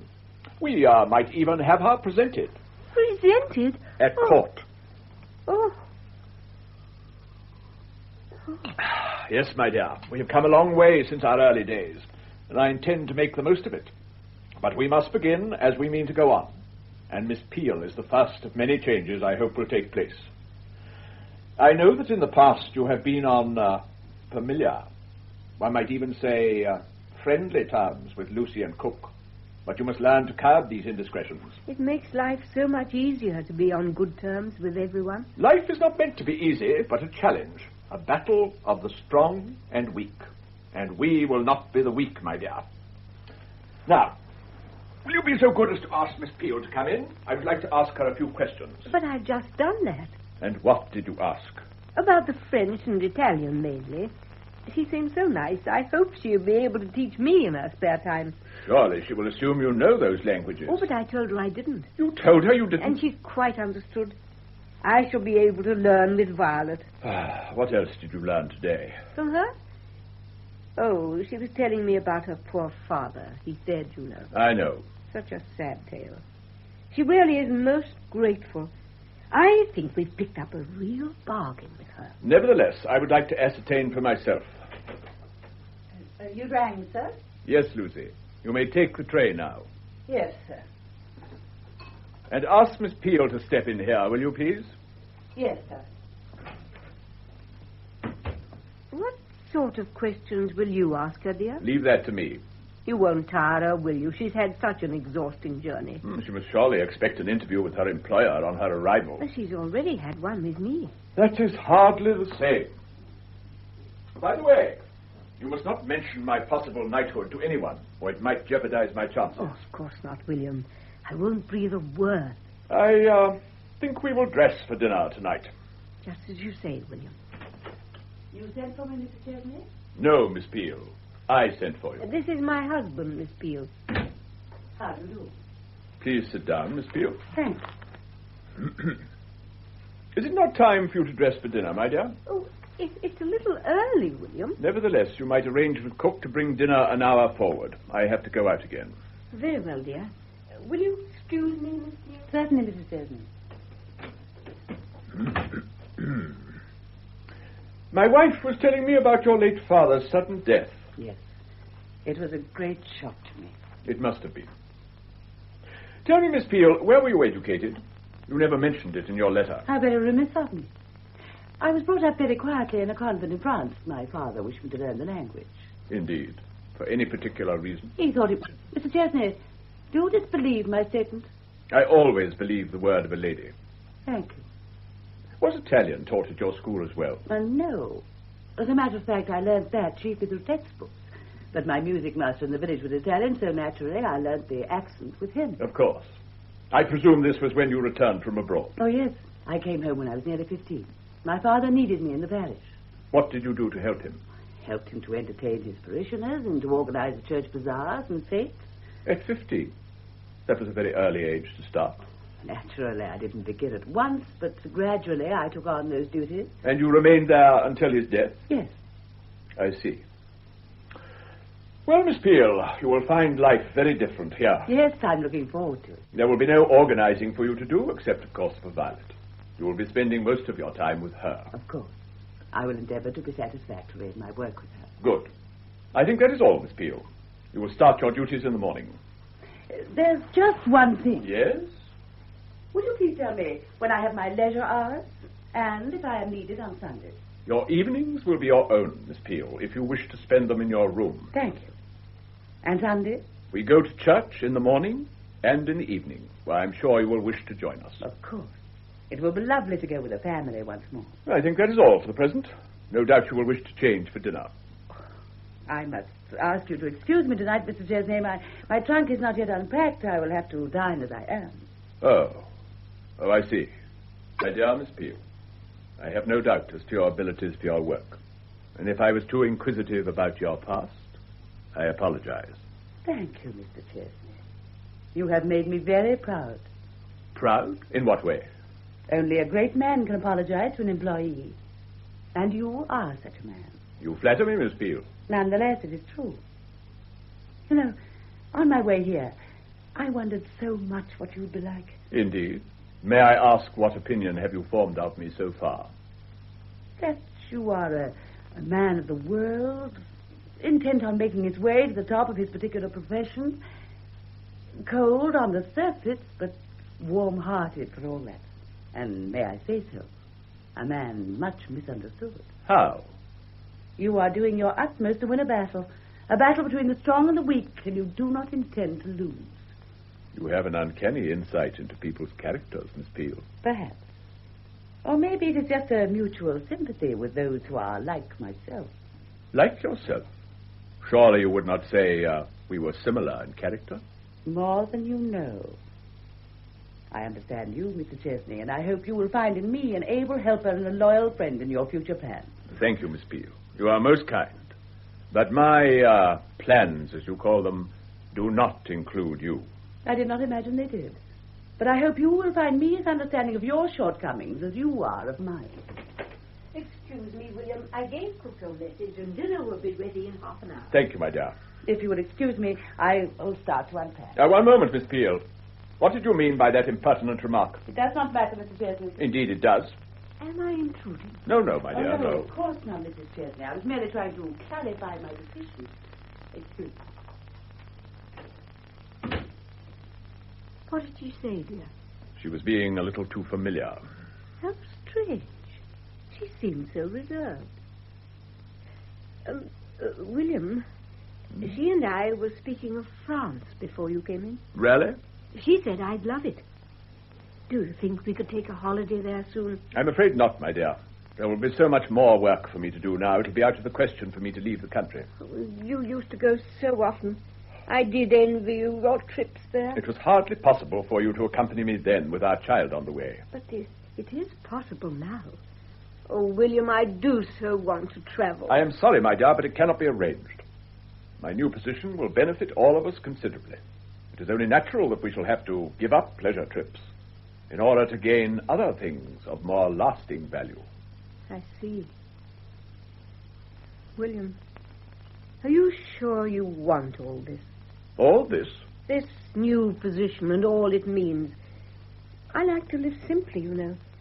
And I'm beginning to wonder if I shall be able to keep up with you. Of course you can. You'll have to, for my sake as well as Violet's. You want her to do well, don't you? I want her to be happy, William. She will be happier if she marries into money. And if I make enough to raise our standards of living. We were happy without money at one time. Oh, I don't know. It'll all be so strange. I almost wish We were still poor. Now, there is no need to cry, my dear. No need at all. I wish you could understand how I feel, William. I understand very well.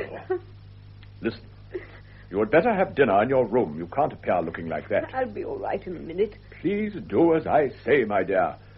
I will tell everyone your headache has returned. But, William... Please go to your room now. I shall be up almost immediately. Oh, very well, William. I'm sorry, dear. Mama, cook says they're dressing for dinner. Does that mean I can wear my new party frock? What? Oh, yes. You will do nothing of the sort. Can't you stay still for just one moment and read something? Yes, Papa. What shall I read, Papa? Good heavens, child, have you no initiative? Choose one from your shelf in the bookcase. Yes, Papa.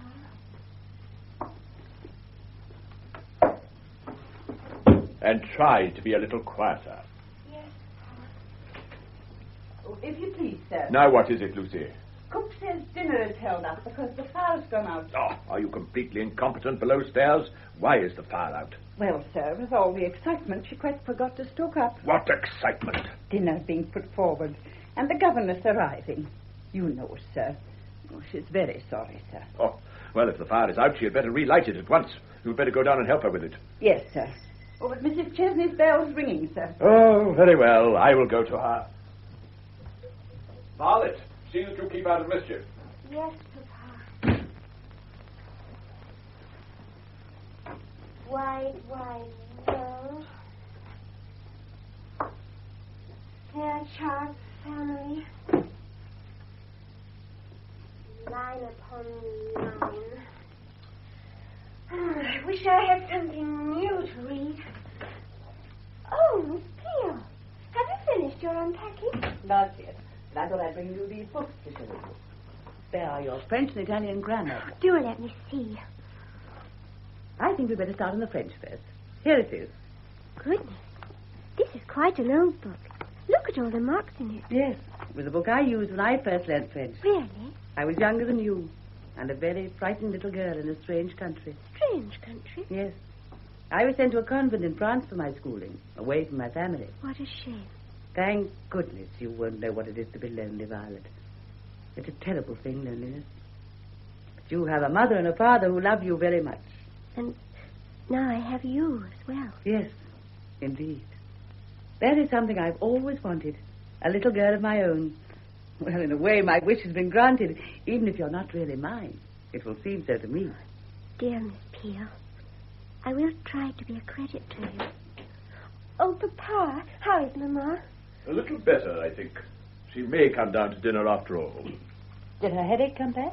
It did, as a matter of fact. Excitement, I think. I'm so sorry. Violet, if you wish to appear at dinner, it would be advisable if you changed now. Yes, Papa. I'm going to wear my party dress, Miss Peel. Isn't that a special treat? It is indeed, Violet. Excuse me, Papa. See you at dinner, Miss Peel. What a lovely child she is. A trifle impulsive. Miss Peel, I fear I have an unpleasant task before me. Unpleasant? Nothing to do with me, I hope. Indeed, it is to do with you. You have only been in my house for a short time, and yet you have already upset my wife. How? You have been filling her head with ideas of traveling abroad. If you wish to remain here, I would advise you to attend to your own duties and leave me to manage the affairs of the family. How ridiculous. I beg your pardon. I said how ridiculous. Why should the mere mention of France throw you into such a pet? You are impertinent, Miss Peel. I really don't. And while we are on the subject, what did you mean by your remark before we were interrupted? What remark? I feel sure you know without my reminding you. When we are alone, your whole attitude alters from deference to downright familiarity. Oh, come now, Mr. Chesney. You are imagining things.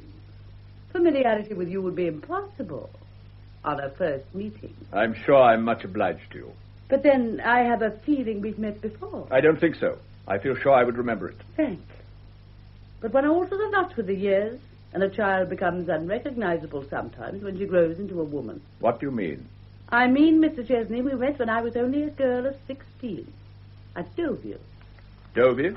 14 years ago, to be precise. Impossible. You were in your late 20s then, and very much the smart young man. I don't know what you're talking about. Then I will remind you. Forgive me for bringing this up so early in our acquaintance, but you have rather forced my hand. Perhaps you had better sit down, Mr. Chesney. Your memory might give you a nasty jolt. That's right. As I was saying, I was only a young girl at the time, but old enough to realize what was happening to my mother. You told us she died when you were very young. I was very young, Mr. Chesney. But what you did to my mother made me grow up very rapidly. What I did? My mother was your mistress, and you led her to believe you were unmarried. Did you know she died in childbirth? But of course you did. You were the child's father. No. I fear I must disagree.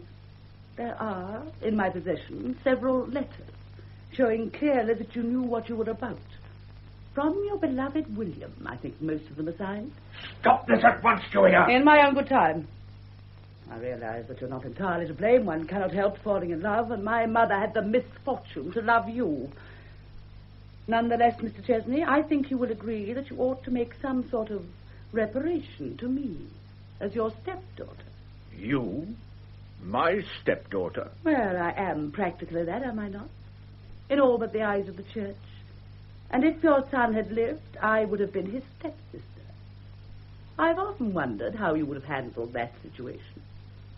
I loved your mother dearly. I'm glad to hear that. All the same, it's strange that your love did not prevent you from deserting her when she needed you most. Well, I had to return to England to my family. How sad. And you gave no thought to me. Oh, you were at school. I did not see you often. You will see me a great deal in the future. Is it money you want? Not so fast, Mr. Chesney. I cannot be bought off as easily as that. What do you want, then? Only one thing. To help you. Help me? Yes.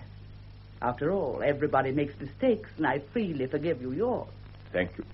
But I shall not forget. You may need reminding from time to time. Now, what I need is security. The security of a home life. Such as yours, Mr. Chesney. I cannot allow you to stay here under my roof. I'm afraid you have little choice in the matter.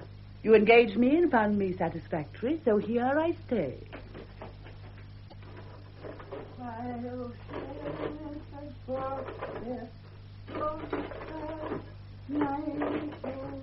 Are they home yet, Lucy? Oh, Miss Violet. Oh, what are you doing down here? I want to see Mamma and Miss Peel dressed up. They'd gone when I returned from my party, and Papa did promise. He didn't mean it this time of night. Why, it's nearly 12 o'clock, so straight back to bed you go. I want to see Father Christmas. And you won't see him unless you're in bed. The master would discharge me instantly if he caught you down here. So go upstairs. Please, Miss Violet. Very well, Lucy. But let me get warm first. Oh, dear. I'll get my notice, I know it. No, you won't. We'll hear the front door bang, and I won't tell Papa. Oh, you are a wee bizzum when you want to be, and no mistake. Oh, pooh. Tell me how Mamma looked. Oh, lovely, Miss Violet. And what about Miss Peel? Overdressed, in my opinion. Her father dead such a short time. Seems quite wrong for her to go out in such a low-cut gown. Fast, I call it. Lucy, I believe you're jealous of Miss Peel. No, I am not. But if you ask me, she puts on far too many airs and graces. Sometimes you'd think she was the lady of the house. You mustn't be so unkind, Lucy. She must be feeling very sad about her father. And it's a pity she doesn't show it more. The way she looks at me sometimes gives me the creeps. Oh, Lucy, please don't say such things. She's very kind to me. I hate to think you don't like her. Now, don't you fret, Miss Violet. I dare say we'll all settle down into our rightful places sooner or later. Oh, dear. Here they are. Now hurry, Miss Violet. All right, I'm going. But I don't promise to sleep.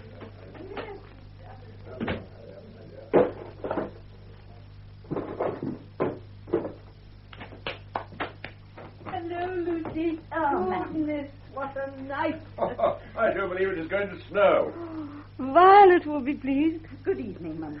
And good evening, sir. Well, did you have a nice time? Yes, thank you, Most Lucy. enjoyable. Such interesting people, but very tiring. Would you like to go straight to bed, Mrs. Chesney? I could bring some hot chocolate to your room. It'd be no trouble at all, Mum. Thank you. How kind you all are to me. But I have Violet's Christmas stocking to prepare. Shall I help you with it? No, thank you, my dear. This is one thing I really enjoy doing myself. I shall get thoroughly warm by this lovely fire before making a start. Yes, Mum. I've brought you your whiskey, sir. Thank you, Lucy. Will that be all, sir? Do you wish anything, Miss Peel? Not at the moment, thank you. Yes, Lucy, you may go to bed. You will have a long day tomorrow. Yes. Thank you, sir. Good night, Mum. Good night, Lucy. Good night, Lucy. Good night, Miss Peel. I have a feeling Lucy does not like me. Nonsense, Miss Peel. Why shouldn't she? I expect she's overtired, that's all. Don't you agree, William? Oh, yes, my dear, quite probably. Oh, my feet are quite sore with all that dancing. I think I'll take off my shoes. In the drawing room, my dear? Well, we're alone, William, in our own home. Surely I can relax here. Of course you can, my dear. Let me help you. Oh, thank you, Miss Peel. You are a comfort. Did you enjoy the party? Very much, Mrs. Chesterton. She was quite the belle, wasn't she, William? Oh, yes, my dear. Do tell me, where did you get that charming dress? It was a present. A present? Yes. From someone very close to me. How exciting. Do tell us, Miss Peel. Have you an admirer? Not exactly an admirer, Mrs. Chesterton. Oh, we mustn't be inquisitive, my dear. Oh, I didn't mean to pry. Please don't think that, Miss Peel. But you look so lovely tonight. You were quite a sensation with the gentlemen. Oh, really, my dear? It is so invigorating to meet new people, is it not? I'm so grateful to you and Mr. Chesney for including me in your Christmas plans. We couldn't have you spending the festive season alone. It was most thoughtful of you. Christmas is such a family affair, I always think. It must be wonderful to be able to return to one's own fireside and talk of everything one has done during the day. I quite agree. But my husband hardly ever talks to me. Nonsense, my dear. You don't, William. Never about your actual work. I did not think you were particularly interested. Of course I am. But you always seem so secretive. I don't like to ask. Do tell me about it, William. Not now, my dear. Yes, now. It's as good a time as any. Tell us about your wonderful plans for the future. Oh, my dear, I'm sure Miss Peel would be bored with such things. On the contrary, I would be most interested. Well, there's very little to tell. And certainly nothing to be secretive about. I work in an office 6 days a week. And as our company invests on the market, I manage to pick up a few tips now and then and gamble on the exchange myself. Stocks and shares? Yes, my dear. Well, go on. That is all. But what about your knighthood? Knighthood? I asked you particularly not to speak of that. Oh, it doesn't matter with Miss Peel. She's part of the family now. Do tell me about this knighthood of yours, Mr. Chesney. Nothing is settled. It is merely a hope for the future, no more. Well, at least tell Miss Peel of your plans. I hardly feel it is any affair of Miss Peel. I think that Mrs. Chesney means is how they will affect Violet. That is why she thinks I would be interested. I have no idea at the moment. But, William... I would rather not discuss it now, if you please, my dear. Oh, very well, William. It is nearly midnight. Oh, as late as that? Oh, and Violet's stocking isn't ready yet. Oh, I must go and see to it at once. Will you be long, William? No, my dear. I shall just finish my whiskey first. Very well, dear. Good night, Miss Peel. It will be Christmas when next we meet. I do hope you will like your present. I'm sure I shall, dear Mrs. Chesney. I'm afraid mine isn't much, but it's the best I could do. Oh, you shouldn't have troubled. Good night. Or rather, bonsoir. Bonsoir, madame. What a sweet woman she is. You are a fortunate man, Mrs. Chesney. Thank you. Of course, she is entirely unsophisticated. But you can't have everything, can you? What do you mean? This evening, for instance, we met some quite influential people. If she had used some intelligence, she would have seen to it that you would have met them again. I really don't see how. There are ways and means, especially for a woman. She could employ subtleties a man wouldn't know existed, and so gain admittance through any door. All women are not like you, Miss Peel. In regard to my wife, she does all in her power to help me. Which is not nearly enough. Married to you all these years, and she knows nothing of your business affairs. Which is not a woman's place to... If a woman is to help her husband, she must know everything. No one can go through life alone, and that is your big mistake. You believe you can. I need no help from you, Miss Peel. What fools men are. I beg your pardon. Can't you see that if you are to make anything of yourself, you must break away? From my family? You broke away once before, remember, but you had not the courage to go through with it. If you are referring to that episode in France, I was already married, and I had no intention of breaking away. Episodes? Ruining my mother's life. And now you are trying to ruin mine, but it won't work. Indeed. You talk very glibly about my past and future. Take a look at your own. Oh, I admit you have a hold on me at the moment, but don't imagine it will last. You certainly have had a past, Miss Peel. But believe me, you have no future. None at all. What do you mean? I mean, quite simply, that I shall dispose of you. Don't be so melodramatic. If you're threatening to murder me, you wouldn't have the courage. You ran away from my mother when she was in need, and you would certainly run away from a far more dangerous undertaking. A man can change a great deal during his lifetime. But not you.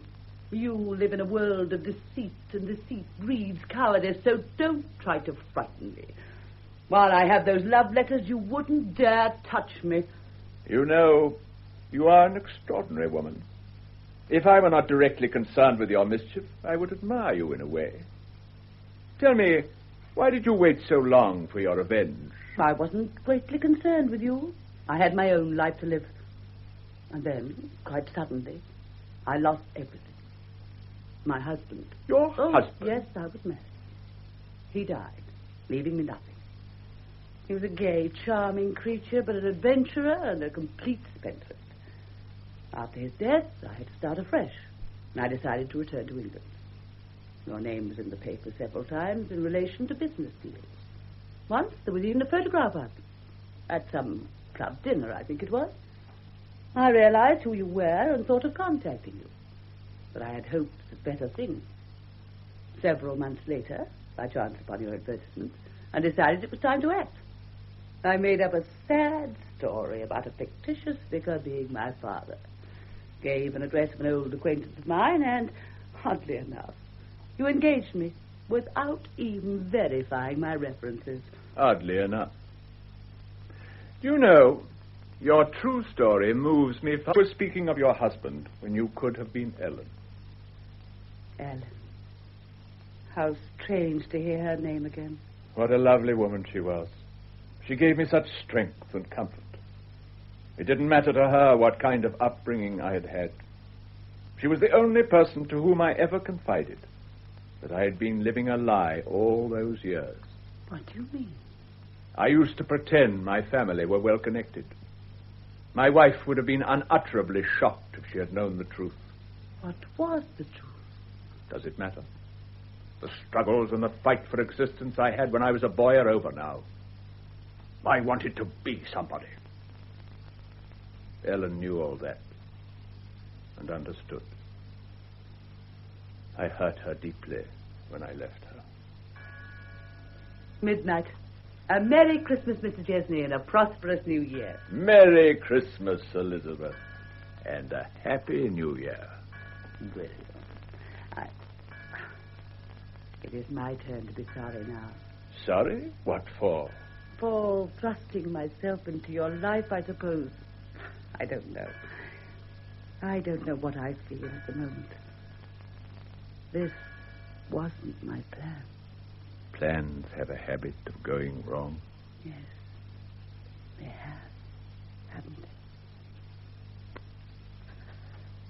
Please, William, let me go.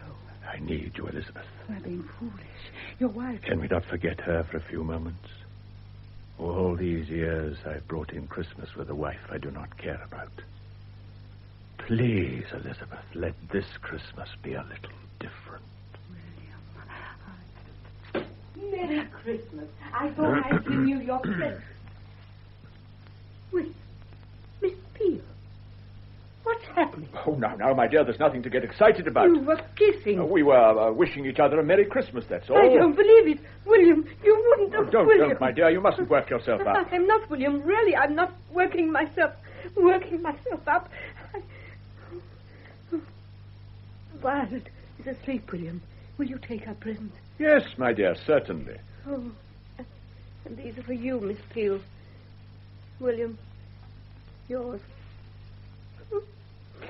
I saw you. Oh, I saw you. I saw you.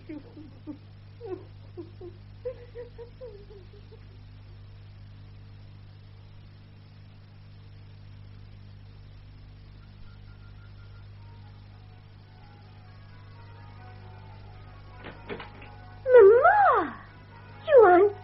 yet. No, dear. No. I'm not feeling too well. Oh, poor Mama. My head is going round and round as if it would burst. Poor Mama. Come and look at my lovely presents. That'll make you better. You showed them to me earlier, dear. They're lovely. You haven't thanked me yet for mine. Didn't you like it? The handkerchief? Of course I did, darling. It's beautiful. You don't seem very pleased. I spent nearly a shilling on the silks. And hours getting my flowers right. It was charmingly done. Father Christmas was very clever to remember my new paint box. Now I can copy the pictures in this book that Miss Peel gave me. Do look, Mama. It has lovely views of France. I don't want to see it. Why not, Mama? I don't feel like reading. But you don't have to read, Mama. Just look at the pictures. Please, will you stop it? Sorry, Mama. I didn't mean to upset you. That's all right, dear. I'm afraid I slept badly last night. Can I get you anything? I was looking for my smelling salts. I thought I left them down here. I haven't seen them, Mama. Well, then I'd better search upstairs again. Oh, there you are. My dear, I've been looking for you. Have you, William? Is it not time you were dressing for church? It's 10 o'clock. I'm not going. Not going? But, Mama, it's Christmas Day. I'm sorry, but I don't feel up to it. No doubt you and Miss Peel will manage very well without me. Please, my dear, think what you're saying. I've been thinking all night, William, and I don't feel any better for it. All the time I can see you two again. Violet, go and put your bonnet on and wait downstairs. There's a good girl. All right. But what is Mama worried about, Papa? Oh, nothing, my dear. There's nothing wrong. Please do as I say. Yes, Papa. Oh, Miss Peel, thank you so much for your lovely present. I'm going to copy all the pictures in my new paper. Violet, run along now. Very well, Papa. Good morning, Mrs. Chesney. Good morning. How can you address me so calmly after last night? Mrs. Chesney, please try to be reasonable. There was absolutely nothing wrong. I trusted you implicitly, Miss Peel, and you have abused that trust. Nonsense, of course she hasn't. William, will you please go? You'll only upset me more by staying here. Very well, my dear. If that is your wish. But I am deeply hurt at your lack of trust in your husband. How pompous he can be sometimes. I beg your pardon. Pompous, inconsiderate, and selfish. I've tried to bear with his faults, but there are moments when I lose all patience. I had no idea you felt like this. I had no idea you were in love with my husband. I'm not in love. Nonsense. It's written all over your face. I'm sorry that our friendship has to end so soon. But obviously you cannot stay here any longer. Mrs. Chesney, you cannot mean that. You surely don't imagine that I could tolerate you under my roof another moment? Perhaps when you are a little calmer. I am as calm as I can be in your presence, Miss Peel. I would advise you to be careful what you say, Mrs. Chesney. Why, neither of you has taken much care to avoid hurting my feelings. There are more important things than your feelings at stake. Now you're being mysterious, Miss Peel. I assure you there's no need. My husband will soon forget you when he's surrounded by the proper love of his family. Proper love? That sounds wonderfully upright and moral, but hardly in keeping with his character. You dare to question his character? He's a fine man, misled by a common adventuress. You will regret that word, Mrs. Chesney. Are you trying to threaten me? No, I wouldn't waste my time. I'm sorry to do this, but you brought it on yourself.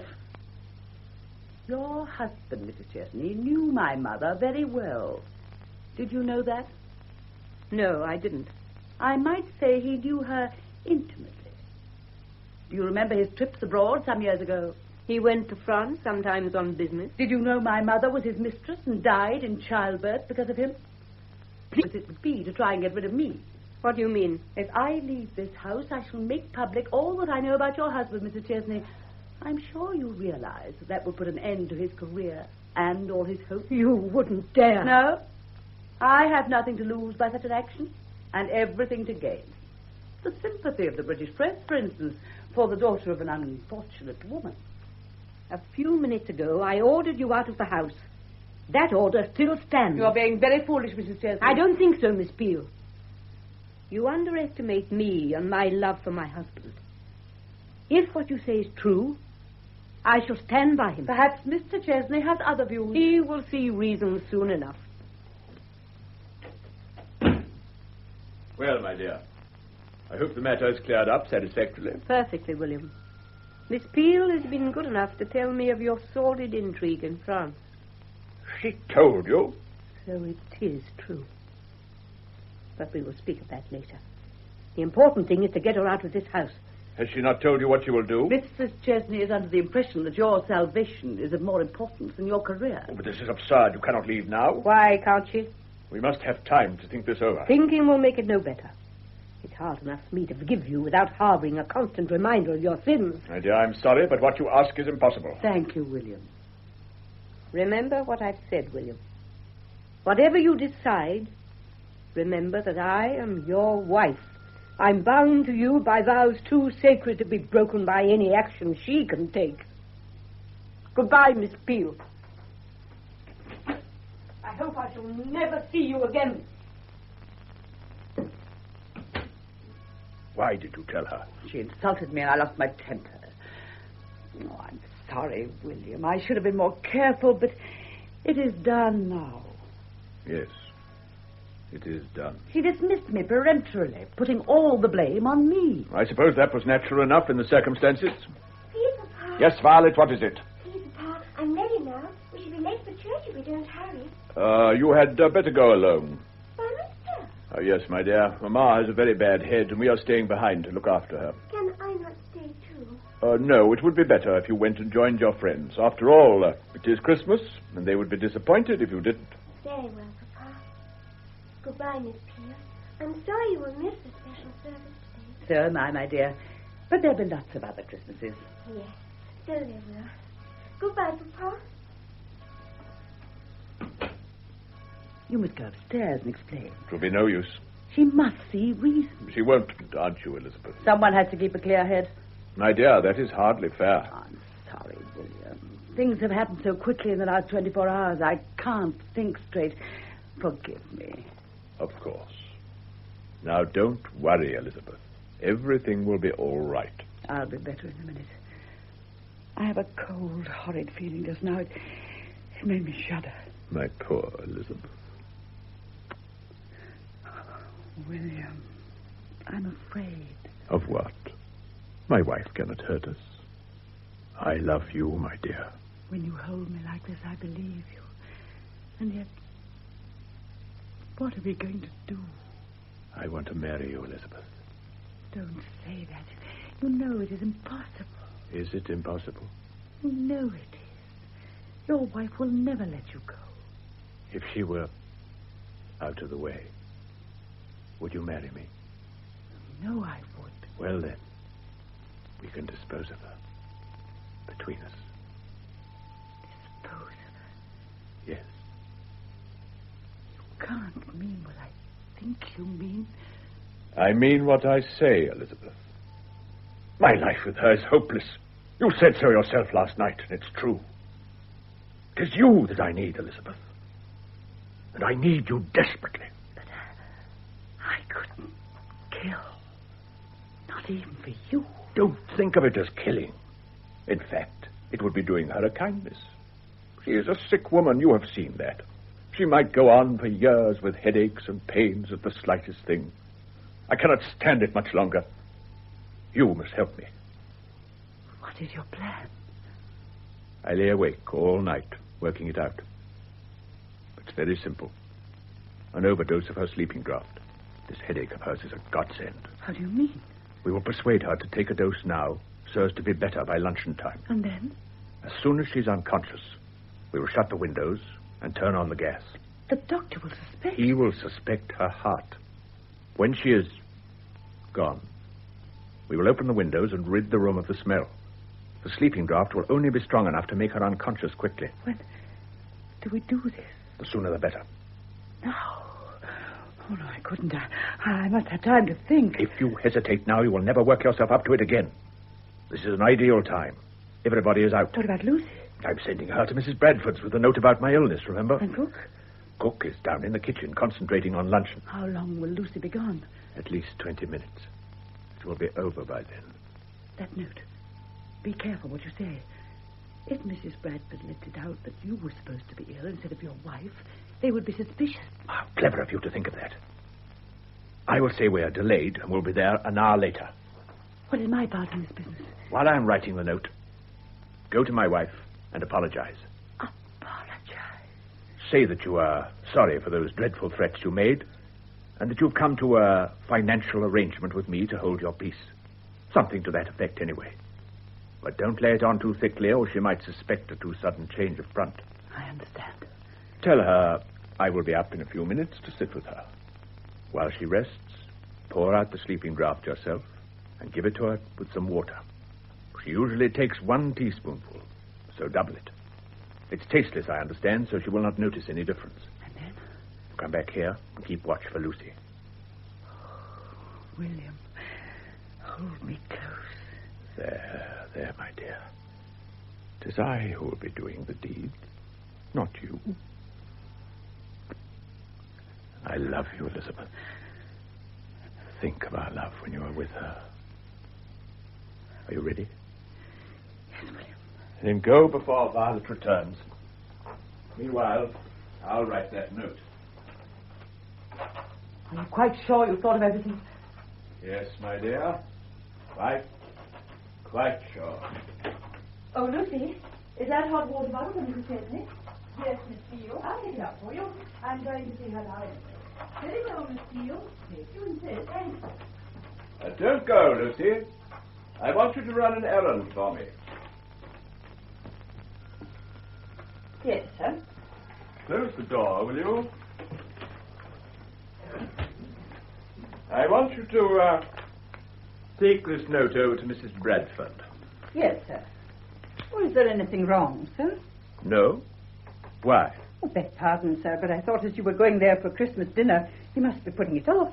Mrs. Chesney is feeling much brighter. I'm merely delaying luncheon so that she can get up at her leisure. I see, sir.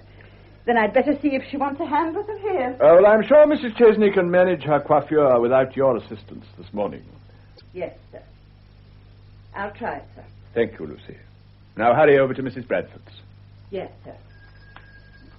Who could be calling at this hour? I can't imagine it, sir.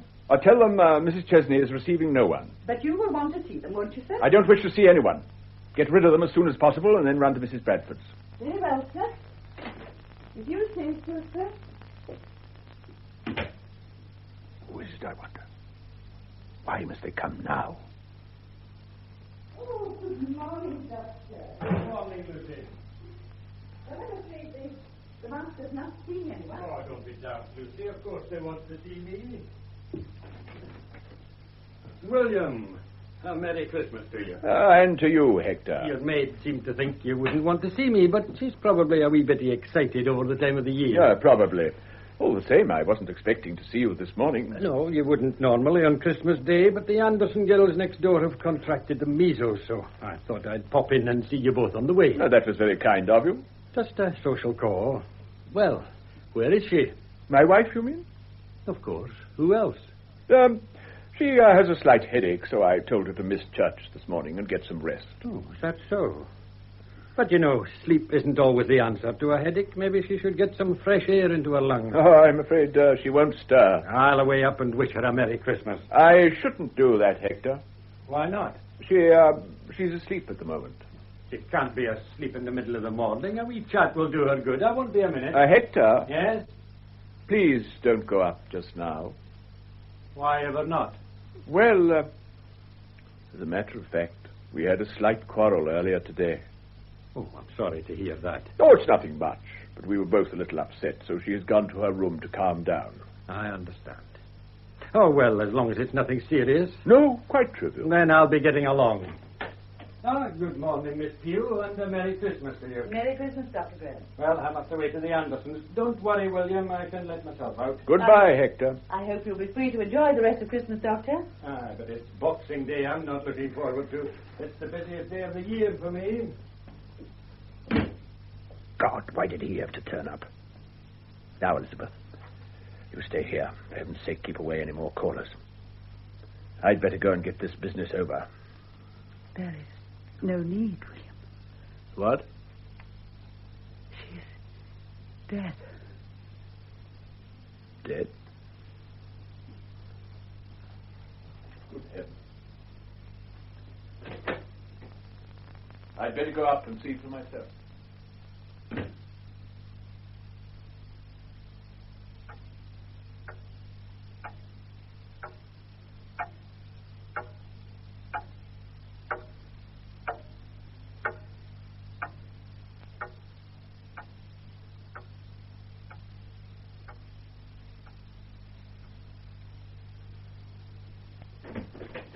William, what a time you've been. Well? You were right, Elizabeth. She is dead. Oh, William. How did it happen? I don't know. William, what are we going to do? Now, calm yourself, my dear. First tell me what happened, and then we can plan our story. Well, I went upstairs with a hot water bottle and knocked on the door. I found her lying in bed, propped up with pillows. She looked dreadful. Her face was so white, and her eyes were hollow with tears. She was past crying then. I tried to apologize, but the words almost stuck in my throat. Again, she told me to pack my things and leave, and I agreed to do so. Anything to get out of her presence. I'm sure she did not believe me, but she nodded and turned her head away. I poured 2 teaspoonfuls of the sleeping draught into the glass of water by her bed and urged her to drink some exactly the way you told me, William. Without looking at me, she obeyed. And then an odd expression came into her eyes. I wonder if I shall ever wake again, Miss Peel, she said. I asked her what she meant, but she did not reply. It was then I realized why she looked so strange when I went in. She must have taken some of the medicine herself, because by the time she had drunk the mixture I had given her, she was nearly asleep. I became frightened of what I'd done and tried to waken her. I slapped her hard. But she'd gone. Oh, I feel so cold down here. What are we going to do, William? We must send for the doctor, my dear, at once. It is no use. She is dead. But he must certify her death. Why didn't you tell him when he was here? I was afraid. Afraid? I had to see you alone first. I was frightened of what to say. That was a bad mistake, Elizabeth. We must see that everything looks as natural as possible. What do you mean? He will think it is either heart failure or suicide. But one thing he won't suspect is murder. He's only gone next door. Go and fetch him. I can't do that. It will look better if you do. Tell him you took the hot water bottle to Mrs. Chesney and found her there dead. He will never suspect you of any ulterior motive. You say so, William. I will get you through this business. Never fear. Just trust in me. I do, William. When you're close to me, I feel safe. As I do, too, my dear. When you have told the doctor, meet Violet at church and break the sad news. It'll give you a little more time to collect your wits. Hurry, my dear. Fetch Dr. Graham.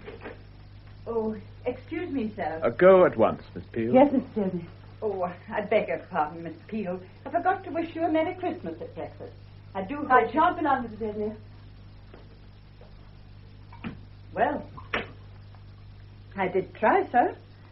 But you see how she treats me. Never mind that for the moment, Lucy. You must prepare yourself for a shock. A shock, sir? Yes. While you were delivering that note, Mrs. Chesney... Mm-hmm. This is terrible. Mrs. Chesney passed away suddenly. Oh, she couldn't have, sir. I saw her at breakfast only a few minutes before I went out. Nevertheless, it is true. Her heart, I imagine. Oh, can't believe it, sir. Mrs. Chesney dead. Oh, no, sir. It isn't possible. Miss Peel has gone for Dr. Graham. Oh, dear. Try to pull yourself together, Lucy. Now, when Miss Violet returns, will you take her downstairs out of the way? Oh, yes, sir. And when you have a moment, pull the blinds over all the windows. Yes, sir. We must all try and be brave in front of Miss Violet. A lot of the responsibility will rest with you. And me, sir? Yes.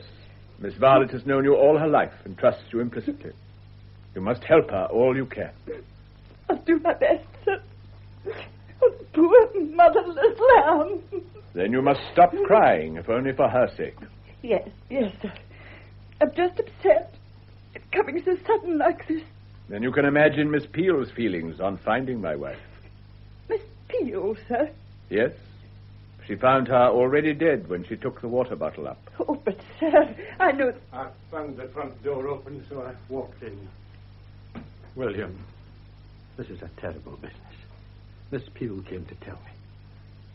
Are you sure she's gone? Yes, Hector, I'm afraid she has. Will you forgive me if I don't come up with you? I don't think I could bear any more just now. Of course, I quite understand. Lucy, will you take the doctor upstairs?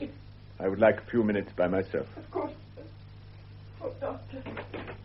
This is a sad day for us. It is indeed. Better pull down the blind.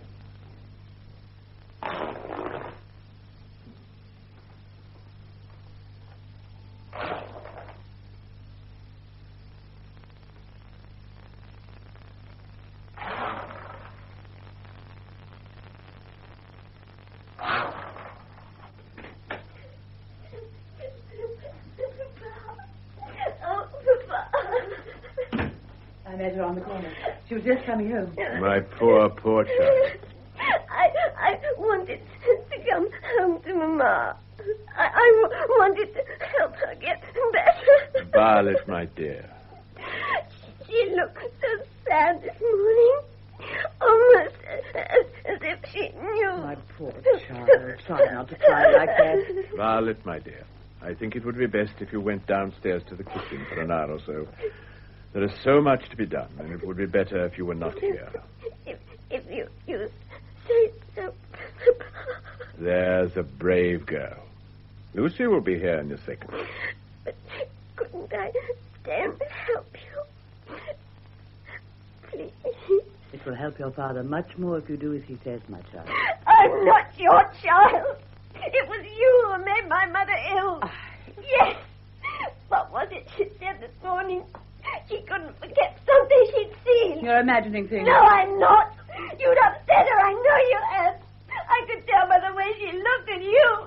And you couldn't look back. Violet! That will do. You are getting hysterical. Excuse me, the doctor would like to speak to you, sir. Come in, Hector. Lucy, would you be so good as to take Miss Violet downstairs? You and Cook can look after her for a while, can you not? Yes, come along. The poor weak soul. Now, Miss Violet, don't cry, dear. After the go. One says the good. Poor child. She's dreadfully upset, as we all are. Hector, won't you sit down? Thanks.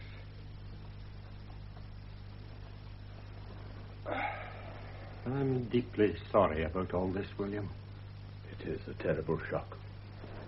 But we must be practical, I suppose.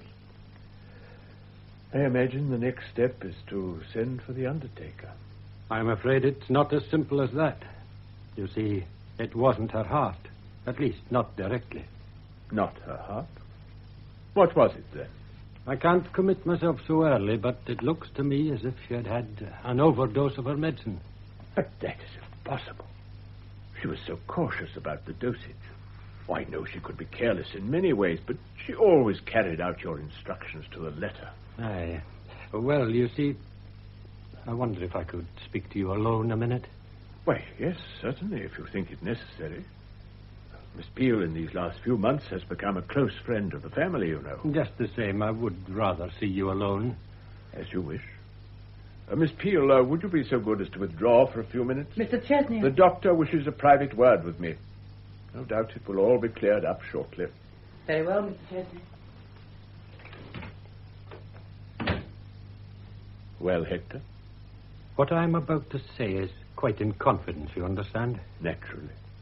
The fact is, I'm profoundly uneasy over the whole business. You see, the glass of water beside her bed had the remains of a large proportion of sleeping draught in it. I expect she took some to make her sleep. I bet there was more than a single dose there. Are you certain? Not of the exact amount without analyzing it, of course, but there must be enough there to have killed her. Hector, that is a terrible thing to say. I'm sorry to have to say it. I was fond of you both. Mrs. Chesney was a kind, sweet woman. she was, indeed. The point is, I had given her a new bottle only 2 days ago, and now it's empty. It was very strong stuff. I remember her telling me how careful she had to be with it. That's what I can't understand. She didn't seem to be the sort who would take her own life. I should not have thought so. Do you know any reason why she should have done this? I don't, Hector. It's a terrible blow to me. I can only suppose I must have failed her in some way as a husband. You told me you had had a quarrel with your wife just before she went upstairs. Oh, yes, but it was a trivial affair. Nothing that could possibly make her do this dreadful thing. No. Well, women are strange creatures. Perhaps the police will be able to throw some light on the subject. The police? Why, yes, I'm afraid they'll have to be called in now. Is that strictly necessary? Aye, it is, William. Absolutely necessary in the circumstances. This is a terrible business for you. I wish I could do something to help. Oh, you must do your duty, Hector. In the same way that I'm sure the police will. Shall I ring for Lucy to go and fetch them? Aye, that would be best. This is a bad thing for Violet, poor wee soul. Her mother dead is bad enough without the police trampling all over the place. Will they, be here for long? It all depends.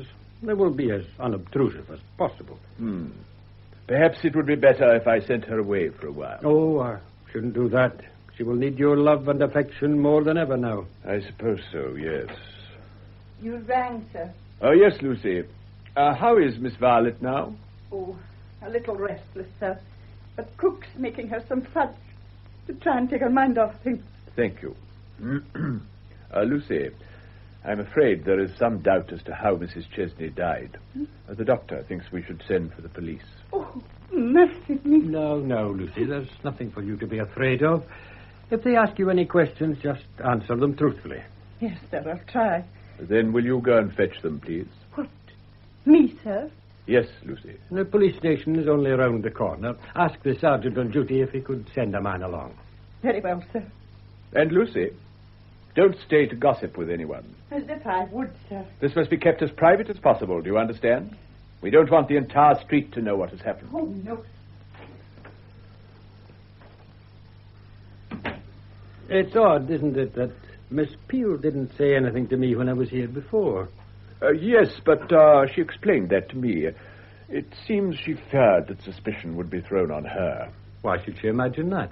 Probably because it was she who first discovered that my wife was dead. Is that a fact?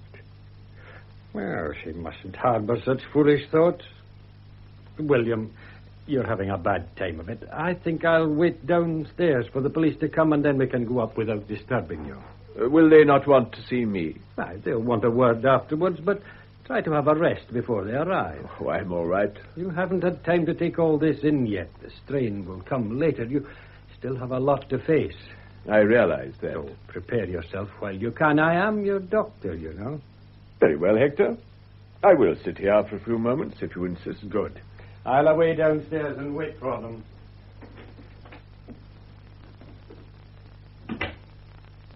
Well, now I know what I must do.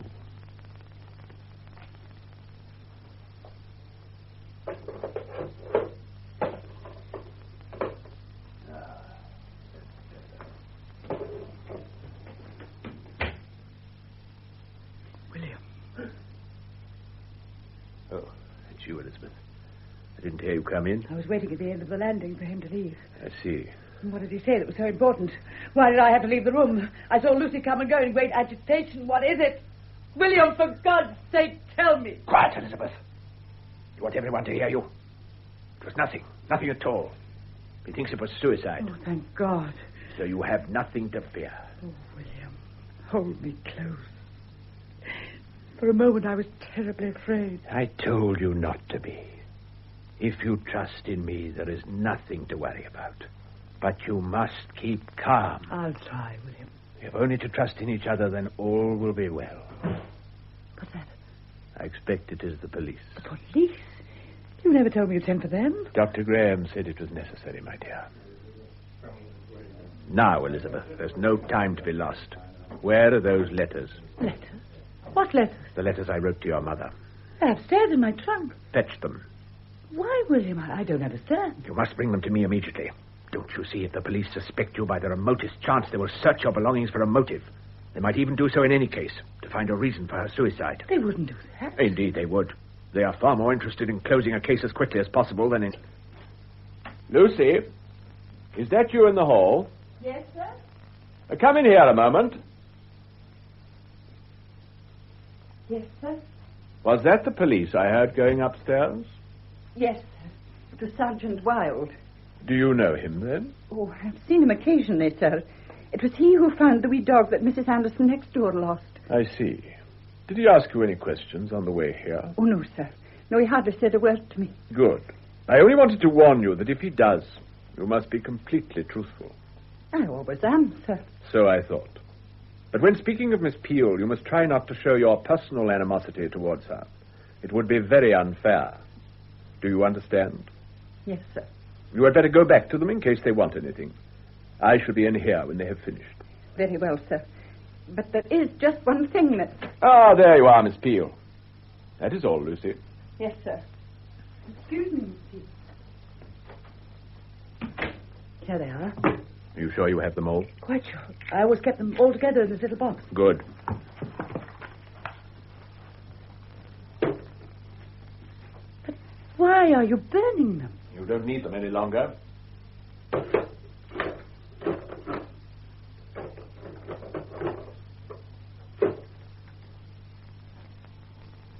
There. The last barrier is cleared between us now, Elizabeth. We are free. You are free. Elizabeth. Strange.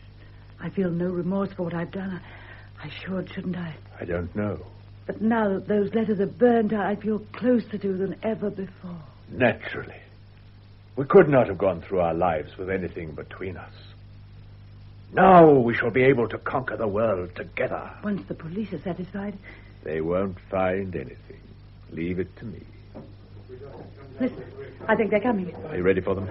With you, I'm ready to face anything. It won't take long.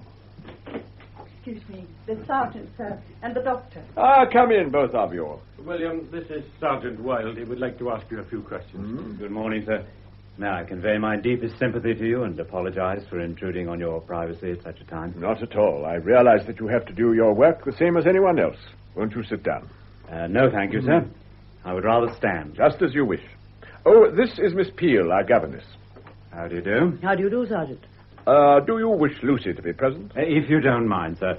There are one or two points I would like to clear up. Of course. Shut the door, will you, Lucy? Yes, sir. And now, Miss Peel, I understand you discovered the Mrs. Chesney. Yes, I did. Could you tell us exactly what happened? There is very little to tell. I took a hot water bottle up to her room. She had a slight headache and was staying in bed for the morning. Had you seen her earlier? Oh, yes. Not at breakfast, though. She had hers upstairs. Wasn't that... Unnaturally cold. And suddenly I knew. I was frightened. I'd never seen a dead body before, so I ran out of the room and downstairs as quickly as possible. Oh, but Miss Peel, you couldn't have... what do you mean, Lucy? Oh, I beg pardon, sir. I shouldn't have spoken, but I don't understand it. What don't you understand?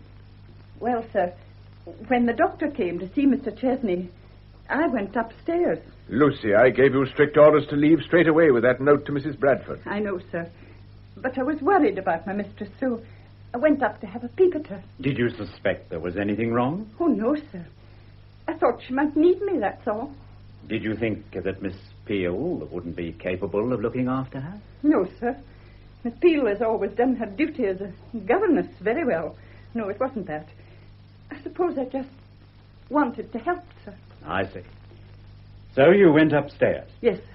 And went in? No, sir, not exactly. I got as far as the door, then I heard voices, so I went away again. You heard voices? Yes, sir. You couldn't have. Could you identify those voices? Yes, sir. Well? It was Miss Peel and Mrs. Chesney. You are quite sure? Oh, yes, sir. This is ridiculous. You surely would not believe her word against mine. The woman has disliked me ever since I came here. She's jealous of me. That isn't true, Now, sir. one moment, Miss Peel. I would like to hear all of Lucy's statement first. Well, sir, I only stayed a moment. I didn't hear much, that's true. What did you hear? Something about Mrs. Chesney telling Miss Peel to leave at once. She tried to calm her down, but, well, I didn't wait for any more. Frightened of being discovered, eh, Lucy? That's right, sir. Besides, I had to leave for Mrs. Bradford. Mrs. Bradford? That's Mrs. Chesney's mother. I see. Miss Peel. Yes, Sergeant? Were you aware that Mrs. Chesney took a sleeping draught occasionally? Yes. Did you notice the medicine bottle beside her bed? I think so. Think? You either did or you didn't, Miss Peel. I noticed it, yes. And the glass of water also beside her bed? Yes, of course, but what else? Did you know that it contained approximately half a bottle of sleeping draught? That is impossible. I didn't... Well, Mr. Chesney, how could that be? I don't know, Miss Peel. I don't understand. How could it have got in there? Obviously, somebody poured it in, Miss Peel. I'm sure it wasn't. Yes? Of course, I didn't really notice the water glass particularly. Nor the empty medicine bottle beside it? Empty. Empty. Dr. Graham. Yes, Sergeant. It was Miss Peel who called you in, I gather? That is correct. And yet you told me you had visited Mr. Chesney earlier. That is also correct. Did you see Miss Peel then? Only for a few seconds. She had just come downstairs from Mrs. Chesney's room. I presume so. Odd, was it not, that she didn't tell you at once what had happened? Aye, I remarked on it to Mr. Chesney here, but he seemed to think she was afraid of something. Afraid? That was what you said, William, wasn't it? Yes, it was. Perhaps you could elucidate this further for us, sir. It is rather difficult, Sergeant. Miss Peel was naturally overwrought and hysterical. She seemed to think that because she had a scene with Mrs. Chesney... Then she had an argument? I am afraid so, yes. Even Violet remarked on it. William! She was afraid that as it was she who found Mrs. Chesney dead, she would be suspected of murder. William, how can you say that? It isn't true. William, what are you talking about? I am sorry, Miss Peel, but one has to tell the truth. William. Sergeant. Yes, Miss Peel. William, you must help me. My dear Miss Peel, we, that is my wife and I, both tried to help you. But you cannot expect me to shield you now. What? If you have killed my dear wife, I shall do everything in my power to see that you pay for it. William, don't speak like that. Are you not going to help me? Sergeant, I am afraid there are some things that must be told now. My wife and I tried to gloss them over, but that is no longer possible. Go on, sir. This woman insinuated herself into our home, and we did our utmost to make her welcome. Lucy here will testify to that. Yes, indeed, sir. But unfortunately, she is the type to take advantage. At first, she proclaimed herself in love with me, but found there was little to be gained by that. William! So she deliberately set out to estrange me from my wife.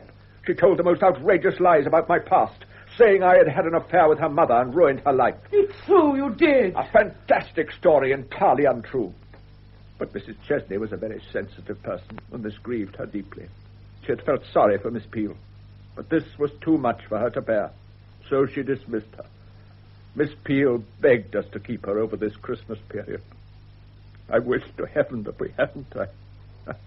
Oh, William, this is terrible. I had no idea. Oh, sir, after all the help you'd given her, I never did trust her from the beginning. It would appear that your suspicions were correct, Lucy. Well, Miss Peel, have you anything else to say? No, nothing. Except William, you must have emptied the medicine into the glass of water when you went to look at her. And you've burnt the letters. You've thought of everything, haven't you, William? I think you had better come down to the station with me, Miss Peel, to make a signed statement. As you wish. I'm sorry this had to happen. It was just sudden. Come along, Miss Peel. William, did you plan this from the beginning? Didn't you mean anything you said to me? Goodbye, Miss Peel. Your plan did not succeed after all, did it? No, William. But as you once said, plans have a habit of going wrong. You may find that yours was not infallible either. Miss Peel? Yes, sir.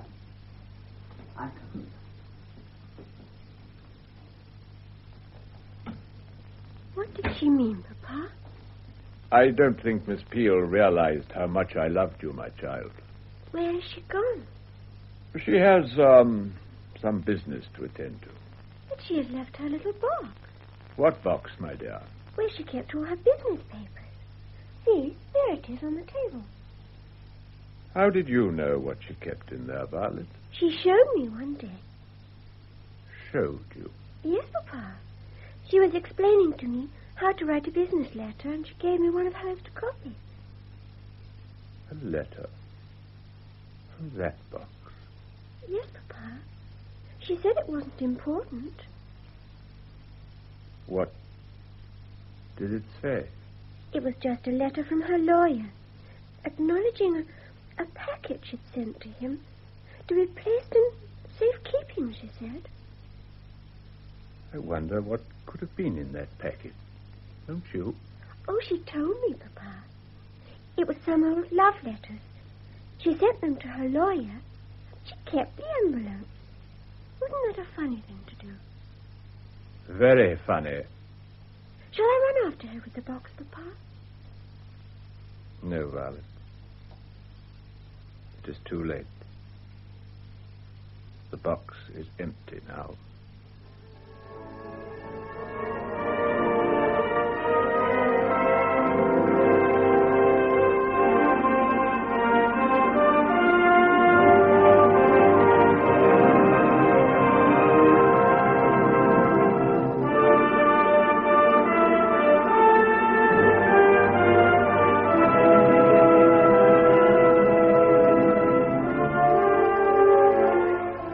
That was Ruth Dunning as Elizabeth Peel, Hamilton Dice as William Chesney, and Mary O'Farrell as Mrs. Chesney in Sweet Sorrow by Ronald Barnes, with Beryl Calder as Violet Chesney, Duncan McIntyre as Dr. Graham, Molly Rankin as Lucy, and George Hagan as Sergeant Wilde. The production, which was recorded, was by Audrey Cameron.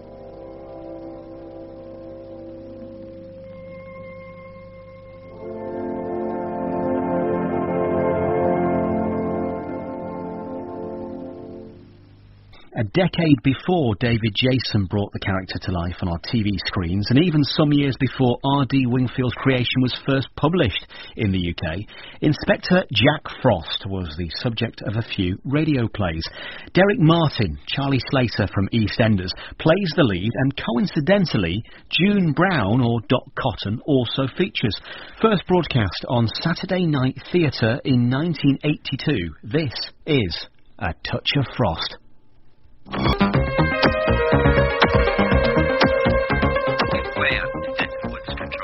That's all the information we have, Charlie Alpha. Those woods cover one hell of an area, Control. We know how big the flaming woods are. Don't they? Look for her. On our way. Over now. Denton Police. How old is she? Oh. How long has she been missing? Just a moment, madam. Fletcher, can we get Delta Tango to 15 Hillview? No, Sarge. They're attending that hit and run outside the old people's flats. And get Mr. Frost. We'll have someone with you very soon, Mrs. Preston. Try not to worry. Mr. Frost isn't in his office, Sarge. Well, then put out a call. I have. He doesn't answer. Control to Detective Inspector Frost. Control to Detective Inspector Frost. Come in, please. Oh, trust him to vanish when we're busy. Where's he got to? And where's Detective Constable Webster? Control to Detective Inspector Frost. Come in, please.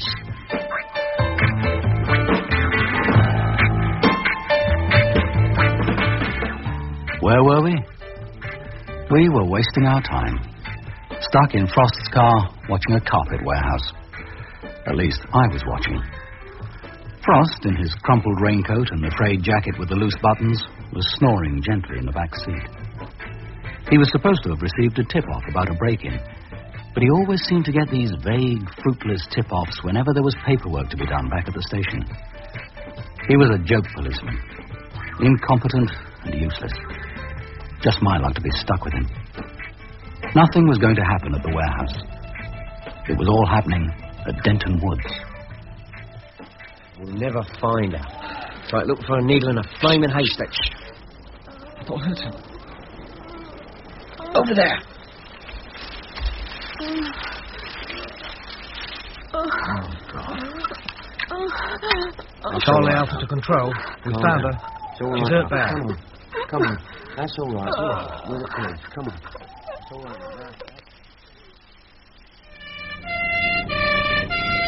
Hey?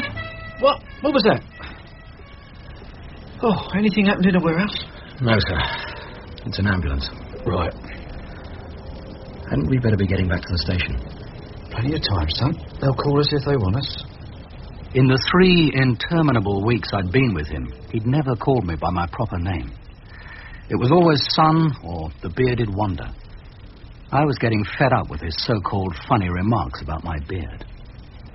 Where's that radio? It's not hidden in your face, Bungus, is it? No, sir. You put it on the floor. So I did. Blimey. No wonder it's quiet. I forgot to switch it on. Control to Mr. Frost. Come in, please. Frost here. Over. Just a minute. Jack, where the hell have you been? We've been calling you solid for the past half hour. Damn radio's been playing up. What's happened? Another assault and rape, Denton Woods. We're on our way. What part of the woods? You're too late, Jack. We had to call Chief Inspector Cullen, dragged him out of bed on his rest day. Inspector Cole? What did you do that for? Well, what else could we do? We couldn't find you. He's spitting blood, Jack. I'd better come in. Well, before you do, call on our Mrs. Preston, 15 Hillview. Her 14-year-old daughter, Karen, went out for a walk at 6, hasn't returned home. 15 Hillview, an expensive house in mock Tudor, with a sweeping drive, an ornamental fish pond, and a crying mother. Something's awful's happened to her. I know it has. Kids run away from home all the time these days, Mrs. Preston. Usually they're back next morning, cold, tired, and feeling sorry for themselves. Why should she run away? We gave her everything. She said she was going for a walk. Wouldn't be long. That was 6 hours ago. She's only a kid. I mean, you hear such terrible things. Where's your husband? Out. Looking for her. Have you got a recent photograph we could have, please? Oh, yes, I might have just a minute. Here. That was taken at school. Ah, yeah. Last term. Mm-hmm. It showed a well-scrubbed schoolgirl. Dark hair, brown eyes, wearing Denton comprehensive uniform. Grey shirt, green pullover and tie. She looked a lot younger than 14. Karen got any boyfriends? She's a kid. She's too young for boyfriends. Fine. Do you think we could have a look at Karen's room, please? Oh, yes, it's upstairs. I'll show you. Take a look around, son. She might have left a note. Yes, sir. She only had to ask for anything and we gave it to her. Television, record player, anything. It was in a drawer by her bed. An enlarged photograph of a seaside scene showing a very well-developed girl in a bikini. The bikini was brief and barely adequate. She was spilling out of it. That is Karen? Excuse me, Mrs. Preston. I hope to God it isn't, son, but nip downstairs and radio the station. Find out if the girl who was raped in Denton Woods tonight was Karen Preston. Yes, sir. It wasn't Karen. The rape victim was Paula Gray, blonde, age 20. Do you think the kid's all right, son? Yeah, she looks the sort who can take care of herself. No boyfriends. With that figure, do me a favour. You must be putting something in their tea, I should think. Control, Mr. Frost. Come in, please. What is it now? Sorry, Jack. Rushed off our feet tonight. Can you get over to the Purple Parrot? Someone's costed the night porter and nicked the takings. On our way, over and out. Know the Purple Parrot, son? No, sir. It's an expensive nightclub and gaming house other side of Denton Woods. All bottomless purses and topless waitresses. 2 cherries in every drink.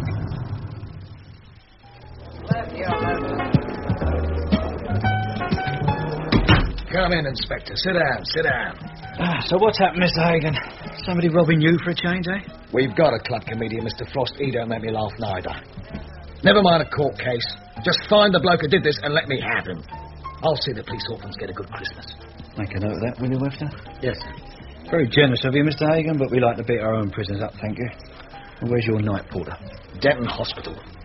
Tell me what happened. Stupidity, that's what happened. Much of our business is by cheque or credit card. But we get a fair amount of good old-fashioned cash, which I like to bank as quickly as possible. I use the night safe at Bennington's. And how'd you get it there? The car. I vary the times and I vary the route, but it's usually between midnight and 3 in the morning. We use a different motor each time. Sounds all right so far. Who takes it? Maskell, the night porter, and one of my boys. One of your thugs? One of my employees, a member of my internal security staff. That's what I said, one of your thugs. Go on. They're supposed to follow the procedure to the letter. We collect the money from the various tills, bring it in here, lock the door and count it. The security man fetches one of the cars to the back door, while the night porter stays in here with the money and the door locked and bolted. A solid lock and a solid bolt. With the engine running, the security man taps a prearranged signal on the door. And you change the signal every night? Without fail. If it's the right signal, the porter unlocks the door, takes the money to the motor, and off they go to the bank. Don't change it, Mr. Hagan. It's foolproof. Well, it wasn't tonight. The porter's locked inside with 3,500 quid. The security burke is on his way to fetch the car when there's an urgent phone call for him in the foyer. Supposed to be the hospital.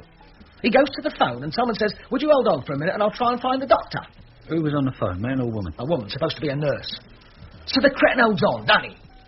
For nearly 5 flaming minutes, listening to nothing. Until he suddenly twigs something might be wrong when he airs back here and taps the prearranged signal. What time was all this? 1:10. No answer.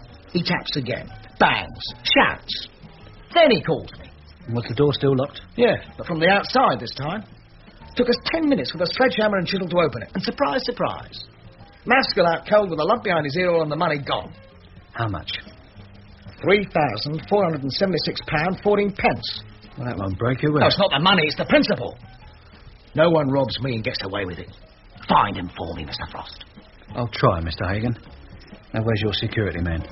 Oh, had to send him home. He had an accident, walked into a door, smashed his nose and blacked his eye. Oh, yeah.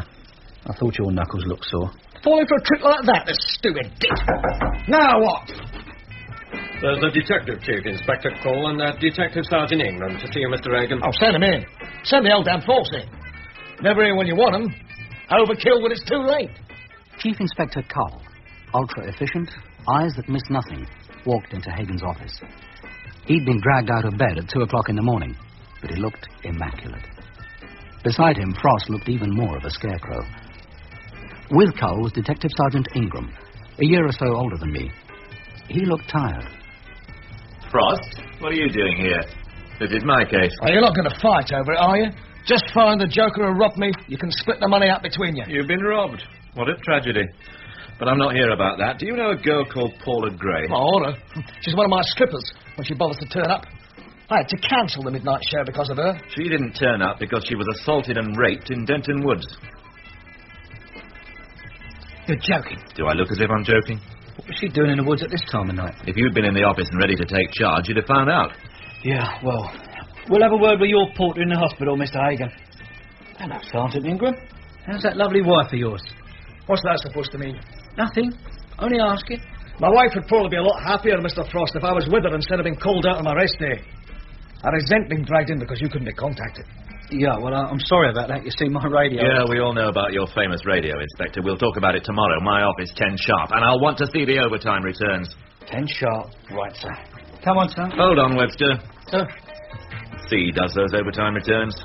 Yes, sir. I'd like a transfer from Hilton. Not now. See me tomorrow. Harry, come on. Get your beard out of there. We're going to the hospital. You can't mistake the hospital smell, son. Boiled mince, cabbage and disinfectant. Yeah, that's it. Let's have a look at his chart. Well, both ends seem to be working all right. Wake up, Charlie. The Undertaker's here. Hey, what? Oh, Mr. Frost. This is Charlie Maskell's son. Breaking, entering, robbery and burglary. Banks robbed while you wait. Now, that's all behind me now, Mr. Frost. I'm working for Mr. Hagan. I've gone straight. It does my heart good to hear it, Charlie. Now, what have you done with the money? Yeah, what money? How much was it, sir? £3,476.14p. You can keep 14p, Charlie. Just tell us what you've done with the rest, will you? I never touched it, Mr. Frost. I wouldn't dare. You don't know what Mr. Hagan would do to me. Does he know you've been inside? Of course he does, on my head. Did you see the bloke who hit you? I felt him all right. It gives the signal. I open the door and wham! Wake up in here. It was an inside job, Charlie. He knew the time, he knew the signal. Now, come on, did you and the security bloke arrange it between you? No, Mr. Frost. As God is my witness. Oh, I can't talk anymore. My head's splitting. All right, Charlie. If you last the night, I'll talk to you again tomorrow. If you don't, goodbye forever. Come on, son. We weren't the only policemen in the hospital. A uniformed constable was standing outside some swing doors marked operating theatre. Hello, what are you doing here? You're not with a rape victim, are you? No, sir, with hit and run. They're operating on him. I keep them busy tonight, all right. I hope they're giving us bulk rate. How old is he? He's 78, sir. So there's my gramophone records. Jaywalking, was he? Now, a sports car ran him down outside the Fairfield Terrace Old People's Flats just after 1 o'clock this morning. What was a 78-year-old man doing out at that time? He was on his way back home after phoning the station to complain about the sports car. For the third night running, it had been roaring round the flats in the early hours, blaring its Colonel Bogey horn, keeping old uns awake. As he was crossing the road, it got him, knocked him down, then roared off without stopping. There's only one car around here with a Colonel Bogey horn. That's the one, sir. Arnold Pym's son. Who's Arnold Pym? Councillor Arnold Pym, former mayor of Denton, very important man. Owns the engineering works, the Denton Echo, the printing works, and chairman of our local radio station. And he's also a close friend of our divisional commander, Mr. Mullet. And if that isn't enough to make you hate him, he's got a son who's a really nasty piece of work. And the son owns the sports car? That's right. How is the old boy? They're not optimistic, sir.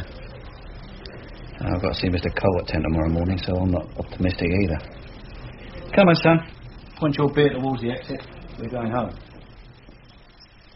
I'll ask him to phone you the minute he arrives. Mr. Frost in here, Sergeant. Haven't seen him, sir. Oh, this is too much. He goes missing for 3 hours last night, so I have to come in and take charge. I specifically asked him to be here dead on 10 with the overtime returns, and where is he? Typical. As far as last night is concerned, Mr. Carl, I understand your radio is on the blink. Yes, he's outworn that excuse. I want that radio checked the minute he's in, Sergeant. I want it checked. Yes, sir. Dinner police. If anyone wants me, I'm in with the divisional commander. Full of self-importance since his promotion, isn't he, Sarge? He was just as big-headed before it. Sit down, Carl. Thanks. I understand you had a busy night. Damn sight busier than it should have been, thanks to Frost. I was supposed to be off duty, but no one could find him. I'll speak to him. You're always speaking to him, sir. It doesn't do any good. I'm as anxious as you are, Carl, to get rid of... to improve things. He's no credit to the division. He's untidy, dresses slovenly. He's rude. Paperwork's a mess. He's useless. I wouldn't go so far as to say that. There's a niche for him somewhere. Not here, but somewhere. Couldn't you get him transferred to County HQ? The desk job. You know what his paperwork's like. I'd have to say he was suitable. They come down on me like a ton of bricks. Yeah, well, something's got to be done, sir. The men are moaning because they didn't get their overtime money last month. Frost forgot to send off the return. Have a word with him. And young Detective Constable Webster... I wish he'd shave off that awful beard. Yes, sir. He wants to be transferred. He's not happy working with Frost. Someone's got to work with him. Yeah, as long as he's with us, yes, sir. Sorry, what did you want to see me about? Yes. What cases are you working on at the moment? Well, the big one's the so-called masked rapist. He attacked another woman last night. Really knocked her about. She's his sixth. Yeah. Well, I might want you to hand it over to Frost. Over my dead body? Only for a few days. Not even for a few minutes. That's all it'll take Frost to mess it up. I'm sorry, Chief Inspector, but it's necessary. That hit and run last night, it's got to be handled with kid gloves. Why, sir? Councillor Pym. He's a very influential man. Local paper, local radio. He can sway public opinion. You know how keen the Chief Constable is that we should maintain an excellent public image.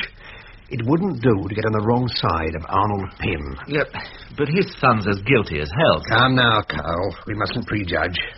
The councillor is convinced of his son's innocence. Which puts him in a majority of one. Be that as it may, this is a case that has to be handled with tact and discretion. The councillor's due here any minute. I want to be able to assure him I put my best man in charge of the investigation. You, Carl. Yeah. Can I speak frankly, sir? Go on. Well, you'll be doing me no favours. If his son is found guilty, then Pym will never forgive the man who put him inside. I mean, he could ruin my career. And if his son gets off, Pym's got plenty of political enemies who'd scream that we deliberately pulled our punches. Either way, I can't win. If there's got to be a certain loser, why not give the case to Frost? Frost? Well, might be the ideal way of getting rid of him. Come to think of it, Frost would be the perfect choice. Steady, reliable, bags of local knowledge. Yes. A first-rate suggestion, Chief Inspector. Well done. Sorry, Webster. Mr. Cole's in with the divisional commander. But he said he'd see me this morning. Still plenty of morning left. Yes, but as soon as Frost gets Mr. Frost. As soon as Mr. Frost gets here, we'll be off out on some wild goose chase. Anything to get away from the overtime returns. Oh, Mr. Cole. No time now, Webster. Have to be later. Oh, damn. What's so important? I want a transfer from Frost, Mr. Frost. Why?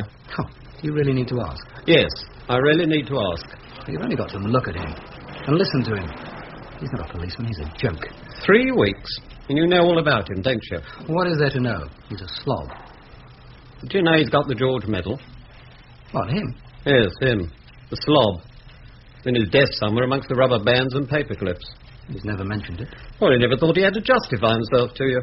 How did he get it? When I've got time, I'll tell you. Right now, I'm busy. If you're so worried about the overtime returns, why don't you get in there and do them? Denham Police? Mr. Preston? Karen hasn't come back? Don't worry. I'll get Mr. Frost to phone you the minute he arrives. Morning, sir. Mr. Cole's gone out, I'm told. Yes, sir. Damned alarm clock didn't go off, thank God. What are you doing? I'm trying to do the overtime returns. Some of your figures don't add up. Yeah, that's what I found out. Now, come on, leave them. We'll go down to the hospital and put the screws on the night porter. Oh, do you think he's involved? Well, you know the rules, son. A man's guilty until he's proved innocent. Or is it the other way around? I can never remember. Oh, Mrs. Preston phoned. Karen still hasn't come back. Yeah, all right. Well, we're calling her on our way back from the hospital. Not today, thank you. Good morning, sir. It's, nice day. Morning, Frost. This office is a mess. We were just about to tidy it as you knocked, sir. Clear the muck off that chair for the divisional commander, son. Yes, sir. Thank you, Constable. Not a disguise, is it? The beard? No, sir. Some talk of the men not getting their overtime payment last month, Inspector. The computer, sir. I've sorted it out. Good, good. Do you know anything about last night's hit and run? Yes, sir. I saw the result of young Pym's butchery on the operating table. Roger Pym denies he was driving. He says his car was stolen. Oh, yeah? I've got Councillor Pym in my office. He's a personal friend of mine. Well, don't worry, sir. I won't tell anyone. I wonder if you'd find something to do outside, Constable. Certainly, sir. Listen to me, Frost. Not only is he a friend of mine, a close friend of mine, he's also a very important man in this town. Important and influential. I wouldn't expect you to have him as a friend if he wasn't, sir. How dare you? What I meant, sir, is that he's got so many bad points, you wouldn't have him as a friend unless... Well, the good points outweighed the bad. You know what I mean, sir. If that's meant to be an apology, I'm not sure that it's adequate. Now, I'm taking you in to see the Councillor, so would you please keep a civil tongue in your head? Don't I always, sir? No, you don't. And haven't you got a clothes brush? That suit. Frost? But I wanted Chief Inspector Cole. Mr. Cole's tied up with this rape investigation, Councillor, but Mr. Frost is a very experienced officer. Sit down, Frost. Thank you, sir. I understand you don't think your son is guilty, Councillor. I don't think, I know. He may have his faults, but he's not a liar. We're all liars to varying degrees, sir, especially when it suits us. Shall I run over the facts as I know them? 1, your son owns a flashy white sports car. It isn't flashy. I bought it for his birthday. Yeah, he's lucky, sir. I got a pair of socks for mine. Now, they were flashy. Anyway, it's got a distinctive, raucous, uncharming horn which plays the first few bars of Colonel Bogey over and over again. He likes racing it around residential areas late at night, helping people stay awake by blaring the horn. We've been flooded out with complaints. All right, high spirits. He's not a saint. I suggested he was, sir. I apologise. His high spirits half killed a 78-year-old man last night. Your son knew he'd hit him because he stopped, then roared off again. My son wasn't involved. We've got witnesses, sir. They saw the car, heard the horn, took the registration number. There's impact marks on your son's car. The wing mirror is smashed. And last night I watched them digging chunks of wing mirror from the old boy's skull. Your son's involved, all right? He wasn't driving. The car was taken and driven without his knowledge. Yeah, good try. But you'll have a hell of a job proving it. It will be your job to prove it, Inspector. What? Or disprove it. The Councillor has asked that I appoint a senior officer to examine this aspect. I'm appointing you. Thank you very much, sir. If you've got anything urgent, pass it on to Mr. Cowell. Including the overtime returns? You told me you'd done them. High spirit, sir. I was lying. You're not the Frost who won a medal or something, are you? Yeah, they gave me one. But it was a long time ago. Yes, it was the George Medal, Councillor. Ah, well. That does impress me. You know, there's always room for a George medalist in the PIM organisation. Play your cards right, Inspector. Get my son off the hook. And when you feel like leaving the force for a very well-paid job, come and see me. Do I understand you correctly, sir? Yeah, we mustn't detain the Councillor, Inspector. You're right. I've got to be going. We've got the auditors coming tomorrow, and there's so much to do. Now, don't forget what I said, Inspector. I'm relying on you. Yes, sir. Right, goodbye, Stanley. See you at the club lunchtime. I'll try and make it, Arnold. Councillor. Dr. Gillian. Stuck-up, pompous, overbearing little git. That will do, Frost. Your friend offered me a bribe, did you hear? A cushy job if I get Junior off the hook. Don't be ridiculous. He made you a very generous offer. No strings attached. No strings? Do you honestly think I'd still get the job if I sent his snotty-nosed son up for 5 years? I think I'd better leave before I go too far. That moment, Frost, has long since passed. Roger Pym was waiting for us in the interview room, watched over by a uniformed constable, P.C. Norton. Norton, young, good-looking, with an Errol Flynn moustache. I later learnt he had other Errol Flynn attributes. Hello, Norton. How are you? Still chasing everything in skirts? That's all in the past, Inspector. I'm a respectable married man now. Yeah, so was Crippen. Will you be much longer? I haven't got all day. I'll keep you a moment, sir. You'd better get back on your beat, Constable. Sergeant Weldy's fuming. Right, sir.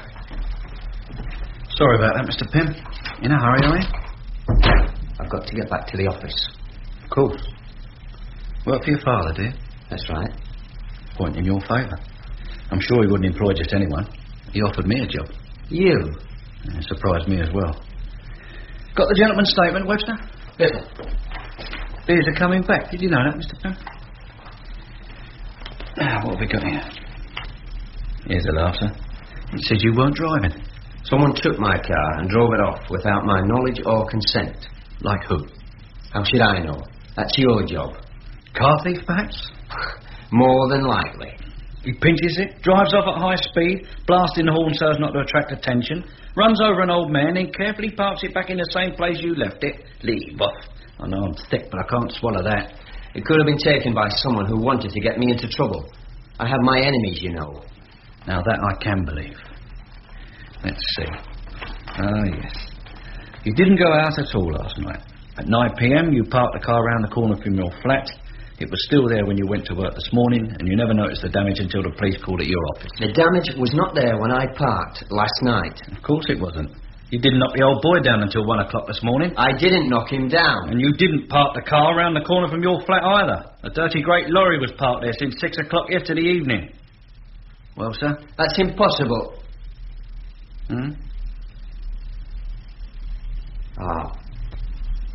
Now, wait a minute. I remember now. There was a lorry there. I had to park in the next turning, Norman Grove. Norman Grove? Make a note of that, would you, son? Yes, sir. Where precisely in Norman Grove, sir? So that we can prove your innocence for once and for all. I don't remember exactly. It was only last night. I don't remember. It was late and I was tired. Late? It was only 9 o'clock. Get that, would you, son? Stop. What's it? Yes, I see. Yep, I'll tell him. Hospital, sir. The old boy died 10 minutes ago. Thank you. Exactly where in Norman Grove, Mr. Pym? I didn't park in Norman Grove. I wasn't at my flat. Oh? I stayed the night with a girl. I didn't want my father to know. Why, was she a scrubber? No. But he wouldn't have approved of her. You were with her all night? From 9 until 7 this morning. My car was outside her place where I'd left it. I spotted the damage and thought someone had shunted into me. Well, I wasn't going to report it until I was well away from her flat. I take it you'd like to give us another statement, sir? Yes. Right. This will be statement number 2, sir. And you will include the girl's name and address, won't you, sir? Just in case we should want to check up on you. Well, Inspector? Well, Miss King? It's about a gentleman called Roger Pym. Roger? Yeah, I understand you and he are chums. Very compact, these bedsitters, isn't they? You question the lady, would you, son? I seem to be asking questions all day today. Yes, sir.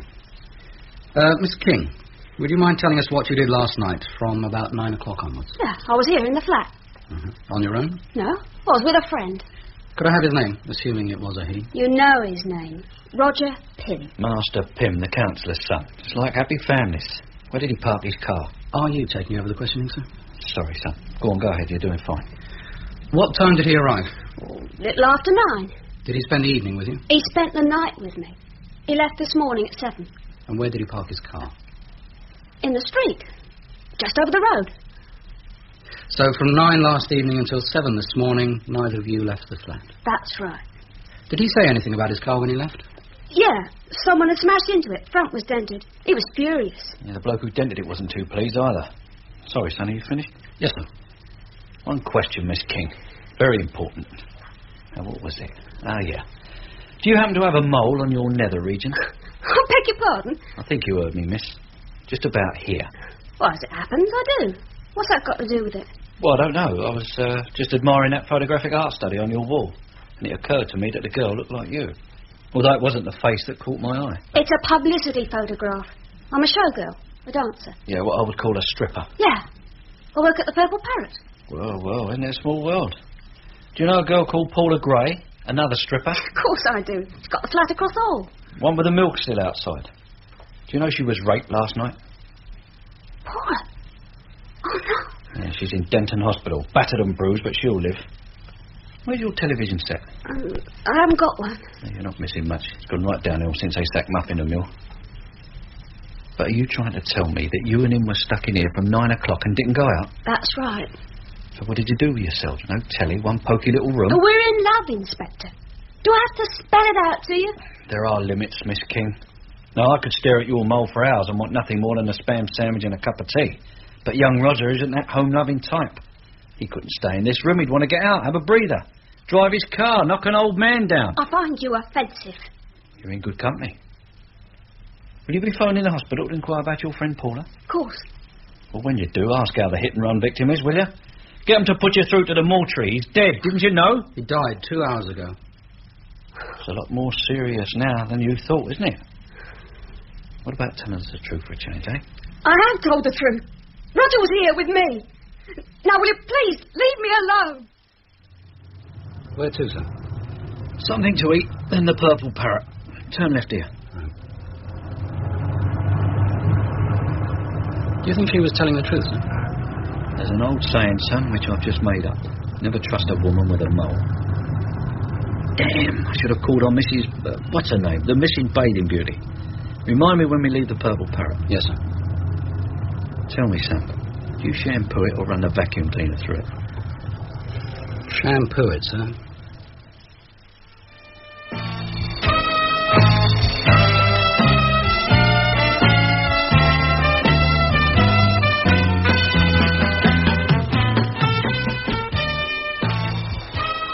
You go have a chair, Mr. Foster.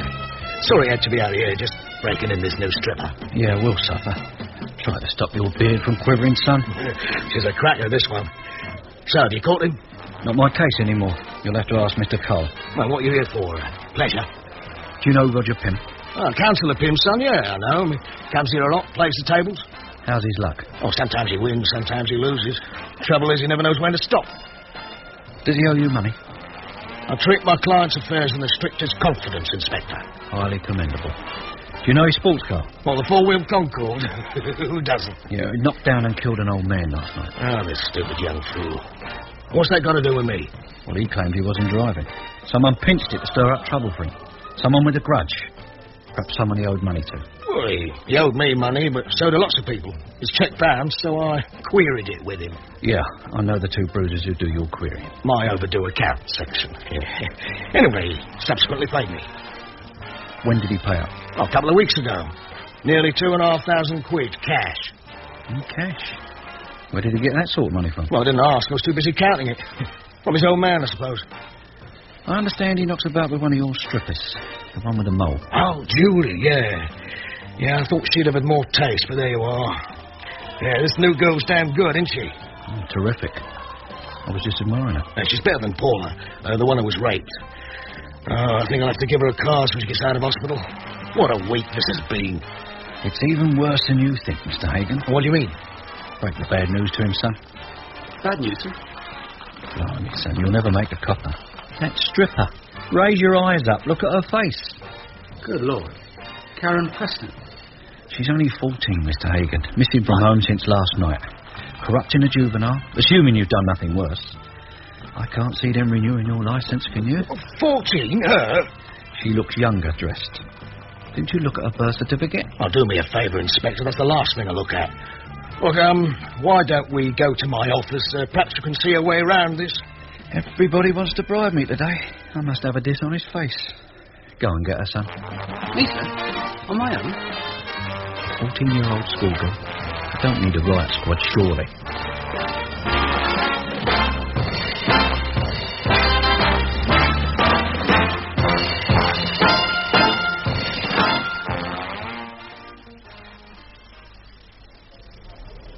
Well, son, where is she? What's up with your face? She scratched me, sir. Scratched, clawed, bit, and kicked. It was probably her way of saying she didn't want to go with you. Well, where is she? In her dressing room. Refuses to dress and refuses to come out. I've locked her in. Do you mean to tell me that a grown man, a highly trained police officer, can't bring in one innocent little child? She is not innocent, she's not little, and she's not a child. Just watch me, son. I'll get her out of there using just one finger of my hand. My dialing finger. Well, who are you phoning? The station. To send a policewoman over. A policewoman? Yes, son. She'll be able to grab those parts a bearded young constable daren't reach. Hello, Sarge. Frost here. Can you help me? I'm in desperate need of a woman. 15 minutes later, a panda car pulled up outside the club, and P.C. Norton got out, followed by a woman police constable. Here you are, Mr. Frost. 1 WPC, delivered as requested. Thank you, Constable. I hope you kept your hands off her in the car. Most of the time, sir. What's the problem, sir? A 14-year-old stripper. My wounded colleague here will show you where she is. It was a struggle, but we got her into the car where she swore continuously and fluently all the way back to her parents' house. We dumped Karen on her grateful parents, and then we went to a pub and lingered over a couple of pints until even Frost couldn't think of any excuse why we shouldn't return to the station. But those overtime returns were fated. We had just got into the car. Control to all units. Armed robbery at Farnham Jewellers, 83 High Street. Owner reported shot. Charlie Alpha in attendance. Assistance requested. Hello, Control. Frost here. We're not far from the High Street. We're on our way. We were there in 5 minutes. Farnham, the owner, was in a chair. P.C. Sutton was wiping blood from his face. Webster, turn that damned alarm off. Yes, sir. Keys in my pocket. Right.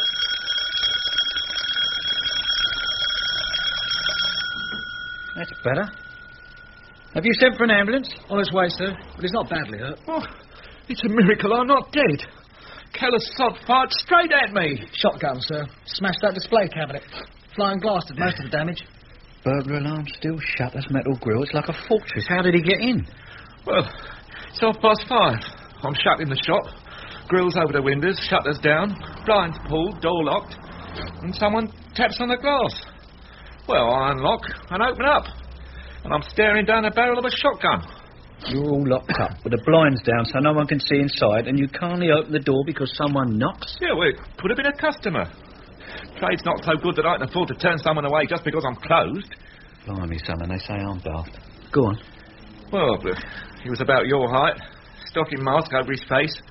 He pushes me back in with the gun and locks the door behind him. And what did you say? Good evening, sir. Can I show you something? Yeah, all right. I was a fool. Don't rub salt in me wounds. He makes me lay face down on the floor, then calmly helps himself to the pick of my stock. All small, valuable items, over 10,000 quid's worth. Retail or wholesale? Retail. What's that, about 50 quid wholesale?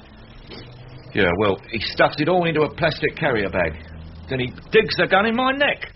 And he tells me not to move for 10 minutes or he'll blow me head off. Well, I hear the shop door open and shut. And I'm up in a flash. I fling the door open and spot him climbing into a car. He pulled the stocking mask off. I saw his face. Did you recognise him again?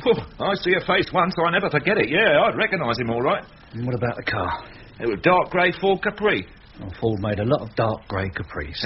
Not with the registration number MYL640P. You've got the registration number? Yeah. I'm starting to take to you, Mr. Farnham. Has it been circulated? Yes, sir. Roadblocks are out. All patrols on the alert. And you've warned him that he's armed? Sir. Good. Sorry, Mr. Farnham. Carry on. Well, he fired at me.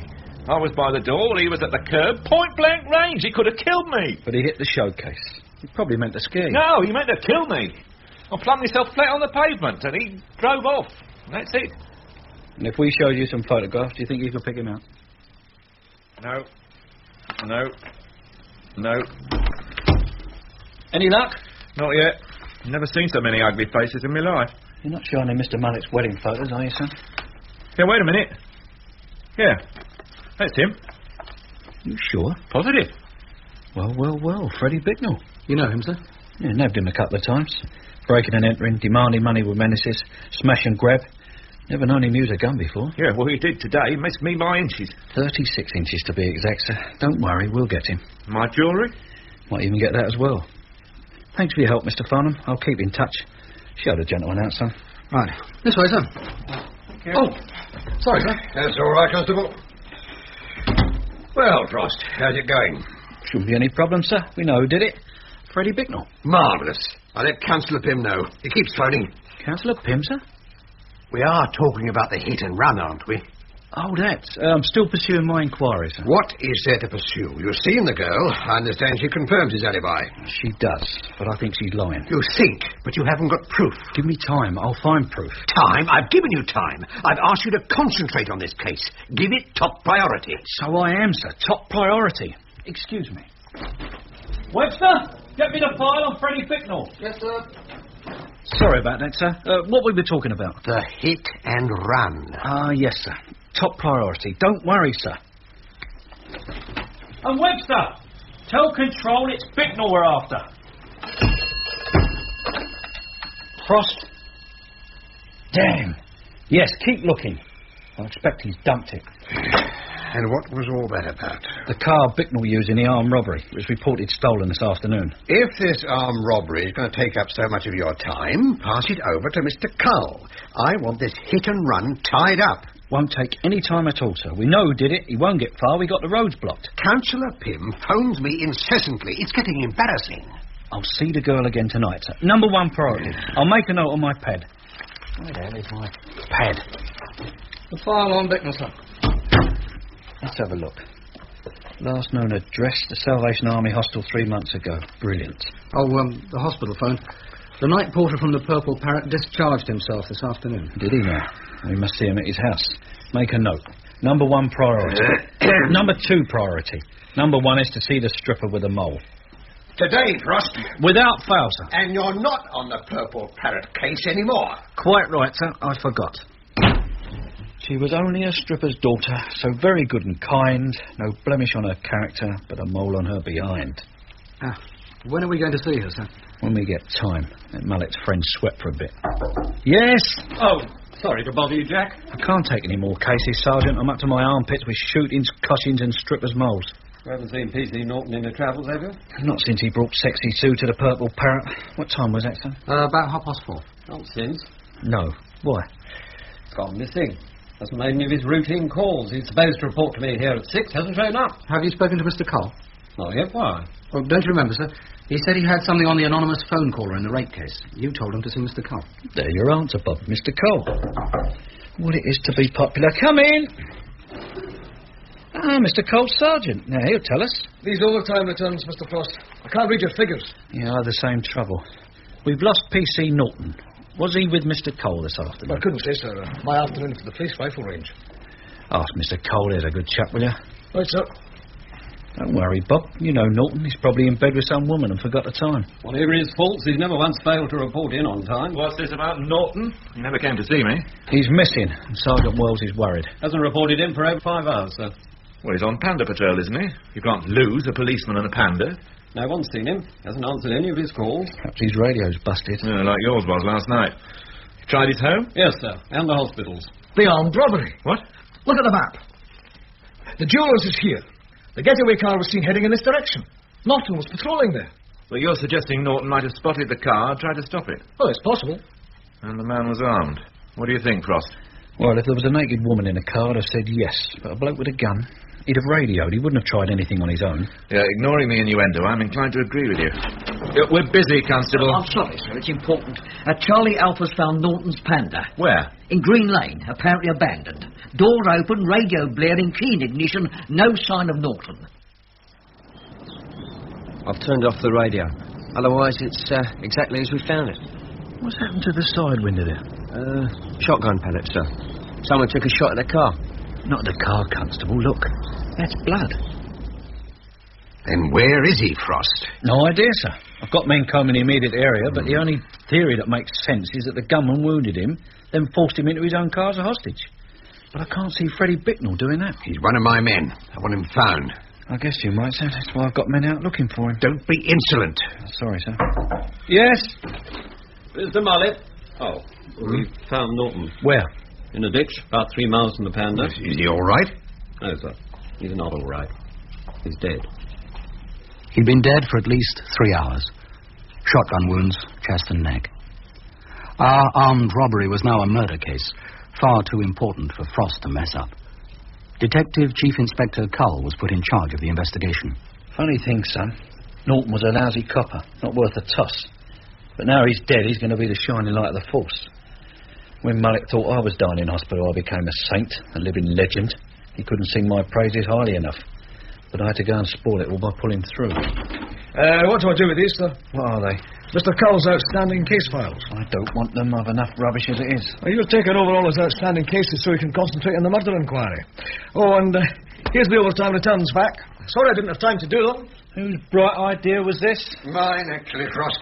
I want that killer. Norton was a damn fine police officer. Salt of the earth, sir. You got the rape inquiry file there? I expect it's here somewhere, sir. There's something else I want cleared up. Number one priority. After the hit and run. Have you seen the girl yet? We were just going to go as you came in, sir. Good. And the overtime returns will go off tonight, won't they? If humanely possible, sir. Make it humanely possible, Frost. Oh, there's one other thing. Someone's got to break the news to Norton's wife. No one's told her yet? Mr. Carl thinks it might be better if you did it. He tells me you know her. About as well as he does, yes, sir. I'd have thought you would have done it. I'm not very good at that sort of thing. Take a woman police officer with you. And tell Mrs. Norton she has my deepest sympathy. Anything she wants, anything at all, just let me know. Yes, sir. Well, you heard what the man said, son. A woman police officer. See if sexy Sue the Navy knickers is still on duty with her? Yes, sir. She was on duty, but wasn't at all keen to accompany Frost. We soon found out why. I stayed outside in the car while they went into the house. Yes? Mr. Frost. Hello, love. Do you think we could come in for a minute? You know WPC Susan Dean? Get her out. Get that woman out of my house. Get her out. In the car, Sue. Sir?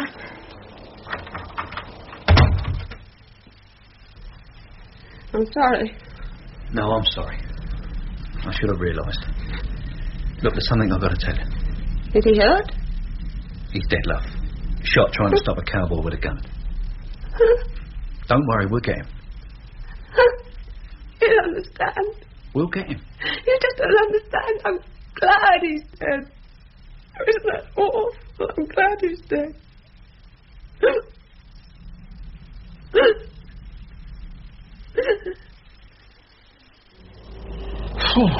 I made a right mess of that, didn't I? You might have told me he'd been knocking you off, Sue. He hadn't been knocking me off. I went out with him once. Twice. That was enough. I didn't realise his wife knew. Yeah, she knew all right. He told her everything. Boasted about it. Getting himself killed was the only decent thing he ever did. How's Mrs. Norton taking it? She'll survive, son. Let's get out of here. Right. The station? No, the hospital. Suppose we'd better see our rape victim. I'm not looking forward to it. I've had enough of frail weeping women for one night. Wait till I get my hands on him, Inspector. I'll tear him apart. I'm going to rape anybody else and I'll finish with him, I promise you. Calm down, Miss Gray. Now, what did he look like? How do I know? You must have some idea. Look, if we're going to catch this bloke, we've got to know something about him. You're the sixth woman he's attacked, and none of them could tell us what he looked like. Well, neither can I. He jumped me from behind. He chucked a plastic mac or something over my head, and then he threw me to the ground. He started punching me. I mean, I tried to claw his face. You got your hand to his face. Well, was he clean shaven? All I felt was cloth. He must have had a mask. Knocked my hand away, and then he just started punching. I kept thinking, please don't mark me. Do what you like, but please don't mark me. I'm a stripper, a purple parrot. I mean, I can't work if I'm marked. How bad am I? I mean, they won't let me have a mirror. You'll heal. Now, is there anything else you can remember about him? Oh, he had something on. Vest, something like that. Vest? Why not a shirt? Well, go on. That's it. He hit me and I passed out. You live in the same flats as Julie King, don't you? That's right, what? Would you happen to know if she was in last night?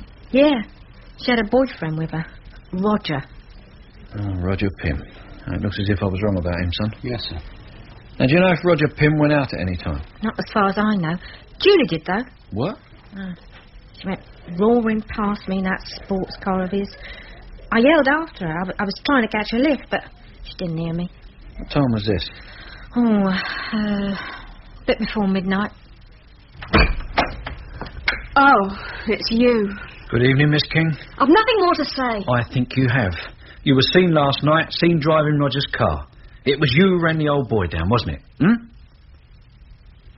You better come in. Anyone in need of your room, Sergeant? Oils, Inspector. Take her in, son, and get a statement, will you? This way, Miss King. Yes, all right. Oh, a bad bit of stuff, Jack. Yeah, if you don't mind getting run over. Is our esteemed divisional commander in? How's Mrs. Norton taking it? Bearing up remarkably well, sir. Good, good. Well, Mr. Frost, first-class officer. The overtime returns have gone off, haven't they? Yes, sir. Excellent, excellent. County account said if they weren't with them by first thing tomorrow, there'd be no overtime payments this month. Anything else? Yes, sir. We've eliminated Roger Pym from our inquiries so far as the hit-and-run case is concerned. What? His girlfriend's given us a full confession. She was driving. She killed the old boy. This is marvellous. Yes, get me Councillor Pym at his home, please. Urgent. I must be the first to break the news. You'll be tickled pink. Well done, Frost. Thank you, sir. You've made my day, Inspector. Terrible about Norton, of course, but well, you've made my day. No doubt about it. Roger Pym wasn't driving. He wasn't even in the car, sir. He was too busy cushing the night porter at the Purple Parrot and nicking £3,500. What? He owed Hagen a packet for gambling debts, and Hagen was leaning hard on him for repayment. So he paid him by taking the money from the safe at his father's firm. Oh, my God. But the money had to be put back before his father found out. What better way than pinching it back from the Purple Parrot? Julie gave him the inside gen. It was her on the phone to the security man. How does this fit in with the hit and run? Julie was going to be his alibi, pretending to be him in the car roaring round and round the old people's flats. Hagen would have torn him apart if he'd have suspected he'd stolen his money. A watertight alibi, you'd have thought. But when she knocked down and killed the old man, it all went wrong. You've only the girl's word for this. She was seen driving the car, sir, and we found the balance of the money in her flat. Delta Tango's picking up young Pym now. Mullet. Oh, hello, Councillor Pym. Good news? No, I'm afraid it isn't exactly good news. Actually, it's rather the opposite. Excuse me a moment. Yes, Frost. Ask him if the offer of a job still stands on. Get out, Frost. Get out! We charged the girl. We charged Roger Pym. Then it was panic to get the overtime returns completed, especially as Frost had told Mullet we'd already done them. We were both so full of ourselves for clearing up both the hit-and-run and the Purple Parrot robbery, we completely forgot our most important investigation. But not for long. Jack, Denton Woods. Another woman attacked and raped. Oh. They were carrying her to the ambulance as we arrived. I caught a glimpse of her face. It was a mess.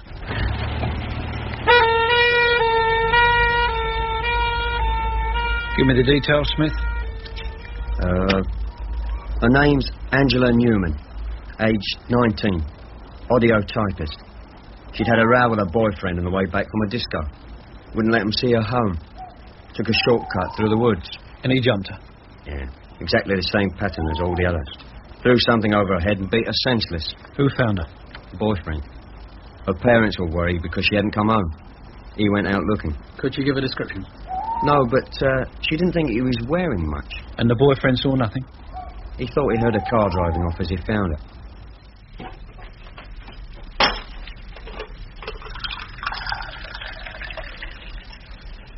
Thanks, Sue. Oh, fellas, I've been on duty for hours. Yeah, over 16 hours, sir. Well, what do we know about this rapist? Nothing, sir. No, thanks, sir. Absolutely nothing. Now, son, don't get your whiskers in a twist. We know a couple of things about him. And look at this map. There's been 7 attacks over the past 8 weeks, right? And the first 3 took place here, Meads Common, right over the other side of town near Industrial Estate. The next 2 were here. One at Valentine's Park and one on a golf course. But his last 2 are way down here, Denton Woods. He covers a fair bit of ground, so what does that suggest? Car, sir? The boyfriend was supposed to have heard a car driving off. Yes, all right, I'll buy the car. Next, he seems to be all stripped for action. Now, where would he leave his clothes? In the car. It sounds logical. And I bet it's not a small car. Why do you say that? Ever tried getting dressed in a hurry in a small car? It's not easy, is it, sir? I wouldn't know, sir. Now, a biggish car. Or a van. Oh, I've forgotten something. What's that?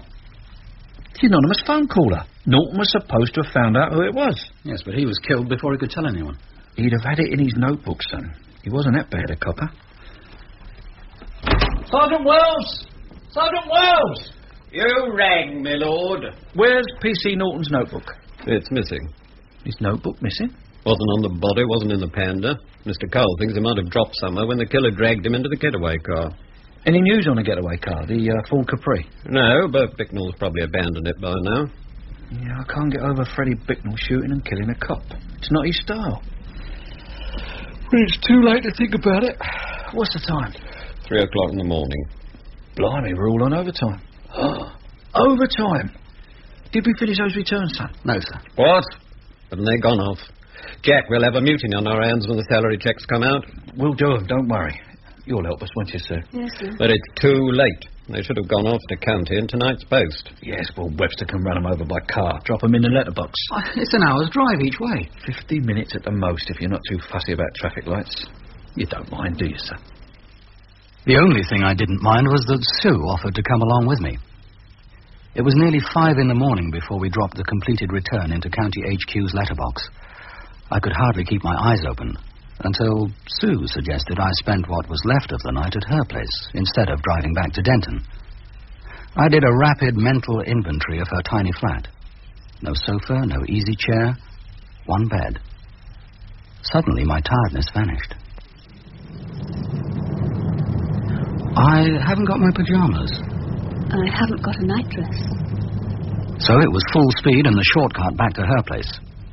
The shortcut was my undoing. What is it? Over there. What? In the lane. A grey Ford Capri. Registration number MYL640P. Good work, Webster. You've saved us a hell of a lot of time. Sir. Any luck with fingerprints? Nothing, sir. He's wiped it clean. A professional. He knew what he was doing. Someone talking about me? Hello, Frost. So this is where Bicknell switched cars, eh? Yes. Lucky your assistant spotted it. Yeah, it's the way I train them. Are you tired, son? Every night with Sue? No, sir.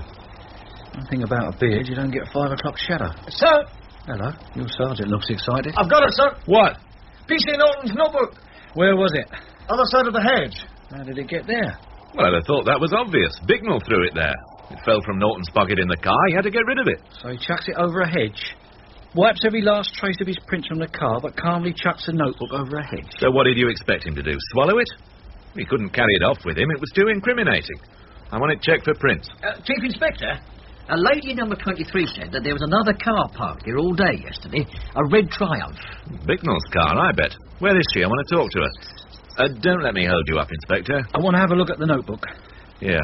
Well, hold it carefully. I don't want your prints all over it. Tart. This must be it, son. The very last entry. Rupert Treadwell, Dove Cottage, Denton. Where's Dove Cottage? Oh, it's a broken-down bungalow just north of Denton Woods. Got it. I know it. Right, Webster. We'll go and see him. We'll dump Sue off first. She looks ready for bed. Oh. You say something, son? Oh, if you must. It's all in a mess. It's a palace compared with my place, Mr. Treadwell. Do you have kippers for breakfast? Not since last week. Don't mind if we have the window open, do you? I believe you had a visit from one of our constables yesterday. Oh, yes. P.C. Norton. Good-looking boy.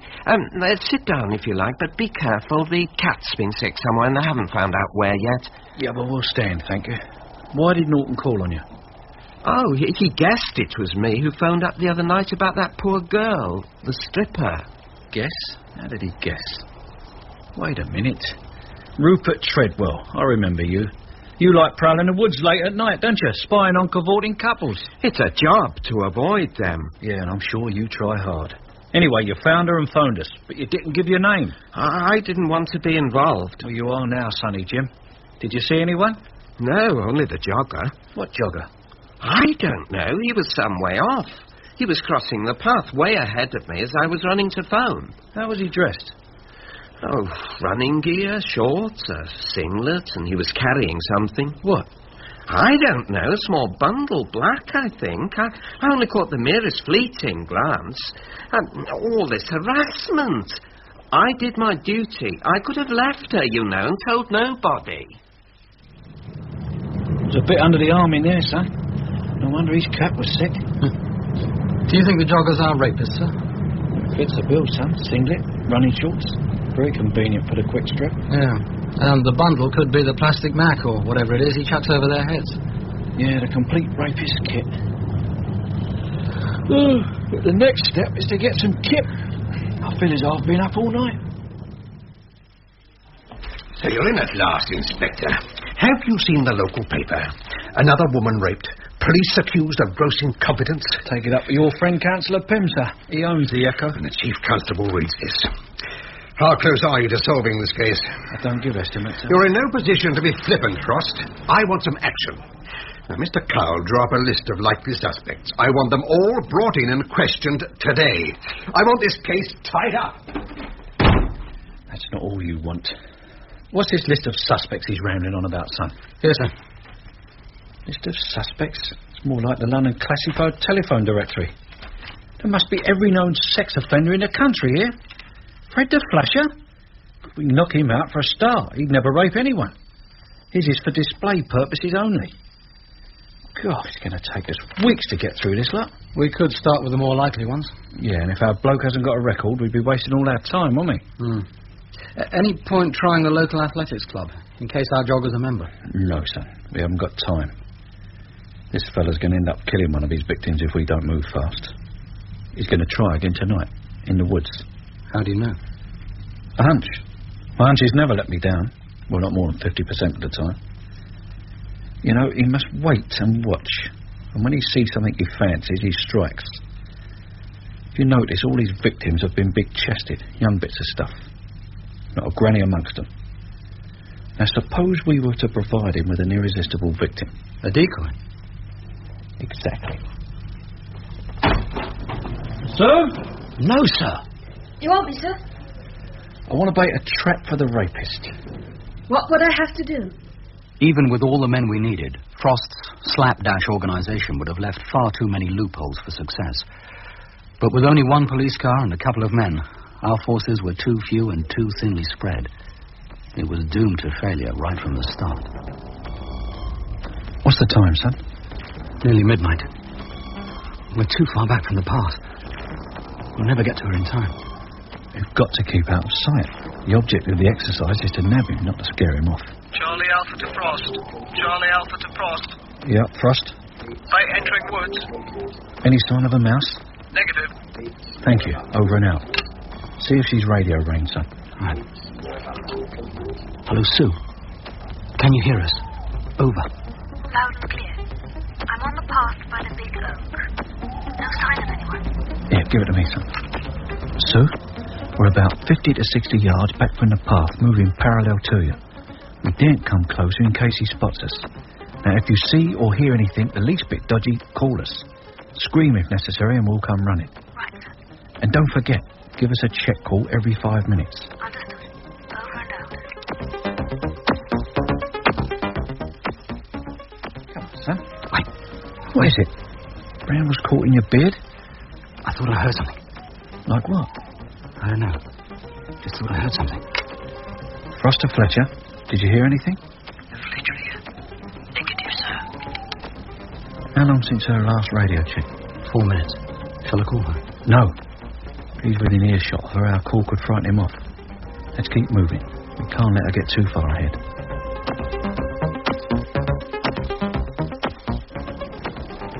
She should have reported in by now. Give her another half minute. She's not staring at her wristwatch counting the seconds. Yeah, but she knows she's got to check in every 5 minutes. Well, she won't do it if she knows he's near her. Oh, right, call her. Frost to bait. Frost to bait. Come in, please. Sue, come in, please. Okay, son. Let's find her. Frost all units. Move it.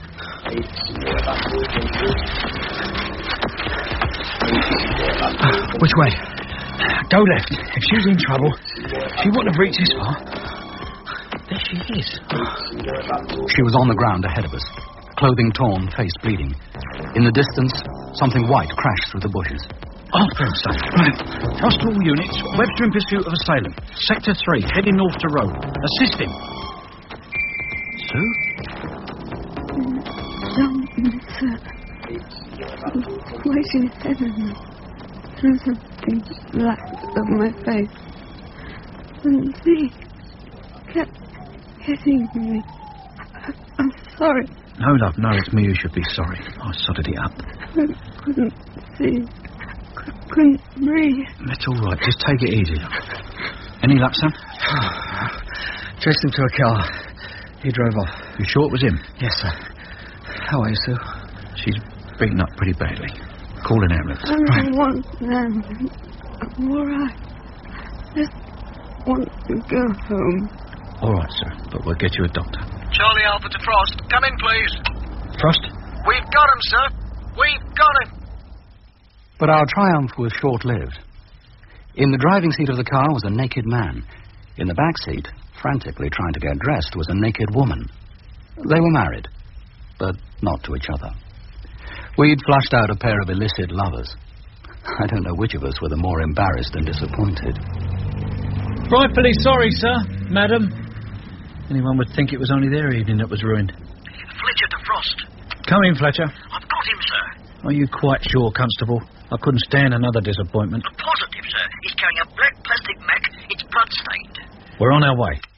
There was something vaguely familiar about the man Fletcher was guarding so carefully.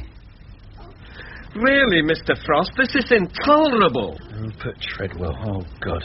Let him go, Constable. He's not a rapist, he's a peeping Tom. He was carrying this, sir. You're right, Fletcher. They are bloodstains.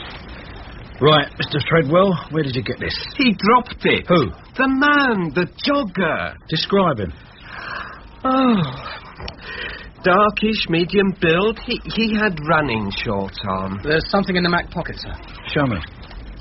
Front door key. Big deal. All we've got to do is try every house in the country, and if it fits, we've got him. Rather like Cinderella. Yeah, I knew you'd be interested in fairy stories. All right, Fletcher, you big hulking brute.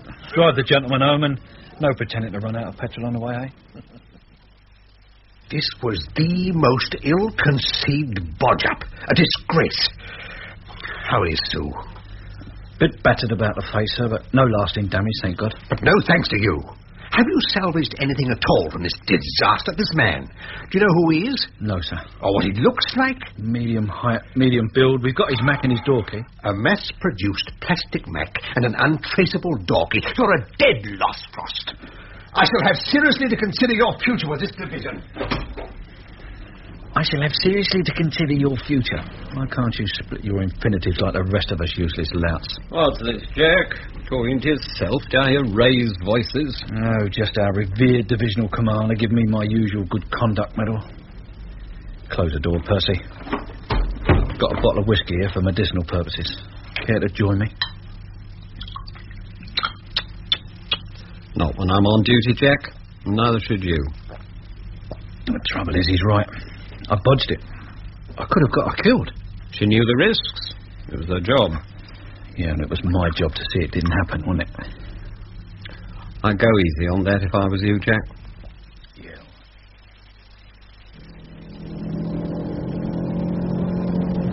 Fairy tales can come true. It can happen to you. Oh, hell. What the heck do you think you're playing at? Didn't you see the lights? They were red. You nearly killed me. Oh, I'm sorry, lady. It's my night for nearly killing people. Hey, you're drunk. I'm calling the police. Wait a minute. You're Frost, aren't you, Detective Inspector Jack Frost? Your servant. Do I know you? You ought to, the number of times you had me up for soliciting. Kitty Reynolds. Still in business? I gave it up years ago. Oh. I seem to put a dent in your car, love. Yeah, you have, you drunken pig. But forget it, I'm insured. Kitty, you're a saint, though. I owe you a few favours. All the blind eyes you turned. I could have gotten into serious trouble. I don't remember. If I did, it was a pleasure. Oh, well, I better get on, I suppose. If you're too drunk to drive, you come home with me. I'll soon sober you up. Oh, this coffee's flaming hot. Drink it, it'll do you good. So you packed the old game in, eh? I had to, I was getting past it. I'm past it, but I still carry on. Oh, we are sorry for ourselves tonight, aren't we? Have some more coffee. I hate to say it, Kitty, but whatever men found irresistible about you, it certainly wasn't your coffee. It'll sober you up. I'm not sending you back to your wife in that state. My wife's dead. She died last year. Oh, I'm sorry. Must be lonely for you now she's gone. It was lonely when she was alive. We didn't get on too well, so you're sobering me up for nothing. You can stay here tonight if you like. What? If you're going deaf, Jack, forget it. Are you trying to take advantage of me just because I'm drunk? Drunk or sober, you wouldn't look so bad if you got yourself a decent suit. I thought this was a decent suit. Look at it, frayed cuffs, button coming off. I'll sew it on for you before you go. You sew as well? You'd be surprised at what I can do. Control to Inspector Frost. Control to Inspector... What the hell's that? It's an electronic chastity belt. Frost? Well, dear Inspector, you asked to be informed of any incidents in the vicinity of Denton Woods. Intruder reported in back gardens of Dorset Crescent. Foxtrot X-ray investigating. I'm on my way. Loose button and all.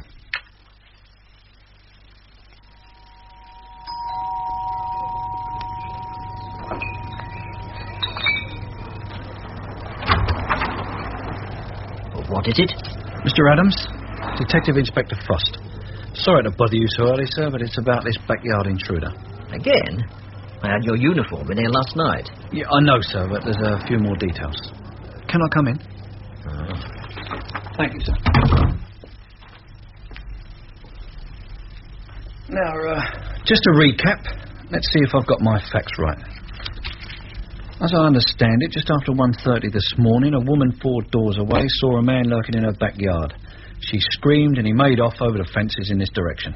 That will be Mrs. Shadbolt, number 62. Shadbolt. That's right, sir. A neighbour heard her screaming and dialed 999. Our chaps arrived, searched the back gardens and found your back door had been forced. I knew nothing about it until they knocked me up. I was fast asleep. Did he take anything? I don't think he even got in.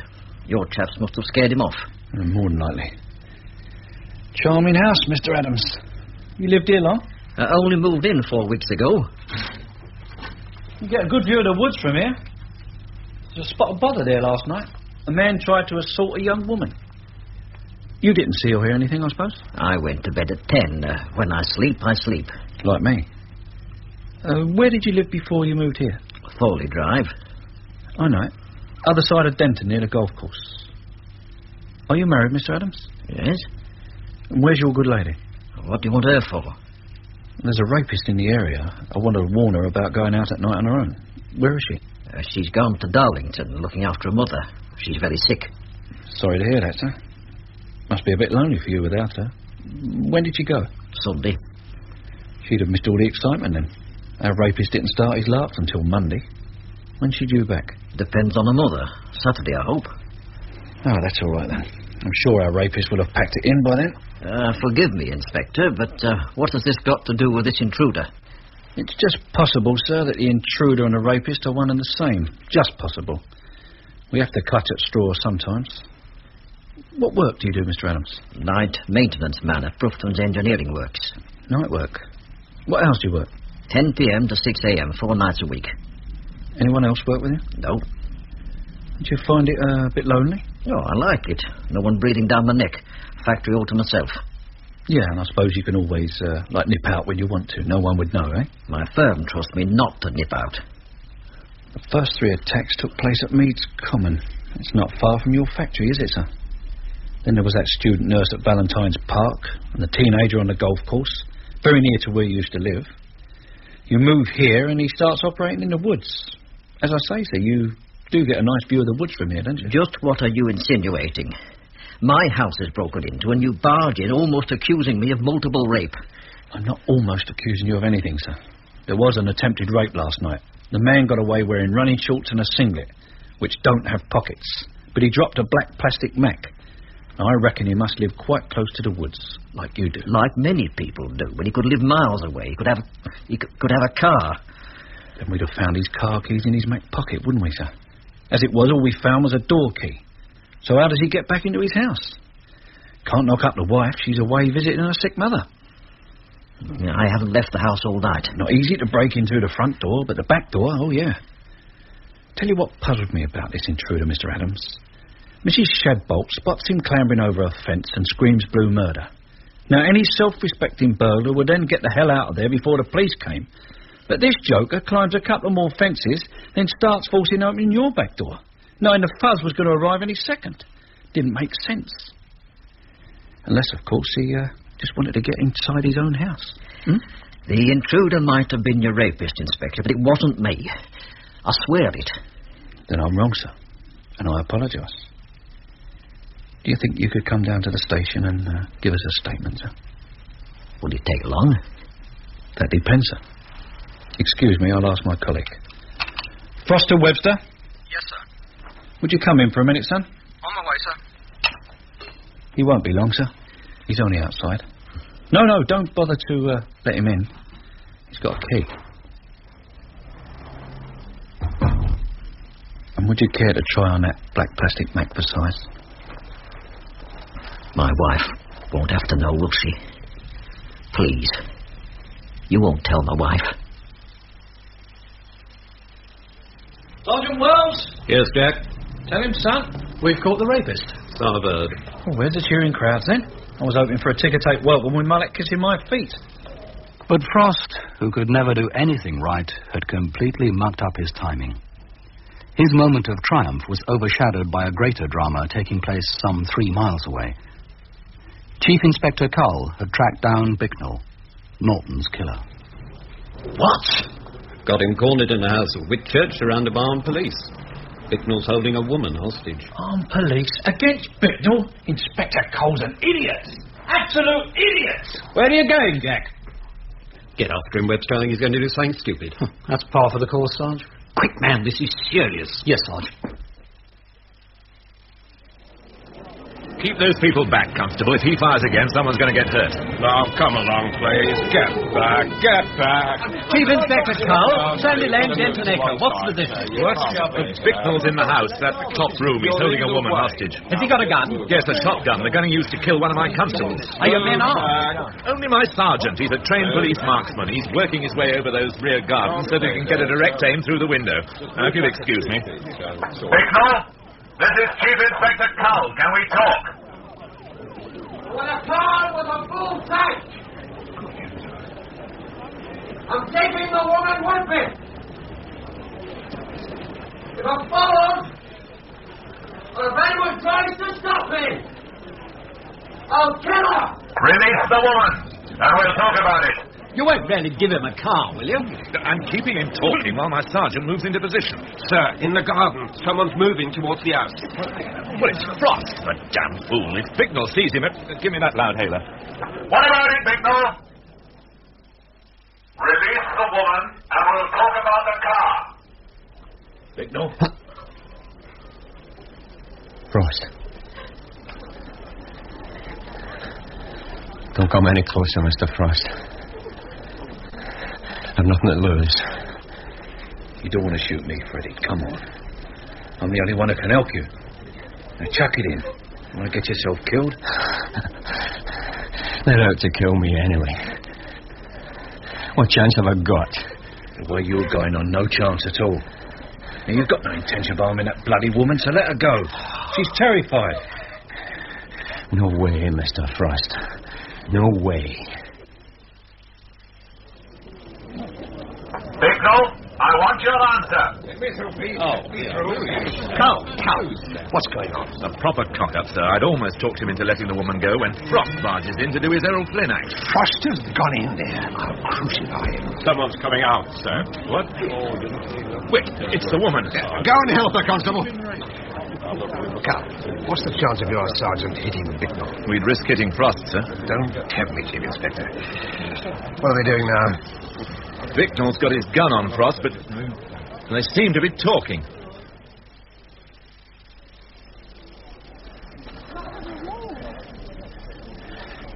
God is my judge, Mr. Frost. That's the honest truth. You've got to believe me. With a shotgun pointed at my gut, I'll believe anything. It's empty, Mr. Frost. I fired my last cartridge 15 minutes ago. Look. Freddie! Freddie! You killed him, you silly sod! You killed him!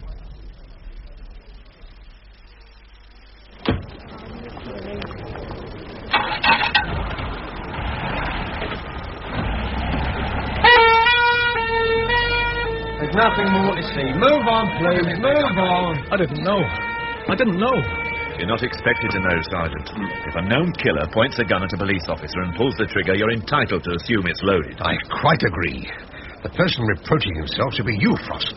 Your conduct was inexcusable. Report to me in my office, 3 this afternoon. Yes, sir. I think we'd better have a word with the press. This way, Chief Inspector. Sir. So you saved my life then, Sergeant? Well, I didn't know the gun wasn't loaded, sir.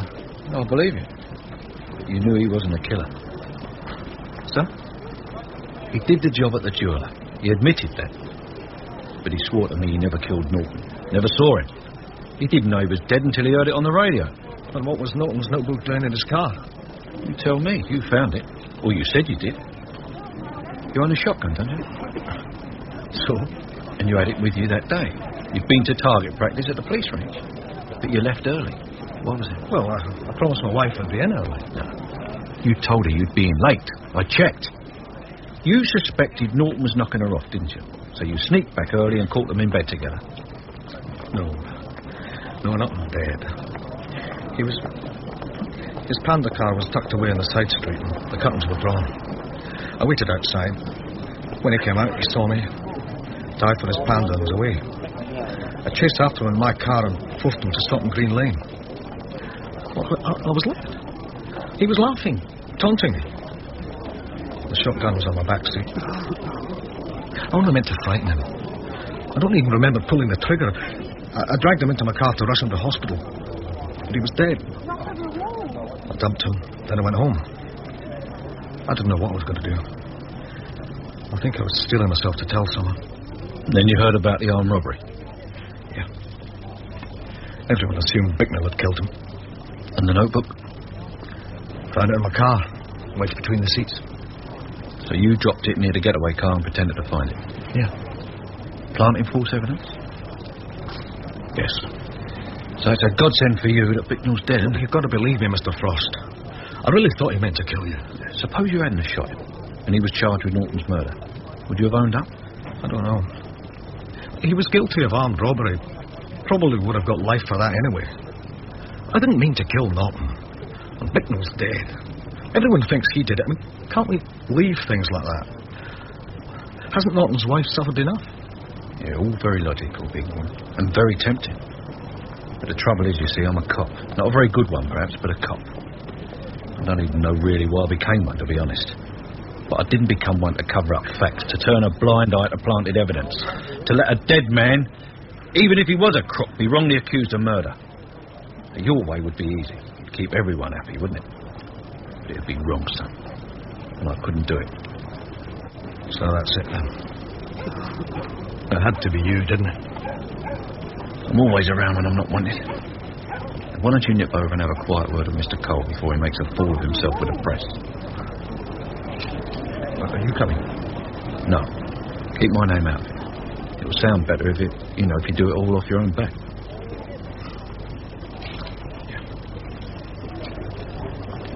Mr. Cole, can I have a what, please?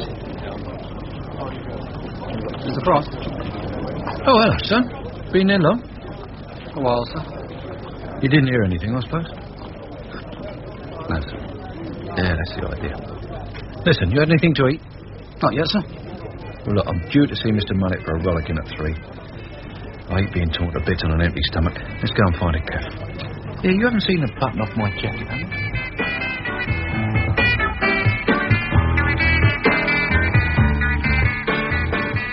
In A Touch of Frost by R.D. Wingfield, Detective Inspector Frost was played by Derek Martin, Webster, Hayden Wood, Chief Inspector Cull, Stephen Thorne, and Superintendent Mullet, Alan Dudley. Sergeant Wells, Ellis Dale, Fletcher, Stanley Page, Susan Dean, Jill Lidston, Ingram, Gordon Reed, and Smith, Andrew Byatt. Paula Gray, Alex Marshall, Kitty Reynolds, June Brown, and Rupert Treadwell, Richard Gold Parry. The play was directed by Peter King.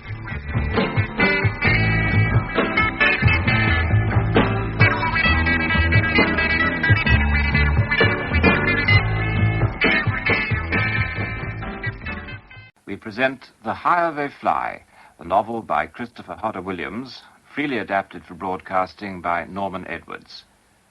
The play opens in London Airport Control Tower.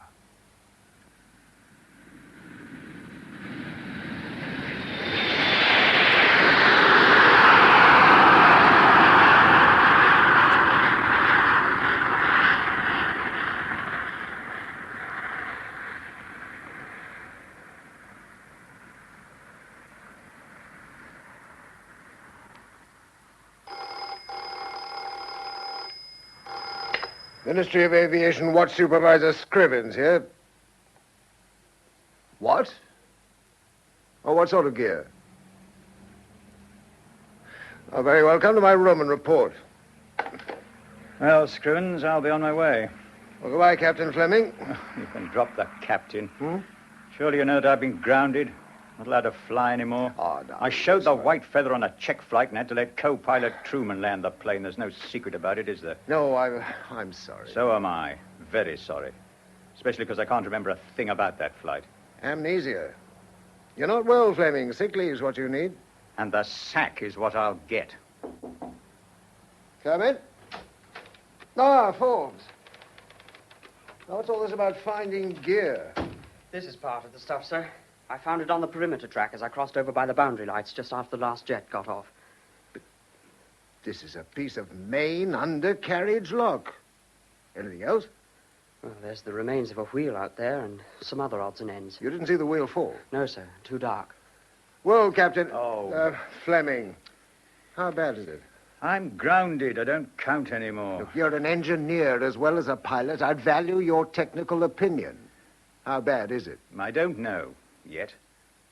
But I don't think the pilot can get down. But he must.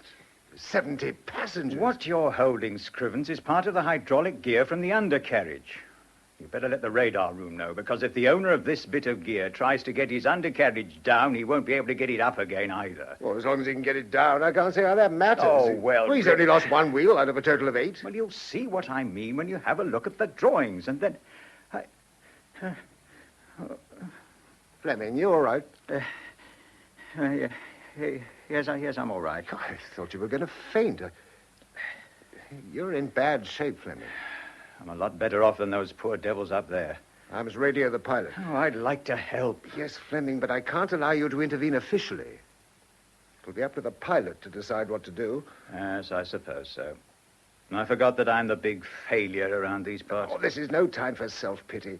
Forbes. Sir? Get along to the radar room, give them the facts, say I'll be along in a jiffy. Very good, sir. Fleming. Yes? Speaking unofficially. Yes? You check flew that Jet 4 a year ago, didn't you? Yes. I suppose you know that aircraft inside out. As a matter of fact, I do. But I certainly don't know how to land an aircraft that size with an undercarriage that's going to be at right angles to the line of flight when the pilot lowers it. Between you and me, what do you think the pilot should do? Well, all I can say at this stage is that he may have to try a belly landing and hope for the best. Hello? Hello, Woodford. Yes, Fleming's here. He wants to speak to you. Oh. Hello? Robert, Ken Woodford here. I'm in the country. Air traffic control phoned me just now and told me about the Jet 4. Oh, why the hell didn't you phone me yourself? I don't know. Wake up! What the devil's the matter with you? This is a matter of life or death.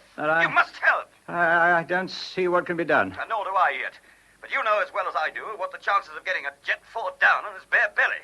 It's just about nil. They'll have to do some engineering in flight. Oh, you're out of your mind. Possibly. Now listen, get hold of the drawings and work out from them what can be done. But how can they work on the undercarriage? They can't get near it. Well, they can get into number 3 systems bay and then smash their way through the floor. Now put Scrivens on. He wants to talk to you again. Scrivens here. Fleming has just left the room. He's not feeling well. He's not feeling well, but... Look, you'll have to use him, Scrivens. I designed that aircraft, and Fleming knows it inside out. I'm sorry, Mr. Woodford. Fleming is in no shape to help in this situation. Scrivens, I would remind you that Fleming flew the Czech program for undercarriage endurance. As well as being a line captain, he's a creative engineer in his own right. Are you trying to tell me you don't need him? I tell you, the man is ill. He doesn't know what he's doing. In my opinion, he's the only person you're likely to get hold of tonight who can assess the trouble technically and advise the captain of the Jet 4 on the best landing technique. Now, if you can't handle him and get him to help, then God help the passengers and crew of that aircraft. I'll do what I can. But it's obvious to me the fellow's on the verge of a breakdown. He's been going about in a half-dazed condition since he cracked up during that Czech flight and Truman had to take over the controls. Yes, I heard about it, but I must say I don't understand it. I've known Robert Fleming for a good many years, and he's the last person I would have thought to behave as Truman said he did. Now, what's your personal view? Well, if there's anything in rumor... What rumor? Well, it's just catty gossip, I expect. Well, tell me to hell with tales out of school. This is an emergency. Whatever the gossip is, it may be a clue to Fleming's incredible behavior. Well, come on. Out with it, Scrivens. Well, it concerns Fleming's girlfriend. Julie, yes. I've met her. What about her? Well, I said that Truman's been poaching. Successfully? So rumor has it. Jimmy Truman has a reputation as a Don Juan, hasn't he? I believe so. Yeah, so do I. Now, listen, I'm stuck in the country, but keep in touch. But use Fleming somehow. He's your only chance. Keep me informed, please. I'll do all I can, Mr. Woodford.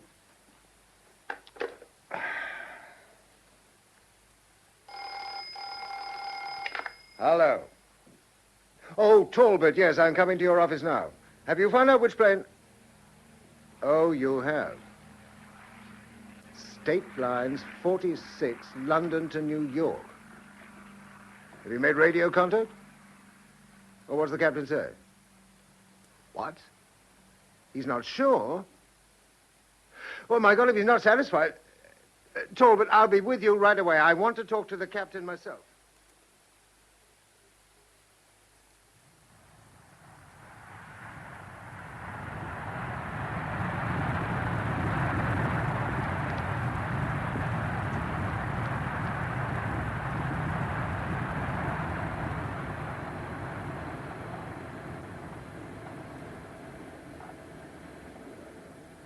Is there anything I can get you, Mr. Hobb? Oh, now I come to think of it, yes. There's a new club in New York you'd love. How about a date? I'm sorry, but a stewardess isn't allowed to have personal associations with passengers. Do you always stick to the rules? At times, Mr. Hobb, the rules suit me very well.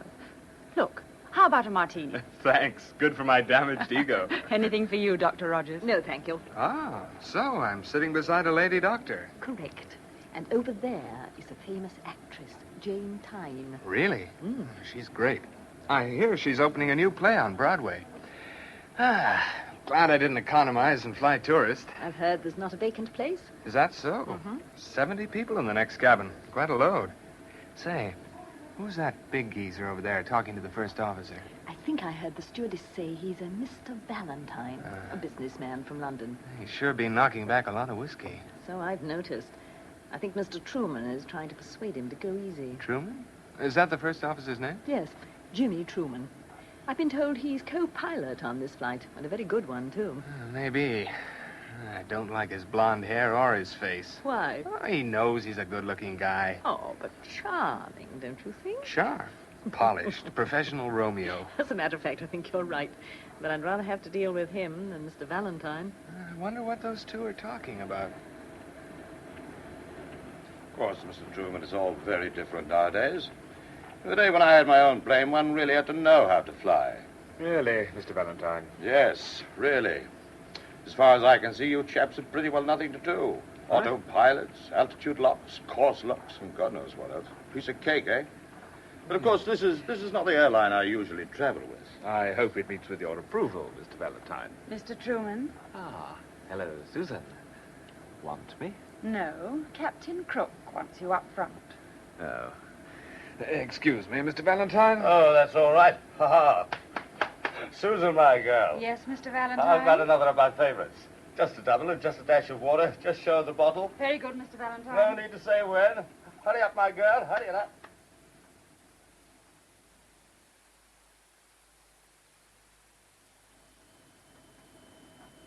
Perfect idiots, Jimmy. That's what they are. Why? And who are they, Captain? I've just been talking to Scrivens on the RT. He wants to know if we still have an undercarriage. What? What do you think, Jimmy? Any wheels down there, do you think? It seemed all right at takeoff. You notice anything, Jeff? Huh? 5 degrees right, Captain. Yeah, where are we going, Perkins? The Tate Gallery? There's a beam wind picking up all the time, Captain. Right, all right. 5 degrees it is. Now, repeat. Did you notice anything at takeoff? Well, I had a vague feeling that something hit us. A sort of thump. I felt it rather than heard it. Yeah? I'm sorry, I should have mentioned it to you before. No, forget it. Wouldn't have made any difference. Look, do you think you could get your great body through a very small hole? The servicing duct? Number 3 systems bay. Oh, I'll try. Tight squeeze. I'm the fat boy of Peckham, you know. Now, listen. If we have hit anything, you should see that the hull has been dented. In number 3 bay, you'll be right above the retracted wheels. Yeah. If that's where the trouble is, there may be some damage visible from the inside. Meanwhile, we must depressurize. Airways have authorized us to go down to 10,000 feet. Yeah, well, I'll have to tell the customers. Pass the microphone, Jimmy. Yeah. Thank you. Ladies and gentlemen, this is the captain speaking. We are going down to an altitude of 10,000 feet, and I am about to depressurize the aircraft. You will probably find no difficulty whatsoever in breathing when I let the wind out, so to speak. But if you do have, you've only to press the red button above your heads and an oxygen mask will drop down. There is no cause for alarm, but one of my crew will be inspecting certain equipment. Please do not smoke, although you may move around as much as you please. I shall be making a further announcement later. Thank you. Well, Dr. Rogers, what do you make of that? A jovial understatement, Mr. Harmon. Yes. Even at Yale, I got to know you British love understatements. Losing 20,000 feet in order to depressurize. Yeah, I wonder what the trouble is. Flaps, undercarriage? I don't know much about aircraft. Nor do I. But this one has a bug in it somewhere. The captain was too offhand. Stewardess? Yes, Dr. Rogers? Can I get anything for you? Your name is Susan, isn't it? That's right. Susan Eccles. Oh, stewardess. Too formal. Susan it is. Fine, that's okay by me. Do you know what the trouble is? Trouble? Oh, there's no trouble. Captain Crook is one of our most experienced pilots. Rather than leave you in the dark, he prefers to let his passengers know what is happening. Stewardess! Stewardess! Hey, my girl! Oh, Service! Service! Empty glass! Coming, Come on, my sir. girl.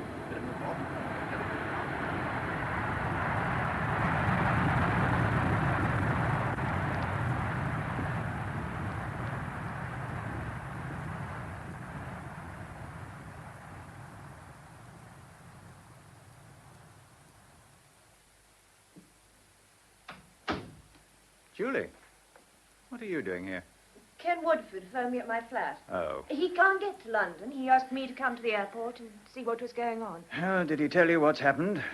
That I'm sick? Yes. But it depends how thick you are, Robert. You probably talked yourself into it. You'd be sick indeed if you couldn't pull yourself together and do everything possible to help. I can't do anything officially. They won't let me. How long have they got? What are you talking? Fuel, I mean. About 8 hours. What they must be going through. You don't care, do you, Robert? You're too wrapped up in your self-pity. You haven't the imagination to understand how I feel. You hate me, don't you? Because of Jimmy Truman. You betrayed me for him. Oh, don't be so melodramatic. I fell in love with him.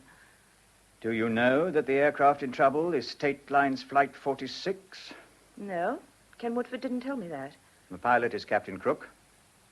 The co-pilot is your Jimmy Truman. Oh. Oh, I think I'll leave you now. Ken Woodford may be able to reason with you. I can't. You could try. I'm a good listener. You know the only thing you're good at in your present twisted state? What? I've got to see Greg in a minute. He might like to know, too. Hating. The thing that counts, Fleming, is the doctor's report. I discussed it with the board this morning. Yes, well, Greg, you are my boss. Are you going to sack me? No. You're valuable to us as a development engineer. But I am grounded. You're unfit to fly. But I'd like to see the doctor's report. No. The doctor feels you should see a psychiatrist. Oh, that's out of the question. What a triumph for Jimmy Truman. He's proved in his report that I'm a coward and an invalid. Invalids don't fly. Oh, wait a minute. Oh, wait. Fleming. Sorry. I thought my memory was coming back. Just for a moment, I remembered. What? Only that Truman lied in his report. He was the one who panicked. Go on. Yes, he... No, I can't. It's all blank again. Amnesia caused by shock. The doctor says your memory will return in time. In time? How long, oh Lord? Fleming. Yes? What's your opinion of Truman as a pilot?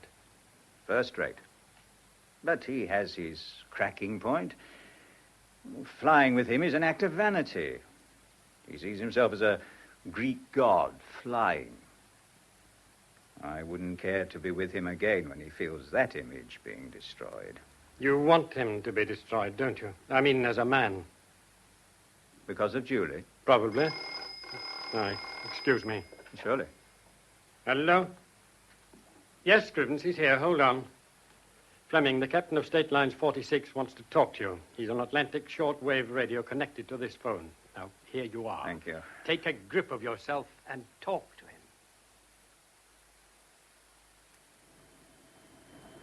So that's what I propose doing, Fleming. Yes.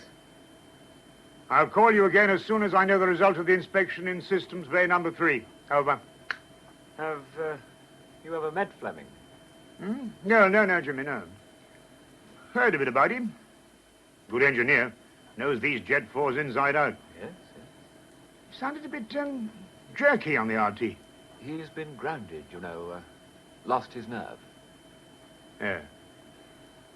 So I heard, Truman. Yeah. Well, now go and have a look at the customers, Jimmy. Will you say a few nice words to him if necessary? I will. And I'll cut Mr. Valentine off the booze if he doesn't behave. Do that.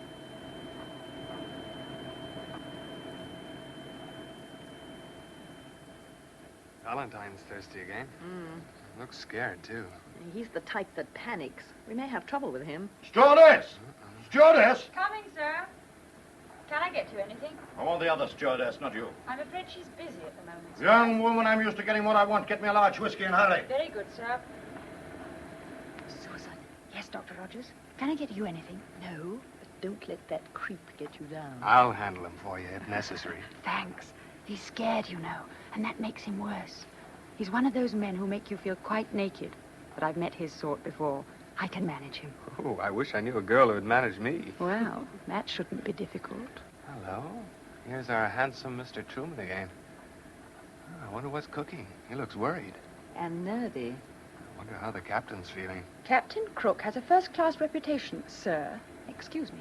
Oh, Loyalty. I like her. me too. But if she calls me sir again, I'll burst into tears. What's that? Just Valentine again, ringing for service. He would. Gee, I'm beginning to dislike that guy.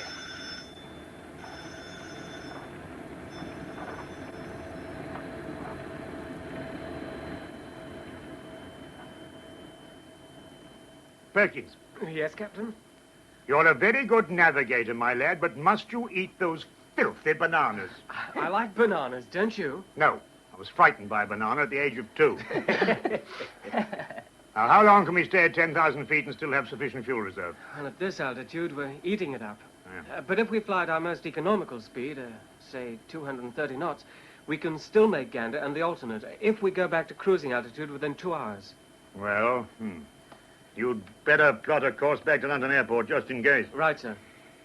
Cut back speed to 230 knots. 230 knots it is. Well, Jeff, you ready? Yeah, just about.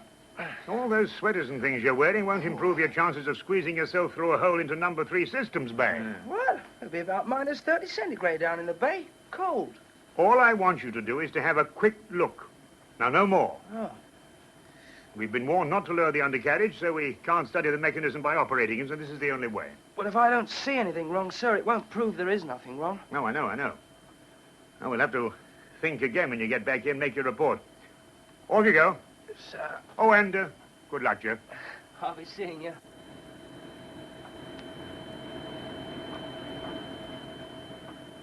Jimmy, Yes, Captain. I've a feeling Jeff won't make it. He's too big, too fat. He won't squeeze his way along the tunnel. Oh. Now, you're much slimmer than Jeff. If Jeff can't make it, I'll have a go. Good boy. I've never explored the bowels of an aircraft before. Hello, here is Jeff. Soon back, Jeff. Yeah, I couldn't get through. But there's trouble, all right, sir. What's happened? I don't know exactly, but when I opened the pressure hatch in the floor, just forward of the first-class cabin, there was a hell of a slipstream. So there's a hole somewhere. Yeah, there must be. There's a howling gale down there blowing along the tunnel. All right. Up to you now, Jimmy.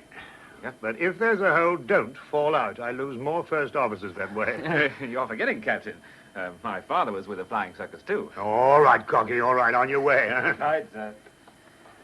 Well, now I must say a few more sweet nothings to reassure the customers. Hand me the mic, Jeffrey. Sir. Thank you. Ladies and gentlemen, I thought you'd like to know that our routine check is proceeding satisfactorily and that I hope to return to our normal cruising altitude very shortly. Meanwhile...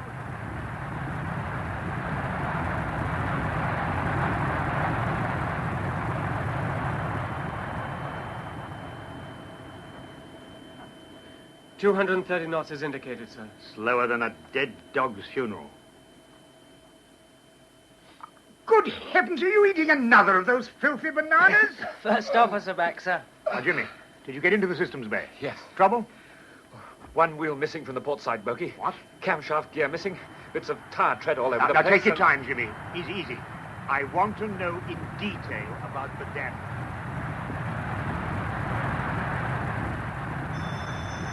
Stewardess!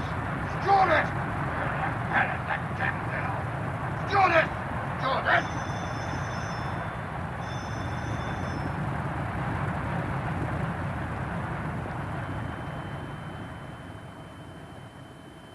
So that's that. That all, Jimmy? Quite a bellyful. Quite. We're probably committed to a belly landing, too. Or ditching. How lovely.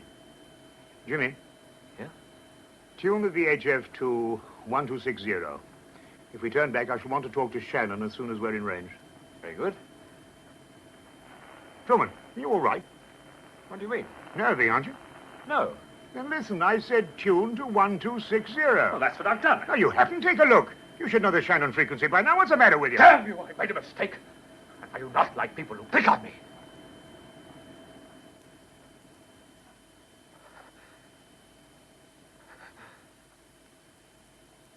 Sorry. I want to apologize. There isn't time for that. And it won't alter the contents of my report. I realize that. Now get out. I'm going to talk to Fleming again on the radio. It won't help him to know that you're listening. Look out. You want something to put in there, boy? Put this! Truman! Hold it! Hold it! Crazy! Simmons, get it!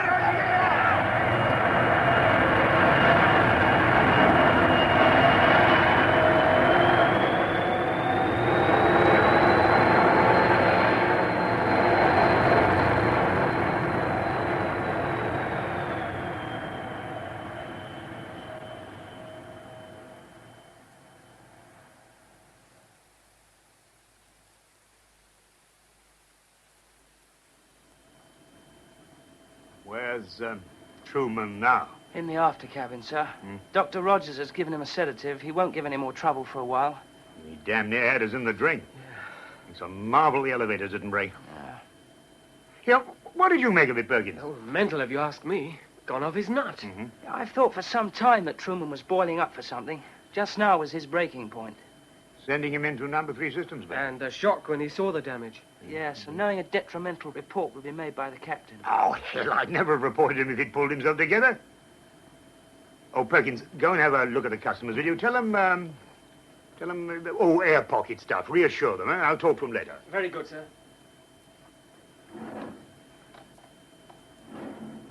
Now, Jeff, this is what we do. We beat it for home. I'll talk to Fleming in a minute about my plan A. Plan A, sir? Yes, plan A. To ditch this aircraft in Southampton water if it's not too choppy. She'll break her back. Yes, but there's a sporting chance she won't pitch over.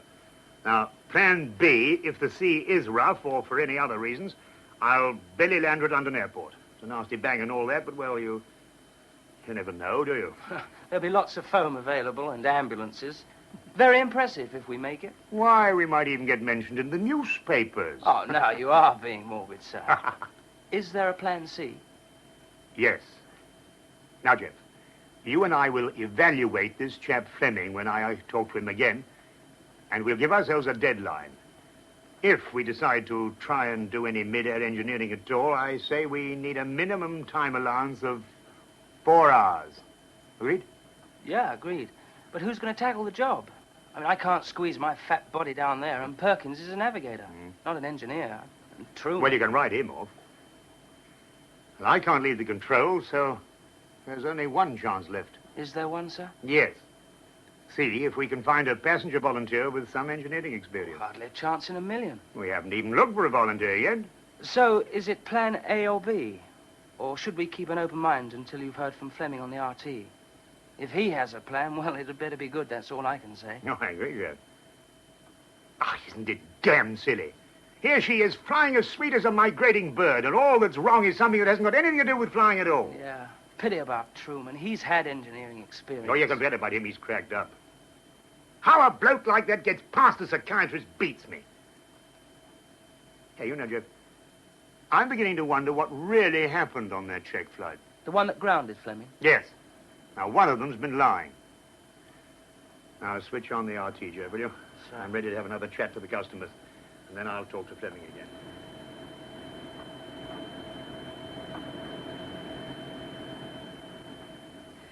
Well, the captain sounded very calm and collected.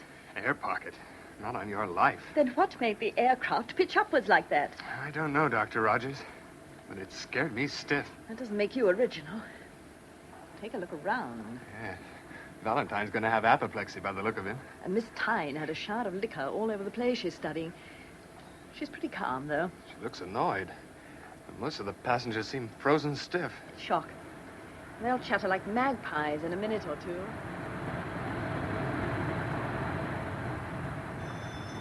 Stewardess! Stewardess! Where the hell is she?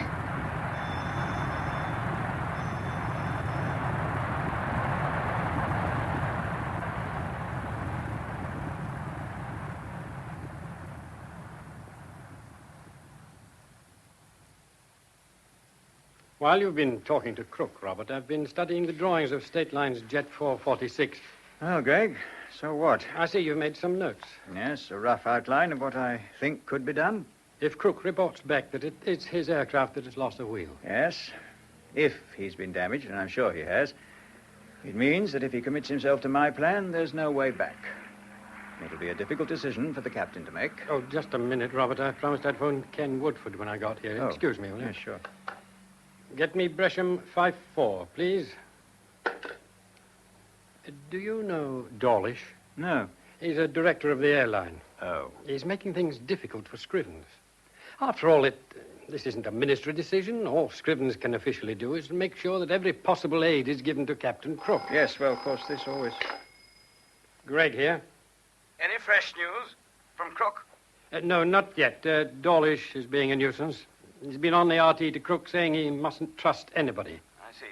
Fleming with you? Yes, Ken. Is he all right? I'll let you know in a few minutes. I'll ring you back. All right. Well, Robert, be ready with your technical stuff as soon as you can. Mm-hmm. By the time I've dealt with Dawlish and his idiot barrier, there won't be much time left. Oh, incidentally, I saw that girl Julie in the corridor just now. What's she doing here? Ken Woodford asked her to come here. Oh, why? He thought she could help me. Not a hope.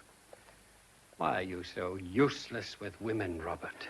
There was one, only one, who was any good for you, and you dropped her like a hot potato. Well, if you mean Claire, she wanted me to go. I suppose you would think that. Of course, if you give a girl the idea you may cut your throat, what's she supposed to do? Hide all the kitchen knives? Oh, she spoke to you about all the... Yes, but I'm not going to talk about your love life now. We haven't time.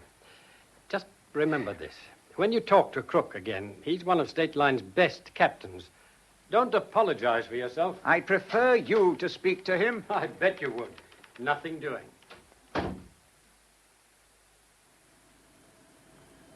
How many more flying hours, Perkins? Allowing for let time, 4 hours and 35 minutes. Right. That leaves no reserve for diversion. Do you agree, Jeff? Yes. I make it 4.5 with a bit to spare. I see. So if at all, we don't try any repair work for another 35 minutes. What's cooking downstairs? Well, roughly speaking, this chap, Gregg, is backing Fleming. Scrivens, the ministry man, is backing Dawlish, a State Line director. Oh. Oh, by the way, how's Truman? Well, according to Susan, he's very odd. Dr. Rogers is doing what she can to keep him under sedation. Get on the intercom and ask Susan to come up here. Right, sir. Do you know this chap, Dawlish, Captain? Miss Eccles. Yes. Oh, what do you think of him? He's a director of the company. Oh. That's what I think of him. Ah, Susan, there you are. Now, you might be able to help. Yes, Captain. All this hoo-ha between Truman and Fleming. What do you know about it? Sir, I don't know what to think. Now, you've met Fleming. What do you make of him? Pretty nasty, I thought. He was absolutely ruthless about Jimmy Truman, especially about his flying. Why? There's a girl called Julie, and it's all mixed up with her. Well, how does she come into the picture? You see, sir, Jimmy was involved with another girl as well. 2 women at once? Yes. So there were battles between Truman and Fleming? Yes, sir. How? I did hear Fleming tell Truman once that flying an aeroplane wasn't a battle for supremacy. And he said something about fighting him on the controls. Right. If that means anything. What? It means plenty. Truman say anything? Yes. Well, he quoted a Greek saying, to destroy a man, find his weakest point, for therein lies the source of your own triumphs. Oh, I have a feeling I'd like a breath of clean, fresh air. And so would I. I knew Truman fancied himself as a Don Juan, but I never thought he was such a blackguard. All right, Susan, thanks. Very good, sir. Well, what now, sir? I'm going to call London Airport. Hand me the mic, please. I brought you some coffee, Robert. Oh, Julie, I thought you'd gone home. I changed my mind. Oh. Well, that's encouraging.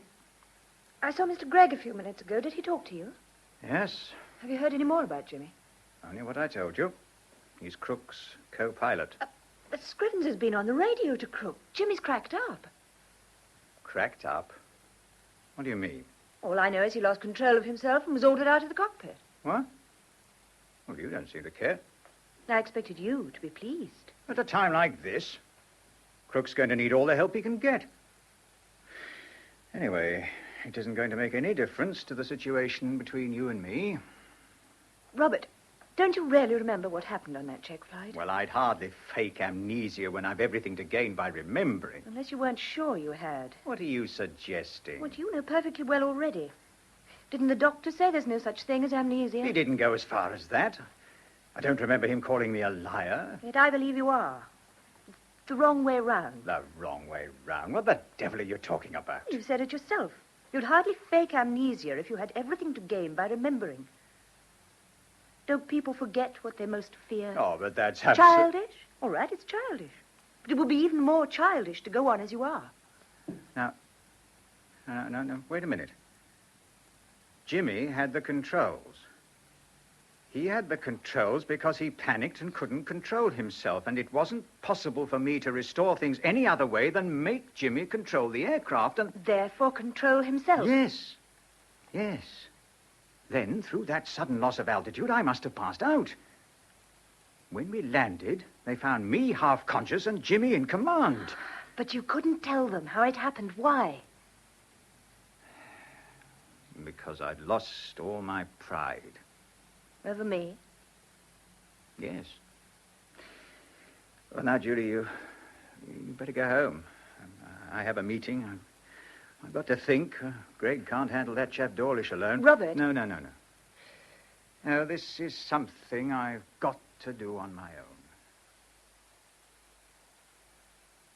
And that's the latest radio from Captain Crook, Mr. Dawlish. You've seen this, Mr. Fleming? Yes, Mr. Dawlish. I have a pretty good idea now what the damage is and what on-the-spot repair work should be attempted. Greg, as head of the manufacturing company, what's your view? Fleming is the only engineer available who knows the aircraft inside out and who knows what might be attempted to repair the damage. Maybe, but it isn't up to us to decide Captain Crook's proper course of action. Obviously not, but Crook is open to suggestion. Very sensible of him. But it's up to me as a director of state lines to ensure that the suggestion comes from the appropriate quarter. You have talked on the radio to Captain Crook? I have, Mr. Fleming. You felt obliged to tell him that, in your opinion, I was in no condition to offer advice?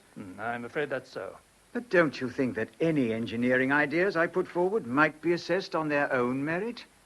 The matter of who puts forward opinions to Captain Crook is one of the utmost importance, not to mention the motives for doing so. But surely, sir, my motives are obvious, Mr. Dawlish. What are your motives, Mr. Fleming? The same as yours and mine, Mr. Dawlish, to help Captain Crook in every possible way. Quite so, Scrivens, quite so. But Mr. Fleming is a discredited pilot. Oh. Surely his motive is to make a comeback. That's totally uncalled for. Oh, yes, Greg, we all know that Fleming's one of your bright young men. Look, we're all getting head up and time's running short. Let's stick to the point. Very well, Scrivens. Well, my point is that it isn't so much the plan, it's the man. You pick your own men, Dawlish? Yes. You picked Truman? Yes, and didn't you find him acceptable? I did, a mistake. So we were both wrong about him, weren't we? It's by no means clear what happened up there tonight. Oh, come off it, Dawlish. The captain slung Truman out of the cockpit. And the man you're asking the captain to trust was also slung out of a cockpit when he lost his nerve and had to let Truman take over. Mr. Gregg, did you believe the report that Truman filed against Fleming? I had to accept it. What do you think now? I think, Scrivens, you should ask Fleming direct. I'm sure he'll tell the truth. Well, Fleming? Well, there was something weird about Truman that day. Oh, I admit I handled him badly. As I say, there was something weird about him which I didn't see in time. Well, when I did, he snapped out of it and got us down safely. He got you down? Why him? Various reasons. I'll tell you later, not now. The safety of the aircraft and ourselves depended on his recovery from panic. You're asking us to believe that. Why didn't you say so at the time? Oh, that is a question which only a psychiatrist can answer. Oh, so we have no proof that you're of sound mind now? None. Except your own judgment. Your plan means that if Captain Crook lowers his undercarriage and it fails to lock down and align the wheels, he'll be even worse off than he is now. Perfectly right, sir. You see, if the shuttle valve There's fails no to... good baffling me with technicalities. We're discussing a simple decision, yea or nay. If your engineering ideas are wrong, what are Crook's chances of landing his passengers safely? Not very good. I mean, are they better or worse than they would be if Crook ditched in the sea or landed on his belly? Probably worse. I think Crook would put your plan third and last, within 3 possible chances. It's a natural instinct of a captain to follow his own bent. He knows he has a sporting chance of ditching her, but maybe anything up to the odds of 10 to 1 against. Crook is open to persuasion, but he must be sure that those who advise him on the ground have confidence in me. Ah! Yes, and at the moment my reputation stinks to high heaven. And you didn't do much to reverse this when you spoke to Crook on the radio. Do you blame me? Well, I'm asking you now to change your opinion. On what basis? Experts have been told about Fleming's plan.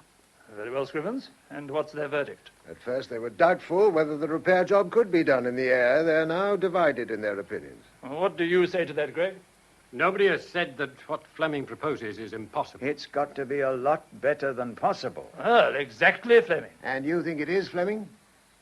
If there is a man aboard that aircraft who can carry out certain repairs and use the tools available, then yes, Scrivens. And my proposals offer a better chance of safely landing that Jet 4 than any other method that has been considered. I'll buy that. You agree, Mr. Dawlish? Well, really, I don't know. Look, Fleming isn't making any promises, Dawlish. We can ask Crook on the radio if there is such a person aboard. The decision will still be Crook's. We're only here to advise him, but we must be unanimous. Will you go along with us, Dawlish? I withdraw my objections. Thank you, sir. We have decided, gentlemen, on the right course. I am, after due consideration, in full agreement. Good. Then let's go to the radio room and tell Crook.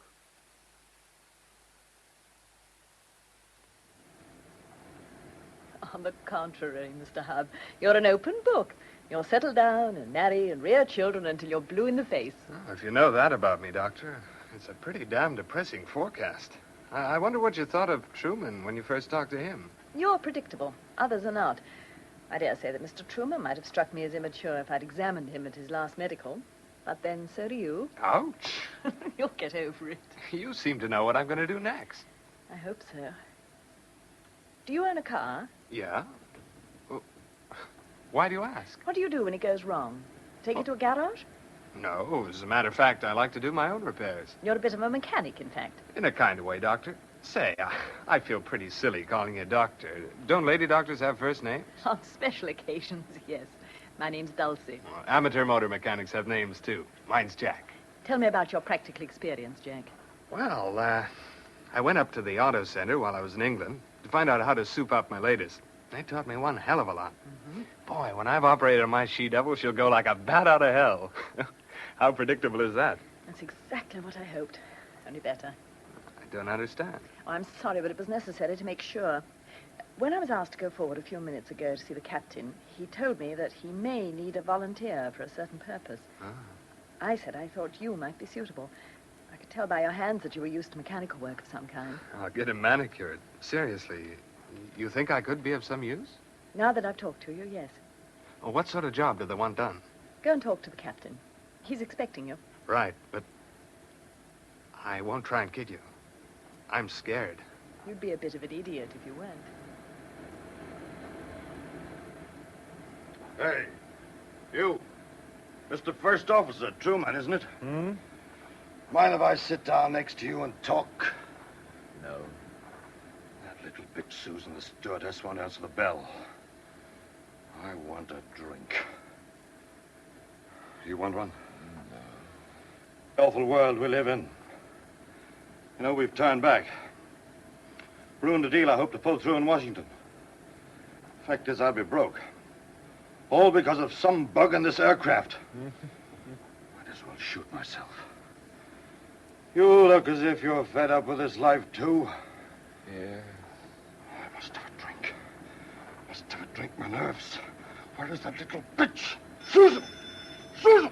Stewardess!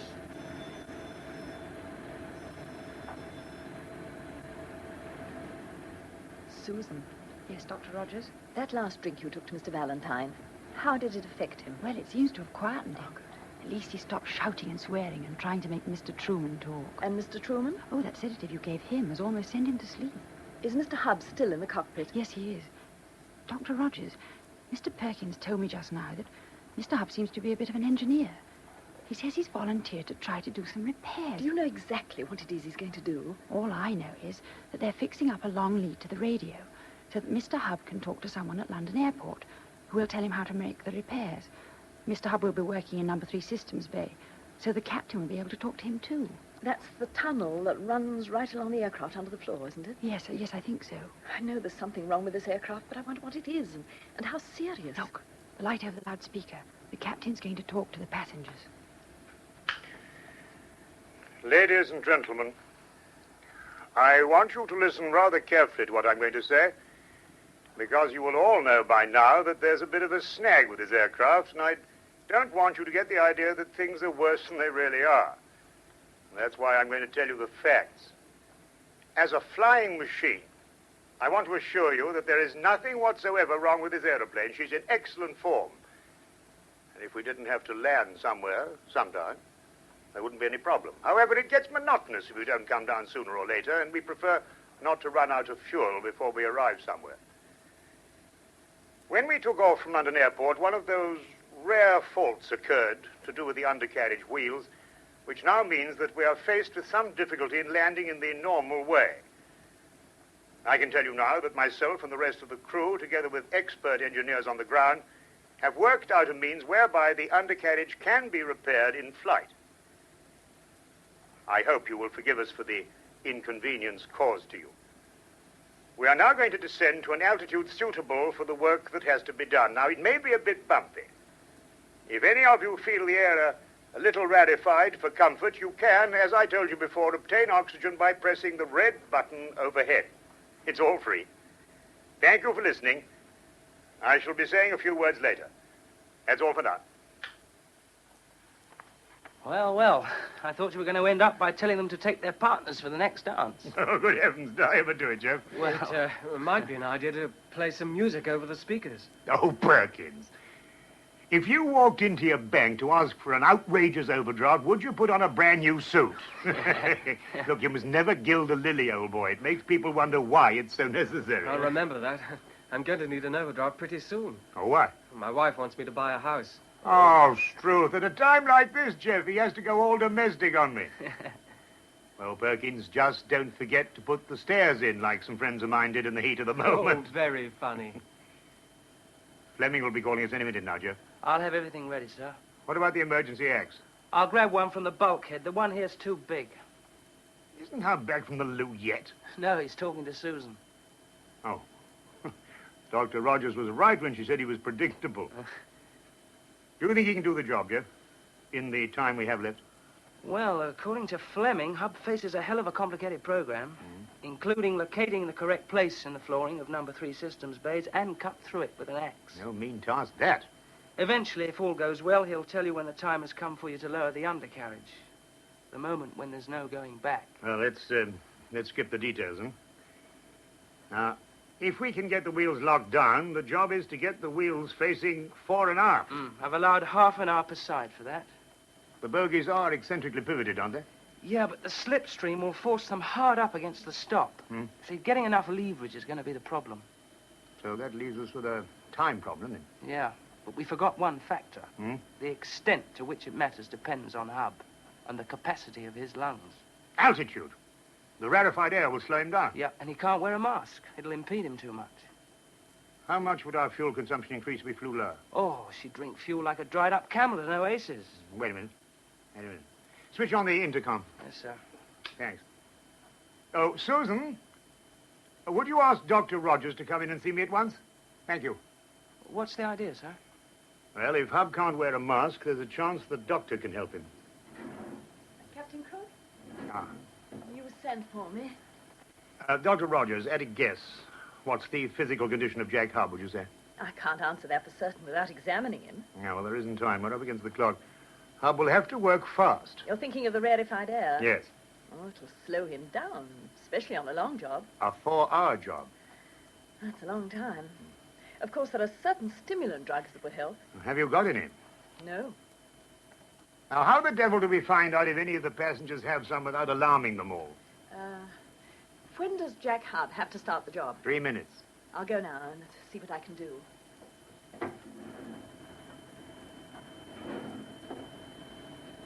Do you ever pray, sir? Eh? Do you ever pray?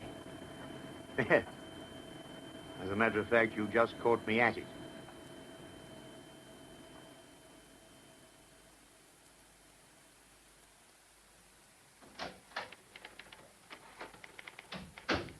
There's some minutes to go before you talk on the radio to Crook, so I'd like to talk to you, Robert. Please do, Greg.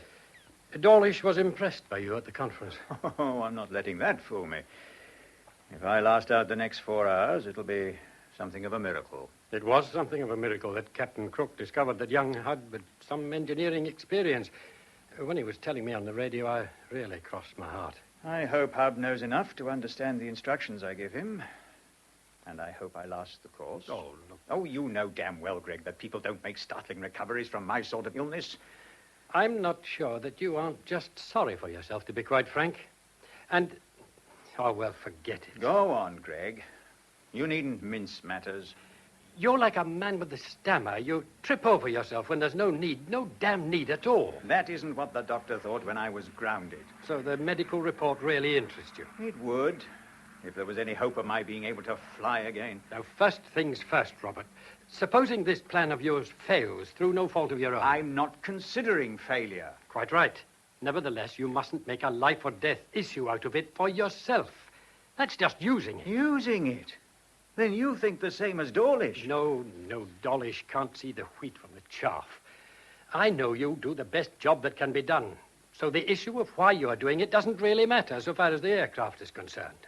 But a doctor doesn't give up practice because a patient dies of an incurable disease. Yet that's what you would do given the chance. Greg, if that undercarriage can't be fixed, I don't believe I can be either. Then you'd better make out. Right. Here you are, Robert. You're hooked up by radio. Now get on with it. Right. Hello? My name is Robert Fleming, Mr. Hub. I'm afraid we've never been formally introduced. So I think it would be a good idea if we started off by you telling me something about yourself.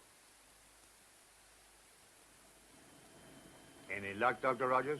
Sorry, no. I see. I've talked to all the passengers. You'd think they'd never taken so much as bicarbonate of soda, the indignant way they reacted to my question.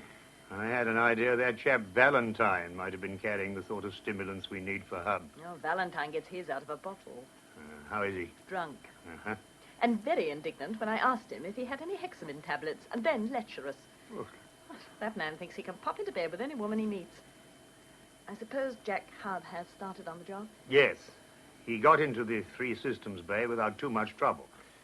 He's got a radio headset on a long lead. He's in radio touch with that chap Fleming. They seem to have gotten on to each other. Is he all right? Oh, yes. You were right, Doctor. Predictable. Plenty of guts. I'm not worried about him. No sign of altitude fatigue? Not so far. I think you better listen to Fleming and Hub, Captain. They sound a bit edgy to me. Perhaps you can cut in and referee. Right, Jeff. Give me the headphones. Hub. Yeah? You oaf. I said cut along the line opposite frame number 582. This is 582. How can it be? You say you exposed the hydraulic pipe. Yeah? Well, you're lucky you didn't hack your way straight through it. Look again, man. Yeah, all right. I have it. Marvelous. Now mark the line with a punch. There isn't time. What do you want, then? A can opener? I'll have to guess the line. No, mark it off, Hub. You won't gain time by taking chances. Okay. Wow, it's cold down here. Cut out the weather reports. Think about the job. You should be here. Sorry, can't make it. Done yet? Yeah? Now start cutting. No half measures. Okay. And tell me what you see as you cut. I prise the metal up. I'm looking down now. Yeah, I can push the flashlight through. What can you see? Looks like the locking gear. Can you slice off the metal panel you've cut without cutting into any cables? Yeah. Off with it, then.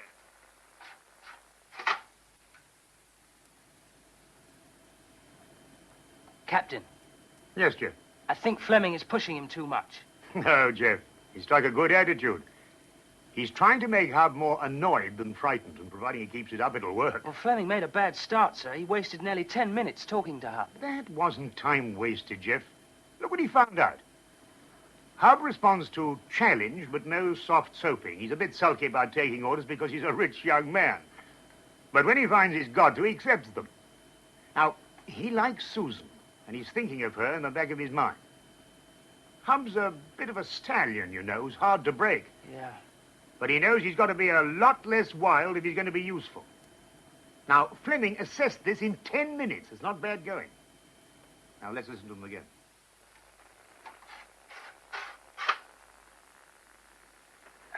Well, that's done. Piece of sheet metal. Anybody want it? Keep it as a souvenir. Now, is your rope secure? Yeah, it's okay. It had better be, because if you slip, those undercarriage doors will give right under you. Now, look at the starboard locking gear. Is there a lot of slipstream blowing up? Yeah, half a gale. A lot of fluid around, too. Only one jaw engaged. The other isn't biting. Now, listen. When the captain lowers the undercarriage, can you see a way of getting down? You won't be able to stand on the doors, but you've got to be able to work with your hands. Oh, where will the knee joint be, relative to the hull? Just inside it. I think I can kneel just by the hinge of the door. There's not much room, though. But enough. There's going to have to be. That's the spirit. But look, I tell you what we'll do. I want to change the order of events a bit so that you can take the other side as far as this, okay? I feel... What's the matter? Kind of dizzy. Put your head between your knees. Fleming. Crook speaking. Sorry to butt in. Hub will be all right. Just wait a minute. Very well. I'm going to have a word with my engineer. Call you back in a few moments. Hang on. Very well. Hub's beginning to feel dizzy. But what the hell can we do, sir? Hub can't last out if he's feeling dizzy already. No, he won't. You know, Dr. Rogers has a suspicion that that tipsy tycoon Valentine may have got something useful on him, but he won't confess. Hexamine or something like that. It would help Hub a lot. We could search Valentine. Oh, see what you can do, Jeff. Yes, sir. I'm going to get Fleming again. Hello, Fleming? Hold it, Captain. Hub's talking. Sorry. I felt pain. I'm better now. Good, good. But, take it easy for a bit longer. You were telling me earlier about a girl named Susan. Where did you meet her? She's an air hostess. Nice. Very. How long have you known her? About 5 hours. Oh, fast worker, eh? I take it she's on board? Right, she is. And let's get back to work. Okay. You feel up to it? Yeah. Right, well, mark off the panel to be cut on the port side. Only be sure to get the right frame number this time. What did you say, Truman? My body has never belonged to me. I feel that way at times. Huh? Who are you? Don't you remember? Name's Valentine, a passenger. Where are we? We're on an airplane. Oh, yes. Yes. Flight 46 and... Oh, yes, I'm the first officer. I ought to get back to the flight deck. Are you sure you want to go back? What do you mean? I mean, do you like the crew, the captain, all that? Oh, no. I don't like the crew. They wear suits, and they think they're men. What are they really? Victims. They have ugly bodies, so they try to destroy mine. But what they don't know is that my body doesn't belong to me anyway. Doesn't belong to you? No. It belongs in Sparta. Long, long ago. And then I found it. And liked it. So it became mine. Of course, they in the cockpit, they can't find a body like mine. So they have to put up with what they have. Crook and Simmons and Perkins. And the bodies they have will grow old. Old. And yours, Truman, will stay young. Yes. Now, if I can think of a way... I think I know a way. Let's have a drink before I explain.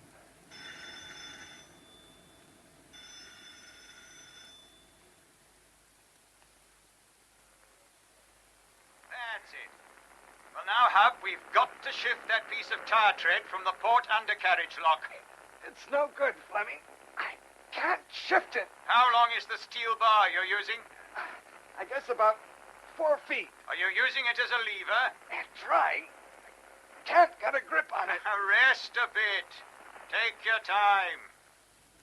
Time, Jeff. Time. Yes, sir. But Fleming's right. It won't help if he panics Hub about valuable minutes being lost. Can we start those engines a bit more, Jeff? If we fly any slower, Captain, the drag will increase. We won't gain anything. Well, we could sling off some baggage, but it wouldn't make enough difference to justify the commotion. No, we can't even chuck the nastiest passenger overboard. Oh, I don't see why not. Of course, they might fall on somebody. Steer 5 degrees left onto 075. 075, and jolly good luck all round. Hello, Hub's talking again. Listen, sir. Trouble is, rubber's wrapped itself around the lug into a tight flange. You won't do it with that bar. Look, is there a pair of tinker's claws in the toolbox? Yeah, I have them. Good. Are they long enough to reach down to the lock? No, I can't reach. Well, now, look, there's a strut that runs across the after end of the undercarriage doors. It'll take your weight easily, only don't slip. Climb down onto that, and then see if you can use the claws. But be careful, and let me know when you get there. Hop, can you hear me? Keep feeling dizzy. Spots in front of my eyes. I can make it. Good lad. Be careful. Okay, Fleming. I'm there. I've got a grip on the rubber. Fine. We'll count it down together, Jack. Say when you're ready. Right. Ready. Right. 1, 2, 3. Heave. Almost, but not quite. Next time should do it then. I'll have to stop a moment. Get my breath back. Yeah, very well, but we'd better not stop too long, old chap. You know how bored the passengers can get. Well, Greg, you heard. Hubby's getting weaker. I heard, Robert, I heard. And we're nearly 15 minutes behind. No. Oh, keep still, Scrivens. Don't fidget. I'm sorry. Are you still going through with this, Fleming? It's up to Captain Crook. If he wants to override this, he'll come through on the radio and say so, but I can't ask him myself. Why not? There's the hookup from the cockpit radio to Hub's headset. If Hub heard me, that would completely scupper his morale if Crook wanted to go on with this plan. We could call Crook on the other frequency. That way Hub wouldn't hear. What do you think, Scrivens? No, I agree with Fleming. Leave it to Crook. He must be just as aware of the problem as we are. Perhaps you're right. Hold it. Here's Hub on the air again. Okay, Fleming. I'm ready for another attempt. We've had enough of attempts. Damn you! To hell with your smugness! You're safe on the ground. I'm doing the job. That sounded like energy. Use some of that. I'll use it. 1, 2, 3. We made it. Well done. Very well done. Now, climb back into the systems bay. We're all set to get the undercarriage down. Captain Crook, can you hear me? Yes? This is it. If you give the order to lower the gear, it's hell or bust from now on. The choice is yours. Thanks, Fleming. We'll go through with it. It's your aeroplane. Don't worry. Even in the very best surgery, you have to take a few chances. Would you say the odds are in your favor? In theory, no. In practice, I think Jack Hub will manage somehow. Without pills. Somehow. I've never lost my faith in the illogical. How are tricks, Jack? Just got clear of the undercarriage. Captain Crook, you heard? I heard. I'm going to lower the gear now.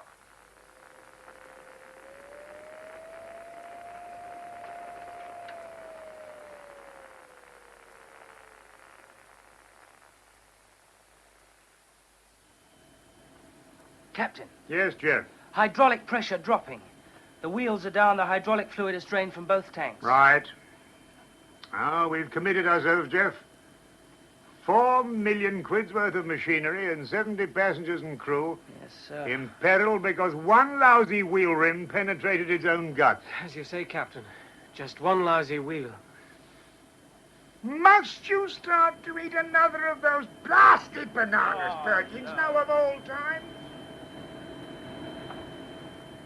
That would be a good way, Truman. What do you think? Yes. Yes, the key to my immortality, Valentine. The gods are on my side. The instrument of retribution is in the cockpit. It hangs on 2 hooks.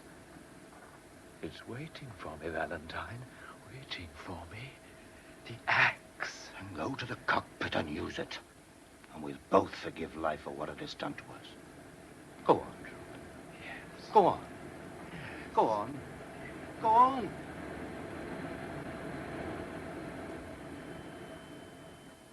Hub's in a bad way down there, Jeff. Yeah. It's bad luck Valentine had enough pills.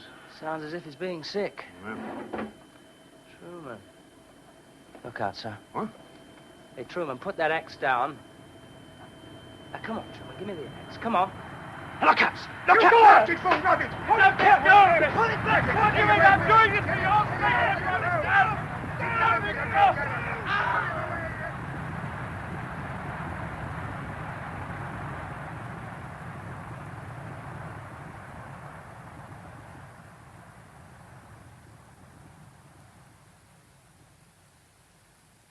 Captain Crook? Captain Crook? Hub? Hello? Hello, Flight 46, hello? No answer? No, Greg. That noise we heard before the radio cut out. Well, Scrivens, what did it sound like to you? Nothing I could interpret. Fantastic row. Who was it yelled, look out? It wasn't Crook. Try the radio again, Robert. Captain Crook? Hub? Fleming calling? Hello, Fleming. Crook here. Sorry for delay in answering. Oh, glad to hear you. We heard someone yell, look out, and then a damned awful noise. We were wondering what hit you. Nothing. Near miss. Truman went berserk. Grabbed the emergency axe in the cockpit and tried to smash the instrument panel. What? He's off his head, nuts. Good God, Truman, mad. Go on, Captain. Well, Jeff Simmons spotted him just in time and warned me. I had to work fast, get him off balance, so I put the aircraft into a steep bank. I thought the wings would snap off, but they flipped back safely. And Truman? Toppled over and split his head open on the edge of the racks. Nasty mess, quite bloody. Literally. Is he unconscious? No, he's dead. Oh, no. Are the passengers behaving? Yes? And Jack Hub? Well, he's in a bad way, but he'll be all right again when Susan gets to him. Susan, the stewardess? Yes. We found some pills on Truman, not on Valentine. And a doctor, who's one of the passengers, says they're just the thing to put Hub on his feet again. Yes, but the stewardess, can she get to him? She's slim, and she fancies Hub. Shouldn't be surprised if Cupid hasn't lost an arrow or two. And now, if you'll excuse me, I must say a few words to the passengers. They deserve a nice fireside chat. They've been very good, all things considered. Over. Ladies and gentlemen, this is the captain speaking. It would be idle to pretend that the lurch you felt a few minutes ago never happened. I have a backache to prove it, and I expect some of you have, too. However, that's over, and we're still flying. I want you to realize that we do maneuvers a great deal more amusing than that one in the course of our check flights, and we've never managed to get one of these things to fall apart. As yet. I promise you a smoother time from now on. I'll give you more information in a few minutes. Thank you. Whoa, much more of that, Captain. You'll have the passengers passing the hat round for you. Well, I tried to cheer them up, Jeff. Have you any comments to make, Brackens? Have a banana, sir. Oh, I don't believe it. No. Switch on the radio, Jeff, and let's hear if Fleming and Hub are still on speaking terms. So, cheer up, Jack. Your girlfriend Susan's on her way with some pep pills. How do you feel? Up to some light electrical work? Yeah, I think so, Fleming. Good. Have a look around and locate electrics panel number 18. Yeah, I have it. How many external contacts has it got? 7. Then that isn't it. You have your left hand on it now. How the hell did you know that? Remind me to tell you sometime. The contacts are color-coded. You want blue and yellow and green and yellow. Yeah, I have them. Now connect a piece of insulated wire to each. But whatever happens, don't let the two wires touch until the other jobs I'm going to ask you to do are completed, because if those wires touch prematurely, then you'll jam everything, and the wheels won't lock into the fore and aft position. Understand, Jack? Yeah, I understand. So it'll be best not to bare the ends of those wires until we're ready to make contact. That way you will be perfectly safe. Have your pliers ready? Okay. Oh, hang on. Susan's just got here with the pills. What's the joke? Susan says they're dangerous if you take more than 2. Dangerous how? Supposed to make one feel very loving. And as soon as she gets back to her normal work and you get on with the jobs I want you to do, the better for all of us. I wonder. Robert, are you feeling faint again? No, Greg, just difficult to concentrate. For heaven's sake, pull yourself together. You're Hub's eyes and hands, and you've got to know what he's doing as he does it. Fleming! Listen, Hub's calling you. Captain Fleming, can't you hear me? Are you receiving me? Yes. Yes, Jack, you're coming over quite clearly. Hardly any static. Well, for heaven's sake, what do I do now? Do? Do what? Didn't you understand what I said? Just after Susan left me, I caught my foot in the locking jaws, and I can't free myself without using the jury strap. Try and use it. I can't reach the strut. Are you in pain? No, but what shall I do? What shall I do? Hold on a minute, Jack. I must study the drawings again. I'll think up something to help you. Hurry. Time's running out on us, and I'm freezing. Robert. Yes, Greg? Let me down now, and you'll never show your face again in a man's suit of clothes. Talk to Hub, sound cheerful, and think, man, think. Yes. Hub, are you getting me? Yes, clearly. Have you tried getting clear by leaving your shoe behind? Yeah, no good. The pressure's too tight. Is there any hydraulic fluid on the floor? It's lousy with it. Where exactly is the strut you want to use as a lever? I mean, relative to your position. It's about 6 feet to the left. Starboard side. Yeah? Stand by, Jack. Captain Crook, did you get that? Yes. Then will you swing your aircraft round to the left without banking her? That way the strut should slide across the floor towards Hub. You're a cunning devil, Fleming. Good idea. Jeff, mic, please, and switch on to the cabin loudspeakers. I must have a word with the customers. Ladies and gentlemen, I'm going to maneuver this aircraft rather sharply. Nothing to worry about, but hang on to your drinks. Never waste liquor. Now, Jeff, give me full throttle. I don't want to stall her, and we need quite a whip round to make that strut slide towards Hub. Over to you, Blaine. Right. Now, Jack, be ready to catch the end of the strut. Yeah? Otherwise, it'll go clean through the undercarriage doors. Carry on, Captain Crook.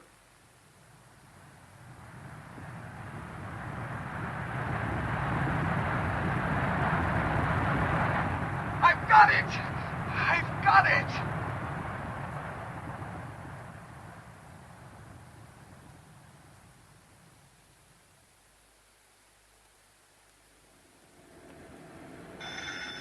Stewardess! Stewardess! Where the hell is that girl? Oh, who are you? I, sir, am the engineer officer of this aircraft. I want the stewardess, not you. Go. Now, look, no further alcohol, Valentine. Captain's orders. What? According to Dr. Rogers and other witnesses, you were heard talking to Truman before he attempted to sabotage this aircraft. What of it? No crime to talk to a man, is it? You were heard to incite Truman to act as he did. If you don't behave, you're going to be handcuffed. You'll be questioned more fully when we land. I don't give a damn. And there are a good many matters concerning this flight which I personally shall report to the airport police. As you please, sir. But from now on, behave.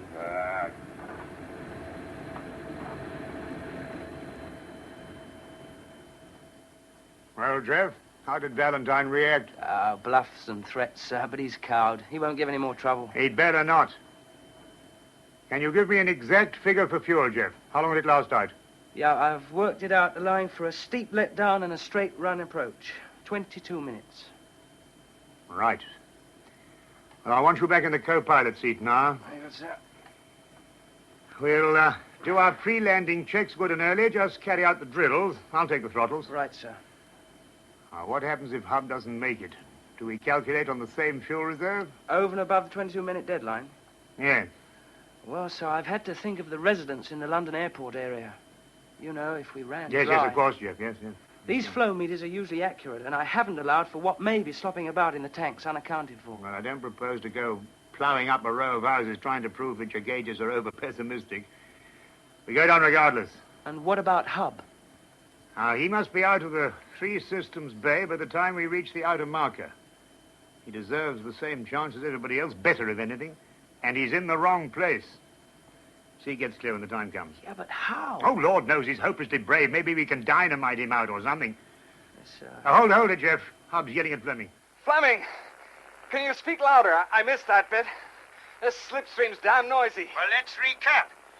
Now tell me the position. The legs are locked into place, but the wheels, damn them, are presented broadside to the direction of flight. So the fork will dig itself in upon landing. Meaning? The aircraft will be flung onto its back. Only 21 minutes to go. Look, Fleming, I'm going to try it with a safety rope. It's the only way. Agreed? Well, the situation is much worse. Worse than it would have been if the undercarriage had been left up and out of the way.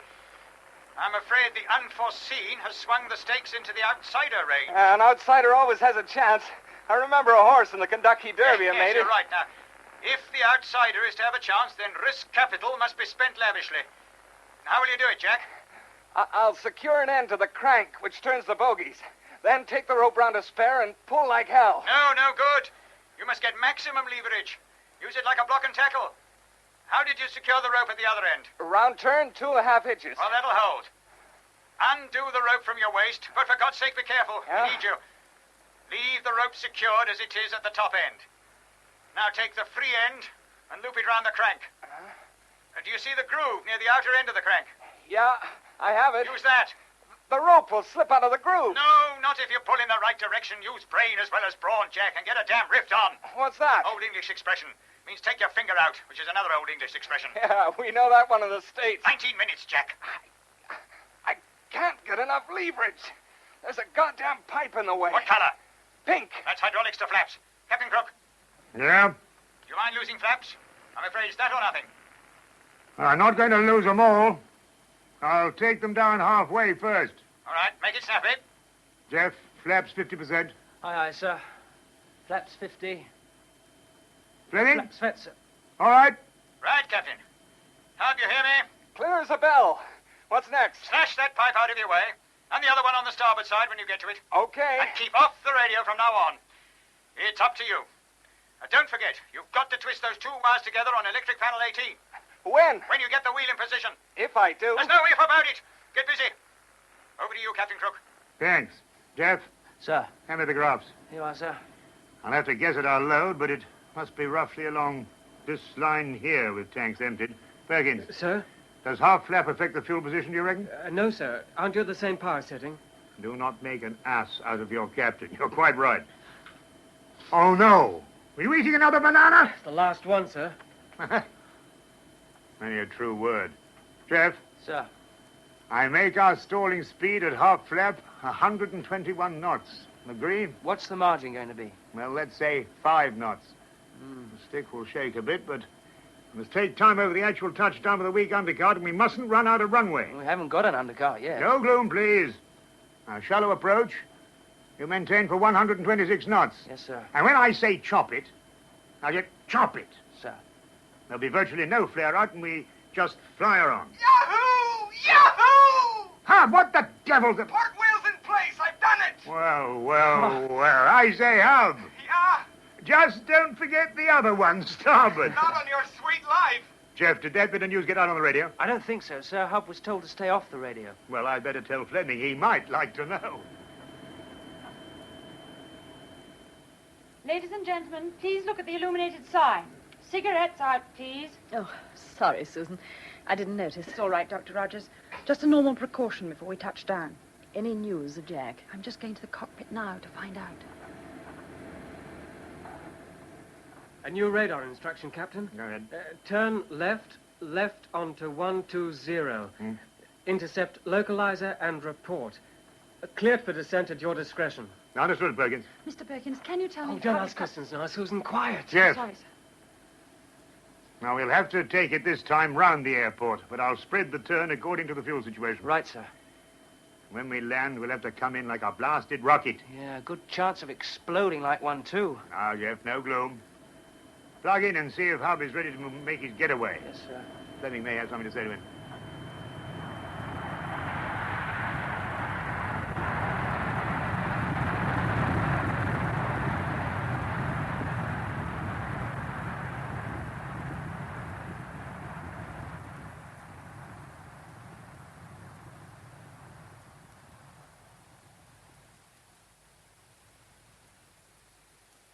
Greg? Yes, Robert?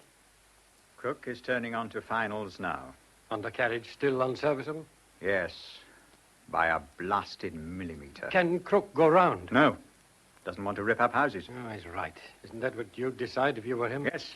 Hub, come on, man. And if they don't make it, how will you feel then? Same as you, Greg. You know. It'll be tough after all this. They will have to do something about that undercarriage design. This has all been caused by insufficiently protected equipment. So you warned us 2 years ago, Robert, and we didn't listen. I was told your report was dynamite, and now I know. Hold it. Hold it. Simmons is calling Hub. Hub? Hub! Yeah? Get out of there. Captain's orders. We're crash landing, so get out now. No, I'll be damned if I do. I gotta find the pliers for those 2 lousy bits of wire first. I dropped them somewhere. Captain, he won't come out. Up to him. What's that airspeed? 127 knots, sir. Belly land with all that useless undercarriage hanging down don't make me laugh. If Hub can't fix that thing, well, Jeff, this is the Big Bang. Yes, sir. There are the runway lights now, sir.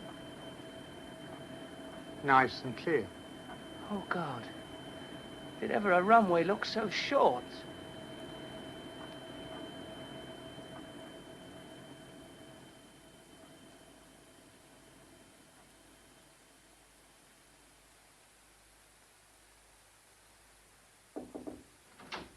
Mr. Scrivens?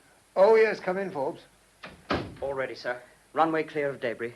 Fire tenders, ambulances, and rescue squads all in position at points you chose along the runway, sir. And beyond the runway? Hell, sir, if she overruns, she'll crash into the radio beam aerial. And if the fuel tanks burst into flame? I hope not, Forbes. I wonder what it's like, sir. I mean, being the captain. Thinking about it. There are times when one can live 10 years in 10 minutes. That's what Captain Crook's doing now. Do you think he'll make it, sir? I don't know, Forbes. I can only hope. I'm going back to the radio room to join Captain Fleming and Mr. Gregg and wait for whatever happens. Yes, sir. Go out there and wait till they touch down. I'll come out if I have to. Sir, I pray to God you don't have to. Amen to that, Forbes. Amen to that.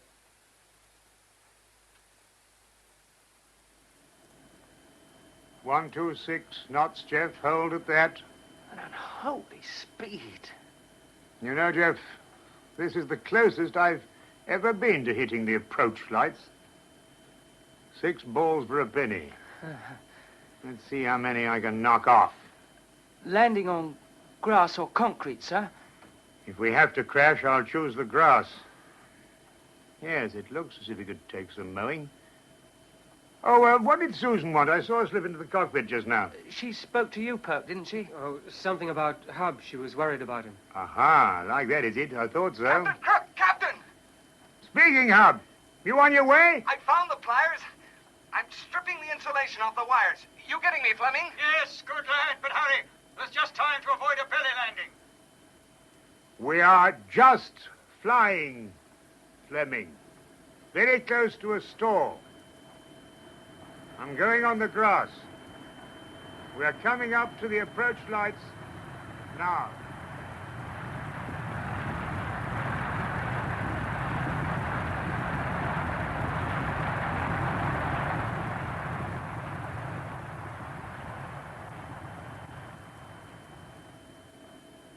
Crook, I've done it! The wires are on! Jack, well done in the nick of time as the hero said when he saved the girl from a fate worse than death. Father Brunette! Pink! Are you out of your hole, Jack? Nearly. I'm taking off the headset now. It's no use. In the way. As you please, Jack. One thing, Captain. Yes, boy. The next time you almost lose your pants, you can damn well do up your own fly. Famous last words. I hope not. I'm landing now. And let's hope those blasted bogies stand the strain. Hey, dear Jeff. Sir. Here we go. And I only hope we don't run out of grass.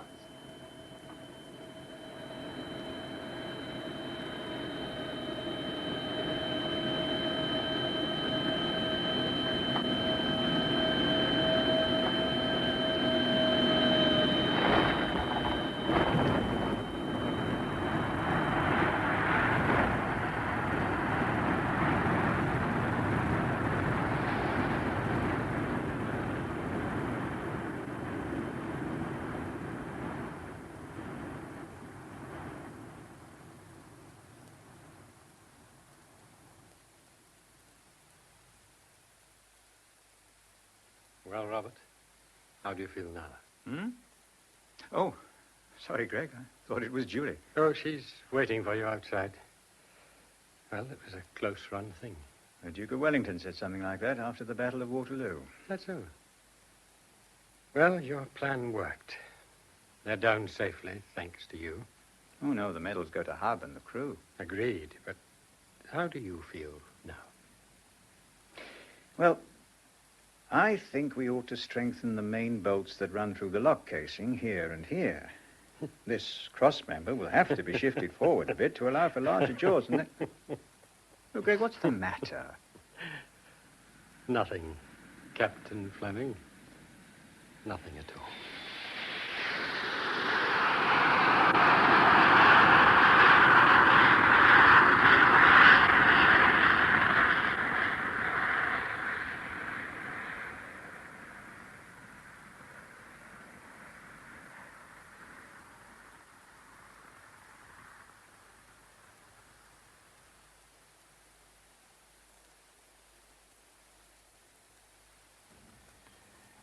In The Higher They Fly by Christopher Hodder Williams, adapted for radio by Norman Edwards, Robert Fleming was played by Peter Claughton, Jack Hubb by Peter Marinka, and Captain Crook by Howard Marion Crawford.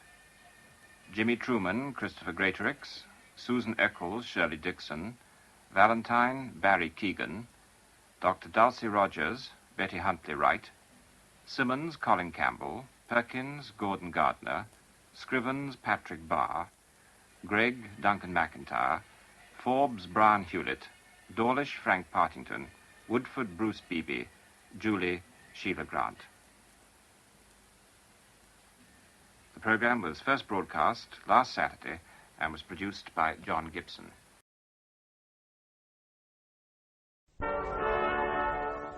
Maxine Audley in The Heroine by Antonia Fraser.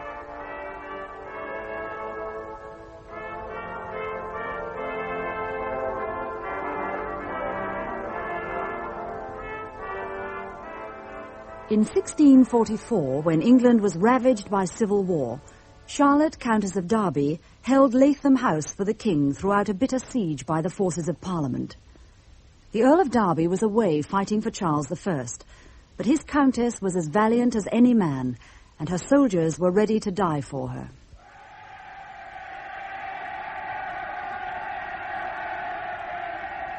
Life! What is life when liberty itself is at stake? I will never purchase peace with loss of honor. I will never yield Latham House, except on the orders of my lord the Earl of Derby. Although I am but a weak and helpless woman, cut off from my husband, alone with my daughters, I am still ready to receive the utmost violence of these rebels. I trust to God for protection and deliverance, and to you, gentlemen, for your heroic strength. How say you then? For God and King Charles! God save the Earl of Derby and the King! God save our gallant soldiers! Well, Mistress Parker, the last cry was the loudest. The men worshipped their Countess, Lady Girlington. They would give their lives for her. Just as well. They soon may be obliged to do so. There go the guns again. They still make me jump. A bare 300 soldiers against 3,000 round the walls. How long will it last, Mistress Parker? Our Countess will never give in. She's held Latham House for nearly 3 months now. She will hold forever if needs be. She is certainly obstinate enough. And in other ways, with her cunning talk, she's as downright tricky as this wretched monkey of hers. It cost £60 to bring from France, or so my sewing maid told me. They both have French blood, that's the trouble. France, what a sly country. I'm sure what the Countess spends on her pets is her own affair. The men are worn out, some of them. The food is getting monotonous, too. Soon we shall only be left with water from Marvin Well to sustain us. And that will never dry up. Personally, I have never understood why she refused to meet Sir Thomas Fairfax and treat with him. He is a gentleman. We could have been free and sleeping in our beds 2 months back if the Countess had not been so, well, pig-headed. Oh, the fact is that she's really enjoying herself. I've never seen her so happy, not in all the years since they've come to Latham Hall. Her cheeks are so pink, her eyes sparkle, her head is held high, and she laughs. Yes, laughs all the time. She who was always so meek and obedient to her husband, sometimes I think she positively revels in his absence. Lady Girlington, good morning. Oh, Lady Darby. How goes your embroidery? Blanche, don't bite Lady Girlington this morning, will you? I don't think she likes it. Oh, sweet monkey. Are they feeding you properly? Dear old Judith, that went well, I think. Indeed. The men are in wonderful heart. Not one of them would have accepted those peace terms, not one. They are as staunch now as they were 2 months ago, and they cheered me to the echo. Yes, did you hear? indeed. Yes, madam. Ah, breakfast, perhaps. Mistress Parker, where are the young ladies? Oh, gossiping, I'll be bound. I'll find them, my lady. Lady Darby, I must speak to you. But of course, dear Lady Girlington, why not? You always do. Ever since that unfortunate visit you chose to pay in February. What a season for visits. Just before the traitors first began their iniquitous bombardment. So here you are, stuck. And you've been speaking to me ever since. Oh, God. To have left Sir John and little Edward and all to give you my still-room recipe. An economical recipe at that. Walnut leaves and marjoram, I seem to remember, and everything marked not too much. All of a little quantity. Exactly. Don't you find it all has a slightly, shall we say, pinched air? Take 1,000 damask roses or more. That's the kind of recipe I like. Still, you were very importunate about bringing it. And then it all began. It need not have begun. Sir Thomas Fairfax sent a message asking you, an unprotected woman with no troops to speak of, 300 of the Stanleys' most loyal men, to yield Latham House, and you obstinately refused, saying you had no instructions from the Earl of Derby to do so. Nor had I. Nor were likely to, with the Earl of Derby many miles away on the Isle of Man. And then all your neighbours came and begged you to give in, to save the countryside from the soldiers' harassment. And still you refused. Yes, that was amusing, was it not? 6 neighbours of the best rank all set to make me give in. Of course, I explained it was quite out of the question. I must say they were very poor-spirited fellows, all of them. They were frightened for their estates when they came, and they were frightened of me when they left. My husband was amongst them. So he was. 5 poor-spirited gentlemen then, and 1 gentleman brave as a lion. What a pity you didn't go with them. It was Sir John's idea. He thought a fellow woman might persuade you to act more like a woman. Dear Sir John Girlington, he really was brave then, wasn't he? Leaving his wife behind to face a siege. Courage of the highest order, to say nothing of the sacrifice of your presence at his side and the loss of the recipes and that sort of thing. Do you have news of your son? Not since that last message. It was wrapped in lead and shot through into the courtyard by a musket. And that was 4 weeks ago. He was well then. Oh, but oh my God, if I could hear something now. It's driving me distracted. Ah, one's children. Fortune's hostages. I haven't heard of Charles since the beginning of the siege. And somehow having the girls here only seems to make problems. Oh, Kate, I'm so tired this morning. Help me with my ribbons. No wonder, when you tossed and turned all night. You don't need ribbons at breakfast. Oh, please, sweet Kate. I like to look my best, even at breakfast. Oh, very well. I would have thought that in a siege... Oh, Kate, hold me. Now. Last night you kept shouting out that the besiegers were entering our chamber. I do remember waking up and thinking the baby was coming. Whereupon you told me that I must fetch Mistress Parker, and she must fetch Mother, and Mother must send a message to your William. I don't remember all that. At that moment, another gun went off, and you shrieked. Like that. A minute later, you turned beside me and were fast asleep. Well, weren't you frightened? Just a little bit. Well, you must be frightened sometimes. Disturbed, anyway. I was much more disturbed by you than 20,000 muskets, because you were so much nearer to me. Now we must come along to breakfast. Ah, Mary, Kate, there you are. We've been waiting. I'm sorry, Mother. Good morning, Lady Girlington. Good morning, ladies. Well, how was the night, Mel? You look very bowed down this morning. It's not just the baby. The gunfire kept me from sleep all night. I thought a cannonball would come right into my bedchamber. Oh, rubbish, ridiculous fantasies. It's your condition. The baby makes you have these fancies. Some ale, Mistress Parker.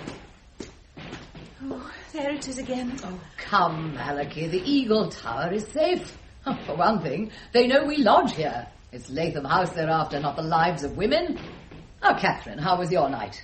Were you frightened of the cannon? Not at all. When I saw there was no sleep to be had, I simply lit my candle and read a book. A book? Well, that certainly sent you to sleep. What was it? A French romance? All the King's speeches and his answers to the rebels since the opening of the past Parliament. Pamphlets, speeches, worse than worse. Kate, of us all, you are the only one who had a sound sleep. Admit it now. On the contrary, I was so engrossed that I forgot all about poor Mal's moanings and read till daylight. Lord, what a pair of daughters I have. Well, let's to breakfast at least. To table, ladies. Benedicto, benedicamus. If you will forgive me, Lady Derby, I find that after all I do not have an appetite for breakfast. Perhaps we may talk later on these matters. If we must. Blanche, at least, is hungry, I see. You must naturally do as you wish, Lady Girlington. Oh, my lady, you spoil her. Now she'll chatter all through your breakfast, driving us all mad. The greedy heathen animal. Oh, surely poor Blanche has a right to her breakfast. My lady. All right. I don't wish to upset you, Judith.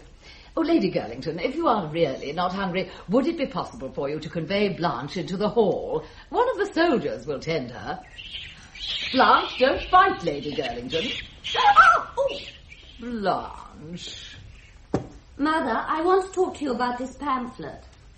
Tell me, Kate, what on earth could cold print, read by candlelight, tell us about this dastardly rebellion that the cannonades of the rebels cannot tell us? In short, that men of no breeding and no sense have most wickedly taken up arms against their king. Isn't that rather simple? And more to the point, are besieging my lord's house, so that it is our plain duty to defend it. I hardly need a book to tell me that. Bread, Mistress Parker. But they do say they are right, these rebels, Mother. They claim to have taken up arms to defend our liberties. Our liberties, indeed. That's even more insolent. Some ale, Mistress Parker. I mean, they even claim to be fighting in the name of the king. But the King's Parliament at Oxford is nothing but a sham. Oh, and you believe them, whatever next. Look what your reading's done for you. It's made you a roundhead. The shame of it. Madam, please. I hope I am as loyal as you are. I was only explaining the need to read and reason. Reason? Look out of the window for your reason. But surely we must answer their words with words. Isn't it better to win their minds? Their minds? Better still to put a bullet through their bodies. Oh, Mother, I wish you would stop her. She goes on like this all the time. Just talking and talking about all those dreadful things. No matter how sick I am and the baby jumping frightened in my stomach, she just gets out another book. Better to hug a book than hold a silly stuffed pillow in your arms and pretend it's a man. Books? Oh, I hate books. I hate books almost as much as I hate bullets and musket fire. And this terrible war. And the siege. Oh, have you gone mad, both of you? Now stop it at once, now. Stop howling this instant, else I'll give you something to howl about. Now, Catherine, would you seriously have me stand on the battlements and shout, "The king is the king," and probably be shot for my pains? Oh, it was that tutor Brother Charles had, the ugly one, Dr. Rutter. He taught Kate all those things. No wonder, Kate. You were always so bad with your needle, if your head was so full of this sort of nonsense. Oh, what lamentable folly for a daughter of mine. I'd rather have Mal and all her snivelling. Madam, listen to me, I beg you. It's because I believe so much here in my heart that I want to believe with my head as well. And you should eat, Lady Catherine. Oh, believe then, believe. But how can I serve the king truly except with the whole of me? I must know what we are fighting for. Really? Whatever would my lord, your father, say? Exactly. Why is my father fighting for the king? There was a great deal of anger between them before the war. I know there was. You and my father retired from the court to the country. It's a jealous world at court. You'll find that out for yourself when this war is over. All the same, now he holds fast for the king in the north. His loyalty went unaltered, Kate. That's just the point. Now remember your own family motto. Sans changer. The Stanleys have always been for the king. Or is it for ourselves, madam? For my father's great lands, which have been seized from us, as you so consistently tell us. Enough, Lady Catherine, enough. The Countess is weary. Let her eat in peace. She was out talking to the men this morning before she had broken her fast. Quite right, Parker. Dame Judith, may I not ask why she fights? Why do we all fight? Is it because the king is always right and we must help him? Or is it because we want to help ourselves? I could be so brave if only I knew why. Why are you so brave, Dame Judith? An old woman like you. It's not your quarrel. And they should let you through the lines, I'm sure, for the pity of it. Lady Catherine, the disgrace, the shame to hear you talk like this. Is it so wrong even to ask questions? As for leaving, I know my duty. And I'll thank you not to talk of me so lightly. I just want to know why. Catherine! Why? Oh, Kate, who cares what is the why and what is the why not of it all? I only want to know why everything can't be as it used to be.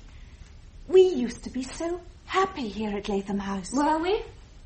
Well, Christmas, the mummers, then at the even of New Year, and May Day with its Morris dances and hobby horses and Robin Hood plays. Then the Midsummer Fair, with the bonfires blazing from the hilltops and greenery all over the house. How odd. To me it was often so empty, the same every year. But that's what I liked, the dear, sweet sameness. Until Halloween, of course, then everything was different. Oh, why Halloween? Why, that's the night I first saw my William, don't you remember? Oh. I was looking from my chamber into the hall.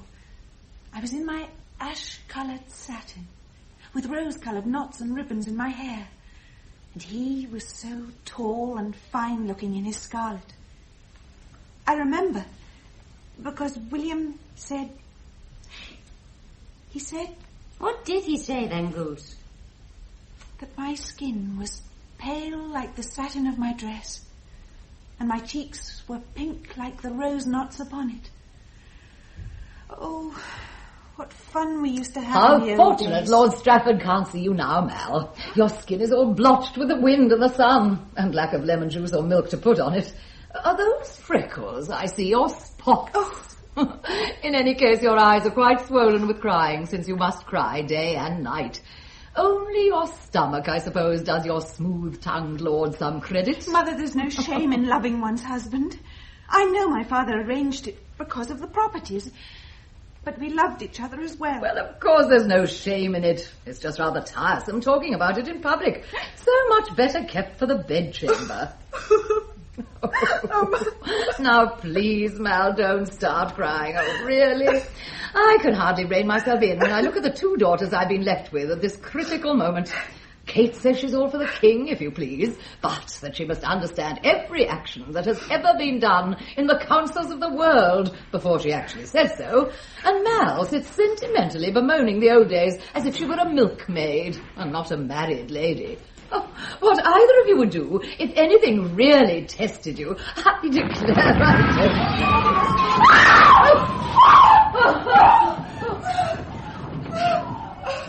don't. The mortar.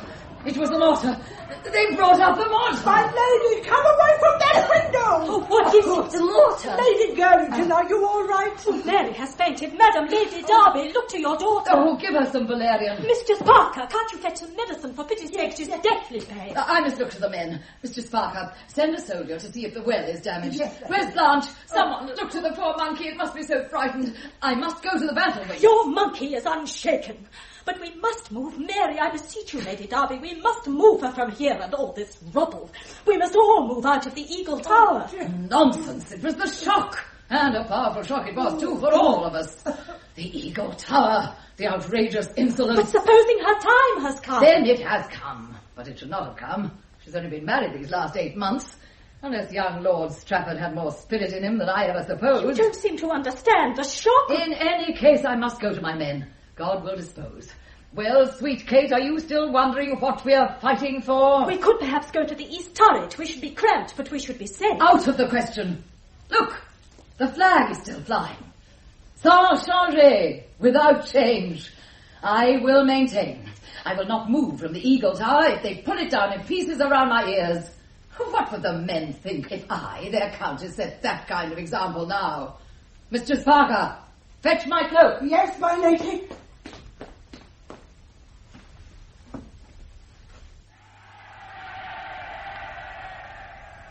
Catherine, she's actually gone. Her callousness passes all bounds. The men do need her. But Mary is still unconscious. Supposing the baby does come, and no matter when she was married. Do you know what to do? I shall do all I can. But off goes my Lady Countess to the battlements, cloak, jewels and all, unruffled to harangue the men. Is that how women should behave? I'll help you with poor Mal. If the baby comes, is it painful? What will happen to her? All women go through it. That is a woman's life. And sometimes her death. I'm sorry. That is a woman's life, not making speeches to the soldiers. Oh, Lady Catherine, will you help me with your sister? We must lift her onto the bed. Help me. There. Help me. Oh, the pain. Hold my hand, Mary. Quick, hold it. Where is Mrs. Parker? Oh, Kate. Kate, help me. Oh, sweet Jesus, have mercy on me. Lady Catherine, stay with Mary while I fetch Mistress Parker or one of the serving maids from the hall. Yes, I must help. I must do something. We're attacked! An enemy soldier! Sir, give up your sword. I have no sword, madam. Give it to me. Give it to me, I say. Lady Catherine, I'm not armed. Well, don't you know me? From Knowsley, the armourer's wife. Oh, wait, I'll take off my hat. There. Susan Jeffries. Yes, it's Susan. Susan, what on earth? You're dressed as a soldier. Aye, madam. It was Jeffries thought it best. Jeffries, where is he? Oh, he's gone with the militia, madam. Gone with the impressment. They took him at Michaelmas. And you followed him? What else was there to do? No babes at home, for we buried them last St. Swithin's Day. Both gone together with a fever. Husband John was all I had. But they shouldn't have taken him. Oh, I asked them and prayed them to leave him be, but they took him. So you see, I had to follow him, didn't I? There was no food at home anymore, and the soldiers had roughed up our lodging as well. So you went with the soldiers? You? A woman like that? Yes, madam, I went. And good sport it were, too. Did you fight? I fought like a man. So husband John said anyway. I don't rightly know how a man fights, but it seems I fight like one. In a battle? Oh, aye, there were a battle all right, and at the end John says to me, Suki, I'm proud of you. You make a good soldier. Heavens of mercy, weren't you frightened? Frightened? There weren't time to be frightened, madam. And I would never be frightened with my John beside me. He wasn't going to let nothing happen to his Suki, was he, madam? But a woman. Aye, but a very strong, madam, like you see. Always have been. Working in the fields and helping John sometimes with the armoury when he was sick. And was it all for the cause, for the love of the king you fought? Aye. Well, aye, if you say so, madam. Susan, you did know what you were fighting for, didn't you? Didn't make no odds, I thought, just the same. There were Captain Rawsthorne. He's a very nice gentleman, and he was always good to us. I dare say he was for the king. But I was for John, like I said, madam. I've been a good wife to him and always done what he told me. That's why I come here. Yes, why did you come? It was Sir John Girlington. He were ever so anxious to get a message to his wife, and my John, he thought it was easier for me, being a woman like, to slip through the lines in my soldier's clothes. Any trouble, Suki, he says, just down your breeches and show 'em all you haven't got what rightly should be there. Begging your pardon, madam. You know how soldiers talk. I see. And was there any trouble? I mean, did you have to... Oh, nay, no trouble really. Except that red-nosed fella, that long-nosed, round-head colonel. It was him called me up in the camp last night when we were sitting by the fire. Boy. Here, boy. Here's you. Sir? Me, sir? Very slender for a boy, aren't you? Well, sir, I'll be very young. I doubt if his voice is broken yet. We'll soon find out. Sing to us then, boy. Sing, sir? Oh, no, I can't sing, sir. All soldiers can sing. There was a young girl, and her name was Sis.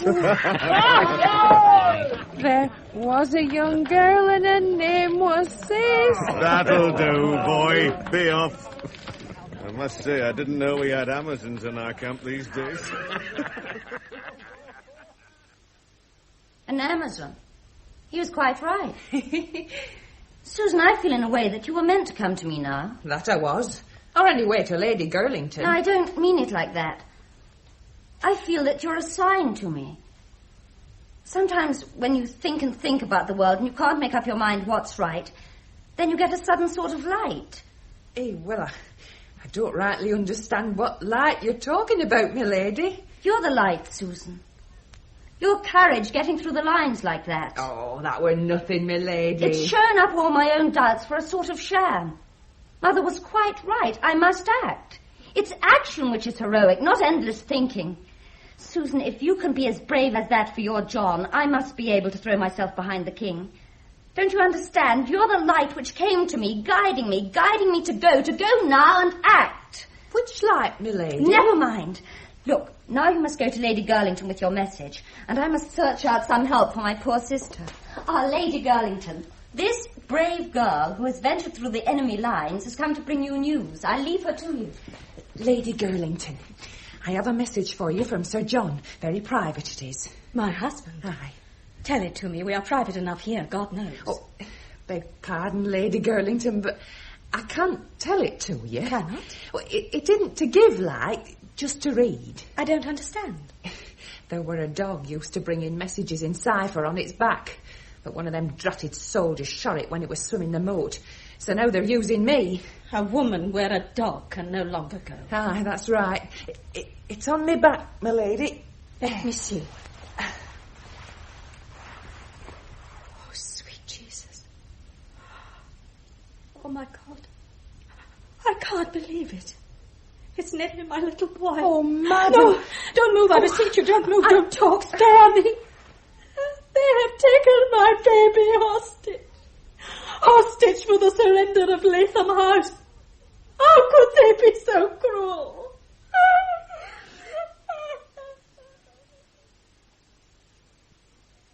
Well, ladies, the die is cast then. May God preserve us in our enterprise. Surely there was never more need for courage than at the present time. But to our prayers first. Although we are but women, we can surely pray as well as men shall pray. And God's blessing can fall equally on both sexes, where freedom is at stake. Kate, toll the bell for our prayers. What do you mean? Are we going to surrender? We must surrender. Surrender, Lady Girlington. Never. Have you forgotten who you're talking to? Lady Derby has asked the men to sally forth tonight and capture the enemy's mortar. I can't believe it. Stop the bell! Believe it you must. It's to be done tonight. Unless we capture the mortar, we are all lost. But there are all the other guns. Even the 24-pounders hardly hurt us. But the mortar... You saw how the mortar shook us. You're mad. Without the mortar, we could withstand them for many months, with the food that is left in the Marvin well and the secret pipes for water. We shall await the darkness, and then a picked body will sally forth with a rope. In the name of our children, for I God's will sake. toll the bell. Kate, give me the rope. I implore you. Don't you understand? It's for the cause. It's madness, Catherine. Surely you see that. I've seen the truth, Lady Girlington. We must act. Yes, we must act to save ourselves and those we love. This way we shall all be ruined. Never. Courage never brings ruin, only cowardice. You should be more like my mother, as I shall try to be in future. Then God help us all. Let us pray. O God, who lookest down on all our enterprises, great and small, and sees into the secret of all men's hearts. Before we begin these our desperate works this night, on bended knees we give thee all praise and glory as to the God of our salvation, and beseech you for ourselves to aid us. For though we are but weak and helpless women, with thy grace to aid us, our hearts are as the hearts of men. Give us thy blessing on our venture this night, that full of zeal in thy cause, it may be brought to a successful conclusion. And on the heads of our children, the helpless little ones, bring thy blessing too, and help us to protect them. Yes, and on our children, blessings too. Amen. Amen. Amen, madam. Oh, Mistress Parker, I fear my pains are beginning in proper earnest now. Lord, help us. Yes.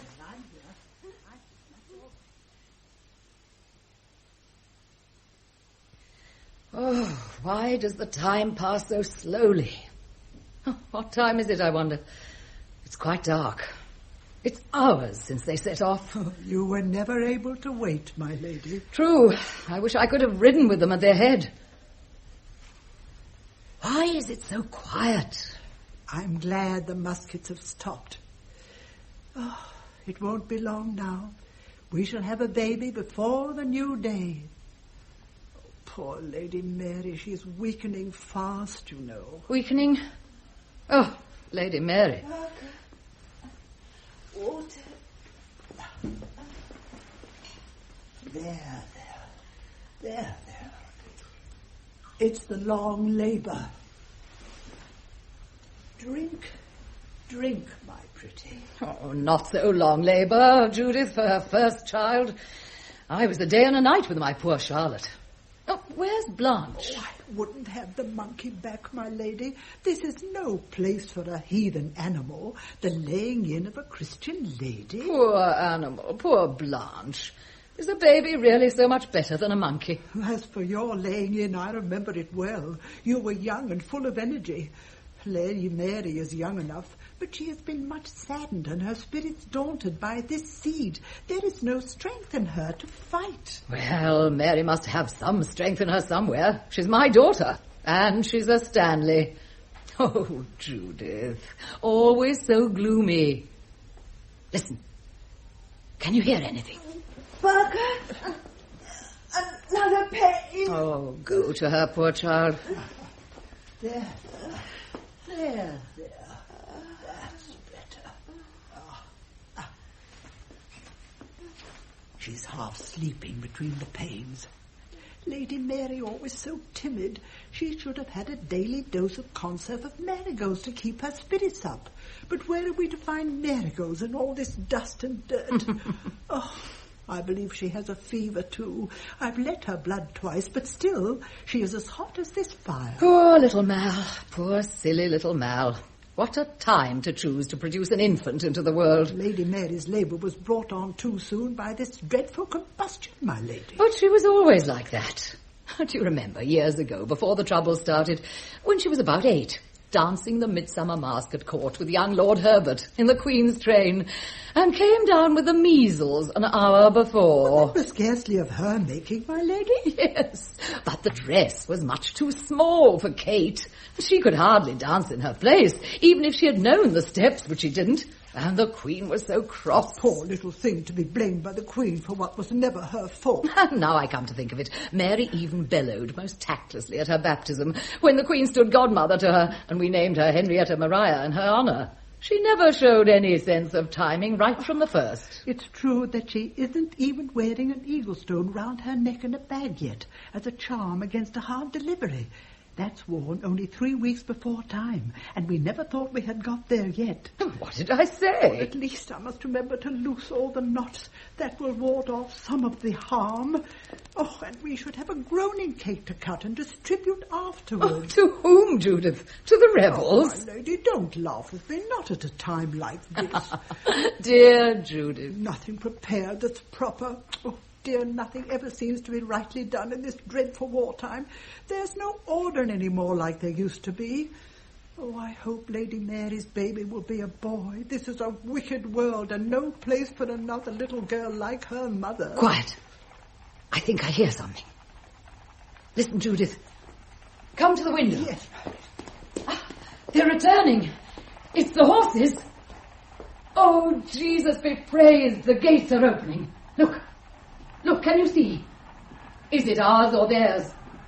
How can I see in the darkness? I shall go out to them.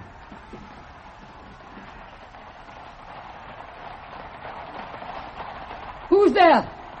Who is that? Watchman, you, soldier in the turret. Can you see the colours? The mortar! The mortar! You've captured it, my brave boys! Oh, my Lord of Derby will be proud of us now. We shall never surrender. Quick! Quick, let me have a rope. Throw me a rope, fellow. I, too, will pull with you.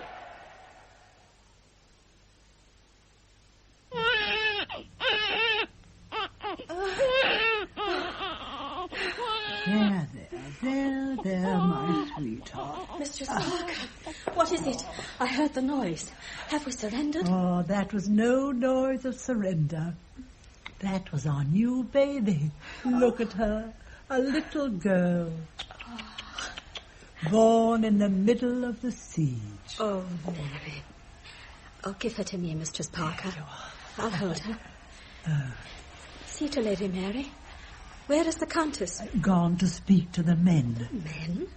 At night? They've got it. The mortar. That was the noise. Oh, no, they can't have succeeded. We must surrender. Is it a son? No, Mary. A brave little girl. Oh, a girl. Yes. Another brave little girl like you. I wanted a son for William. Oh, don't be